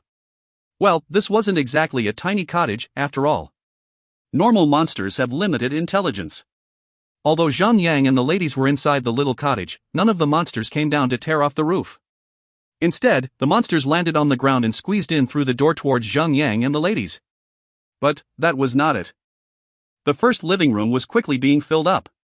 Other than the griffin riding archers, there were also spellcasters and warriors types gushing into the little cottage. Zhang Yang was most bothered by the appearance of a single priest in a white robe. That priest was healing up the monsters, undoing all the efforts of Zhang Yang and the ladies. The HP bars of the elite monsters were just too long, giving the priest enough time to heal the elite monsters back up before Zhang Yang and the ladies could kill the monsters. The priest would also use AoE skills that would heal 4 to 5 monsters, and sometimes even 10 monsters at the same instant. Her presence had completely halted the deaths of the army. Zhang Yang and the ladies were forced to huddle up together. Fortunately, this quest was not about slaying monsters, it was to buy time for Mecha. But a little while later, the real challenge was revealed. A beautiful lady, dressed in a very fancy dress, made her way into the little cottage. She held a black staff in her hand. Her golden hair reflected the pale sunlight, and her lovely blue eyes were fixated on them. She had a great figure. Her chest boomed out, and so did her rear. It was so perky that her booty buttocks formed the perfect shape of a peach. Whenever she took a step, the thin fabric would stretch and crease around her buttocks, revealing the atomic shape of her atomic buttocks, which would awaken the passion within the hearts of everything that loved women. Countess Kate Jingle. Level 135. HP 40,500,000. Defense 5,560.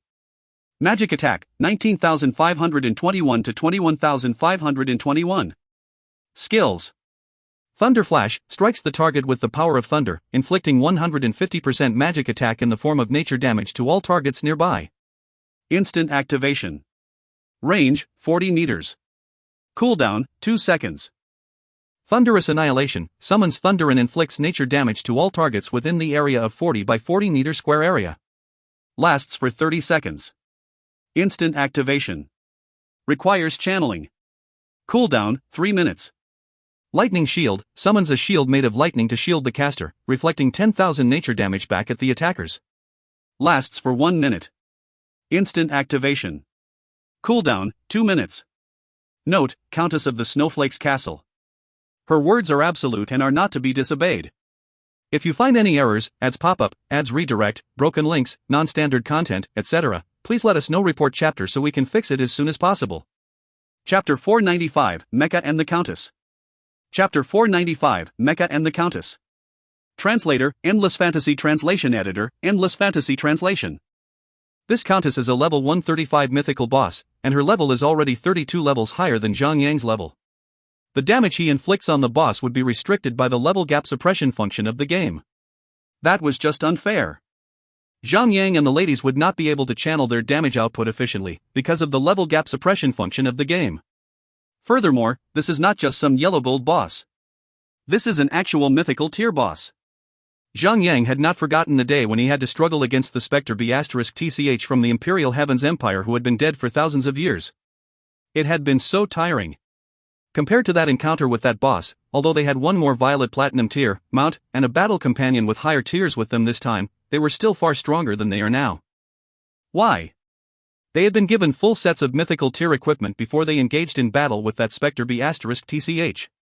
Even with all those power-ups, they were still having difficulties in battling that boss. They were actually close to being defeated, themselves. Now, there were only the three of them here. This would be mission impossible for them. Well, all they can hope for now is that Mecha finishes concocting his potion as swiftly as possible, and quickly fixes his penis. Then, he can swoop into the scene and save Zhang Yang and the ladies by defeating the entire army with his newly revived penis. Or else, they are going to die. Kill them all. The Countess gazed upon Zhang Yang and the three ladies as she gave the command to attack in a very cold and merciless tone. In an instant, countless arrows were released, and countless circular magic formations were formed right above the sky, releasing a bombardment at Zhang Yang and the ladies. However, the little cottage played its role there and then, with its diminutive structure. Most of the attacks landed onto the walls and bricks of the little cottage. The bombardment of the magic attacks and the arrow shootings were so strong that the entire cottage was trembling, to the point that the walls were beginning to break off, brick by brick. Boom! Boom! Shove! Shove! Under heavy fire from the monsters, holes started filling up the wall. Shove! Shove! Shove! Instantly, countless arrows flew in from the sky. Many magic attacks had been mixed into the arrow attacks, greatly increasing the chances of them being hit. Zhang Yang and the ladies quickly took a few steps back further into the little cottage. After just a short while, they had found themselves at the very end of the little cottage, the bedroom. Mecha was still squatting on the floor, by the side of a small furnace. While this middle-aged man was still throwing the materials into the furnace with care and love, he was sweating all over his face. He was so focused on what he was doing that he did not even realize that Zhang Yang and the ladies had entered the bedroom. A bunch of imbeciles, the Countess snapped coldly, as she began to walk towards Zhang Yang and the ladies impatiently. Please, forgive us, the monsters fell to their knees in fear. The Countess did not even look at them as she raised her right hand up and pointed her staff at Zhang Yang. Buzz! A bolt of blazing white lightning flew at Zhang Yang. Zhang Yang quickly took a few steps forward and met the lightning strike head-on. Thunder flash! Not only could it inflict damage to its primary target, it could also leap over to the next closest targets. Zhang Yang did not want Wei Yan to suffer from the leaping of the bolt, so he ran out of the range. 42-214. A large patch of burn mark was stamped onto the middle of Zhang Yang's chest, as he was inflicted with a very high amount damage. A large chunk of his HP bar was lost. That attack was not as powerful as he had expected, judging by the attack power of the boss. Because of the level gap suppression function of the game, every single hit from the boss had a chance of dealing double damage. Silly you, the damage of this boss is too much. I can't heal you up in time. Han Yingshui knew her own healing capabilities very well. She could only heal Zhang Yang by 7,000 HP per second. That amount of healing would not be able to balance out with the damage the boss was capable of putting out. Furthermore, this attack came solely from the boss. If those elite monsters decide to join in, how long would this party last, then? Just buy me some time. My quest doesn't require me killing this boss. All I need to do in order to complete this quest is to delay enough time for that uncle over there to finish with his work and stand up. Zhang Yang told the ladies. I don't think that buying time is any much easier than killing the boss. Han Yingshui refuted. Zhang Yang laughed it off. If they could manage in keeping the boss occupied and delay some time, then they would naturally stand a chance to kill the boss. But Zhang Yang had no idea at all on how long would Mecha take in order to complete his potion. A minute? 2 minutes? Or is it 10 minutes? Or 20 minutes? If it's just 1 or 2 minutes, it was possible for Zhang Yang to hold on, if he activates all of his super skills and life-saving skills. But to hold on for at least 20 minutes? They might as well abandon the quest now. Zhang Yang stepped up and barricaded the entrance of the little cottage with his body. As for Han Yingshui, Wei Yan and Felice, and last but not least, the mythical turtle, they went straight into the last room of the cottage and remained there. Since that they could not slay the boss, they might as well buy as much time as possible. Buzz! Buzz! The boss activated her Thunder Flash over and over again on Zhang Yang, and inflicted a substantial amount of damage on him. He would turn into a roasted chicken at this rate. Surges of flashing thunder kept slamming into his body, and Zhang Yang could even smell his own charred flesh. Wei Yan was really heartless as she was laughing at Zhang Yang instead of pitying him. Felice was so angry to see her laughing at her big brother. She could not take it anymore as she raised up her lance and pointed straight at the little brat, attacking her to the point that the little brat was screaming for help. Berserker's Heal, Shield Wall, Last Vigor. Zhang Yang had activated every single skills that he has. He had even activated the ultimate life-saving skill of the Titan Wall. However, under the oppressive assaults from a level 135 mythical tier boss, every effort that Zhang Yang put in were all washed away. He was only postponing the inevitable. Zhang Yang could not help but let out a sigh after the boss had struck through the shield of the Titan Wall. Just when all hope was lost, and he was about to give in to the boss, he suddenly heard a series of laughter coming from behind him. Mecha suddenly leaped up from the floor. Boom! With his slim and athletic body, he broke through the roof with brute force and landed right outside the little cottage, like a god descending down to the earth from the heavens. Mecha, mythical, humanoid creature. Level, 140. HP, 42 million. Defense, 5,920. Melee attack, 25,191 to 29,191. Skills? Note, the reinvigorated penis, Eherm. The reinvigorated mecha, dot. Ha ha ha. Kate. Didn't you want to see me badly? I'm here, as you asked for. Mecha was monstrously powerful. He did not even need a weapon. He punched his fist into the air and instantly, a visible stream of airflow radiated out from his punch, across the surroundings. Bam! Bam! Bam! Every single one of the Snowflake's castle's female knights was sent flying off by the powerful airflow emitted out from Mecha's fist. The armor and clothes on their bodies were shredded, revealing the scent of spring across the surrounding. This delinquent middle-aged man then let out a howl like a wolf and gave another punch into the ground. That punch was extremely powerful and concussive, that the ground was cracked as it trembled. Waves that were tens of meters tall were formed from the impact of the punch, as well across the Shahada Lake. Mighty waves were beating the shore and the scene was powerful and dynamic, but... Finally, Zhang Yang had witnessed that wretched man's handsome and yet perverted heroic posture, with his penis rejuvenated. Mecha! I have heard of your name across many lands. Come and fight me, the Countess challenged Mecha in a cold tone.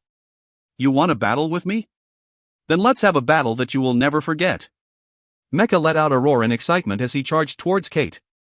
Boom! Boom! Boom!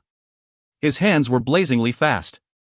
Zhang Yang and the ladies could not even see them coming. All of them were kicked right out from the little cottage. Right after that, torn pieces of clothes were flung right out from the little cottage. Bam! Bam! Bam!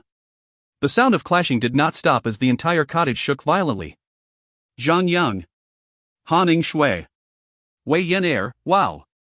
These two bosses are battling so vigorously that the cottage is shaking. The cottage shook continuously for 1 entire hour before it stopped.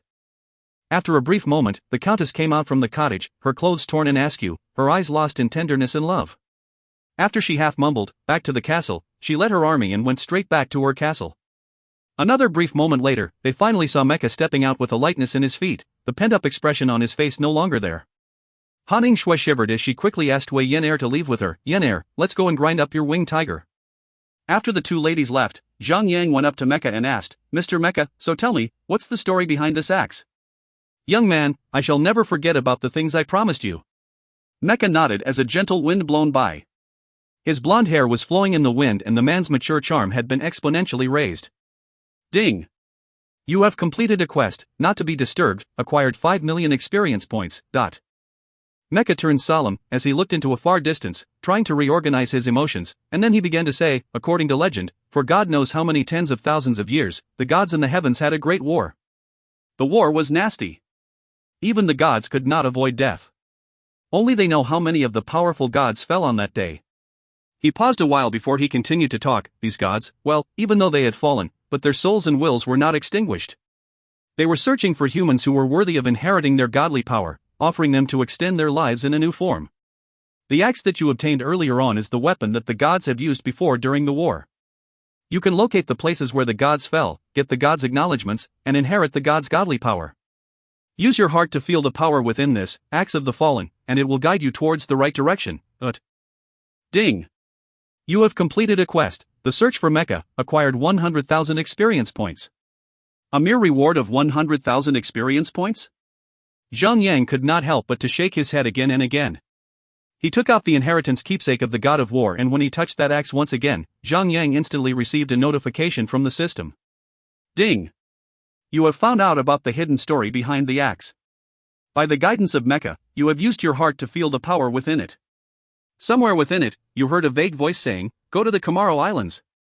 Go to the Komaro Islands." So, the next stop is the Komaro Islands. Zhang Yang used a teleportation scroll and traveled back to Morningtown. After the cooldown period for his party summon order was finally over, he summoned Han Shui and Wei Yan over to his location. Then, he linked their teleportation scrolls onto the teleportation circle in Morningtown for their convenience. The little brat was very eager to ride on her flying mount, so she went off with the new winged tiger to grind its level up. On the other hand, Han Shui was not as energetic. She got Zhang Yang to identify her enigmatic prophet's boots before she headed down the streets for a casual walk. After that, she went off to see that blind little girl Louiselina and went straight to Winst Castle to gaze upon the view of the Chaos Realm from the top of the palace. Zhang Yang summoned out the serpent and headed straight towards the Komaro Islands. In order to unseal the second seal on his sort of purging devourer, Zhang Yang was required to locate the magical fruit of yin and yang. However, after weighing the importance between the quests, naturally, getting the God of War inheritance would be his main priority. Whatever side quests or minor quests that come after that would have to wait until he gets his hands on the God of War inheritance. After flying in the sky for about 4 to 5 hours, Zhang Yang had finally entered the area of the Komaro Islands. It was a grinding map ranging from level 100 to level 130. Like the 10 barren seas, it was a large ocean dotted with small islands. If you find any errors, ads pop up, ads redirect, broken links, non-standard content, etc., please let us know. Report chapter so we can fix it as soon as possible. Chapter 496, Inheritance Trial. Chapter 496, Inheritance Trial. Translator, Endless Fantasy Translation Editor, Endless Fantasy Translation. Zhang Yang took the inheritance keepsake of the God of War out of his inventory. The axe suddenly became alive and freed itself from the grip of Zhang Yang. After that, the axe radiated and turned into a stream of light, and it began to fly off. He quickly patted Whitey Jr., and the serpent soared to the sky and chased after the light. Although the light was traveling quite swiftly, it would stop after a certain distance, as if it was waiting for Zhang Yang to follow it. That way, Zhang Yang would not lose track of it. Although this small axe got the chance to rest, however, Whitey Jr. was giving its all, flying at its top speed, just to keep up with it. Whitey Jr. was so exhausted that its two beady eyes were swollen with tears. It would turn around to look at Zhang Yang, trying to look pitiful, pleading Zhang Yang to let it stop and rest for a while. Zhang Yang laughed and patted the head of the serpent, then he said, "You can do it, Whitey Jr. In future, I shall get a white snake to be your lifelong companion." White snake, green snake, and only Su Xian, one, is missing. Zhang Yang tried to crack a joke, based on the Chinese Odyssey titled, Legend of the White Snake. So, who is this Su Xian, big brother? Felice was not carrying anyone, and on top of that, she had exceptional stamina. There was no sign of tiredness or fatigue on her face. Furthermore, she could simply sit on the back of Whitey Jr. whenever she feels like taking a break. So the most unlucky one in this situation is Whitey Jr. Su Xian is a physician. His sister-in-law is the captain of the officers in town, something like a modern-day government servant. Well, with a good family background and a decent job, he managed to win back a fair and beautiful white bride as his wife, and also got another energetic and hot green girl as a bonus. Zhang Yang began to talk nonsense as he started to tell Felice the story of the legend of the white snake. Felice was listening to the story with a very focused mind. Unconsciously, she stopped flying on her own as she slowly transformed back to her humanoid form and sat on the back of Whitey Jr. Poor Whitey Jr. Another weight was added on its back, as more tears flowed from its small beady eyes. After she was done listening to Zhang Yang's story, Felice could not help but to wonder as she patted on the body of Whitey Jr., "Whitey Jr., you can turn yourself into a beautiful white bride, can you? Whitey Jr." After soaring through the sky over a certain distance for 2 hours straight, the flying axe had finally landed on the ground. With a loud and tremendous clash, it cleaved through a thick and sturdy rock and went right through. Zhang Yang landed on the ground together with Whitey Jr. as he made his way down from the back of the serpent. He walked up to the axe and grabbed the handle with both hands. Then, he began to put his strength into pulling the inheritance keepsake of the god of war out of the rock. The moment he pulled the axe out of the rock, a very powerful magnetic force came over and pulled the axe away towards a new direction. This is basically a deserted island where there is no sign of men at all, not even beasts or specters. Zhang Yang got on the back of Whitey Jr. and followed the axe. Not long after, Zhang Yang found himself standing at the entrance of a cave. This cave was not as deep as he had expected it to be. It was only approximately 30 meters deep in. Zhang Yang activated the appearance effect of his Titan set armor, and his entire body began to glow. He proceeded deeper into the cave, displeased about how he glowed like a walking lighthouse. Although the cave was not deep in, it was vast and spacious. The ceiling of the cave was at least 30 meters above from the ground and the width was about 20 meters wide, at the least. Rather than a cave, this was more like a horizontal crater. It was as if a giant had punched the muddy ground with all his might. Zhang Yang stopped by a gigantic corpse which lay at the deepest part of the cave. The gigantic corpse had already decayed into a mere skeleton, lying against the wall of the cave. It was about 7 meters tall. Furthermore, this skeleton was completely gold in color, as if it was a masterpiece, made of pure gold. However, some parts of its left chest had been broken off. Apparently, the owner of this skeleton was killed by a blow through its chest. Boom! The axe in Zhang Yang's hand began to radiate a heavenly light of 7 colors, and the light was absorbed into the giant skeleton. Crack! Crack! Crack! In front of Zhang Yang's own eyes, the skeleton started moving. After stretching, as if it was just waking up from sleep, it got to its feet and stood gloriously in front of Zhang Yang. Suddenly, the axe tore itself out of Zhang Yang's grip, and flew straight into the grip of this gigantic skeleton. Instantly, invisible waves were blown across the surroundings, followed by the sound of huge tidal waves bursting and rumbling across the ears of Zhang Yang. Zhang Yang heard a sound coming from behind him and he could not help but to turn around to have a look. What he saw was a huge tidal wave as high as hundreds of meters tall, moving fast and strong across the sea, outwardly into the distance. Holy Mother of Lord! This is one amazingly overpowered being here. It had been dead for so long that only the skeleton remained, but it is still capable of stirring up such impact by raising a hand up. How cool and overly powerful is that?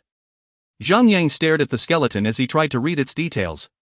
Ares, the fallen god of war? Level? HP? Defense? Attack? Skills? Note, one of the hapless gods that had fallen during the war among gods.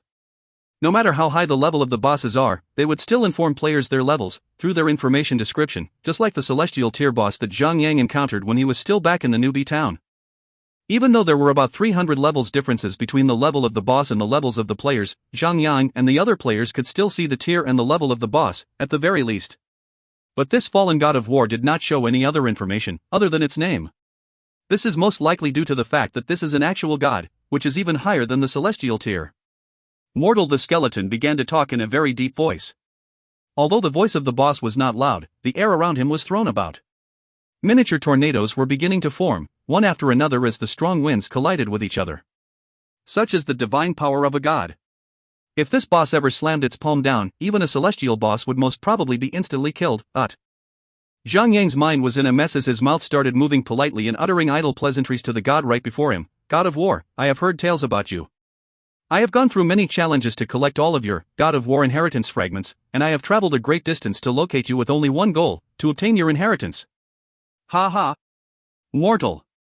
You are very direct, and I respect that. The gigantic skeleton began to laugh and the air was thrown up again, causing the ceiling of the cave to tremble and the rocks and stone to fall from the ceiling.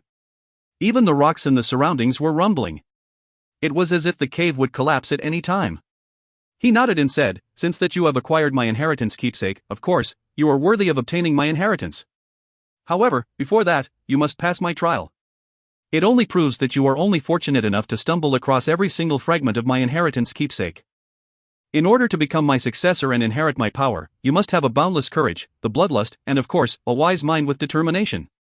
Zhang Yang smiled vaguely and said, then, show me your trials, and I shall complete them all to prove to you that I am indeed worthy. Very well. My remaining power is limited. It is only enough for me to reveal myself for a brief moment. In no time at all, I shall return to silence and continue to rest in darkness for eternity. The voice of Ares continued to rumble across the surroundings of the cave. Zhang Yang could not help but frown deeply. This god knew that he was running out of time, yet he does not know how to cut the crap and save more time. But, this god had been in the dark, without any chance to talk or even breathe for tens of thousands of years. It was quite understandable, all things considered. The first trial shall test your courage. Ares raised a finger pointed it at Zhang Yang from where he stood. A stream of colorful light began to engulf Zhang Yang entirely. Zhang Yang only saw a blinding glare in front of him as he squeezed his eyes shut. After he reopened his eyes and regained his vision, he found that he was standing right at the top of a bottomless cliff. There was no way for him to back away from the side of the cliff.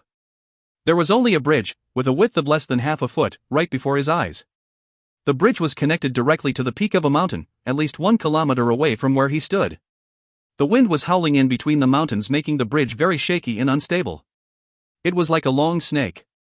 Looking down the endless pit below the bridge would definitely give quite a punch to a person's mental state. Some people might just turn away the moment they see that bottomless area below that bridge, Even though Zhang Yang knew that this scene was in virtual reality, his heart was still pounding madly, as if his heart was about to beat through his chest and fall out. Well, this is perfectly normal, as normal people would have felt the same. If anyone dares say that this is nothing, then that person must be mentally sick. Ding! You accepted the first trial from Ares. You must reach the other end of the bridge within 20 minutes. The timer will start the moment you set foot on the stone bridge. You can only fail 3 times, or you shall never be able to complete the quest for the God of War inheritance. What the hell? Zhang Yang tried to summon the serpent with his mind, but he immediately received a notification from the system straight away, saying that he cannot summon a mount in this area. Not just that, he could not even summon Felice out. It totally cut off any options for Zhang Yang to cheat in this trial. Zhang Yang took a deep breath and he aimed properly at direction he was supposed to go. He suddenly closed his eyes tightly and charged forward in a hush. Thud thud thud. He had nothing on his mind at that moment, other than trying to make sure he was running perfectly straight. According to an average movement speed of a player in the game, a player can move 10 meters every second. It meant that a player could run over 1,000 meters in 100 seconds. To able to finish walking on a stone bridge that is no wider than half a foot from one end to the other end is already not an easy task, even without a limited time frame. Currently, Zhang Yang was only given 2 minutes to complete the task. Well, since he really has to do it in order to pass the trial, he simply squeezed his eyes shut and thought about nothing as he kept running forward. Isn't this trial all about courage? Well, running across a thin, long bridge, with his eyes closed, is considered a very brave move in itself, right? Of course, Zhang Yang would only dare to try such a stunt in the game. The wind was howling into both of his ears. However, Zhang Yang was not affected at all. He ignored everything. The only thing he cared about at that moment was the time, as he ran forward. He did not dare to even open his eyes a little. He knew that if he ever takes a peek down on the bridge, it would definitely send him tipping down to hell. 50 seconds. 80 seconds. 100 seconds. 110 seconds. Zhang Yang opened his eyes and found himself on the other side of the bridge. He had arrived at the other end of the stone bridge on the peak of the mountain. Ding! Congratulations, you have passed the first trial. The scene around Zhang Yang suddenly blurred and changed into another set of scenes. Now, he was put into an ancient arena. The second trial will test your bloodlust. The deep, cold voice of Ares was spread across the entire arena. Ding! You have accepted the second trial from Ares. Within this period of time, you shall forget every single skill you have and you shall not be able to use any items from your inventory. What you are required to do is to kill without mercy until you have defeated every single enemy in the arena. Please take note that you would have to restart this trial if you are killed. Furthermore, you can only die 3 times, or else you shall never be able to complete the quest for the God of War inheritance. Cling. Clang. Cling. Clang. The metallic door at the other end of the arena began to open up as metallic chains pulled the door upwards. A muscular man, with a giant hammer over his shoulder, walked into the arena and let out an intimidating roar. Without even a simple greeting, he charged straight towards Zhang Yang, swinging his hammer. But the moment he entered the arena, all attributes of Zhang Yang were reduced to 0, and all the equipment he had on him had disappeared. He was basically a naked man, wearing only a diaper to cover his vital spot. However, there were countless weapons lying on the weapon rack at the sides of the arena. So, he quickly made his way straight to the weapon rack and picked up an axe and a shield. Then, he began to go head-on with the hammer guy. The damage calculation in the arena is very different. All characters did not have HP bars to indicate whether they have high HP or low HP. A variety of methods could be used to kill the opponents. You can just take off the head, or cut off the hands of the opponents and let them bleed to death. Everything was just like the real world. There was nothing related to the system of the game, at all. Zhang Yang let out a thunderous roar as he slid across the ground and through the 2 legs of the muscular man. While he was at it, he lifted the axe in his hands and the entire axe went straight into his crotch. Blood spilled all over the ground as the man spilled his blood and guts. It was disgusting. After he staggered around for a while, the man collapsed onto the ground and died. Cling. Clang. Cling. Clang.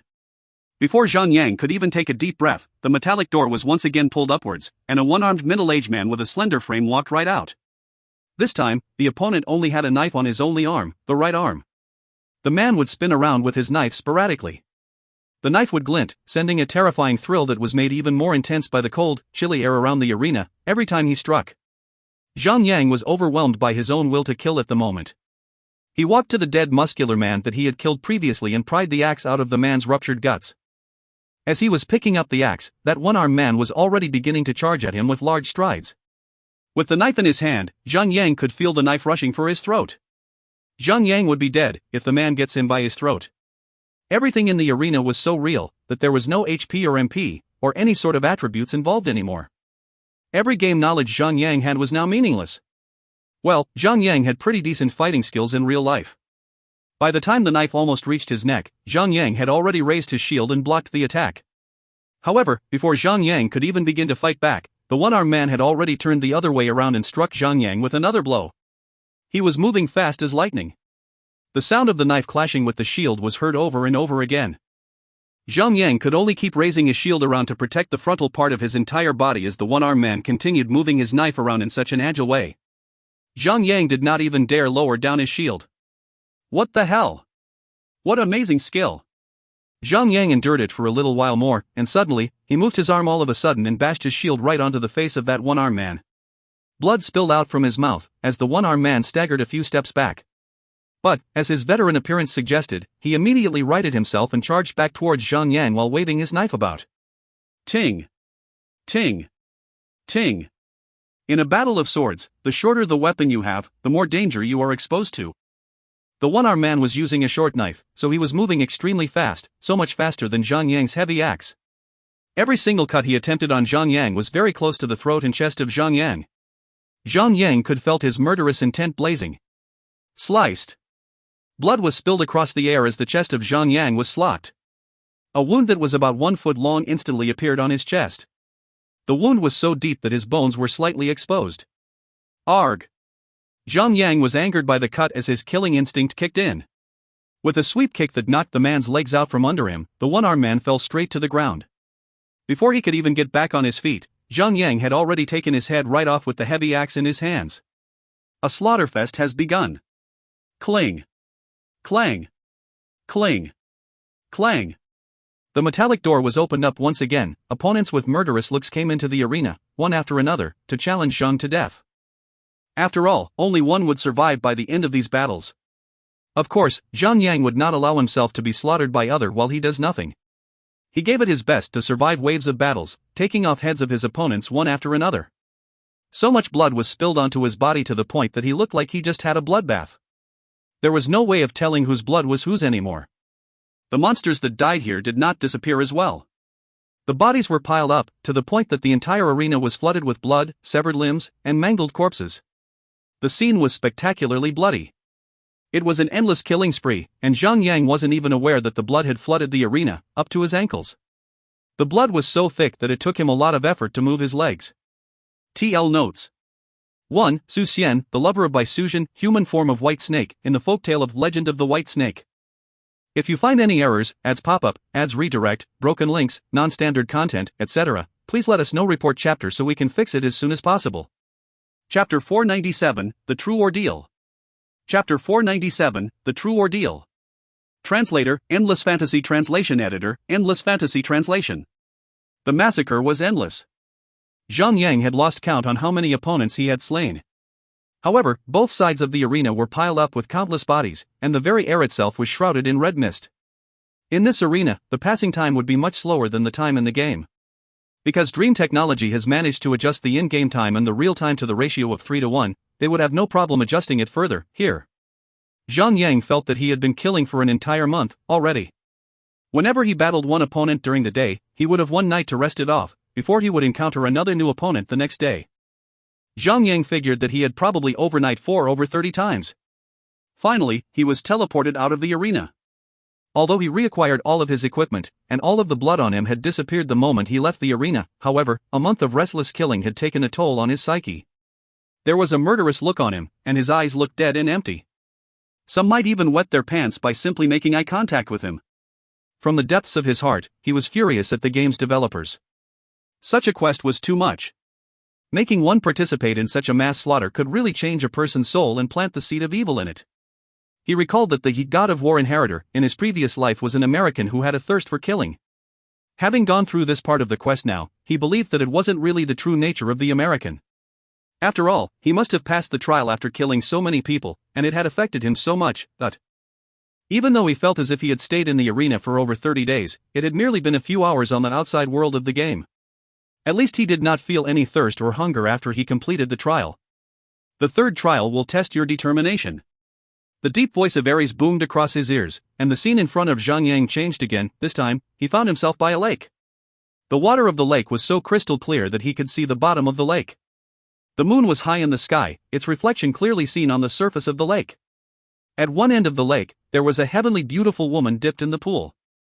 Her fair, naked body was reflected under the pale, clear moonlight. It was an immeasurably mesmerizing scene. The woman appeared to be at the age of 24 or 25 years old, the age where humans would be at their prime, and women would be at the height of their beauty. Her body shape was lined with perfect grace, her skin as white as polished jade, with the water sliding off its flawless surface. Her fair neck was graceful and long, and her folded arms that were wrapped around her flat stomach unintentionally lifted her full, heavy breasts up, and two light, strawberry yogurt pink circular tips jutted out of the mountains.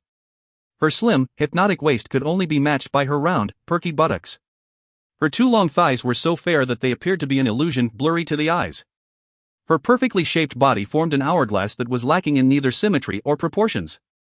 When it comes to Han Shui, Sun Xinu, and Yu Li, they were truly beautiful creatures. However, humans are never perfect. There would always be some flaw. But the body of the woman right before Zhang Yang's eyes is the definition of perfection. There were no flaws at all. Every inch of her fair skin was perfectly sculpted. Zhang Yang could not take his eyes off this surreal image. Ding! You accepted the third trial from Ares. Warrior, you must guard your soul. To defeat you, the enemy will use all sorts of schemes and conspiracies that exist in this realm, including seduction. Ares will never want a person without a stout heart to inherit his legacy and power. So warrior, you have only one chance to prove yourself within these 30 minutes. Don't mess it up and make yourself look stupid. Zhang Yang could not help but to feel embarrassed. Although he had overcame the 1 month of killing and slaughtering, he was now in an extreme need to release his stress. What better way to let it all loose in one climatic spurt of love and passion? But Zhang Yang was not so silly that he would mix up the game and reality together. He was not so hungry to get a hard-on while looking at a virtual character. At worst, he could just ram into Han Yngshue's room and teach the witch a good lesson. Well, the witch might even get into it and have fun with him. So, is this trial a bonus for him, then? As for the beautiful woman bathing by the side of the lake, it seemed that Zhang Yang did not exist in her eyes. Even though they were just tens of meters away from each other, the woman had not even spared a glance at Zhang Yang. She did not even turn her head over towards the direction where Zhang Yang was standing. However, when Zhang Yang saw the information right above her head, he could not help but to feel shocked. Lachesis, the goddess of war? Level? HP? Defense? Attack? Skills? Note, represents the goddess of war. The existence of this goddess trembles over the gods in the divine realm. What the F***CK? He actually got a chance to feast his eyes upon the scene of a goddess of war bathing with his eyes. Looks like this Ares is not all stout of heart either. Of all women in the world, he actually picked the goddess of war to be the projection for his trial object. It seems like he had a thing for this Lachesis, back then. Come. Low voices were suddenly heard by the ears of Zhang Yang. The voices were more like moans, and the voices were so seductive, attempting to rob Zhang Yang of his senses, making him lose grip of reality. It was a difficult sensation to explain, so let's take an inappropriate example. It's as if a person is feeling an urge to urinate while dreaming, but a part of his subconscious is strongly suggesting him not to. Zhang Yang was feeling that way, all the time, as he stood over there. A strong seductive force was trying to lead him into walking forward. But he seemed to remember that he needed to complete the quest. He knew that everything would be over if he ever walks towards that woman. It was like being awake, and not being awake at the same time. It was the unexplainable sensation of drifting across a fantasy. At the same moment, a blazing white light suddenly burst right out of the chest of Zhang Yang. Felice actually broke through the restriction of this area and materialized as Zhang Yang's battle companion. The drifting feeling was instantly removed from his body as Zhang Yang instantly regained his senses. Although the woman in the lake was extremely beautiful and seductive, it was really difficult to actually shake Zhang Yang's will. A normal man would only look at a poster with a pretty sexy girl on it, and feast their eyes upon it, instead of charging towards the poster with their erected penises. Felice, how did you manage to come out? Zhang Yang was really curious on how Felice broke through the restriction of the area. Felice was gazing upon the beautiful woman in the lake with a confused expression on her face as she was muttering, "Big brother, I feel like I know her. But no matter how hard I try to remember, I just cannot recall who she is." After listening to her, Zhang Yang suddenly realized that features of Lachesis actually looked just like Felice's. Could it be that Felice is actually the daughter of Lachesis? To think that Felice is already as powerful as a mythical tear, with 4 seals still holding her back, would she become as powerful as a celestial tear being, if all 4 seals are unsealed away? This actually makes sense for such a powerful existence to have a goddess of war as her mother. Mecha did say that a war erupted over thousands of years ago. Lachesis might have fallen during that war, while Felice got away from it, most probably because of the seals. Anyway, this is just a game. Any design story in the game by the designers would do, as long as it makes sense. Big brother, why do I feel like crying right now?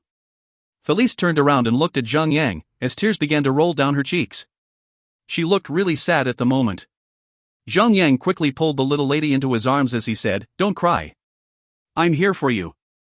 With the appearance of Felice, this supposedly extremely difficult trial had become extremely easy. Zhang Yang hugged the little lady for half an hour and passed the 3rd trial very easily. This time, he was not transported to another special scene. He found himself back in the middle of the cave. He found Ares. Right in front of him was the gigantic skeleton of Ares, lying against the wall again. Very well. You have passed the first 3 trials. So, let us move on to the next phase.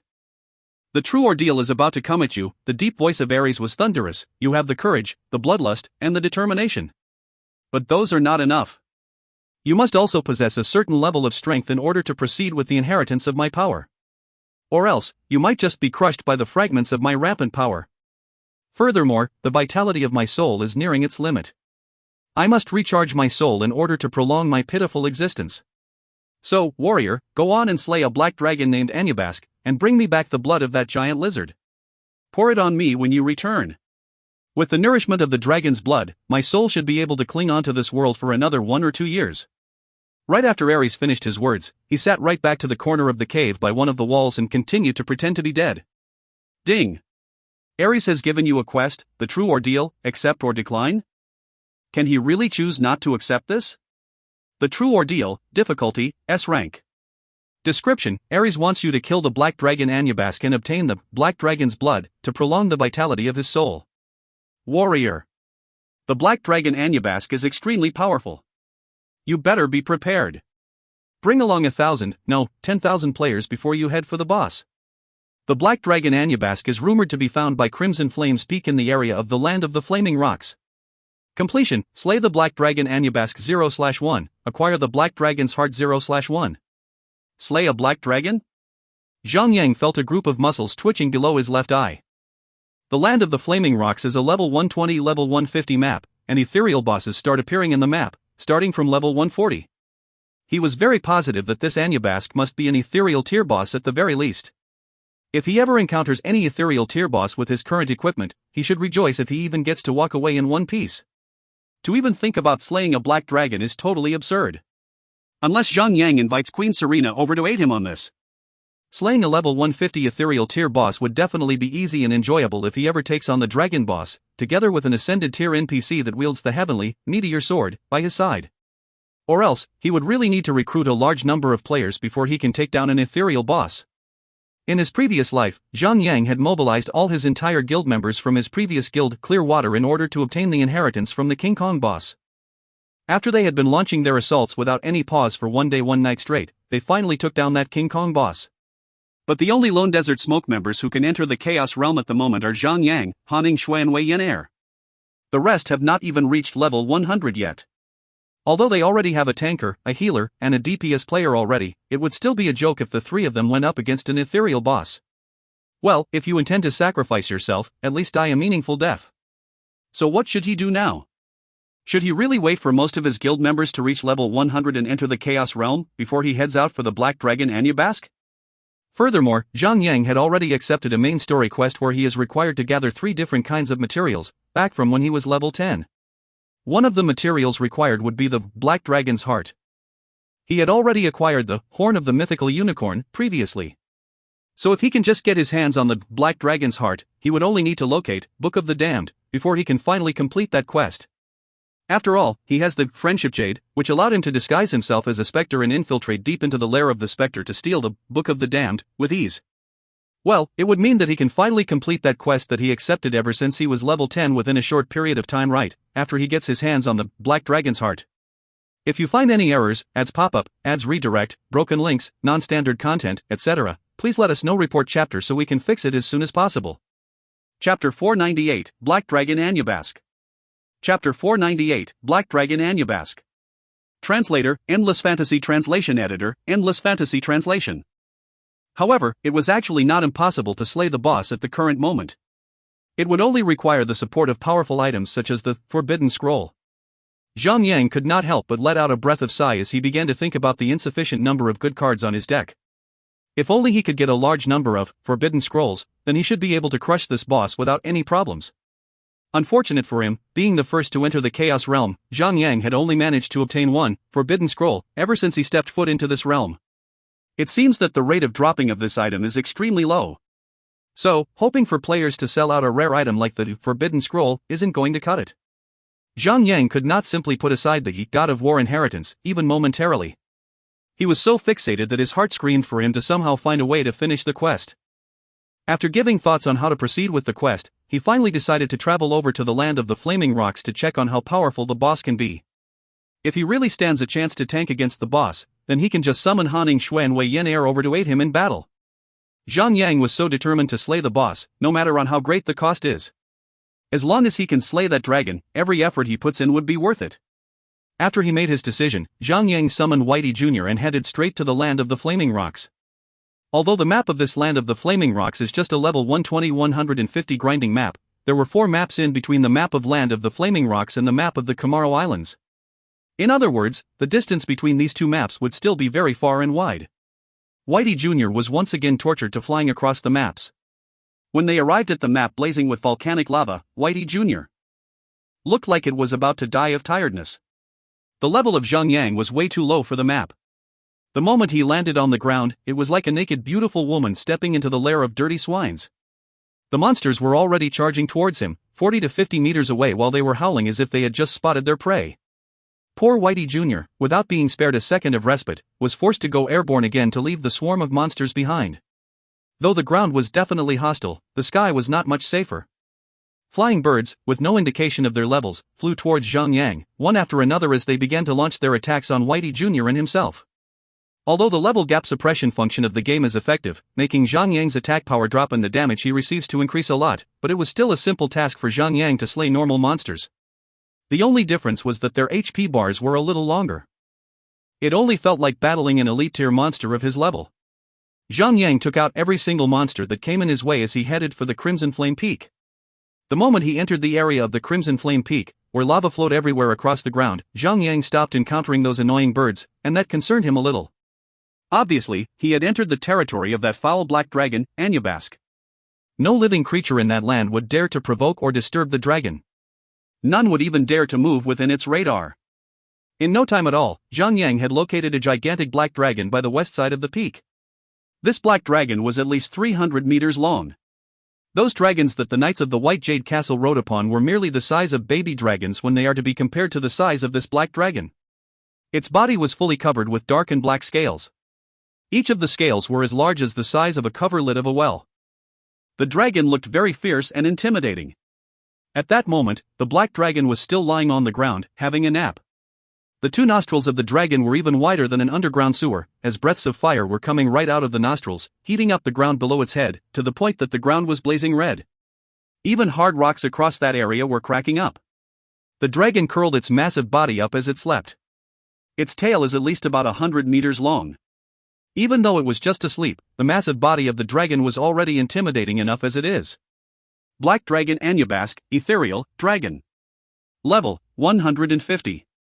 HP, 450 million. Defense, 9,950. Attack? Skills? Note, according to legend, the Black Dragon Audiobooks was once the battle companion of the Hell's Lord, Shigalar. Filled up with evil force by Shigalar himself, this dragon has an eternal lifespan, just like the gods. However, during the war, Audiobooks was severely wounded, and has yet to fully recover still. A difference of 47 levels. Zhang Yang could only see the level, the HP amount and the defense of the boss. As for the attack power and the skills of the boss, Zhang Yang could only see a bunch of question marks. So it appears that this dragon was there when the Great War happened. No wonder Ares had mentioned the name of this dragon as a specific target. It seems that during the Great War among the gods, the god of war and the Hell's Lord must have been enemies, and this black dragon must have chewed on his penis for a couple of times to be able to piss him off so much that he would still remember the name of this dragon, thousands of years after he has fallen. There was one problem. This is a level 150 ethereal tier boss. To be able to take down such powerful boss, Zhang Yang must at least reach level 120, in order to disable the level gap suppression function of the game. Although it sounded like a simple 17-level difference between level 103 and level 120, it's really not an easy task to grind from level 103 to level 120. Without any quest rewards that would reward Zhang Yang with levels, it would take up approximately 170 days just to grind 17 levels to reach level 120. 170 days is a freaking half a year. Furthermore, this freaking boss has over 450 million HP. Zhang Yang frowned so intensely that his face almost started cramping up. Zhang Yang could still remember clearly that the King Kong boss in his previous life only had a total of 45 million HP. Both bosses were level 150, however, the difference in both of their HP amount was like day and night, but in Zhang Yang's previous life, the entire Guild of Clear Water had been mobilized when they were battling the King Kong boss, and it took them a day and a night of non-stop fighting before they narrowly defeated the boss. It was a close call, as they had almost failed to defeat the boss. At the current stage of the game, although Lone Desert Smoke is the strongest guild there is in the China server, but the timing is not right. Most of the members of Lone Desert Smoke were still around level 90. It would take up to 3 to 4 months at the least, before all of the core players of the Lone Desert Smokes can enter the Chaos Realm. Before Zhang Yang set his eyes upon the mighty boss, he still had some ideas in his mind, and looked around the terrain to see if he could exploit it in any way to kill the boss in a cheap, but effective manner. After thoroughly scouting the area, that didn't seem feasible. Boom, dot.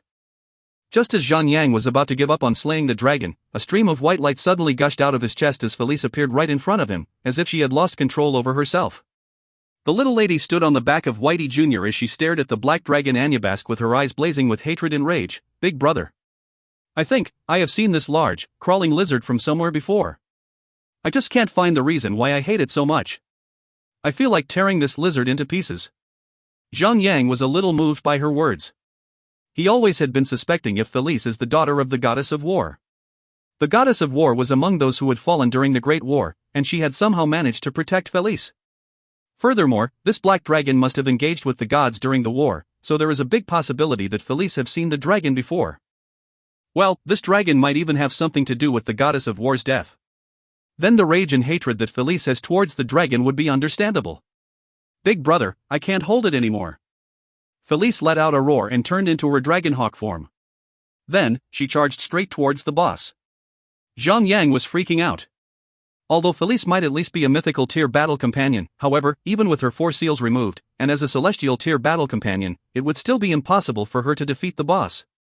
No matter how powerful she gets, she would never have the HP to outlast a boss. For instance, Felice only has about tens of thousands of HP, just like a player with a full set of mythical tier equipment. It is totally incomparable to the amount of HP of a boss. Well, it is a suicidal act for a battle companion to charge towards the boss without any backup, but Zhang Yang tried to unsummon Felice back into the battle companion slot in his inventory, but failed to do so. The little lady was disobeying his orders, and Zhang Yang could not do anything about it other than to watch. Well, do or die. Zhang Yang let out a battle cry and he patted Whitey Jr. and charged straight towards the boss. He had promised that he would take care of Felice for as long as he is able to. Even it was just a promise that he made to a virtual character in a virtual game, Zhang Yang did not want to go back on his own words. Felice descended down to a position that was about the height of 30 to 40 meters above the black dragon Anyabask. Then she suddenly transformed herself back into her humanoid form, as she raised her lance up and stabbed it straight down the head of the black dragon. As an ethereal boss, the aggro range of Anyabask is very vast, as expected. It had already detected Felice as she was approaching it from above. It opened its eyes and scrambled to its feet, opening its mouth up wide as it flung out a blazing dragon breath towards Felice. Sacrifice. Zhang Yang did not even bother to check if he could use the skill on a battle companion. Without thinking, he had already thrown his skill right onto Felice and activated his Heart of the Death Knight, entering a state of invincibility. Boom! Although the boss attacked after Felice did, the dragon breath attack had reached Felice first, as it was a ranged attack. A blazing blast of dragon breath collided into Felice as the flames engulfed Felice entirely. But Zhang Yang did not see any immune word appearing on top of him. It seems that the skill, Sacrifice, cannot be used on a battle companion. However, Zhang Yang did not see Felice in the battle companion slots of his inventory, but when a battle companion dies, the battle companion will receive a penalty of -1 level and returns back to the battle companion slot in the owner's inventory. The battle companion can only be summoned again after 1 hour. Since he could not see Felice in the battle companion slot, that would only mean that Felice was still alive. Hoof! A human silhouette broke right through the blazing dragon breath and appeared right in front of the head of the black dragon. A lance plunged straight into the head of the dragon. -2, 428, 201. 20,000? 240,000? Zhang Yang rubbed his eyes and took another look at the numbers. What the F***CK? It's more than 2,420,000 damage. What is this? A cosmic explosion? Super Saiyan Felice? Or did the Buddha possess her momentarily and unleash a heavenly strike?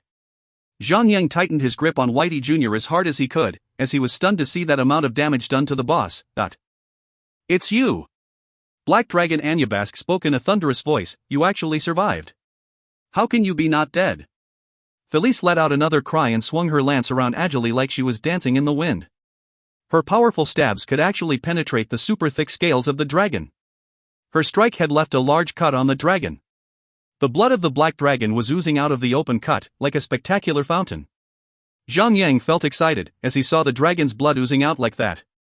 Well, it was not because he was sadistic or what, it was simply because that blood was exactly what he needed for the quest.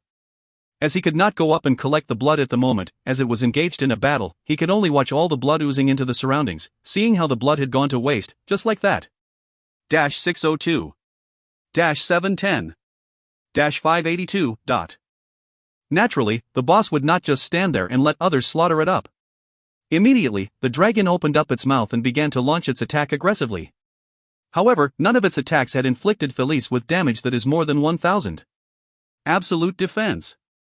Felice had activated her super damage immunity skill. She was basically invincible for the next 2 minutes. This little lady over there is definitely in story mode. Or else, she would not have inflicted a damage that is higher than 1,000,000. However, it's actually normal, after Zhang Yang had given some thoughts on it. There had been no battle companion system in his previous life. Well, Felice did not appear before in the game in his previous life. He could only imagine how important this NPC is now. 7/128 921. A stream of blazing light flashed across the lance of Felice, and Zhang Yang knew exactly what it was. It was her blazing dragon spear. However, this blazing dragon spear of Felice had just inflicted over 7 million damage on the black dragon. That was not just an awesome amount damage, that was heavenly. Why is this happening? How can this be happening? The black dragon boss was roaring thunderously as it endured the divinely powerful attacks of Felice. The initial amount of 450 million HP was decreasing gradually at every passing second. 300 million. 200 million. 100 million. Zhang Yang could felt the intense beating of his heart, that he lost his breath for a moment there. If Felice can continue to channel such a high damage output onto the boss, then it was possible for her to slay the boss within the 2-minute effective period of her absolute defense. If you find any errors, ads pop up, ads redirect, broken links, non-standard content, etc., please let us know. Report chapter so we can fix it as soon as possible. Chapter 499, Glare of the Death God. Chapter 499, Glare of the Death God. Translator, Endless Fantasy Translation Editor, Endless Fantasy Translation. Is this mighty and powerful ethereal tier boss about to be slain battle companion who was 50 levels underneath it? Zhang Yang could not help but to feel giddy and lightheaded. But after seeing the HP bar of the boss dropping lower than 20%, he was very certain that it was not his eyes playing tricks on him, everything that was happening was the real deal. Zhang Yang did not act like a clueless animal, nor did he become hot-headed and charged right towards the boss, although he actually thought of doing it initially. That was just his emotions taking over for a second, because he could not watch Felice charging up to a powerful boss, getting herself killed. But in the game, it would not matter how powerful the mounts or the battle companions are. Once the player who owns them dies, the mount and the battle companion would disappear as well. So, the best way for Zhang Yang to help Felice is to find a suitable spot and make sure that he survives. Although the black dragon Audiobooks appeared helpless against the assaults of Felice, as it could only damage Felice by up to 600 to 700 damage every time it struck her, that was only because Felice had already activated her absolute defense. The basic attacks of the boss is actually reaching up to 60,000 or 70,000 damage. Furthermore, open world bosses also have powerful AoE attacks. Hence, if Zhang Yang had charged up to the boss, that would get himself killed for nothing, instead of helping her. Felice struck harder and harder as the battle went on. It was like she had really held a grudge against the black dragon for thousands of years. Every single attack from her lance took away millions of HP. She looked cold, as if she had turned into another person. She was silent and calm, steely and focused, as she bombarded the boss with her assaults. That was no longer the naive and cute little lady that Zhang Yang knew. The roars of the black dragon Audiobooks were so loud that it shook the sky, and the clouds dispersed into the surroundings of the sky. However, it could not do anything against Felice. Its HP bar was still decreasing rapidly from 80 million to 50 million. Then, it dropped further down to 20 million within seconds. Little Felice was truly soloing the boss, as if she was an equal boss. I give up. I'm willing to serve you. Please, don't kill me. Well, those who can live long normally would definitely be afraid of death. Audiobooks no longer had the pride of a dragon, as it began to lower down its head and try to express his allegiance to Felice. If little Felice actually accepts the black dragon's allegiance and allows it to serve her, then would the boss become her mount by the end of it? Zhang Yang could not keep his imagination from running wild. Furthermore, this mount would be a legendary dragon that had actually served Hell's Lord back in time. If there were seals on the dragon to be unsealed, then, wouldn't this boss become a celestial tier mount by then? However, Felice was not moved by its offers by one bit as she continued to wreak havoc upon the boss with her lance, as hard as she could. Her assaults became even more aggressive than before. The tip of her lance was ignited with blazing flames as she swung her lance towards the boss. The scenery was like doomsday pouring down from the sky, as flames flowed down from the heavens and scorched everything on the ground. If there are any life forms in the vicinity, they would definitely have been killed by the merciless bombardments from Felice as well. Sigh. So much for getting a celestial tier mount. Zhang Yang could not help but to sigh resignedly. 10 million HP left. 4 million HP left. Rock. Audiobooks continued to roar in misery as it began to unfurl its wings, getting ready to flee into the skies. But it was interrupted by a throw of Felice's lance that went straight through its body. That hit took out the last chunk of HP bar of the boss. There it goes. The great black dragon Audiobooks had fallen. Its massive body crashed heavily into the small peak of a mountain close by. Its body was so huge and heavy that it had crushed the small mountain in half. A substantial amount of blood was gushing out from the wounds and cuts on the body of the black dragon, flooding the entire mountain with red. Felice let out a roar that shook the surroundings. Green veins started flowing across Felice's head, spilling down her face like a waterfall, as she was pushed back in the direction she had been facing, like the recoil of a gun. Her voice broke through the air and crushed the part of the mountain that was within the range of 10 kilometers in front of her. It was terrifying. After she was done with the long roar, Felice suddenly closed her eyes and fell straight from the sky, crashing into the ground. Zhang Yang quickly unsummoned Felice back into the battle companion slot in his inventory with his mind. Then, he stared into the battle companion slot in his inventory and saw Felice lying quietly as she hibernated. Her face was extremely pale as if she had strained herself too much. She was comatose. Zhang Yang tried to summon her, but he received a system notification immediately. Felice was currently hibernating, so he would have to wait for another 72 hours before he can summon her out again. Well, Zhang Yang had two questions that needed immediate answering when he gets back to that old, deceased god of war theories. Firstly, he wanted to know if Felice is really the daughter of the goddess of war, and secondly, did the black dragon ever slay the goddess of war? Well, if that's true, then that hatred Felice had for the black dragon really did push her to the point that she had a cosmic explosion and totally tortured an ethereal tier boss. But just as he was having these thoughts to himself, Zhang Yang suddenly realized that he had not received any experience points or rewards after the black dragon had been slain. Furthermore, the system also did not notify him with any sort of message about him acquiring the first clear for an open-world ethereal tier boss. Are you kidding me? So, after all the terrible things that Felice went through killing the boss, everything was for nothing? Nothing at all? Zhang Yang quickly patted Whitey Jr. and went around the dead body of the boss. If he really can't get anything from this, he is really going to cry out loud, for God's sake. The dead body of the dragon was massive. One lap around the dead body of the dragon was about 1 kilometer far already.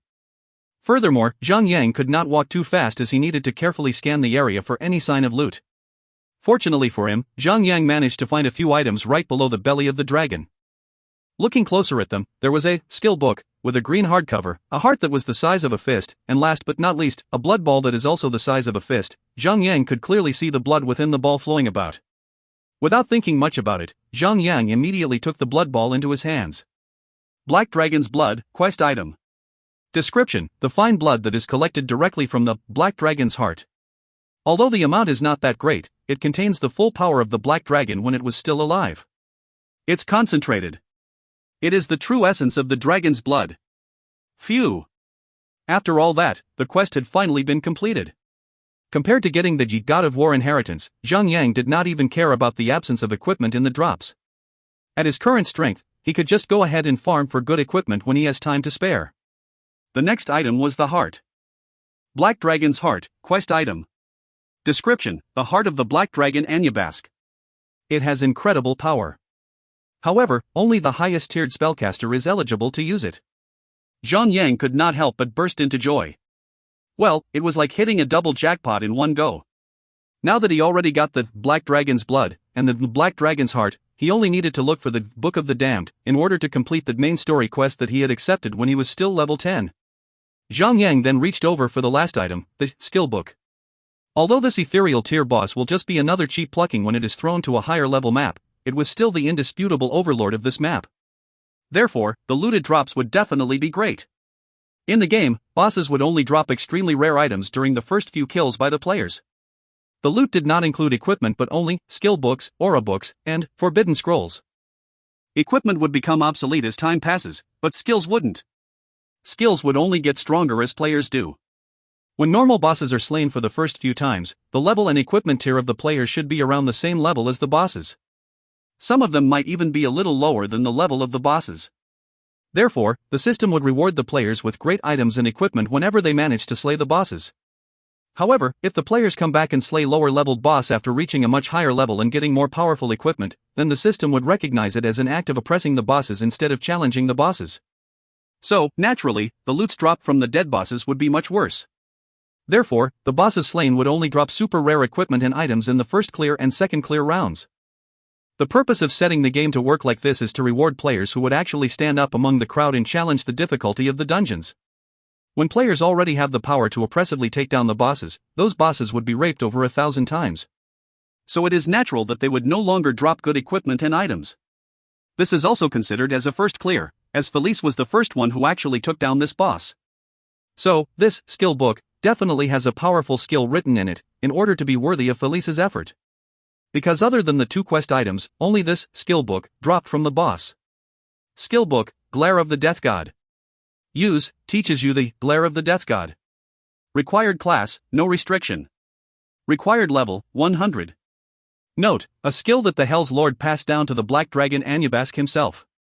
This skill is tremendously powerful. A Hell's Lord skill. Zhang could feel a shiver down his spine. He quickly tapped the book against his chest and learned the skill without saying another word. Glare of the Death God stares at a target with the Glare of the Death God, inflicting damage to the target for 10 seconds. There is a 10% rate of triggering instant death on the target. This skill will have certain rate of failing when it is applied on boss monsters. The instant death effect will be replaced by another effect, whereby there is a 10% rate that the target will lose 1% HP, which can only happen 10 times in a row, at most. The lasting effect will be reduced to 5 seconds when this happens. The effect can be cancelled out, but the level of the player that breaks the effect must be higher than the level of the caster. Cooldown, 60 minutes. This skill is indeed worthy to be a Hell's Lord skill. It is awesome. Although 10% rate is not high, it was still a negative effect. So once it is placed onto a monster, every other hit would have 10% chance of triggering the effect. It would definitely be very practical to put the negative effect of this skill onto a player. With this negative effect randomly triggered, the targeted player will be left with only 1 point of HP left. Unless the player has godly reflexes or can immediately activate skills that can make him invincible over a short period of time, or a healing skill that can instantly heal him up, the player would be killed in a single hit. Although the effects of the Glare of the Death God could be cancelled out, the level of the player who breaks the effect must be higher than the level of the caster. That's hilarious. Who can actually catch up with Zhang level now? Zhang could only laugh. With this skill, he will not falter when going up against powerful bosses. After picking up everything, the dead body of the Black Dragon disappeared. Zhang could not help but feel a little greedy this time. It would have been so much better if only the boss drops a few more skill books or a few pieces of equipment. Zhang rode on Whitey Jr. and traveled back all the way to Kamaro Islands. When they had finally arrived back at the entrance of the cave, this poor serpent was so tired that it spat out white foam of bubbles by the end of its mouth. Zhang walked right into the cave where the giant skeleton of Ares lay. The moment when he took out the blood ball, the inheritance keepsake for the god of war inheritance, the axe that Zhang brought to Ares, immediately floated up into the air. Suddenly, it flew straight towards the blood ball and cleaved into it. The black dragon's blood started pouring out, however, not a single drop was wasted. Every single drop of the blood was absorbed by that axe. A groan of relief was heard across Zhang ears. Ares stretched his skeletal arms as he got back his feet. Mortal, you took way too long with that. I am very disappointed with you. However, seeing that the amount of black dragon's blood that you brought back can at least prolong my life for another 3 years, and that you actually managed to slay that huge, disgusting lizard, I shall grant you another chance. What the hell? Zhang had never stopped or taken any detours after he accepted the quest. He went straight to the objective of the quest, and Felice went all out and basically instant killed the boss. After that, he had wasted no time at all and had headed back here straight away. So what the F***ck was that all about when Ares said he was still too slow? It seems that this F***king god of war would still say the same words even if Zhang could instantly teleport there, instantly kill the boss, and instantly teleport back here, but... Ding! You have completed a quest, the True Ordeal, acquired 20 million experience points. Duration, 12 hours 34 minutes 29 seconds. Rating, perfect. Reward, shortening on the linking quest. What a substantial amount of experience points. That's actually awesome. What that sweetened the value of the reward even more was the shortening on the linking quest. During Zhang Yang's previous encounter with the King Kong boss in his previous life, he had lost count on the number of times he had been running around, literary, just to complete some simple quests for the linking, and had wasted so much time before he could actually confront the boss for real. And the main task to end the linking quest was actually slaying the King Kong boss. If he could really cut short the chain of quests, that would definitely be a great help to him.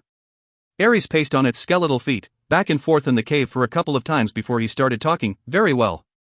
Go on and slay another 3 monsters that disgust me, and then you shall be able to inherit my godly power. Sigh. I had never realized that the heavens and the earth are so wonderful when I still possessed immortality. Now that my end is nearing every single day, living is truly a happiness that everyone should cherish. Ding. Ares has given you a quest, the last hurdle. Will you accept it? Well, this is already the last hurdle, as stated in the name of the quest. Only an idiot would decline the quest offer. Zhang Yang quickly selected accept and brought up the quest list to take a closer look. The last hurdle, difficulty, A rank. Description: Ares wants you to slay 3 fellows that he hates deeply. Then, you shall acquire the final, God of War inheritance. However, warrior, you must be aware. These 3 fellows must be slain by you and your hands alone only.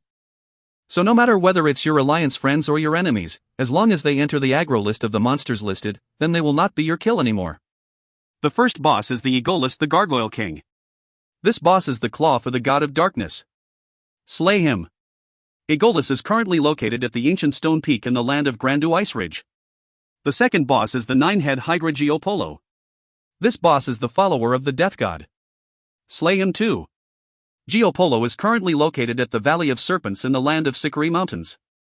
The third boss is the fire element King Leguana. This boss is the servant of the god of fire. Slay him as well. Geopolo is currently located at the Valley of Myriad Snakes in the land of Sikari Mountains. Completion: slay Aegolus the Gargoyle King 0-1, slay 9-head Hydra Geopolo 0-1, slay fire element King Leguana 0-1. Slaying bosses all by himself? Zhang Yang let out a long breath. Fortunately, he now has the glare of the death god. He also had support from Felice and his mount. The chance to slay a powerful boss, all by his own, is definitely looking much better than before. Furthermore, the difficulty of this quest is just A rank. Those bosses should all be yellow gold tier. Now that Felice has crossed his mind, Zhang Yang quickly asked, "My respected god of war, do you know the goddess of war personally?" Of course, the goddess of war is the prettiest woman in the god realm. Everyone knows her. Sigh. Unfortunately, she also fell during the Great War among the gods. She was caught in the crossfire between the Hell's Lord, the god of vengeance, and the Devastator. Ares was feeling angry and sorry for the goddess of war at the same time. Then, did the goddess of war ever had a daughter? Ha ha. The goddess of war had never fallen in love with any of the gods in our realm, so it is impossible that she would have any daughters. However, she did have a sister, the goddess of hope, Frabi. Ares was staring at Zhang Yang through the 2 holes of his eye sockets on his skull and said, "Warrior, enough with the talk, and get on with the quest." Right after that, the skeleton walked up to the corner of the cave again and went back to sleep. Although Zhang Yang wanted to inquire further details about Frabi and Lachesis, since Ares was no longer responsive to him anymore, then, it should mean that Ares would not wake up until he completes the quest. So Zhang Yang took out a teleportation scroll and tore it off. In just an instant, he was teleported over to Morningtown. Zhang Yang had chosen the Grandu Ice Ridge as his first destination because he had already built the teleportation circles in Morningtown and Winst Castle. Since he could travel over within 10 seconds, obviously, he would choose that destination as his first choice. If you find any errors, ads pop-up, ads redirect, broken links, non-standard content, etc., please let us know. Report chapter so we can fix it as soon as possible.